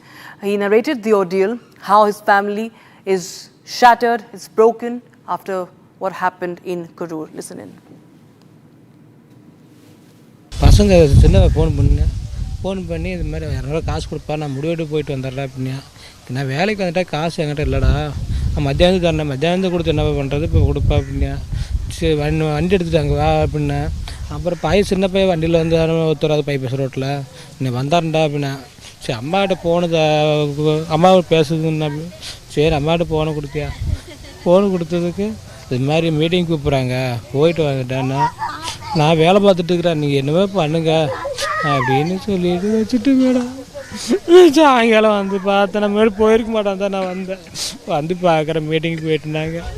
சரின்ட்டு வேறு பக்கம் போயிட்டேன். பெரிய phone பண்ணி அப்பா எங்கப்பா இருக்கா, இது மாதிரி 108 நிறையா கரூரில் போகுது, அம்மா எங்கப்பா அப்படின்னா. அம்மா இது மாதிரி பெரிய இந்த போயிருக்கிறா மீட்டிங் போயிருக்கிறாண்ணா, ஆம்புலன்ஸ் நிறையா போகுதுப்பா அப்படின்னு. அடுத்து சின்னவனுக்கு ஃபோன் அடிச்சு அப்பா இது மாதிரி எங்கப்பா இருக்கீங்க, அம்மா என்ன பண்ணுது அப்படின்னா. அம்மா உள்ளே இருக்குண்ணா வெளியில் இருக்கிறப்பா அப்படின்னா. வெளியில் இருக்கிறப்பா அப்படின்னா. சரி அம்மாட்ட ஃபோனை கூடுறாண்ணா. அம்மா உள்ளே இருக்க வர அண்ணன் வேறு ஃபோன் பண்ணி இது மாதிரி சொல்கிறான்டாண்ணா. நீ என்ன இங்கிறதா அம்மா உள்ளே இருக்க வேறு வரப்பா இப்போ ஏப்பா அப்படின்னா. சரின்னு விட்டுட்டு அப்புறம் இங்கே வந்து பார்த்துட்டு போய் ஜிஹெச்சுக்கு போய் பார்க்குறேன். பக்கத்தில் போனேன், ஃபோன் பண்ணி உங்கள் அம்மா வீட்டுக்கு அம்மா இறந்துச்சு, அங்கே தெக்கா வடக்கால வர சொல்லு அப்படின்னாங்க. அப்போ அங்கே போய் பார்க்குறேன். அப்படியே உள்ள அப்படியே அனாத பண்ண மாதிரி ஃபுல்லாக ஒரு துணி மூணி கூட மேலே நல்லா போட்டு படுத்துட்டு வச்சுருந்தாங்க.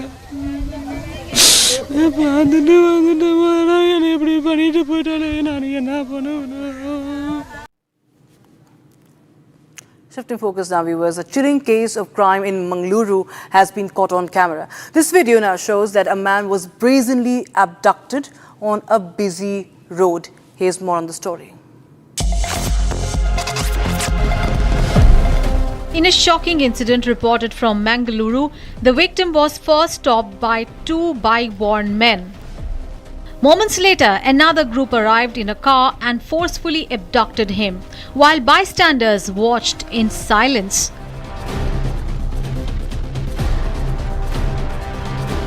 Reports suggest the abduction was carried out to snatch gold bars.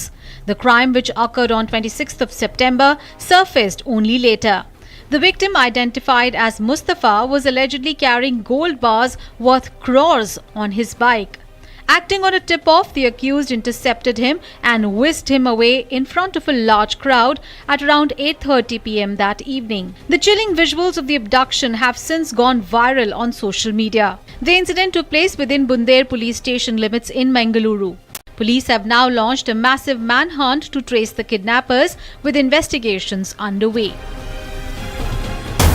Breaking news coming in now, viewers. Prajwal Revanna has appealed in Karnataka High Court against the life term that was granted to him in the rape case. The lower court. Prajwal Revanna was sentenced to life imprisonment in a rape case, and now he has requested the High Court to review and set aside the conviction. So Revanna challenging this life sentence, moving the High Court, challenging this in the High Court. Prajwal Revanna. And that's the breaking news we have right now, viewers. Nagendra Babu joins us live on the broadcast. Nagendra, well, this is of course the latest update. और क्या जानकारी सामने आ रही है? रेवन्ना ने अब Karnataka high court में appeal दायर की है. रशिदा, देखिए अभी प्रज्वल रेवन्ना ने हाईकोर्ट को अपील किया है, उसमें बहुत सारा एलिगेशन किया है। देखिए वो मैंने उसको रेप किया बोल के उन्होंने हमारा ऊपर एलिगेशन किया है, फिर भी वो 3 साल के बाद मेरा ओम सेरेमनी को आया था, तो बहुत सारा फंक्शन को भी आया था। वो अगर मैंने गलत किया तो वो क्यों आया बोल के वो एक क्वेश्चन रेज किया है। उसके बाद उसका पास कपड़ा है बोल के और स्पम का कपड़ा मिला है बोल के उन्होंने बोला था, लेकिन वो लॉक हुआ घर में 3 साल के बाद वो कपड़ा कैसा मिल सकता है। और एक बात, वो हमारा घर में एक हेयर मिला, मतलब उसका एविडेंस के लिए थोड़ा एविडेंस भी मिला था, उसको सीज किया था, लेकिन वो एविडेंस उन्होंने खुद नहीं पहचाना, वो फिर भी कैसे किया बोल के बहुत सारा क्वेश्चन करके अभी मेरे ऊपर लाइफ टाइम इम्प्रिजनमेंट क्यों डाला है, वो अभी क्वाश करना है बोल के अभी हाईकोर्ट को उन्होंने एप्लीकेशन को फाइल किया है। शायद हाईकोर्ट उसके बाद अभी अर्जेंट क्या है, आगे का दिन में इसका बारे में विचारण भी हो सकता है। रक्षिता, Right. Thank you so much, Nagendra, for joining us with those details coming in on that story. Viewers, meanwhile, we have more stories that we're tracking for you. Home Minister Amit Shah has rejected the ceasefire offer that was given by the Maoists, saying if the extremists want to surrender and lay down arms, then they're most welcome to do so, and security forces will not fire a single bullet on them. Viewers said, we will get you more on this. Modi सरकार ने संवाद, सुरक्षा और समन्वय तीनों पहलू पर काम करने की शुरुआत की और आज नतीजा ये है कि मैं विश्वास के साथ इतने बड़े फोरम में कह सकता हूं 31/3/26 को इस देश में से हथियारी नक्सलवाद समाप्त, 14 के बाद सरकार के अभियानों का, सरकार के कार्यक्रमों का, सरकार के आयोजन का स्टीयरिंग भारत सरकार के गृह मंत्रालय के पास है। ये बहुत बड़ा नीतिगत परिवर्तन हुआ और वो परिवर्तन के कारण ही ये परिणाम मिला।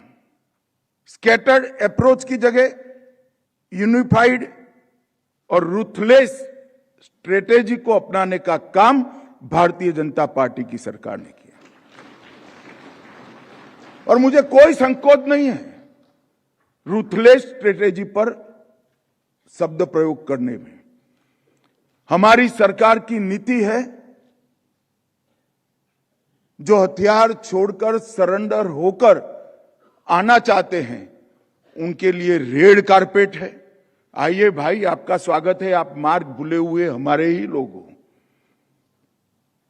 और सबसे अच्छा ल्यूकरेटिव सरेंडर पॉलिसी विजय जी बैठे हैं, छत्तीसगढ़ सरकार ने बनाया है, भारत सरकार ने बनाया है। सबका स्वागत है, हथियार छोड़ दीजिए। आए, आज भी मैं कहता हूं हम किसी को मारना नहीं चाहते, मगर आप हथियार में लेकर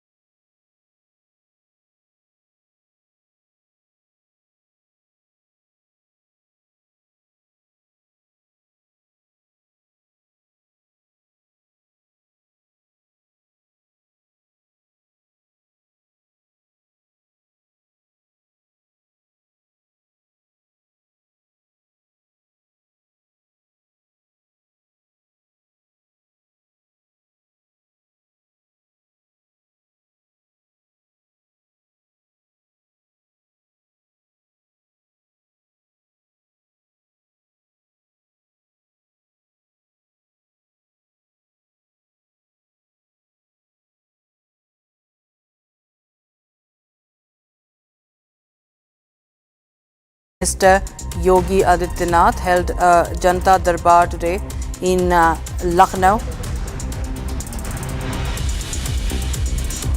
And he was seen interacting with the people at his official residence in Lucknow, where he heard the grievances of the citizens. Delhi police caught two illegal Bangladeshi immigrants named Muhammad Abdul Aziz Mia and Muhammad Rafiqul Islam after receiving information on an illegal migrant who was seen seeking residence in Mahipalpur area of New Delhi. Now, a deportation process has been initiated. River rafting activities in Chenab River have now resumed in Jammu Kashmir, having been suspended since Operation Sindoor and recent landslides in the area.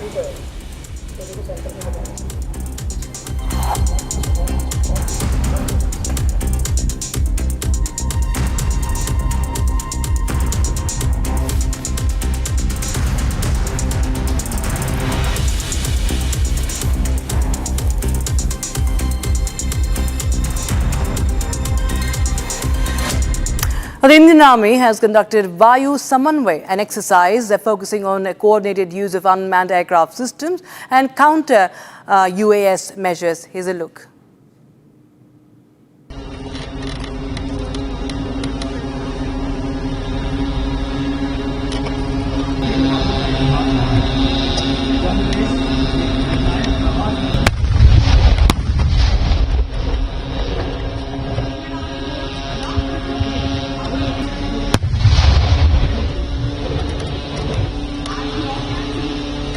कैसे होता है देखिए सामने blast हुआ है लगातार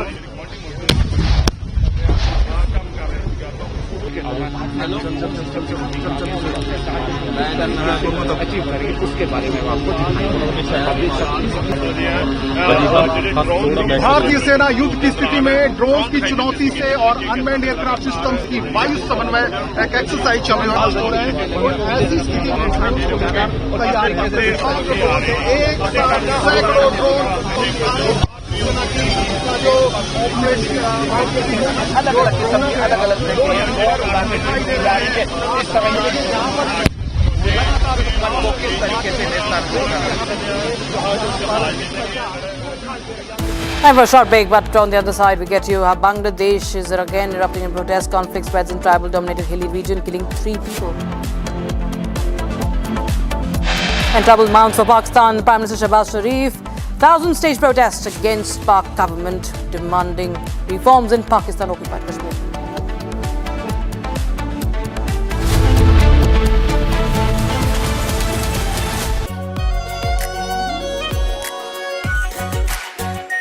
Our pure Shahi Paneer Masala. Delicious, healthy, every day.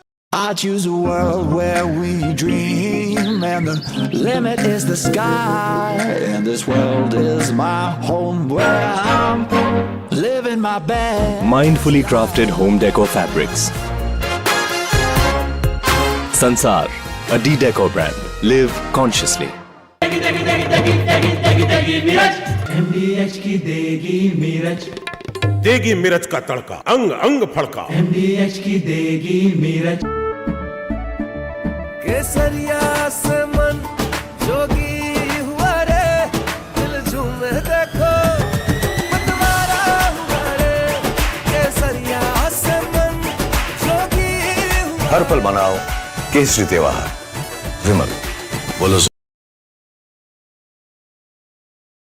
उबालो, मिलाओ और खाओ, 8 मिनट में तैयार। क्या टेस्ट है सबका राजा, RPR masala.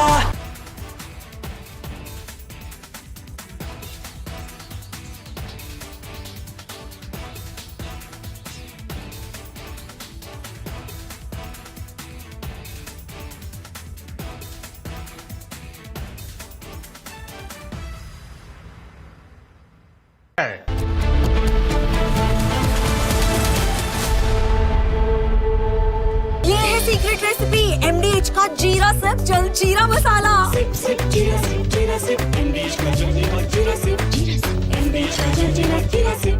Bliss. Sometimes it dances on your skin like first rain.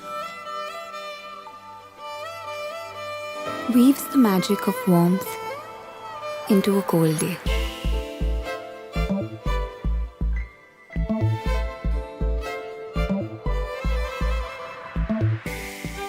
It teases, it soothes, and sometimes speaks without words.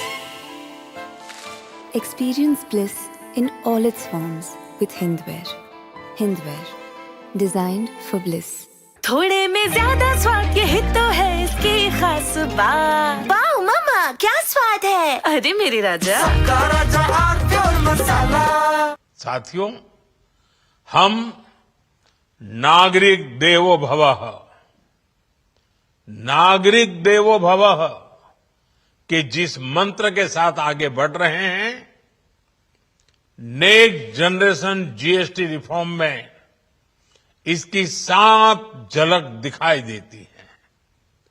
अगर हम इनकम टैक्स में छूट और जीएसटी में छूट को जोड़ दें तो एक साल में जो निर्णय हुए हैं उससे देश के लोगों को 2.5 लाख करोड़ रुपए से ज्यादा की बचत होगी। और तभी तो मैं कह रहा हूं ये बचत उत्सव है। साथियों, विकसित भारत के लक्ष्य तक पहुंचने के लिए हमें आत्मनिर्भरता के रास्ते पर चलना ही होगा और भारत को आत्मनिर्भर बनाने का बहुत बड़ा दायित्व हमारे एमएसएमईज यानी हमारे लघु, मध्यम और कुटीर उद्योगों पर भी है, जो देश के लोगों की जरूरत का है, जो हम देश में ही बना सकते हैं, वो हमें देश में ही बनाना चाहिए। साथियों,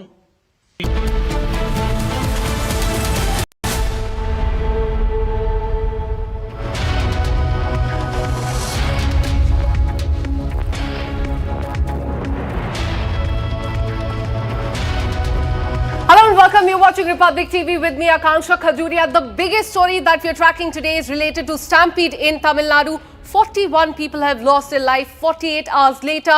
No answers, no accountability and no responsibility. We'll get you more details on this. Let's start with the headlines first.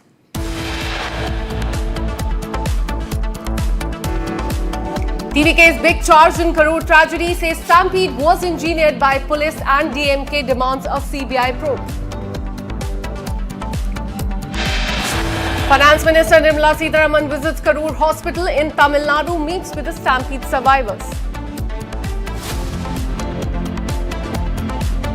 Prime Minister Modi and Home Minister hails Team India after India beat Pakistan in Asia Cup final, gives reference of Operation Sindoor.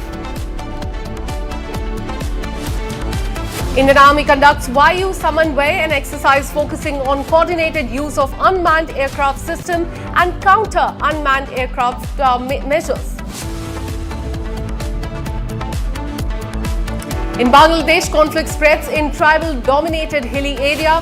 3 people have lost their lives. Trouble mounts for Pakistani Prime Minister Shehbaz Sharif. Thousands stage protests in Pakistan-occupied Kashmir demanding reforms.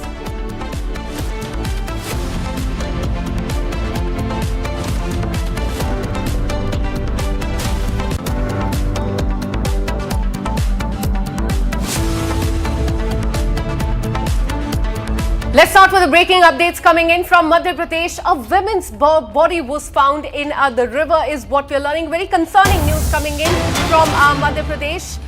We're learning that the young woman's body was found in the Nivaz River in Pachor in Rajgarh district and the market was closed. Family members have claimed that she was gang raped and murdered in the name of love jihad, and police have deployed from across the district as the situation has now worsened. And we will be showing you the visuals from the spot from the Rajkot district. We're learning that this is regarding the gang rape and a murder of a young woman. Her body was found from a river in that district. The body of the young woman was found at the Nevaz River Stop Dam in Pachor in Rajkot district, and this happened this afternoon. Upon receiving information, police arrived at the scene, retrieved the body and had to get it identified from the parents.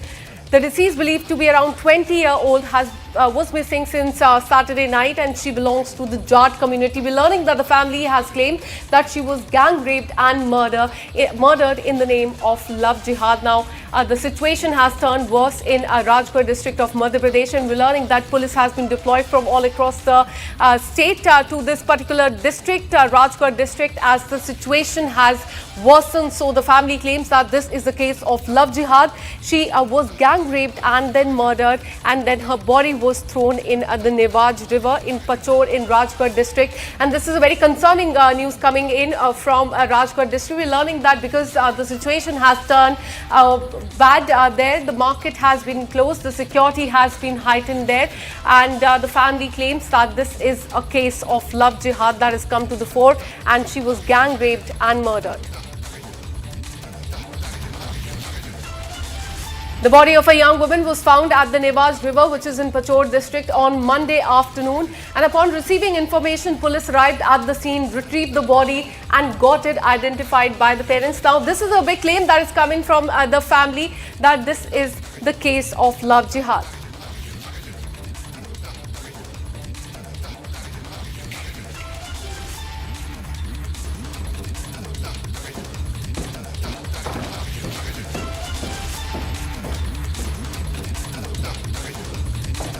All right, now shifting our focus, Union Minister for Commerce Piyush Goyal has spoken at, we're learning that the trade show today, saying that free trade agreement with the EFTA countries, Iceland, Norway and Switzerland, which was finalized in March 2024, will come into effect from October 1st. This is a statement that has come in from Piyush Goyal as far as the free trade agreement with the EFTA countries, which involves Iceland, Norway and Switzerland. He has said that will be finalized that was in fact finalized in 2024 and will come into effect on October 1st, 2025. Have a look.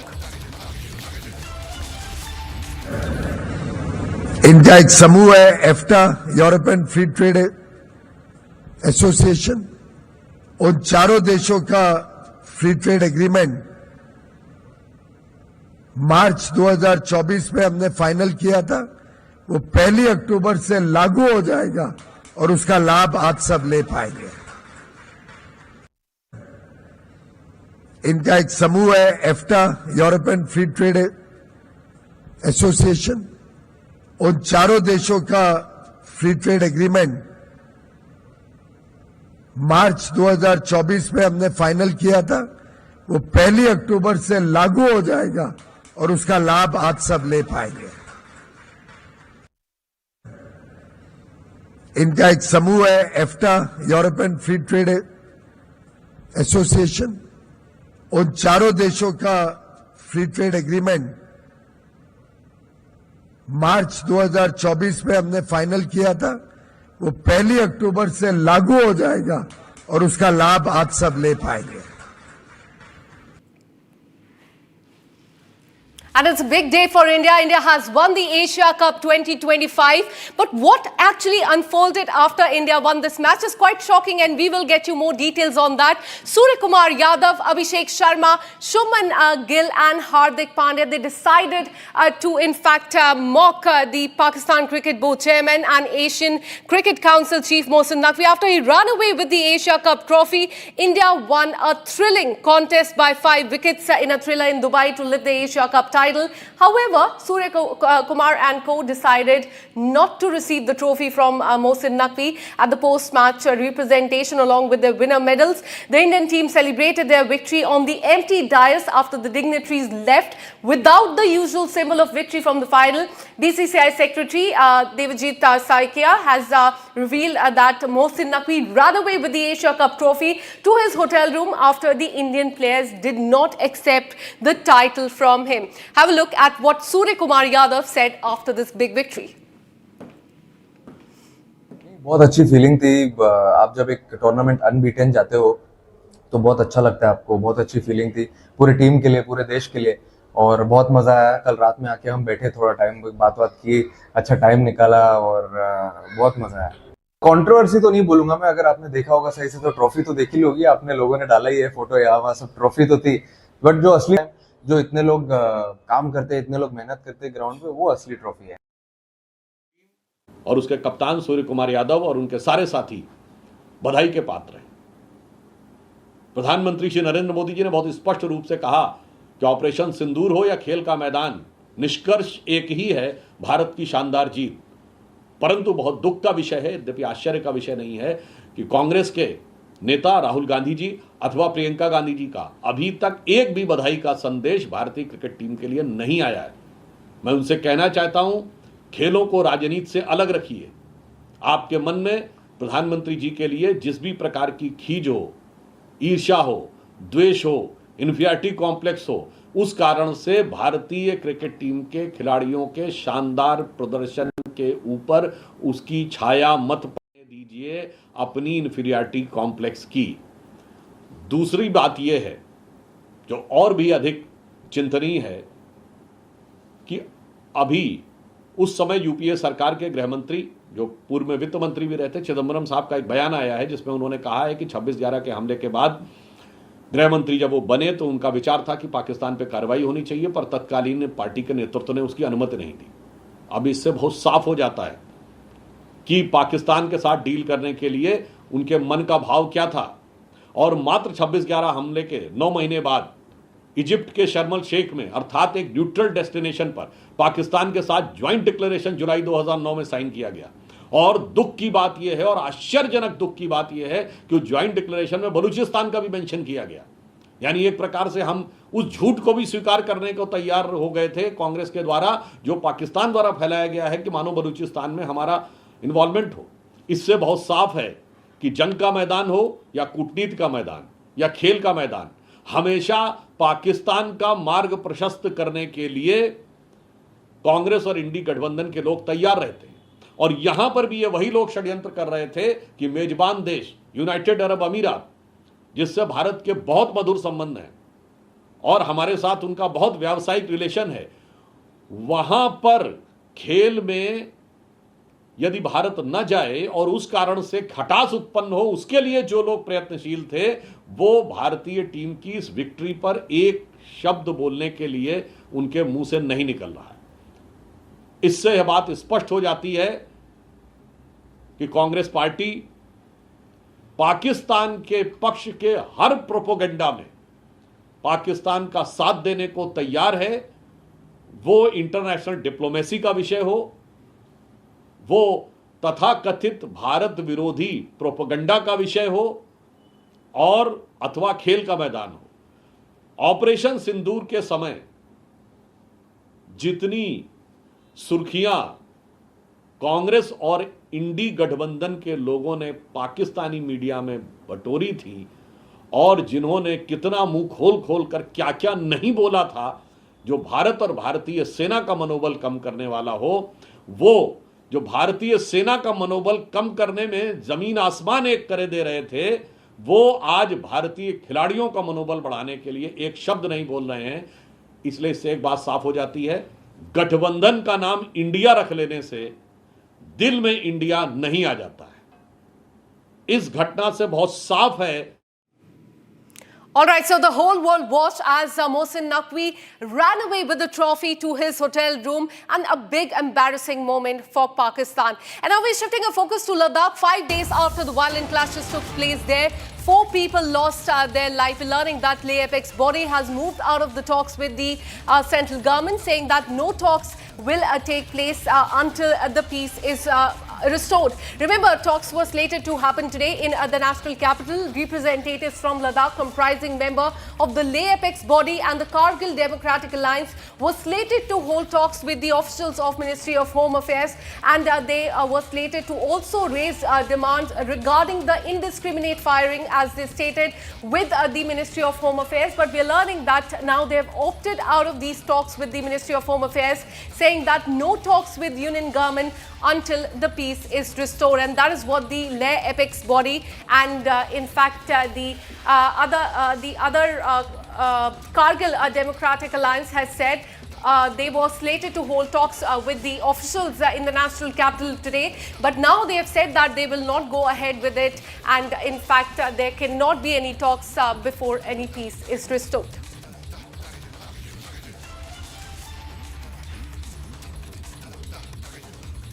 Let me go across to my colleague Gursimran for more details on this. Gursimran, tell us what are the Ladakh representatives saying, because a very crucial meeting was slated to take place today, but they have opted out, saying that we will not speak until the peace is restored. Take us through more details.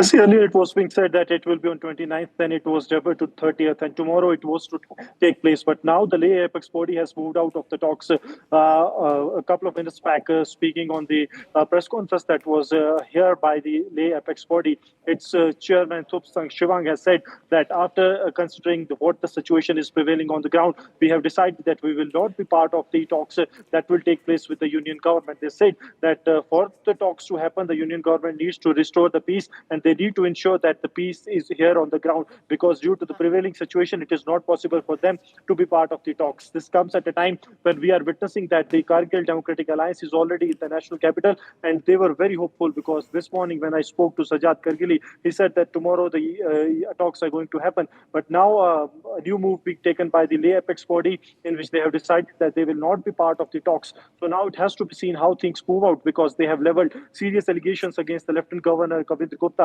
saying that the ILG has tried to defame them by mentioning the foreign angle, and also the DGP who has mentioned the Pakistani intelligence operative angle. This is to defame the people of Ladakh. This is what they have said, and said that the people are really very anguished after these kind of statements that have come by the top brass of the administration here in Ladakh. So now they are saying that they are moving out of the talks, and now it has to be seen how things actually move out from here. But one thing is very clear, that the Leh Apex body is not going to be part of the talks. This is what they have made very clear now. Absolutely. At a time when Ladakh is on the edge, now the Leh Apex body has said that they will not be having talks, no talks with government until peace is restored. So it remains to be seen what really happens in the national capital tomorrow. Thanks so much, Gursimran, for all the details. And now shifting our focus, after a GST 2.0, the government is not stopping with its gift for the people of the country. Today, 3 trains were flagged off by the government, and 4 more trains will be flagged off soon. Here's more.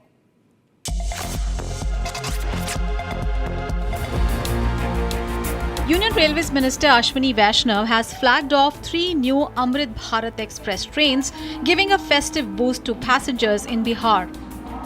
The new trains will run on the Darbhanga-Ajmer route via Mother Station, Muzaffarpur-Hyderabad via Charlapalli, and Chhapra to Delhi, connecting thousands of daily travellers.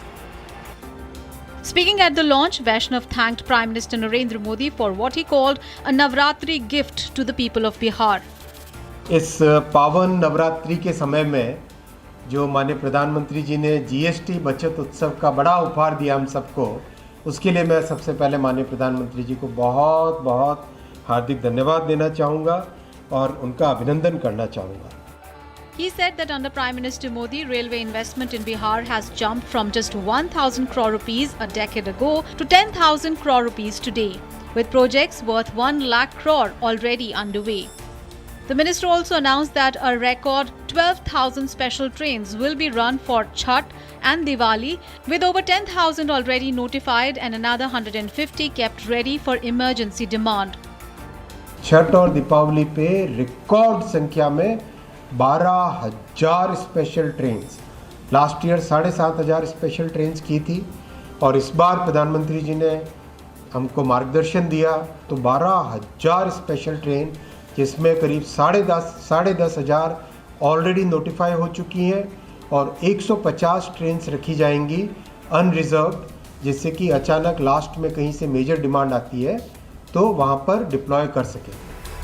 Vaishnav added that Indian Railways is not just improving speed and connectivity, but also ensuring affordability and comfort for passengers. He said today's launch is part of 7 new trains being introduced across the region this week.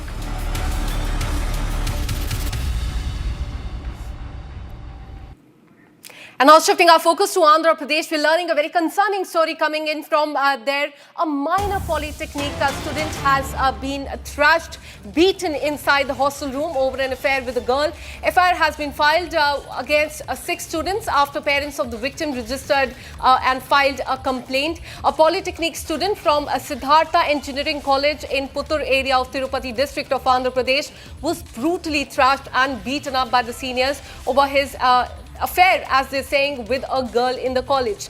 A criminal case has been registered at the police station. We're learning that 6 polytechnic students are under the scanner and are responsible for this incident. Let me go across to my colleague Aishwarya, who's tracking these details very closely. Aishwarya, tell us what really happened in this hostel. We're learning that he was badly thrashed over an affair with the girl. Give us more details on this. Yes, Akanksha. So, in a very shocking incident that happened in the Tirupati district in Siddhartha Engineering College, this first-year polytechnic student was brutally thrashed by his seniors because of his alleged connection with a girl from the same college. So, the seniors did not like his closeness with this girl, and they had called him inside the hostel room for a discussion, but later the things escalated into them hitting him and brutally thrashing him very badly, resulting to several injuries.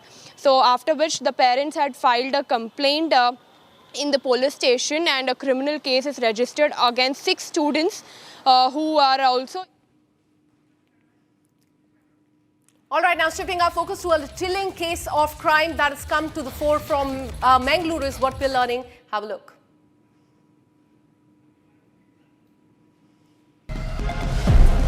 In a shocking incident reported from Mangaluru, the victim was first stopped by 2 bike-borne men. Moments later, another group arrived in a car and forcefully abducted him, while bystanders watched in silence.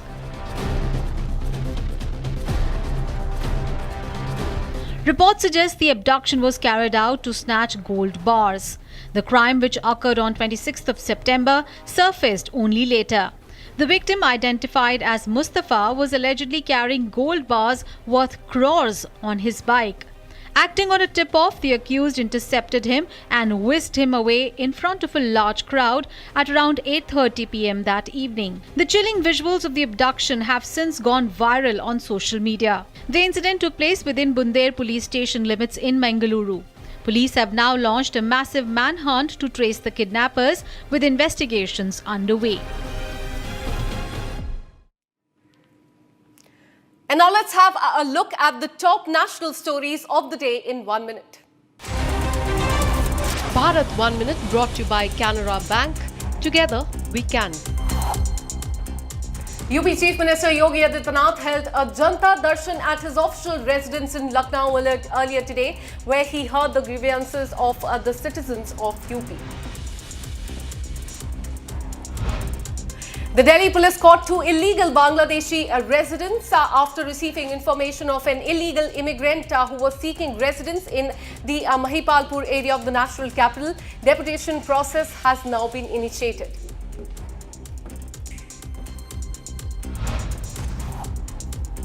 River rafting activities in Chenab River have resumed after having been suspended after Operation Sindoor and the recent landslide in the area.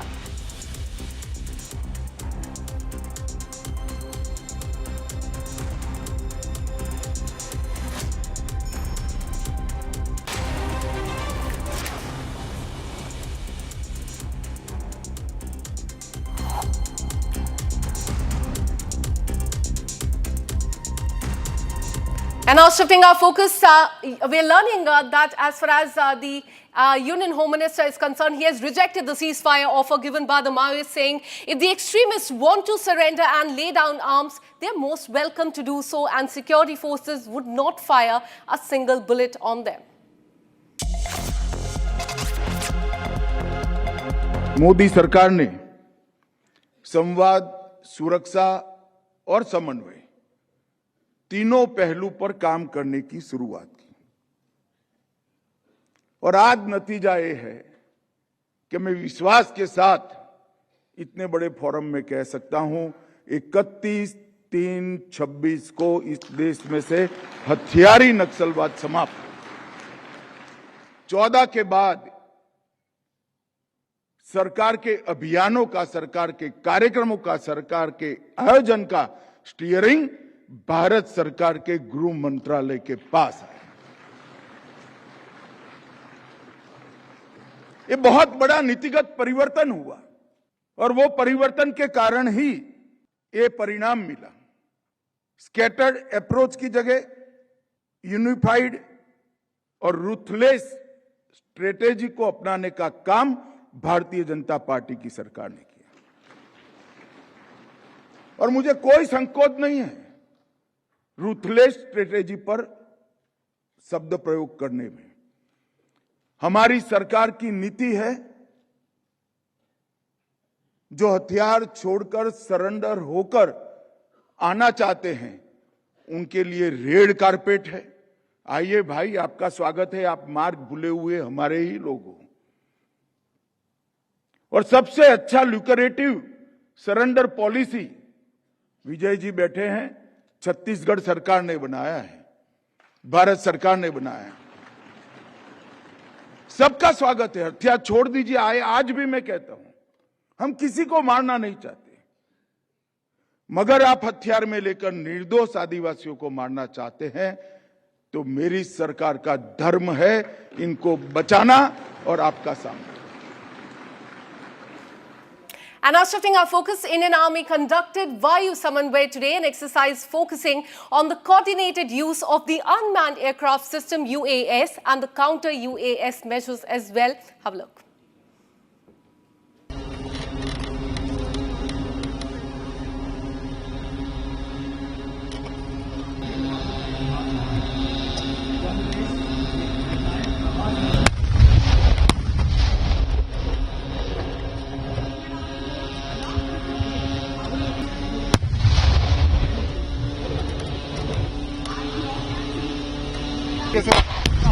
सामने blast हुआ है लगातार।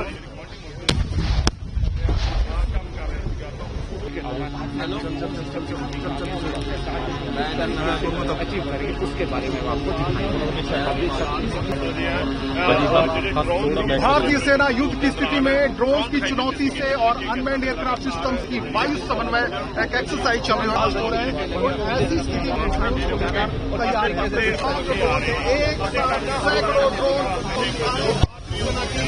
जो अलग अलग किस्म की अलग अलग इस समय को किस तरीके से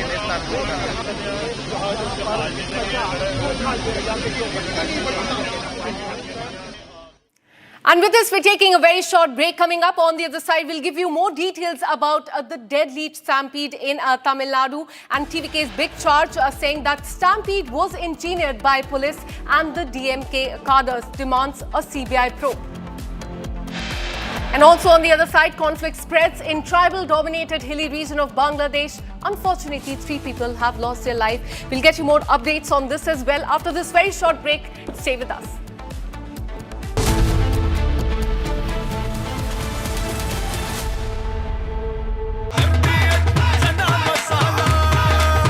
अब छोलिया हो या लोबिया, सफेद चने या काले चने, सब कुछ मजेदार बने।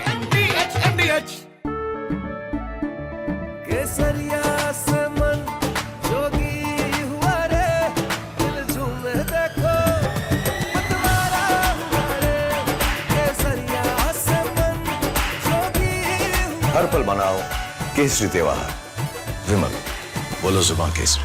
आर प्योर सूजी पास्ता उबालो मिलाओ और खाओ 8 मिनट में तैयार। क्या टेस्ट है सबका राजा R pure masala. I choose a world where we dream and the limit is the sky, and this world is my home where I'm living my best. Mindfully crafted home decor fabrics. Sansar, a decor brand. Live consciously. अब छोलिया हो या लोबिया, सफेद चने या काले चने, सब कुछ मजेदार बने।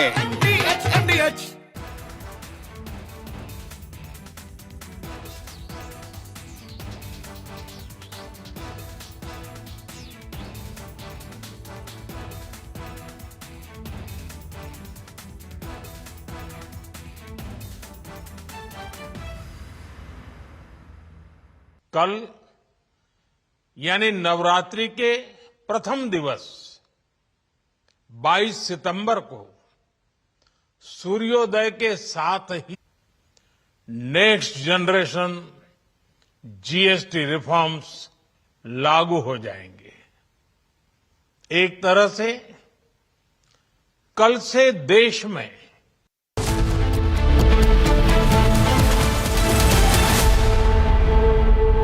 इसको घर पे लगाओगे तो शादी का तो पता नहीं, पर घर पक्का नहीं टूटेगा। रुंगटा नहीं तो घर स्ट्रांग नहीं। रुंगटा स्टील टीएमटी बार एकदम सॉलिड। पहाड़ों में एक हाइकिंग शिप भी बन सकती है।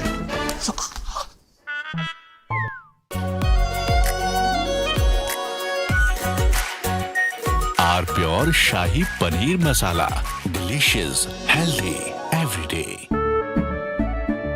केसरिया से मन जोगी हुआ रे, दिल झूमे देखो मतवारा हुआ रे। केसरिया से मन जोगी हुआ। हर पल मनाओ केसरी त्योहार। विमल, बोलो जुबान केसरी। MDH की हल्दी मिर्ची धनिया करे कमाल। ये रंग दे, ये खुशबू दे, ये तीखा, ये कम पड़े। क्या निराला MDH मसाला। साथियों, विकसित भारत के लक्ष्य तक पहुंचने के लिए हमें आत्मनिर्भरता के रास्ते पर चलना ही होगा और भारत को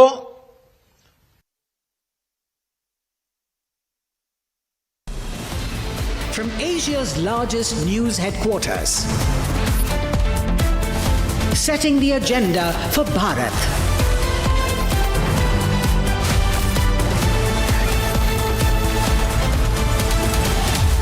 You're watching Republic.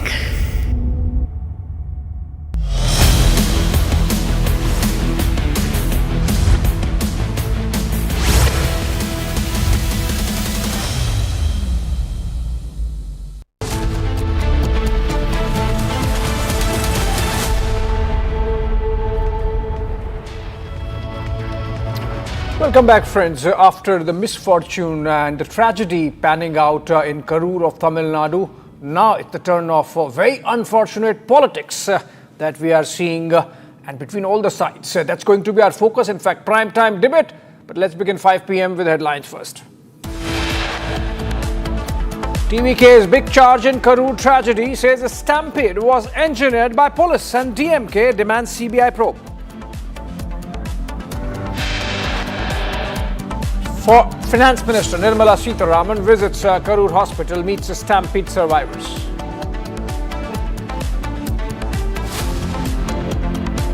Prime Minister Modi and Home Minister Amit Shah hail Team India after the team beats Pak in Asia Cup final.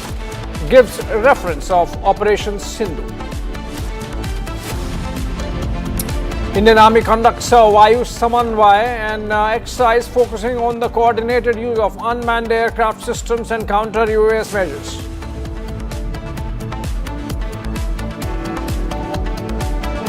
Conflict spreads in travel-dominated hilly region of Bangladesh, 3 killed.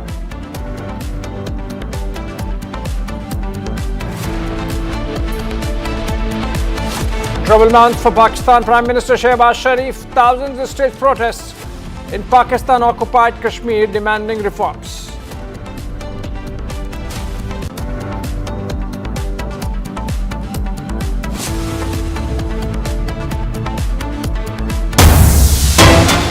right, we're beginning 5 p.m.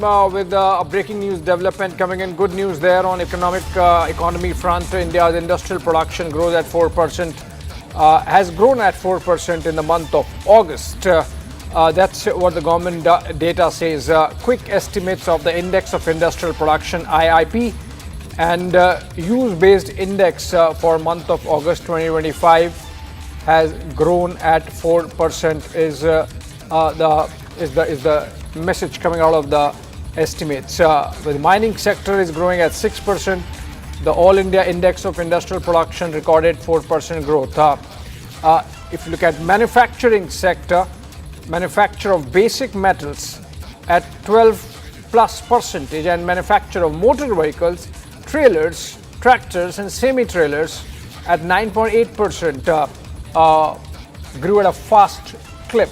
Remember, these are numbers before the GST reforms, so obviously there is likelihood of a GST bump coming in subsequent months. And let's try to understand the significance of this. Kishore Subramaniam, financial analyst and political analyst, also joins us over the phone from Chennai. Kishore, your understanding of these numbers, 4% growth for the IIP, Index of Industrial Production. Within that, the mining sector growing at 6% and the overall manufacturing sector at 12%. That's like a good number, and that's before GST reforms kicked in.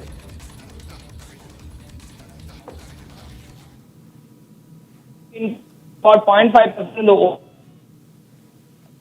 As you said, Abhishek, is on the manufacturing sector. That's the key, because job production at large scale happens there. After the impact of GST and the income tax reduction up to 12 lakhs this year, both this will kick in Q3 and Q4. I am hoping, and if you look at markets or if you look at the basic overall economic indicator, it's been a dull 12-15 months. I think we are on the lowest point in that ebb. Until unless there are global turmoils, Indian economy and the stock market would reflect that, and we will have a kicker of Q3 and Q4. H1 26, H2 26 will be far superior than H1 25 and H2 25, and I believe we are on the cusp of a very large rally. Right. IIP is the key, manufacturing is the key. Absolutely, we are on the. You very rightly said, Kishore, that we are on the cusp of a long rally. All right, moving on. And we move to the next one, which is that the TVK of Vijay has filed a petition in the Madras High Court today, citing that the incident was engineered by police and local politicians with an illicit connection with the hooligans. The petition filed by Vijay's party says that electricity power was disconnected right before Vijay's speech and during the speech. TVK's event was infiltrated. Massive charges being made there by Vijay's party. Their lawyer said that the incident was solely motivated by the political party, including DMK and its functionaries. The matter, of course, is going to be taken up on 3rd of October, which is Friday. Today is Monday. And the TVK completely absolving itself of any responsibility that it owes or owed to the victims and the survivors. The victims of the tragedy, 40 of them lost their lives. In fact, let's listen to exactly how the TVK side is presenting its case through their lawyer. The incident was solely and motivated by the political party, including DMK and its functionaries. So we made various allegations, and we have enclosed various photos and other reliable documents in our typeset. The matter will be taken up on Friday. Yesterday we moved before Honorable Justice Tandabani. He directed us to file writ petition today before the Madurai bench. But now we learned that the judge is not sitting today. Therefore, as per the notification of Madras High Court, our matter will be heard on Friday. All right, Sharda joins us live from Chennai for more on this, from Karur, in fact, for more on this. Sharda, this is like TVK absolving itself of all responsibility. This is absolute political football of a massive tragedy that people in Chennai have faced. You think this is going to go unchallenged by the people of Tamil Nadu? Abhishek, it's been exactly 48 hours since the tragedy happened in Karur, and till now, not the ruling party, the DMK or the TVK's Vijay has taken responsibility for the loss of 41 lives in Karur. It's a very unfortunate incident because the first time ever happening in the history of Tamil Nadu that 40 people died in a political rally is news that the both leaders are playing literally a blame game in this, where we see the DMK is constantly saying that the TVK leader Vijay did not follow the protocols of the Madras High Court, whereas TVK keeps blaming the DMK, the ruling government, saying that the enough police protection was not given, and which is the sole reason for what happened. And also, where as we've been hearing voices from the DMK speaking to us, telling that Vijay was literally 10 hours late to the spot, and that's the reason. Now, following all this, whereas the ruling government has asked for a single sitting commission to take over the case, make sure what has happened, and give a detailed report, which will also be submitted to the Ministry of Home Affairs. Whereas now the TVK has asked for a CBI probe into the matter, saying that the government formed sitting commission might be biased, and hoping that there would be a different answer with the CBI probe. The TVK has now reached to the Madurai bench of Madras High Court, filing a petition asking, apart from a CBI probe, also for a security and protection for actor Vijay to come back to Karur and meet the victims of the Stampede tragedy. Also, the important point here, what the TVK points out, is multiple conspiracy theories that are hidden behind this tragedy. Stay with us, Sharda. In fact, I want to know where Vijay, the leader, is in this moment of crisis, because reports suggest that he had left the venue even before everyone could be taken care of. But you earlier spoke to one of the victim families, husband of a deceased woman, in fact, and listen to how he narrates the ordeal and how his family is broken after the tragedy. பசங்க சின்ன phone பண்ணி இது மாதிரி 200 காசு கொடுப்பா, நான் முடிவெட்டு போயிட்டு வந்துடுறேன் அப்படின்னா. நான் வேலைக்கு வந்துட்டா காசு என்கிட்ட இல்லைடா, நான் மத்தியானத்துக்கு தரேன், மத்தியானத்துக்கு கொடுத்து என்ன பண்ணுறது, இப்போ கொடுப்பா அப்படின்னா. சரி வண்டி எடுத்துட்டாங்க வா அப்படின்னா. அப்புறம் சின்ன பையன் வண்டியில் வந்து ஒத்துறாது பைப்பஸ் ரோட்டில், இன்னும் வந்தாருண்டா அப்படின்னா. சரி அம்மாகிட்ட போனது, அம்மாவை பேசுதுன்னா. சரி அம்மாகிட்ட ஃபோனை கொடுத்தியா, ஃபோனு கொடுத்ததுக்கு இது மாதிரி மீட்டிங் கூப்பிட்றாங்க, போயிட்டு வந்துட்டேன்னா. நான் வேலை பார்த்துட்டு இருக்கிறேன், நீங்கள் என்னவே பண்ணுங்க அப்படின்னு சொல்லிட்டு வச்சுட்டு மேடம். சாயங்காலம் வந்து பார்த்தேன், நம்ம போயிருக்க மாட்டேன் தான் நான் வந்தேன். வந்து பார்க்குறேன் மீட்டிங்க்கு போயிட்டுனாங்க. சரின்ட்டு வேற பக்கம் போயிட்டேன். பெரிய ஃபோன் பண்ணி, அப்பா எங்கப்பா இருக்கா, இது மாதிரி 108 நிறையா கரூரில் போகுது, அம்மா எங்கப்பா அப்படின்னா. அம்மா இது மாதிரி பெரிய இந்த போயிருக்கிறா, மீட்டிங் போயிருக்கிறாண்ணா, ஆம்புலன்ஸ் நிறையா போகுதுப்பா அப்படின்னா. அடுத்து சின்னவனுக்கு ஃபோன் அடிச்சு, அப்பா இந்த மாதிரி எங்கப்பா இருக்கீங்க, அம்மா என்ன பண்ணுது அப்படின்னா. அம்மா உள்ளே இருக்குண்ணா, வெளியில் இருக்கிறப்பா அப்படின்னா. வெளியில் இருக்கிறப்பா அப்படின்னா. சரி அம்மாட்ட ஃபோனை கூடுறாண்ணா. அம்மா உள்ளே இருக்க வர அண்ணன் வேறு ஃபோன் பண்ணி இது மாதிரி சொல்கிறான்டாண்ணா. நீ என்ன இருக்கிறதா, அம்மா உள்ளே இருக்க வேறு வரப்பா இப்போ ஏப்பா அப்படின்னா. சரின்னு விட்டுட்டு அப்புறம் இங்கே வந்து பார்த்துட்டு இப்போ ஜிஹெச்சுக்கு போய் பார்க்குறேன். பக்கத்தில் போனேன், ஃபோன் பண்ணி உங்கள் அம்மா வீட்டுக்கு அம்மா இறந்துச்சு, அங்கே வடக்கால வர சொல்லு அப்படின்னாங்க. அப்போ அங்கே போய் பார்க்குறேன், அப்படியே உள்ள அப்படியே அனாத பண்ண மாதிரி ஃபுல்லாக ஒரு துணி மூணி கூட மேலே நல்லா போட்டு படுத்துட்டு வச்சுருந்தாங்க. பார்த்துட்டு வந்துட்டு என்னை இப்படி பண்ணிட்டு போயிட்டாலே நான் என்ன பண்ணுவேன். All right, friends, Operation Sindoor, which is, by the way, still going on, so drones coming, drones going, and those unmanned aerial systems, as they are called, becoming the cutting edge of our war. In fact, that's the new phase of a new warfare, and the Indian Armed Forces practiced just that over the last 24 hours as part of Vayu Samanvay exercises. Here are the details.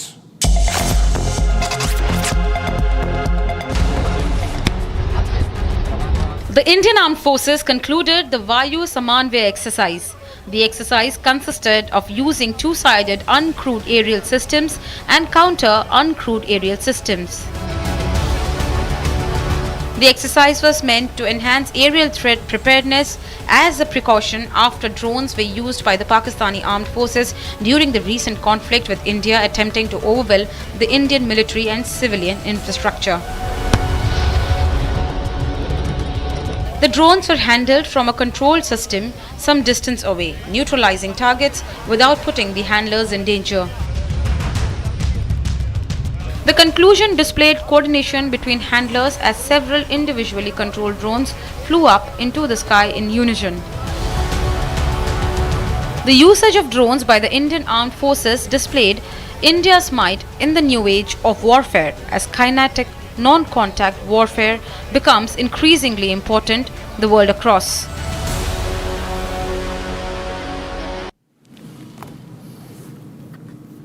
All right, moving on from our armed forces preparedness to what's happening in Pak-occupied Jammu and Kashmir. Getting in visuals from Kotli of POK, where the Jammu and Kashmir Awami Action Committee led a demonstration as telecommunication across the region has been completely shut down by the government there, with cellular networks, landlines and DSL internet services also suspended. The Awami Action Committee has put forward demands that observers describe as reasonable and rooted in long-standing grievances. Protest leaders argue that Pakistan must not treat POJK as a colony or an occupied territory, insisting instead on the rights of its people to protest, participate in decision-making and determine their own political future. Let's listen to some of the voices as you hear and watch these protests happening in Pak-occupied Jammu and Kashmir. इस वक्त अवामी समुंदर जो है एक बार फिर कोटली शहीद चौक में पहुंच चुका है। जगह जगह से रैलियां इस वक्त कोटली शहीद चौक में पहुंच रही हैं। तकरीबन गुज़श्ता 3 दिनों से आप देख रहे हैं कि हमारे जिला कोटली के सिटिंग एमएलए जो है उनने सार जोड़े हुए थे, उनकी मीटिंग्स जारी थी कि किस तरह ये जो एक्शन कमेटी की लॉकडाउन की कॉल है इसे नाकाम कैसे बनाया जाए, लेकिन वो इस वक्त कामयाब ना हो सके और अवाम का एक बड़ा समुद्र कोटली शहीद चौक में पहुंच चुका है। और मेरे साथ इस वक्त मौजूद है जवाद भाई, से जानते हैं जी कि ये क्या कहना चाह रहे हैं आज के हवाले से।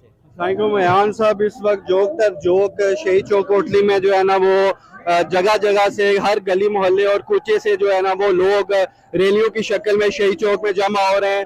और अभी इस वक्त जो है ना सुबह का वक्त है, लेकिन बड़ी तादाद में लोग यहाँ पर कोटली शहीद चौक में मौजूद हैं और मजीद रैलियां जो है ना वो कोटली आज़ाद कश्मीर की डिफरेंट वार्ड से यहाँ पर जो है ना वो पहुंच रही है।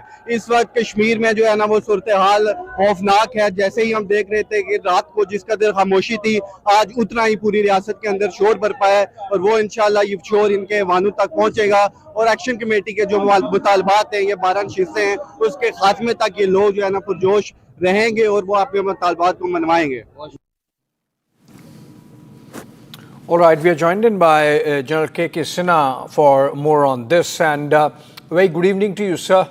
And my question to you is, just a few days back we had Defence Minister Rajnath Singh suggest that we won't need a war to take POJK, it will come on its own. Now these pictures coming in from there clearly suggest that there is massive anti-Islamabad sentiment there on the ground. Jai Hind and good afternoon. Abhishek, absolutely correct. When we heard from the Raksha Mantri, when he talked that POK will take it without jang, lade le sakte hain. And and this protest which we are seeing now, it was announced not yesterday, but it was announced about fortnight back. And of course, they are demanding, because there are 35 points. They have about 38 points. Demand is there, and there are a lot of things are there. Earlier we have seen, but I think this is very unprecedented in the history of POK. When we talk about POK, also when I look at it, it is also the part of POKJ and also Gilgit-Baltistan. And if you see the combined, approximately 5 crore people stays over here out of the 25 crores, and they have taken a vow that they will not allow to be with the Pakistan, but more or less it is something in undercurrent over there. They want to join the hand because number of times it have come in the form of the slogan when they talked about, earlier slogans which were there, that what ye to dharti gadai hai, iske piche bardi hai, and things like that. Right. Now, there was something, this thing, which missed our mind. There was 2 days back, Bhag Bhaijan Bike, this slogan was there, and this was also intercepted by our, radio interception. When they are talking about, all the, these people who are there in the POJK, basically the terrorists, they want to leave the, terrorists and go back to Khyber Pakhtunkhwa, which is very, very important. And this is exactly what we are hinting when you are saying that, when the Raksha Mantri has spoken something like that, he has given a hint. So this hint is not on a basis which is absolutely empty, but it is it is the basis of something which is very solid coming from the POK. We have to see that, we have to, make a conditions, we have to make sure that they have got our support, because they are also fighting their, this AAC, the Awami Action Committee, for the people who has been there and they had gone in the part of the refugees of Kashmiri refugees who has gone over there. And then had a number of seats, I believe the 12 seats used to be there. That has also been taken away by the Pakistan government. The recent government has done that. So these things are the breeding ground of the discontent, and I think it will move in our directions the way the Raksha Mantri has given the hint. All right. Thank you so much, sir. We keep, of course, a close tab of what's happening there, because at some stage, the POJK has to come back to India. It's Indian territory. Thank you, General Sinha, for joining us with that perspective. Moving on, back to Delhi, where Republic has accessed the remand copy of Godman Chaitanyanand, and the fact that he's in police custody now for 5 days, based on that remand copy accessed by Akhil. The cops plan to confront the accused with the statements from at least 16 victims. And there is, of course, electronic evidence, his chats, etc. Let's go to Akhil. We have Akhil live, in fact, so I would rather let him speak about the details of the remand copy. Akhil, what more can you tell us? These charges seem like damning, and these victims have given detailed statements, it seems, to the police. That's right, Abhishek. Abhishek, if you see, initially when the Delhi Police Southwest District team arrested the accused from Agra, and after that what has happened, there are 3 cell phones, 1 iPad and other materials were recovered from his possession. 2 bags, trolleys were also recovered from his possession. So when Delhi Police asked for the password, the accused so-called self-styled Godman Swami Partha denied access to those iPads and phones. So right now what has happened, that the access has been granted. Delhi Police has now got the access of those iPhones, and apart from that, if you see the iPads as well. So on that front, the Delhi Police is basically trying to find out the details, that whether any kind of materials or videos that could be found from the device of that so-called accused Baba. So right now, the details that we have got from the remand copy, that if you see in this very case, there were 16 victims who have given their testimony to the Delhi Police. So right now, the Delhi Police will corroborate the statements given by those victims and will confront the accused in connection with the case. Because earlier, if you see, Abhishek, what has happened, there were 3 wardens as well who were the co-accused in this case, whose statement has already been registered by the Delhi Police. Now what will happen next?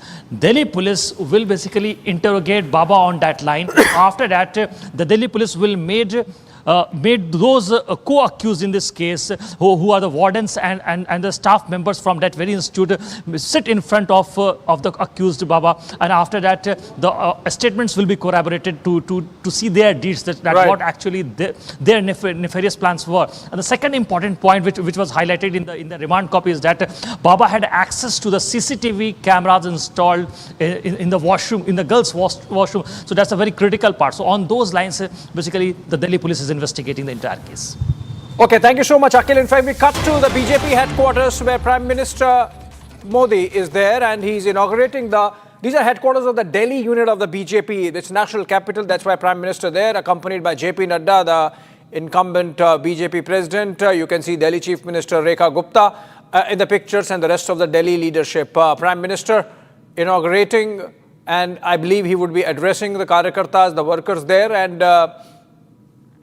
this is on stage. Prime Minister present on the dais. Chief Minister Rekha Gupta explaining some aspects of the new building, new campus, it seems. आप लोगों की मेहनत से और दिल्ली की जनता जनार्दन के आशीर्वाद से बनी है। एक बार आदरणीय प्रधानमंत्री जी का धन्यवाद करते हुए भारत माता की। अब हम सब उस पल के गवाह बनेंगे, साक्षी बनेंगे, जब हमारे प्रदेश कार्यालय का उद्घाटन आदरणीय प्रधानमंत्री जी रिमोट का बटन दबाकर करेंगे। अनेक योजनाएं रोज भारत की जनता को समर्पित होती हैं। हमारे लिए ये कार्यालय कार्यकर्ताओं की संगठनात्मक गतिविधियों का केंद्र भी होगा, लेकिन हमारे संस्कार, हमारी निष्ठा और जन सेवा की भावना का प्रतीक भी बनेगा। हम आदरणीय प्रदेश अध्यक्ष जी को निवेदन करते हैं कि माननीय प्रधानमंत्री श्री नरेंद्र मोदी जी का स्वागत करें और आज दिल्ली की देवतुल्य कार्यकर्ताओं की भावनाओं को आदरणीय प्रधानमंत्री जी को समर्पित करेंगे। हमारे प्रदेश अध्यक्ष श्री वीरेंद्र सचदेवा जी, जोरदार तालियों से स्वागत। गणेश जी, शुभ काम का आरंभ आदरणीय प्रधानमंत्री जी के द्वारा गणेश जी की स्तुति करते हुए अध्यक्ष वीरेंद्र सचदेवा जी हम सब की भावनाओं को आदरणीय प्रधानमंत्री जी को समर्पित कर रहे हैं।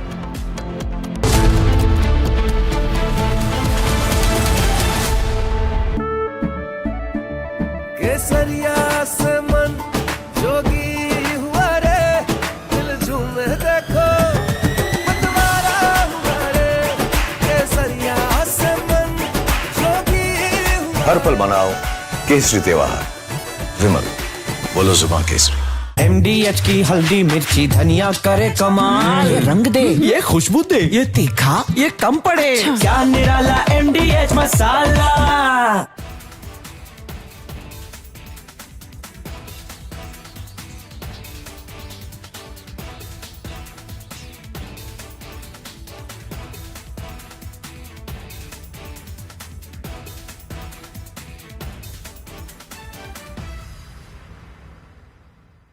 साथियों, हम नागरिक देवो भवः, नागरिक देवो भवः के जिस मंत्र के साथ आगे बढ़ रहे हैं, नेक्स्ट जनरेशन जीएसटी रिफॉर्म में इसकी साफ झलक दिखाई देती है।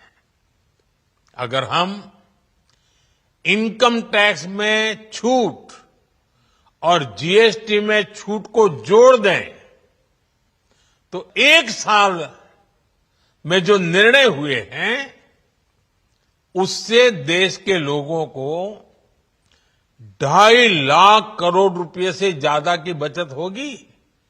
और तभी तो मैं कह रहा हूं ये बचत उत्सव है। साथियों, विकसित भारत के लक्ष्य तक पहुंचने के लिए हमें आत्मनिर्भरता के रास्ते पर चलना ही होगा और भारत को आत्मनिर्भर बनाने का बहुत बड़ा दायित्व हमारे एमएसएमईज यानी हमारे लघु, मध्यम और कुटीर उद्योगों पर भी है, जो देश के लोगों की जरूरत कम है, जो हम देश में ही बना सकते हैं, वो हमें देश में ही बनाना चाहिए। साथियों, जीएसटी की दरें कम होने से नियम और प्रक्रियाएं और आसान बनने से हमारे एमएसएमईज, हमारे लघु उद्योगों को, कुटीर उद्योगों को बहुत फायदा होगा। उनकी बिक्री बढ़ेगी और टैक्स भी कम देना पड़ेगा, यानी उनको भी डबल फायदा होगा। इसलिए आज मेरी एमएसएमई से लघु उद्योग हो, सूक्ष्म उद्योग हो, कुटीर उद्योग हो, आप सबसे बहुत अपेक्षाएं हैं। आपको भी पता है, जब भारत समृद्धि के शिखर पर था, तब भारत की अर्थव्यवस्था का मुख्य आधार हमारे एमएसएमईज थे, हमारे लघु और कुटीर उद्योग थे। भारत की मैन्युफैक्चरिंग, भारत में बने सामानों की क्वालिटी बेहतर होती थी। हमें उस गौरव को वापस पाना है। हमारे लघु उद्योग जो बनाए, वो दुनिया में हर कसौटी पर बेस्ट हो, उत्तम से उत्तम हो।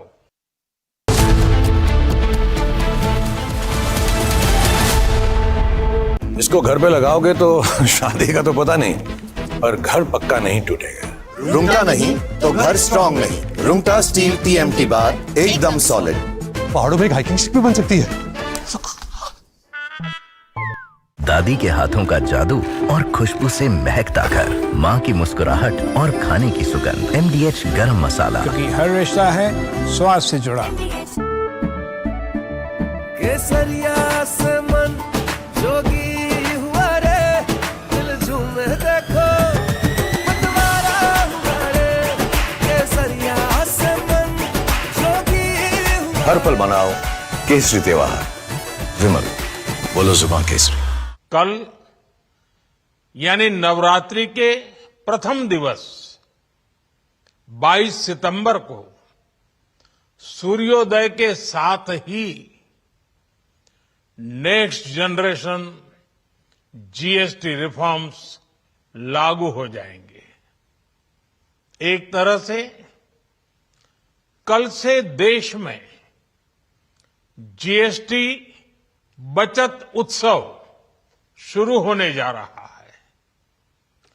इस जीएसटी बचत उत्सव में आपकी बचत बढ़ेगी और आप अपनी पसंद की चीजों को और ज्यादा आसानी से खरीद पाएंगे। नए स्वरूप में मुख्य रूप से अब सिर्फ 5% और 18% के ही टैक्स स्लैब रहेंगे। इसका मतलब है रोजमर्रा के इस्तेमाल की ज्यादातर चीजें और सस्ती हो जाएगी। खाने पीने का सामान, दवाइयां, साबुन, ब्रश, पेस्ट, स्वास्थ्य और जीवन बीमा, ऐसे अनेकों सामान, अनेकों सेवाएं या तो टैक्स फ्री होगी या फिर केवल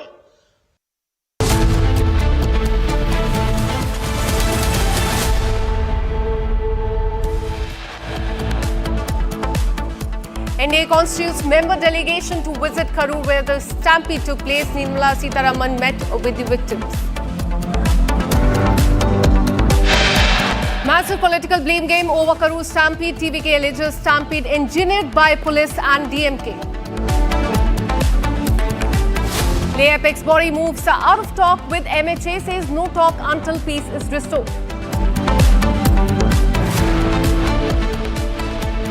वो है EFTA, European free trade association. उन चारों देशों का फ्री ट्रेड एग्रीमेंट मार्च 2024 में हमने फाइनल किया था। वो 1 अक्टूबर से लागू हो जाएगा और उसका लाभ आप सब ले पाएंगे। Union Minister of Commerce says there are not just US negotiations underway with multiple nations. Remand copy accessed by Republic TV in Delhi molester Baba case. Police to trace Chaitanya Nanda's financial and foreign links.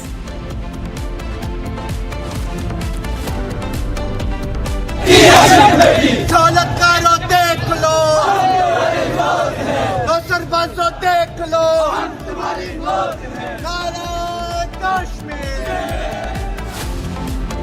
Thousands take to the streets in Pakistan-occupied Kashmir against Shehbaz Sharif government demanding reforms.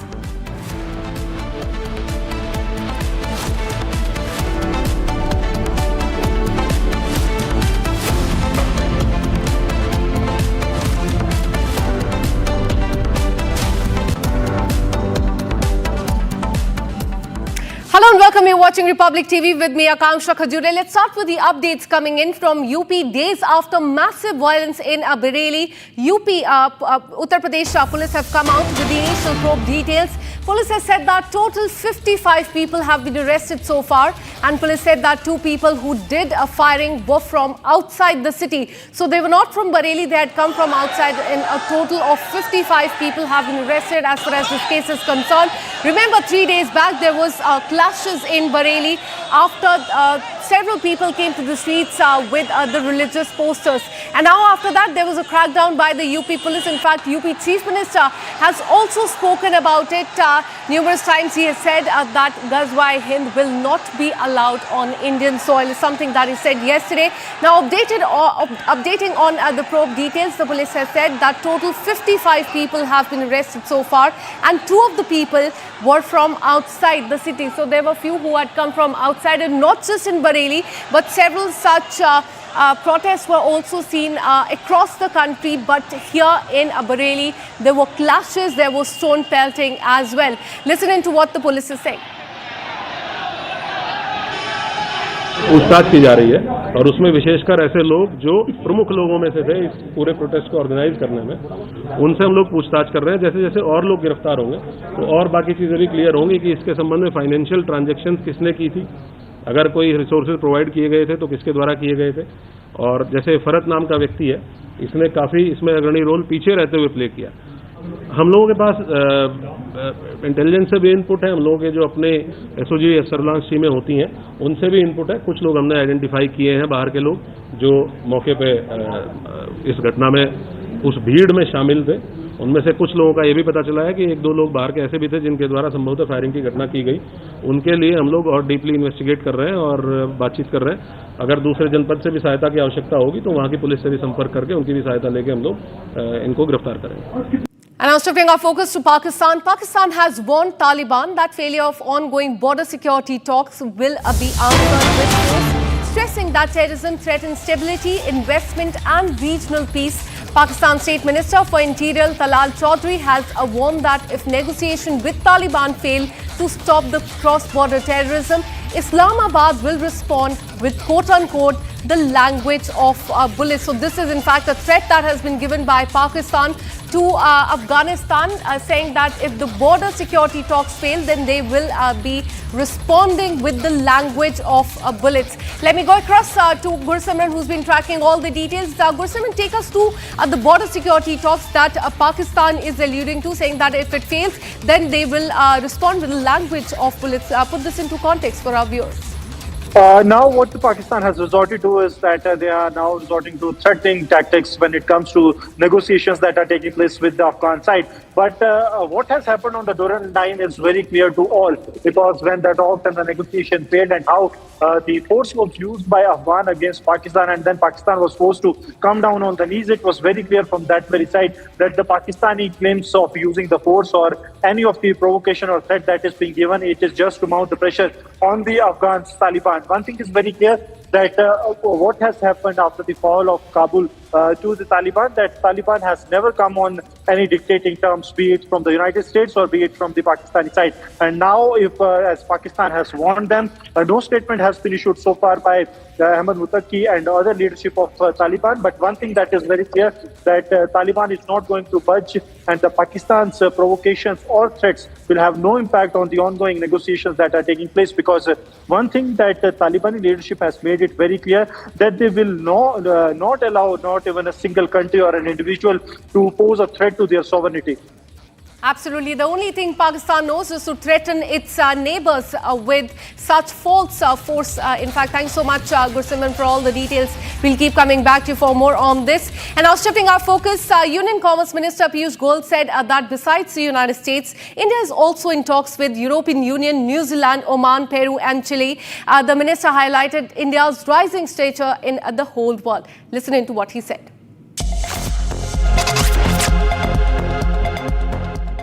US के साथ बातचीत चल रही है, EU के साथ यानी EU के 27 देशों का समूह, उनके साथ बातचीत चल रही है, New Zealand, Oman, Peru, chilli,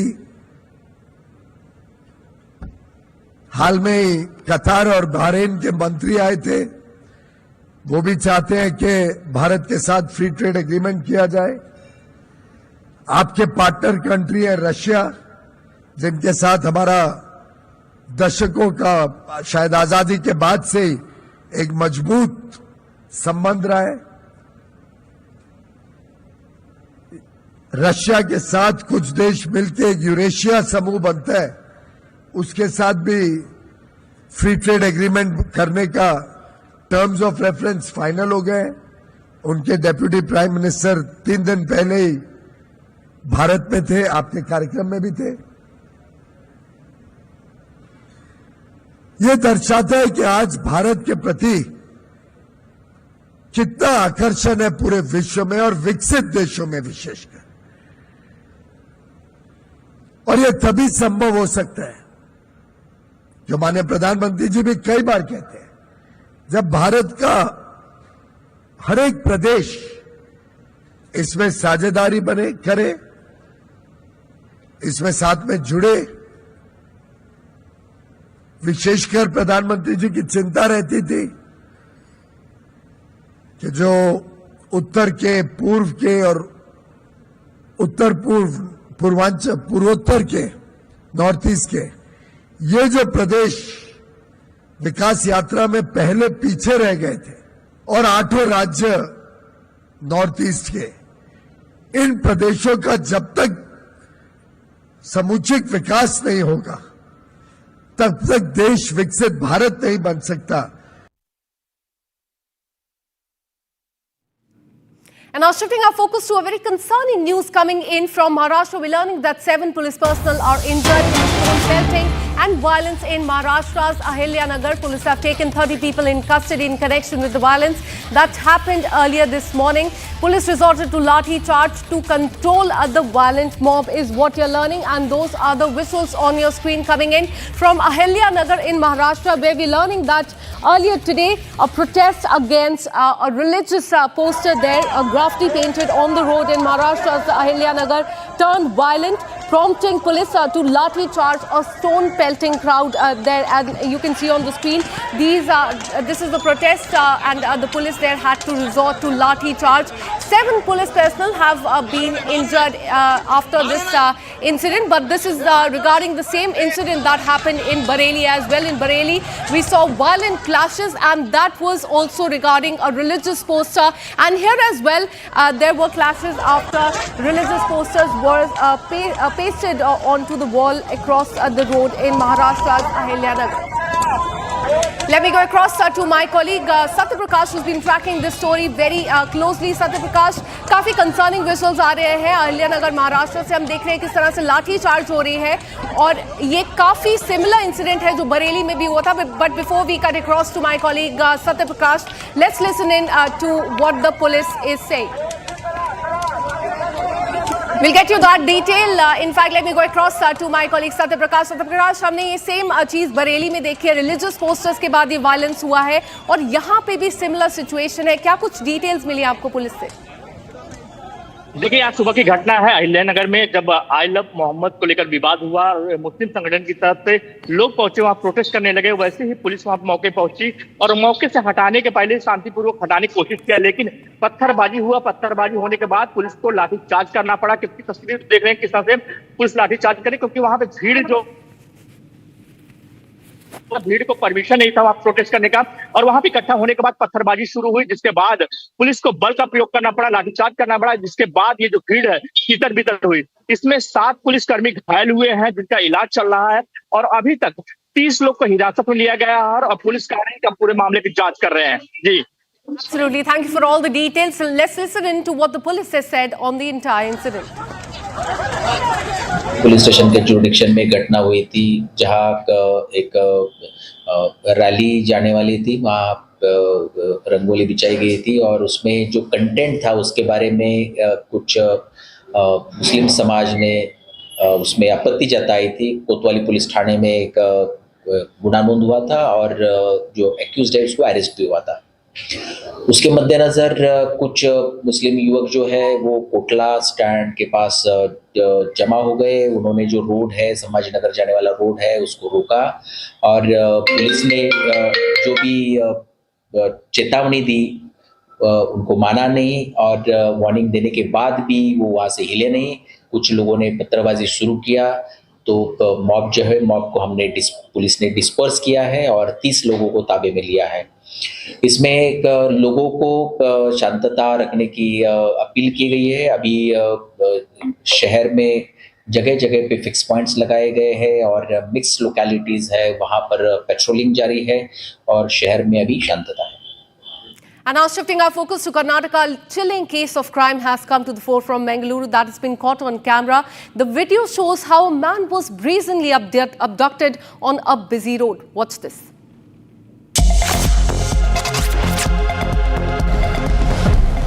In a shocking incident reported from Mangaluru, the victim was first stopped by 2 bike-worn men. Moments later, another group arrived in a car and forcefully abducted him, while bystanders watched in silence.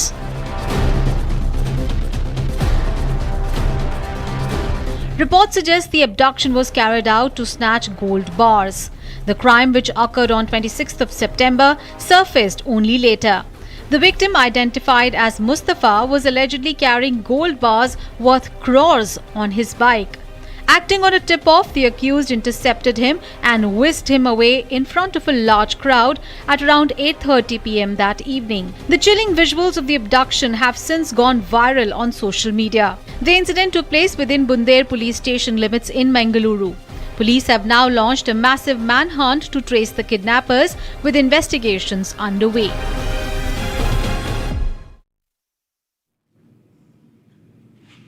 And now shifting our focus to the stampede that took place in Tamil Nadu.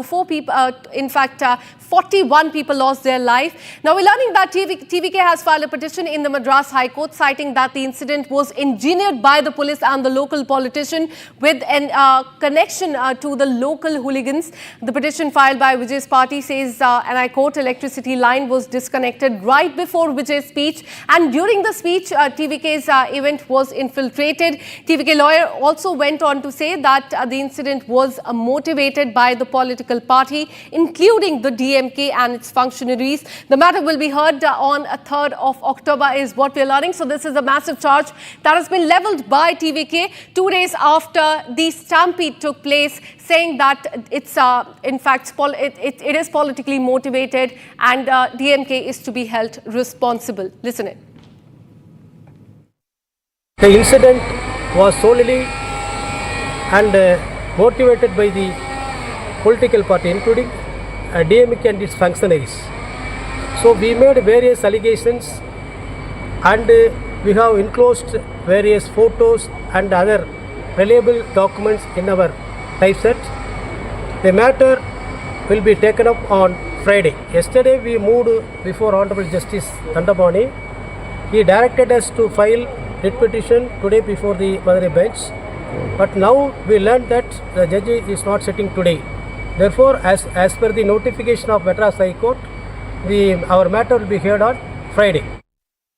And Republic is on the ground. My colleague Sharda also spoke to the husband of the deceased women. He narrated the ordeal and how the family is broken after the unfortunate incident. Listen in. பசங்க சின்ன phone பண்ணி இது மாதிரி யாராவது காசு கொடுப்பா, நான் முடிவெட்டு போயிட்டு வந்துடுறேன் அப்படின்னா. நான் வேலைக்கு வந்துட்டா காசு என்கிட்ட இல்லைடா, நான் மத்தியானம் தரேன், மத்தியானம் கொடுத்து என்ன பண்ணுறது, இப்போ கொடுப்பா அப்படின்னா. சரி வண்டி எடுத்துட்டாங்க வா அப்படின்னா. அப்புறம் சின்ன பையன் வண்டியில் வந்து ஒருத்தராது பைப் ரோட்டில் இன்னும் வந்தாருண்டா அப்படின்னா. சரி அம்மாகிட்ட போனதா அம்மாவை பேசுதுன்னா. சரி அம்மாகிட்ட ஃபோனை கொடுத்தியா? ஃபோனு கொடுத்ததுக்கு இது மாதிரி மீட்டிங் கூப்பிட்றாங்க போயிட்டு வந்துட்டேன்னா. நான் வேலை பார்த்துட்டு இருக்கிறேன், நீங்கள் என்னவே பண்ணுங்க அப்படின்னு சொல்லிட்டு வச்சுட்டு மேடம் சாயங்காலம் வந்து பார்த்தேன். நம்ம போயிருக்க மாட்டேன் தான் நான் வந்து பார்க்குறேன் மீட்டிங்கு போயிட்டுனாங்க. சரின்ட்டு வேற பக்கம் போயிட்டேன். பெரிய ஃபோன் பண்ணி அப்பா எங்கப்பா இருக்கா இது மாதிரி 108 நிறையா கரூரில் போகுது அம்மா எங்கப்பா அப்படின்னா. அம்மா இது மாதிரி பெரிய இந்த போயிருக்கிறா மீட்டிங் போயிருக்கிறாண்ணா ஆம்புலன்ஸ் நிறையா போகுதுப்பா அப்படின்னு. அடுத்து சின்னவனுக்கு ஃபோன் அடிச்சு அப்பா இது மாதிரி எங்கப்பா இருக்கீங்க அம்மா என்ன பண்ணுது அப்படின்னா. அம்மா உள்ளே இருக்குண்ணா வெளியில் இருக்கிறப்பா அப்படின்னியா. வெளியில் இருக்கிறப்பா அப்படின்னியா. சரி அம்மாட்ட ஃபோனை கூடுறாண்ணா. அம்மா உள்ளே இருக்க அண்ணன் வேறு ஃபோன் பண்ணி இது மாதிரி சொல்கிறான்டாண்ணா. நீ என்ன இங்கிறதா அம்மா உள்ளே இருக்கப்பா வரப்பா இப்போ ஏப்பா அப்படின்னியா. சரின்னு விட்டுட்டு அப்புறம் இங்கே வந்து பார்த்துட்டு இப்போ ஜிஹெச்சுக்கு போய் பார்க்குறேன். பக்கத்தில் போனேன் ஃபோன் பண்ணி உங்கள் அம்மா வீட்டுக்கு அம்மா இறந்துச்சு அங்கே தெக்கா வடக்கால வர சொல்லு அப்படின்னாங்க. அப்போ அங்கே போய் பார்க்குறேன் அப்படியே உள்ள அப்படியே அனாத பட மாதிரி உள்ள ஒரு துணி மூணி கூட மேலே நல்லா போத்தாம போட்டு படுத்துட்டு வச்சுருந்தாங்க. பார்த்துட்டு வந்துட்டு என்னை எப்படி பண்ணிட்டு போயிட்டாலே நான் என்ன பண்ணுவேன்.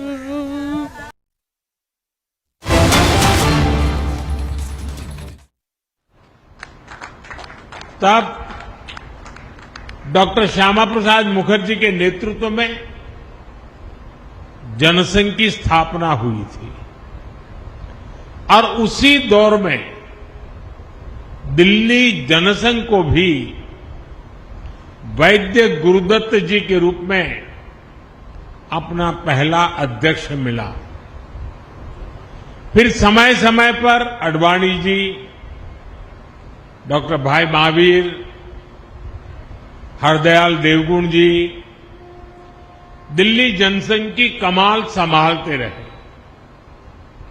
1980 में जब भाजपा की स्थापना हुई तो वीके मल्होत्रा जी को दिल्ली भाजपा के पहले अध्यक्ष की जिम्मेदारी मिली। आज दिल्ली भाजपा जिस मजबूती में है वो बीते दशकों में हमारे लाखों कार्यकर्ताओं के त्याग और परिश्रम का परिणाम है।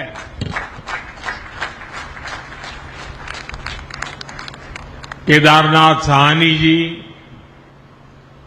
साहब सिंह वर्मा जी, मदनलाल खुराना जी,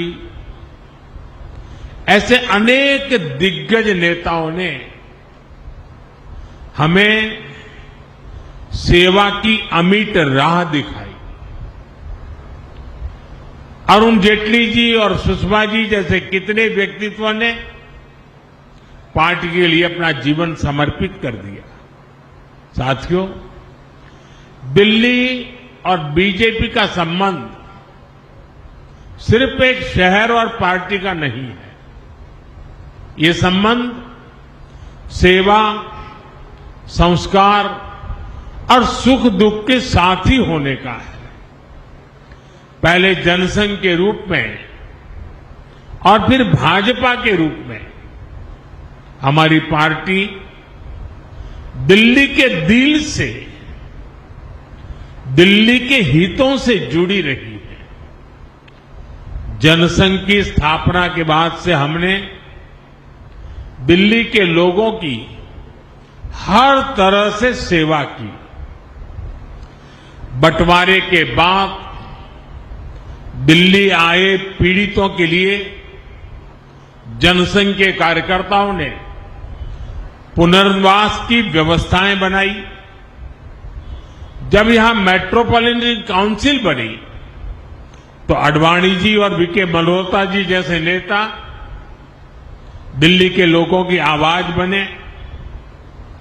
आपातकाल के दौर में दिल्ली के लोगों के साथ जनसंघ के नेताओं ने सत्ता के दमन के खिलाफ संघर्ष किया। 1984 में जिन सिख दंगों में दिल्ली की आत्मा पर, मानवता पर एक भयंकर आघात हुआ। उस संकट काल में भी दिल्ली बीजेपी के कार्यकर्ताओं ने हमारे सिख भाई बहनों की हर संभव रक्षा की। दिल्ली और बीजेपी के साथ भावना का है, भरोसे का है। साथियों, जनसंघ के जमाने में और उसके बाद भी जब भी बड़े राष्ट्र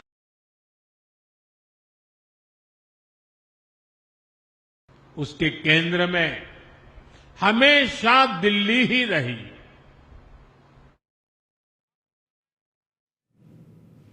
All right, so BJP's new office has been inaugurated in the national capital. Prime Minister there on the screen. Now let's have a look at the top national stories of the day in 1 minute. Brought to you by Canara Bank. Together we can. As a part of Vayu Samanvay exercise, the Indian Army put indigenous drones and counter drones on display, exemplifying the steady modernization of the Indian Armed Forces. Chief Minister Yogi Adityanath held a virtual meeting with all the mayors of the state on the topic of Viksit UP 2047, pushing for a vocal for local strategy.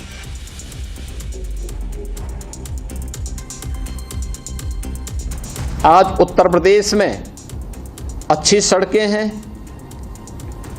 देश का सबसे अच्छा infrastructure आज के दिन पे उत्तर प्रदेश में सबसे ज़्यादा हमारे पास एक्सप्रेस हाईवे के नेटवर्क हैं, इंटर स्टेट कनेक्टिविटी हमारी बेहतर है।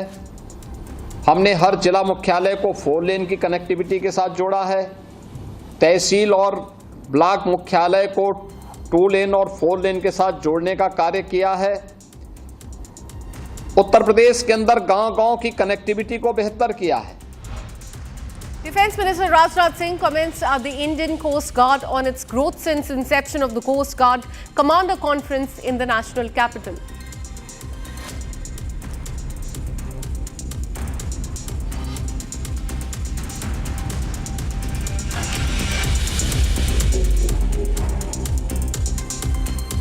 And now shifting our focus, the Vayu Samanvay exercise, which consisted of the drones drill by the Indian Armed Forces, concluded today. The exercise heralded an age of modernization of the Indian Armed Forces, with similar drones being used by India during Operation Sindoor as well. Let's have a look.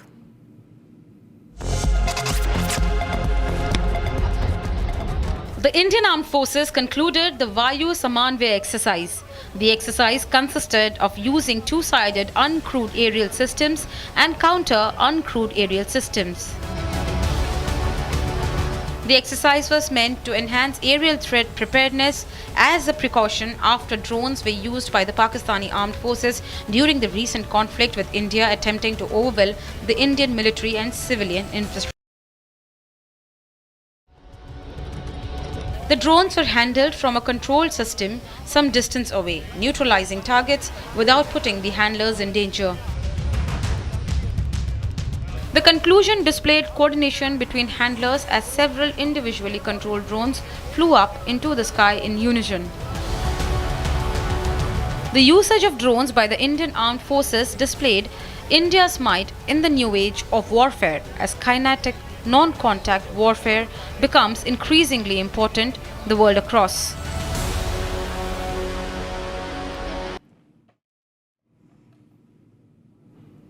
And we are getting in visuals from Kotli in Pakistan-occupied Kashmir. The Jammu and Kashmir Awami Action Committee is leading the ongoing protests, in fact, across POK. And in fact, we are learning that it has been completely shut down, with cellular network, landline and internet service all suspended. JKAAC has put forward demands that observers describe as reasonable and rooted in long-standing grievances. We are learning that the leaders argue that Pakistan must not treat POJK as the colony or an occupied territory, insisting instead on the rights of its people to protest, participate in the decision making. And these are the visuals coming on your screen from POK, where there is a massive uprising against the Shehbaz Sharif government. People there on the streets raising slogans against the government and demanding, in fact, accountability. And this is anti-corruption protest that is happening in POK.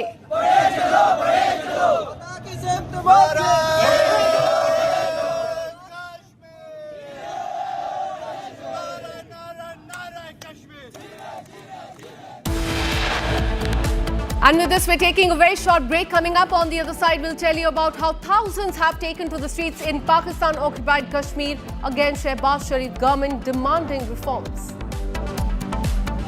And also on the other side, Prime Minister Modi has inaugurated BJP's new office in the national capital. We'll give you details on that as well after this very short break. Stay with us. I choose a world where we dream, and the limit is the sky. And this world is my home where I'm living my best. Mindfully crafted home decor fabrics. Sansar, a D-Decor brand. Live consciously. ये है secret recipe MDH का जीरा SIP जल जीरा मसाला। SIP SIP जीरा SIP जीरा SIP MDH का जल जीरा सिप MDH का जल जीरा सिप।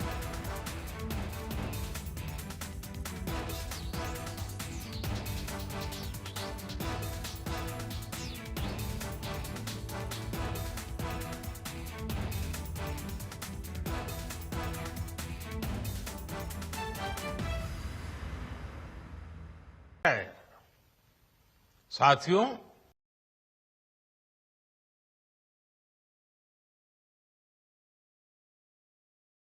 पर चलना ही होगा और भारत को आत्मनिर्भर बनाने का बहुत बड़ा दायित्व हमारे एमएसएमईज यानी हमारे लघु, मध्यम और कुटीर उद्योगों पर भी है।